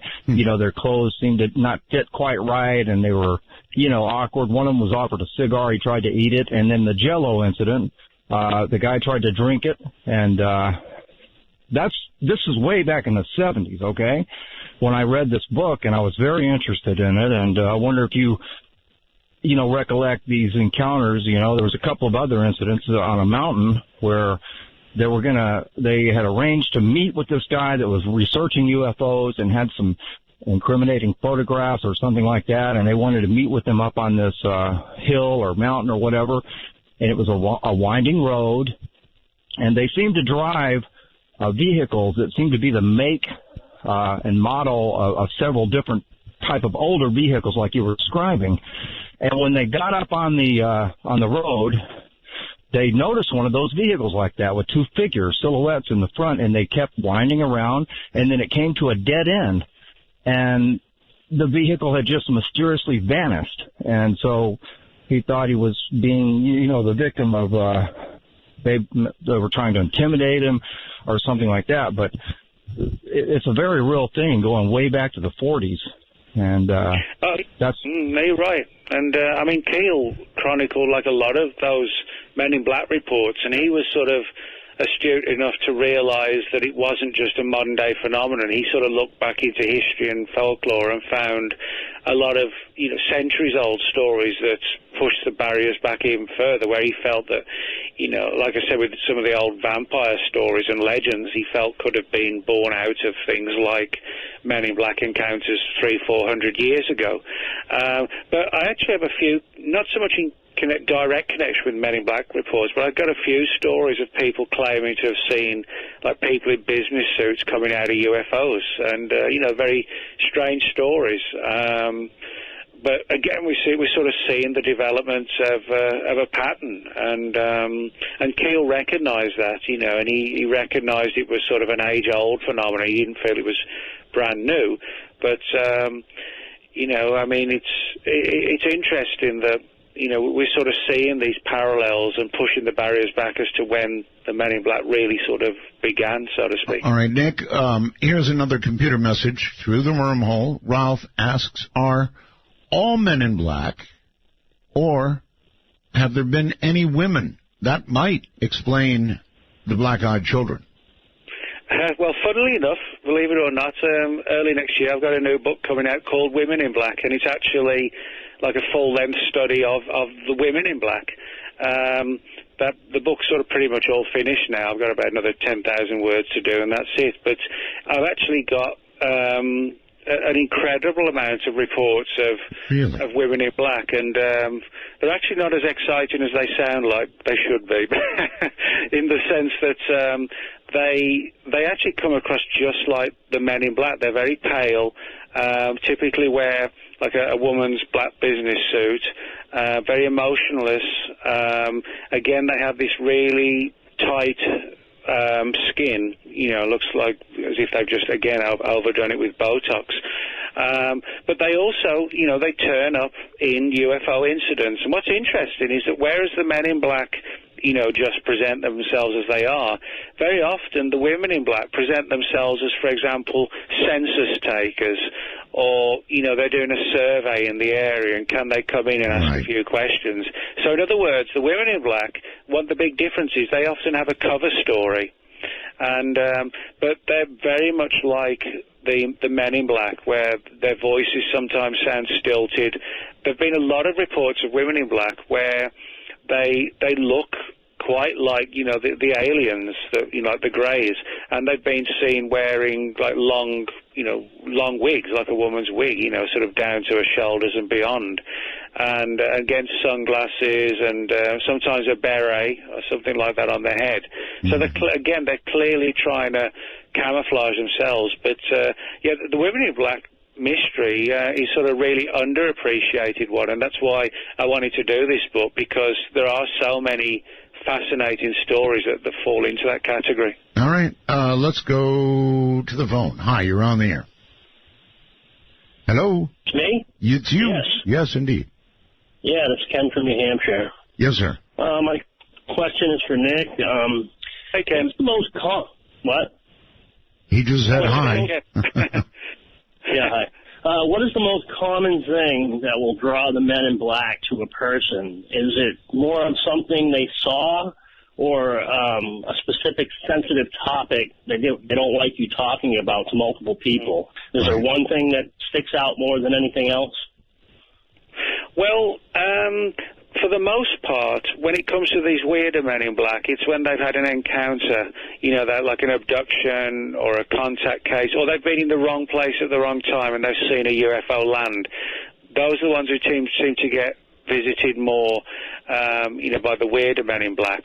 But I do have more than a few reports where guys in black suits, which I think are actually sort of government people, have visited the homes of people when perhaps they've been hiking in the desert or something like that, and they've come across, a fence that says keep out, that sort of thing, or they may have seen something like a classified aircraft being test flown, and they've been visited, but it's clearly by a different sort of, category of MIB. As I said, most of them are the weirder types, and the people who typically get those visits are when they've had a UFO encounter that's a fairly significant one. But there are some reports which I think are more down to earth, not as many, and it's just somebody from an agency coming along and saying, hey, about that thing you saw in the sky, don't talk about it. But there are also kind of crossovers between some of these stories as well. Okay, thanks. All right, thank you very much. And let's go to, I'm not sure who. Whoever's next, you're on. Hello? Hello. Yeah, nice to have you back on the air, Art. Thank you. I just read one of Nick's books last week about the Men in Black. As a matter of fact, I tried to call him when David was on because, you know, since I was a kid, I've experienced a full spectrum of like UFO and paranormal stuff that's led me to do my own personal research over the years. But something you said earlier about maybe they appear as friends, family, that sort of thing.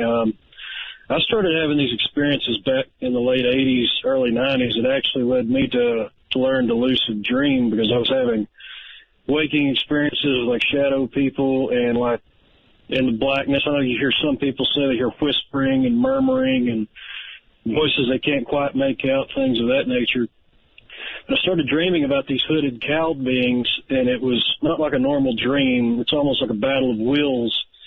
And it led me to personally believe that, you know, the vampire parallels are there.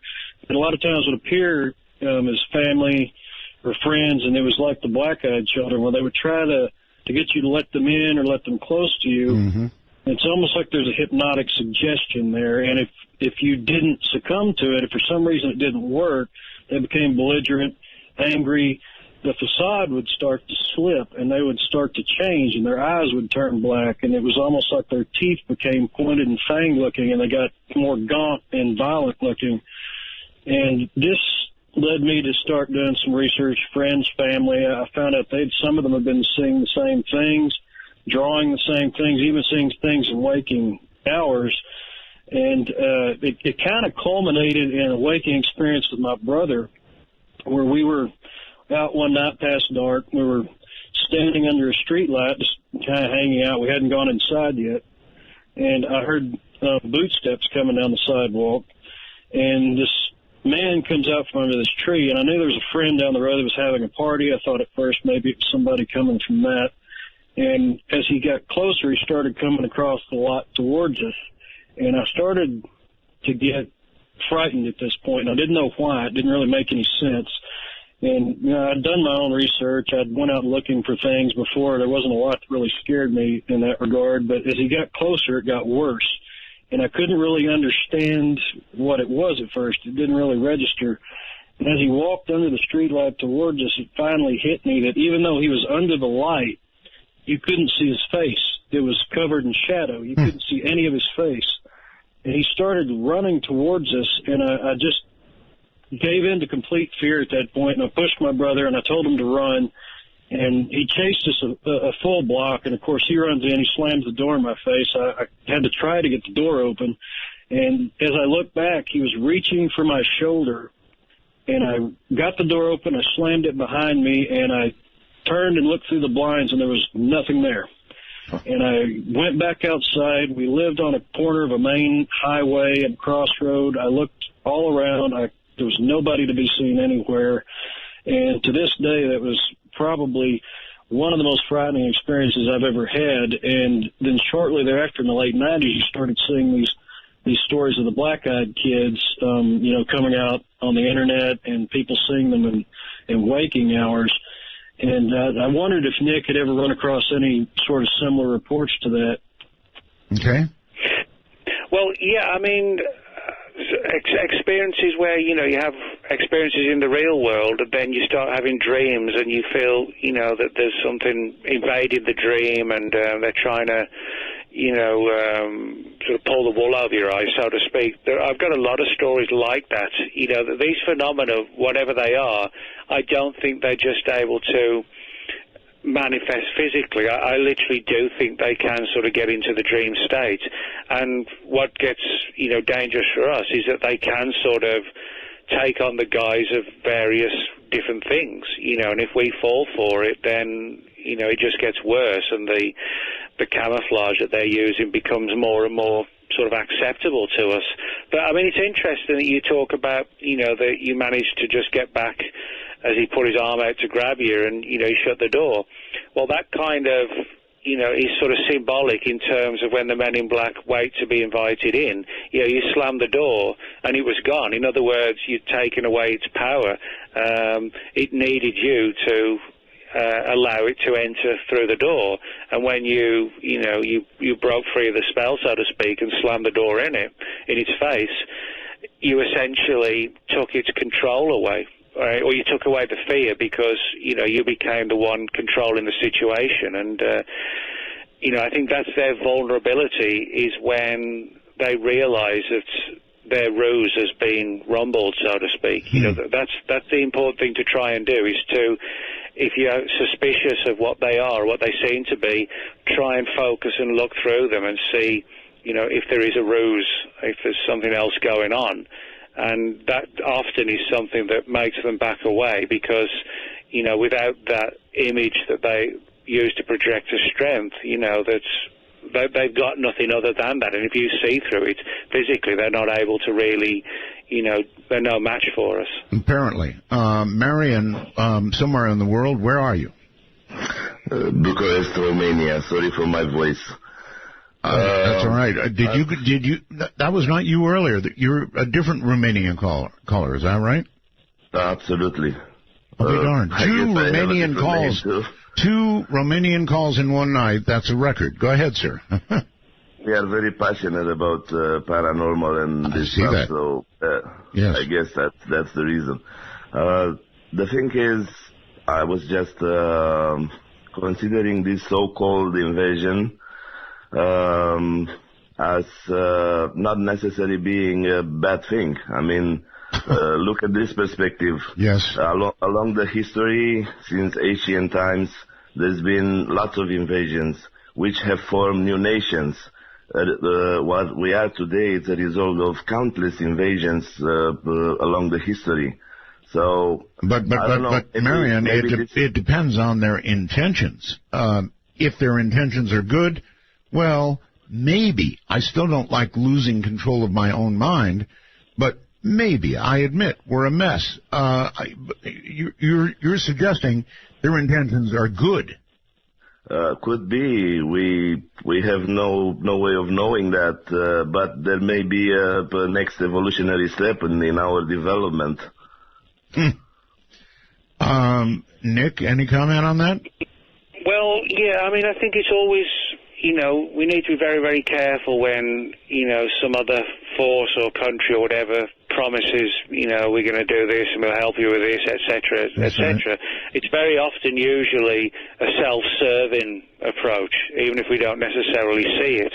And I'm always suspicious of entities like these that don't openly show themselves, but sort of work in the shadows and sort of worm their way into society. And, and I think infiltration is a good term to use. And I think when we use that term, infiltration, I find it difficult to see there's sort of anything positive about an infiltration. To me, it smacks of, like I said, a self-serving agenda, which, involves us, but certainly not from, I don't think it's from the perspective of benefiting us. I do agree, Nick. Marion, do you have any evidence to suggest it's positive?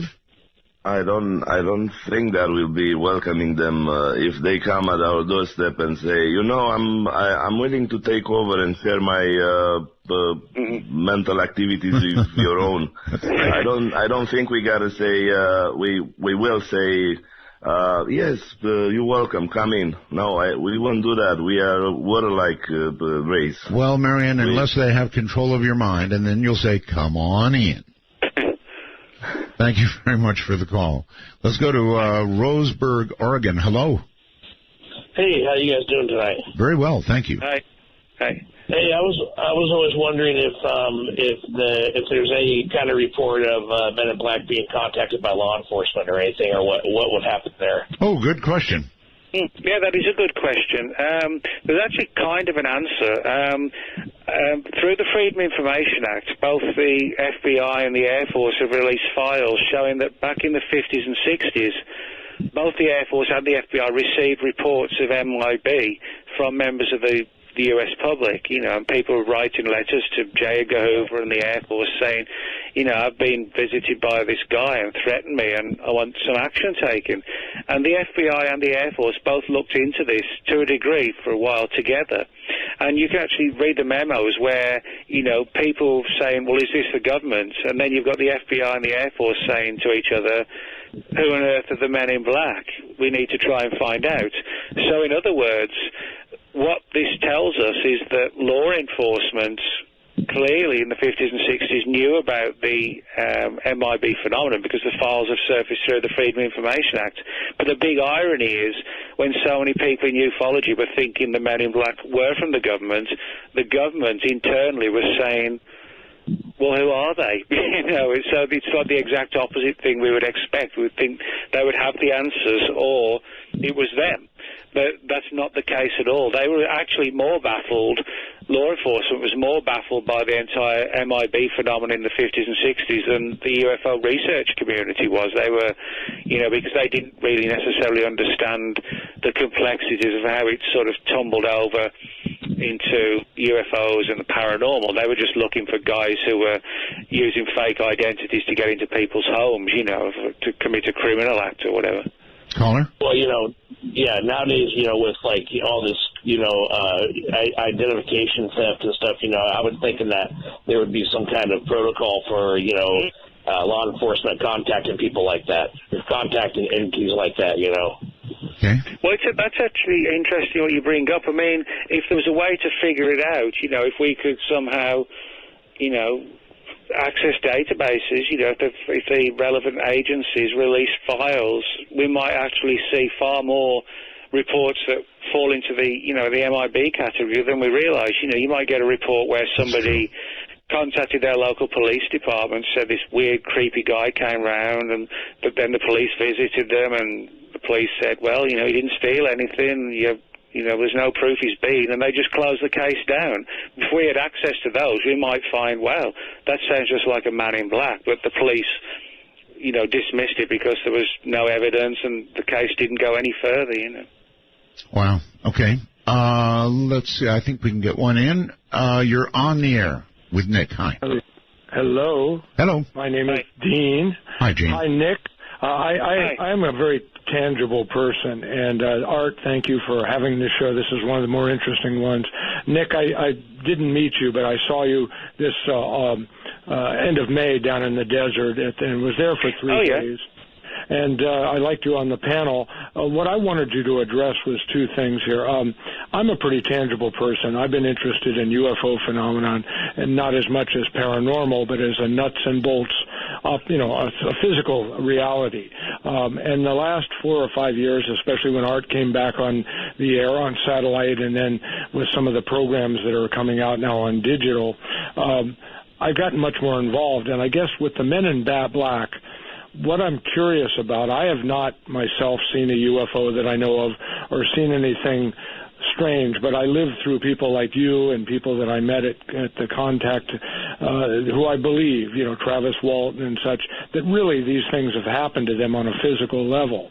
My question is, now that I'm running my mouth so much, the last couple of years, listening to programs, talking to people about it, I've had people approach me with their experiences, people that, like even at work, that you would never think would talk about it, but because I breach the fact that I listen to Art Bell and other programs, they open up to me. So my question is, two things about how you have been over 30 years, if you've ever been threatened and all that, and you've talked to some of that. But I wanted to, more specifically, the second part, wonder if you think that the government or law and agency, at least here in the United States, is trying to work in cahoots with this, because since I've been involved with all this stuff, I received strange phone calls for marketing late at night when you don't usually get them. I've also received a survey from the government in the mail recently that kept bugging me about, it's part of the census, you got to fill it out, and blah, blah, blah. And I'm wondering if that's a way to harass people like me that run their mouth and talk to people everywhere I go, Well, that's a good question, because I actually have got a lot of accounts from people who have been sort of threatened, and this whole, like I mentioned earlier, like the women in black turning up claiming to be census takers and that kind of thing. When the sort of what seems to be a government component to some of these cases, my personal view is where I differ to a lot of UFO researchers, I actually don't think the Air Force or the government or whoever are the bad guys in this at all. What I actually think is that the real deep and dark secrets that are hidden by some agency of officialdom, I actually think we're dealing with sort of these so-called black budget agencies or rogue agencies that operate outside of, the confines of official government, that Congress isn't even aware of them. They get their budgets through, alternative means. So in other words, it's like a secret government within the real government. And I think that this really weird stuff that goes on, I think is done, by some sort of, like a shadow agency, rather than by, like I said, the government itself. And I kind of think that if marketing calls are part of the overall strategy, then I'm absolutely doomed, because I just get them all the time. Marketing this, marketing that. So I'm not sure that would be an indicator of anything, except that your phone number is on a bunch of lists. From the high desert, I'm Art Bell with Midnight in the Desert. Doing alright, a little driving on a Saturday night. Come off me. If those things will go, you leave the world behind. You're digging for gold, you're throwing away a fortune and feeling someday you'll pay. From the Kingdom of Nye in the high desert, this is Midnight in the Desert with Art Bell. Please ring Art Bell at 1-952-225-5278. That's 1-952. Call Art. Well, all right. Welcome back, everybody. Nick Redfern is here, and we're talking about MIBs, Men in Black. A lot of what he said resonates back to what Dr. Jacobs said the other night.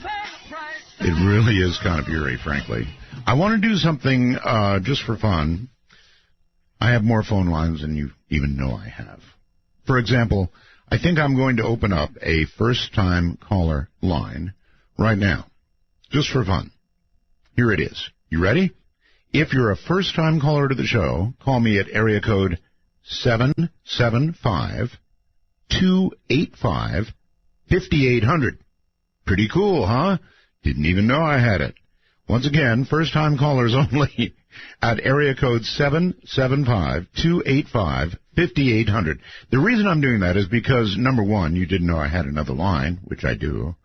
And number two, I found that it's really kind of nice to give people who have never called the show a way to do so.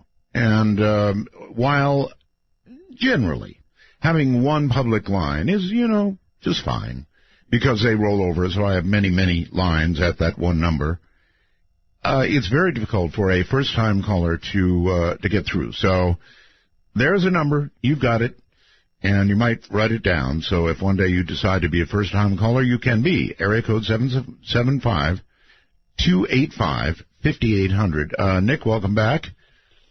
Thanks, Art. We already have an apparent first-time caller. First-time caller line, you're on the air. Hello. This is weird tonight, mate. Is it now? Oh, yeah. It's quite different. Where are you calling from, sir? Australia. Okay. Anyway, you're on the air with Nick. Okay, Nick. Hi. You have a lot of stories you're telling, but I'm just curious.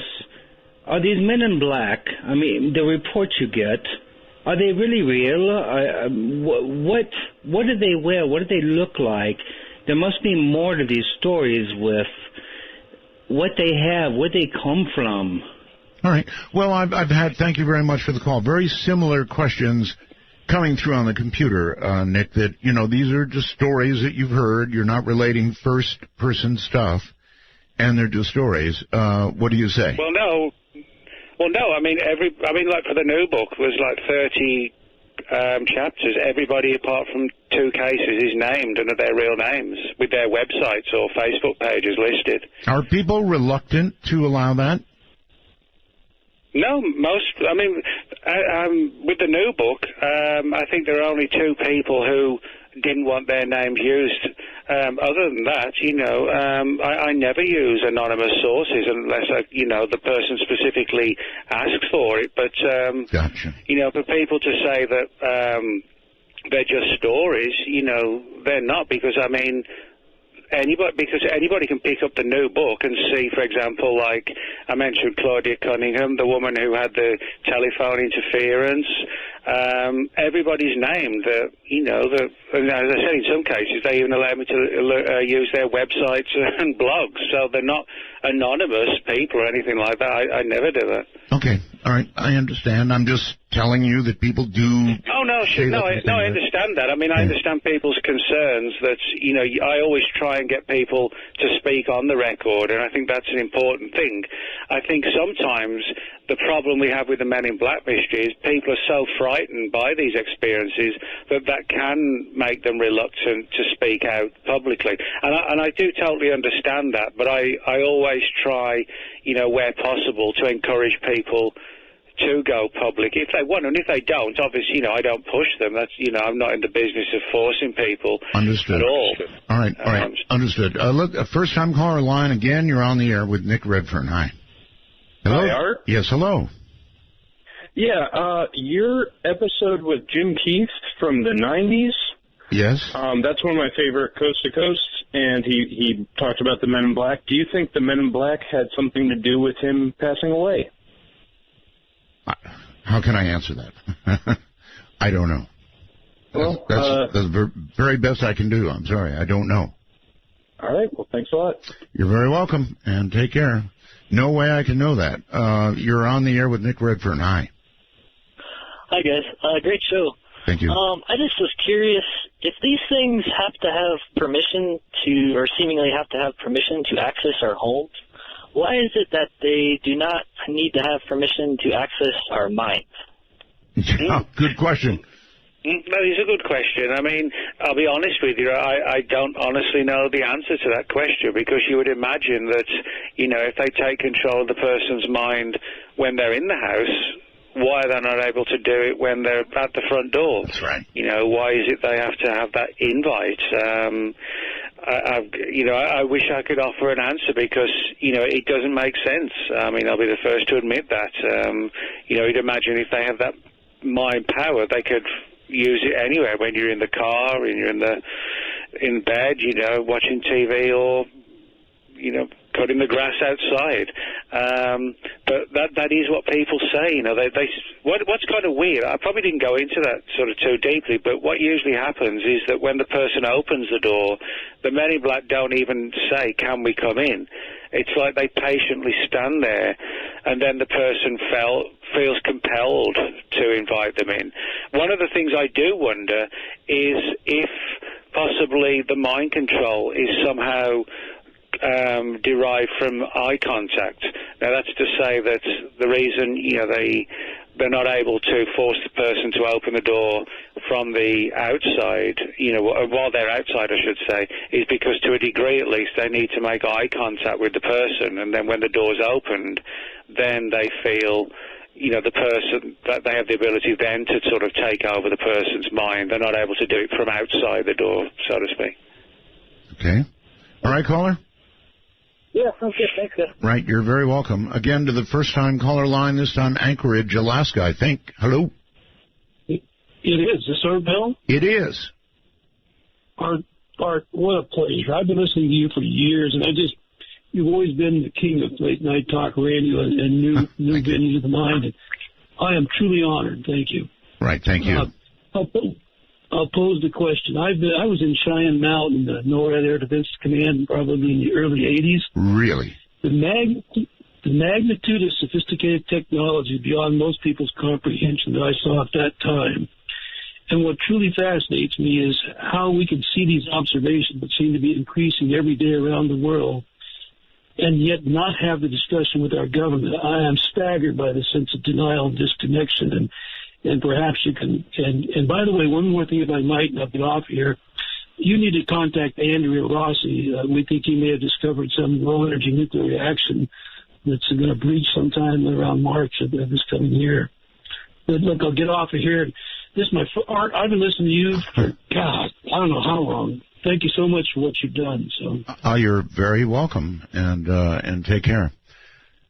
Gee, looks like the first-time caller line may be working out. That's amazing. All right, let's go to Skype and Flippy. Hi.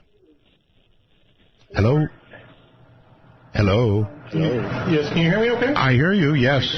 Turn your device off, please. It's off. He just hung up. Sorry to hear that. Silverdale, I think it is, Washington.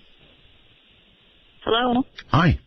Hello? Hi. Hi, Art? Yes. Hi. I'm so glad to talk to you. I talked to you years ago, and I love your program. It's so happy it's back.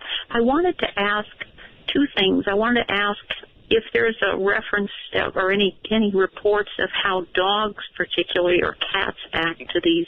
And also, years ago, I heard something about how Howard Hughes, that he became terrified of something like this, and it caused him to become such a recluse.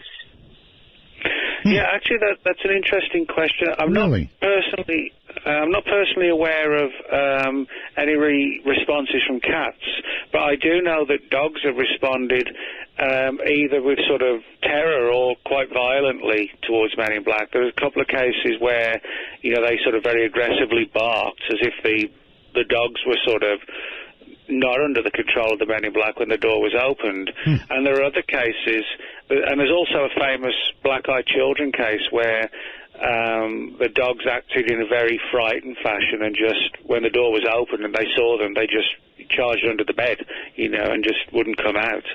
So animals definitely have a reaction to the Men in Black. There's no doubt about that at all, and to the black-eyed children. Now, what was the other part of the question? Howard Hughes. I had heard years ago that Howard Hughes became a recluse because of confrontations with what he thought was aliens, and possibly I was wondering if you'd heard anything like this.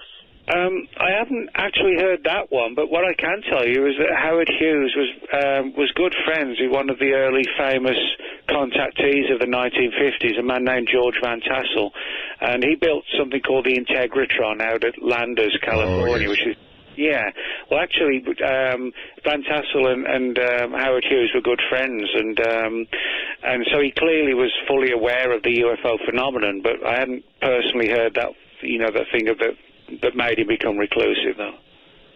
Oh, thank you so much. All right, well, thank you for the call, and take care. Let's go to Manitoba. Hello. Hi, Art. Can you hear me okay? I do. Good. This is Sharon calling from Brandon, Manitoba. Yes. And I am calling. By the way, this is, I think, a very important show, very good show. Thank you. And I was in agreement with you when you said this was kind of eerily similar to Dr. Jacobs' account. So close, yes. So close. And I agree. It's insidious, it's sneaky, it's cowardly. And I'm thinking for whatever entities they are to behave like this, there must be a weakness. Sharon, I also think very successful. Aside from the fact that we might be onto it, it's just the most successful way I can even imagine to take something over slowly but surely and do so with minimal violence or anything else. It just works. Yes, and I will also say that Nick gives me hope, and this is what made me very curious, and this is what was kind of gnawing at me when Dr. Jacobs was on your show, was there must be a way to beat this thing, because I know that when I'm afraid or if I'm fearful, at times I will get angry. Now, stupidly, I may get angry, but do these people who were able to shake out of this, Nick, of this mind control or whatever it is they have, and the human spirit or a human being can break it, what causes them to break this? Because obviously these entities are not infallible. They're not omnipotent. There is a weakness to them. Yes. Now, that's actually a good question. For the most part, when people have actually been able to break out of this sort of mind-controlled or mind-manipulated state they're in, it's generally due to like a surge of anger and fear combined, that sort of, that whole scenario of fight or flight, do you run or do you, stand and fight? And it is very often the case that the person is so terrified. Very often people are terrified, and they fall into this state where they're completely controlled. But when it's terror mixed with anger, that something has forced its way into their home, and they're fearful for their family, and they get angry, etc., then it's like the anger can break the spell. Or it may just be it's like a high state of emotion that sort of creates a glitch. That's a possibility as well. It may not just be due to anger. It could just be that they want us in a really calm state, so we're non-threatening, and anything that's sort of suddenly different, threatening or anger or, etc., that may be sort of the glitch that they're unable to control, perhaps. All right. Well, we're getting woefully short on time. So thank you for your call, hon. I appreciate it. Thank you, Art. Right. Take care. Again, to the first-time caller line. How about that? You're on the air. Good evening. Good evening. Where are you? I'm in Bloomington, Illinois. Okay. Well, welcome. Nick Redfern's right here. An honor to talk to you guys. I was wondering, have children had any contact with the Men in Black, and what was the response to that? Yeah, there actually are a few cases like that. Most of the ones that I've got where children have been involved, it involves sort of more of the shadow people type ones. This one known as the Hat Man, which looks like a shadowy silhouette but wearing an old star fedora. And I've got probably... I would say somewhere in the region of 20 cases from adults, but who had experiences with that type of, like the silhouetted MIB, when they were children, sort of back in the 50s and 60s. I've got a few cases from, people like in their late teens and 20s who had experiences like this when they were 5 or 6. But they weren't sort of with, the case they were, at home on their own when the parents are out or something, they knocked on the door. It was always, it's sort of like the weird dream-like state where the Hat Man shadow person sort of manifested in the bedroom. So all the children ones, the ones I've got at least, fall into that category. Thank you so much. You're very welcome, and thank you for the first-time call, too. Take care. And very quickly, Bob on Skype, you've got about a minute. All right. I very much enjoyed the Dr. David Jacobs show. Anybody who perpetuates the black-eyed children is purely an urban myth, and anybody who perpetuates that is losing credibility. Why do you think? Well, why do you? Night. Yeah. Good night. You hear that? Yeah, well, I mean, the reason, I wouldn't say it's a case of perpetuating it. What it is, it's a case of the fact that people speaking on the record come to us and tell us their experiences. Right. So we investigate them, and then we share them because that's the right thing to do if they're happy about doing it. So nobody's perpetuating anything for the sake of it. People wouldn't be writing about the black-eyed children if the word witness is out there. And there are. I've heard them, Nick. I've heard the people call in and talk about them. So I know it is so. I've had emails about them. People see these things. So that part of it is not a myth. Now, maybe people are somehow perpetuating something. I don't know. But shadow people and all the rest of it, this is real stuff. It really is happening. It is really weird, genuine stuff that's very serious, very sinister, and there's some sort of agenda going on which we need to resolve quickly. Nick, all my lines are full. I've got to go. I'm sorry. I wish I could take more calls for you. What would you recommend to people? Your book, your website? What do you want to do? Well, if people are interested, my new book, which has just come out last week, called Men in Black, and if people can find me at my blog, which is Nick Redfern's World of Whatever, if they type that in, they'll find the blog quite easily. Nick Redfern's World of Whatever? Correct, and the new book's called Men in Black. All right. Nick, thank you for being here. I'm sure we'll do it again sometime. Take care, my friend. Thanks a lot, Art. Yes, see you later. Good night. He's qualified to talk about so many things that... I'm sure we will do it again. I'm Art Bell. I want to warn you tomorrow night we're going to be talking about something really serious and unfortunately increasingly possible, and that is global thermonuclear warfare. So be warned, that's a rough topic. But that's, some of what we do here from the high desert.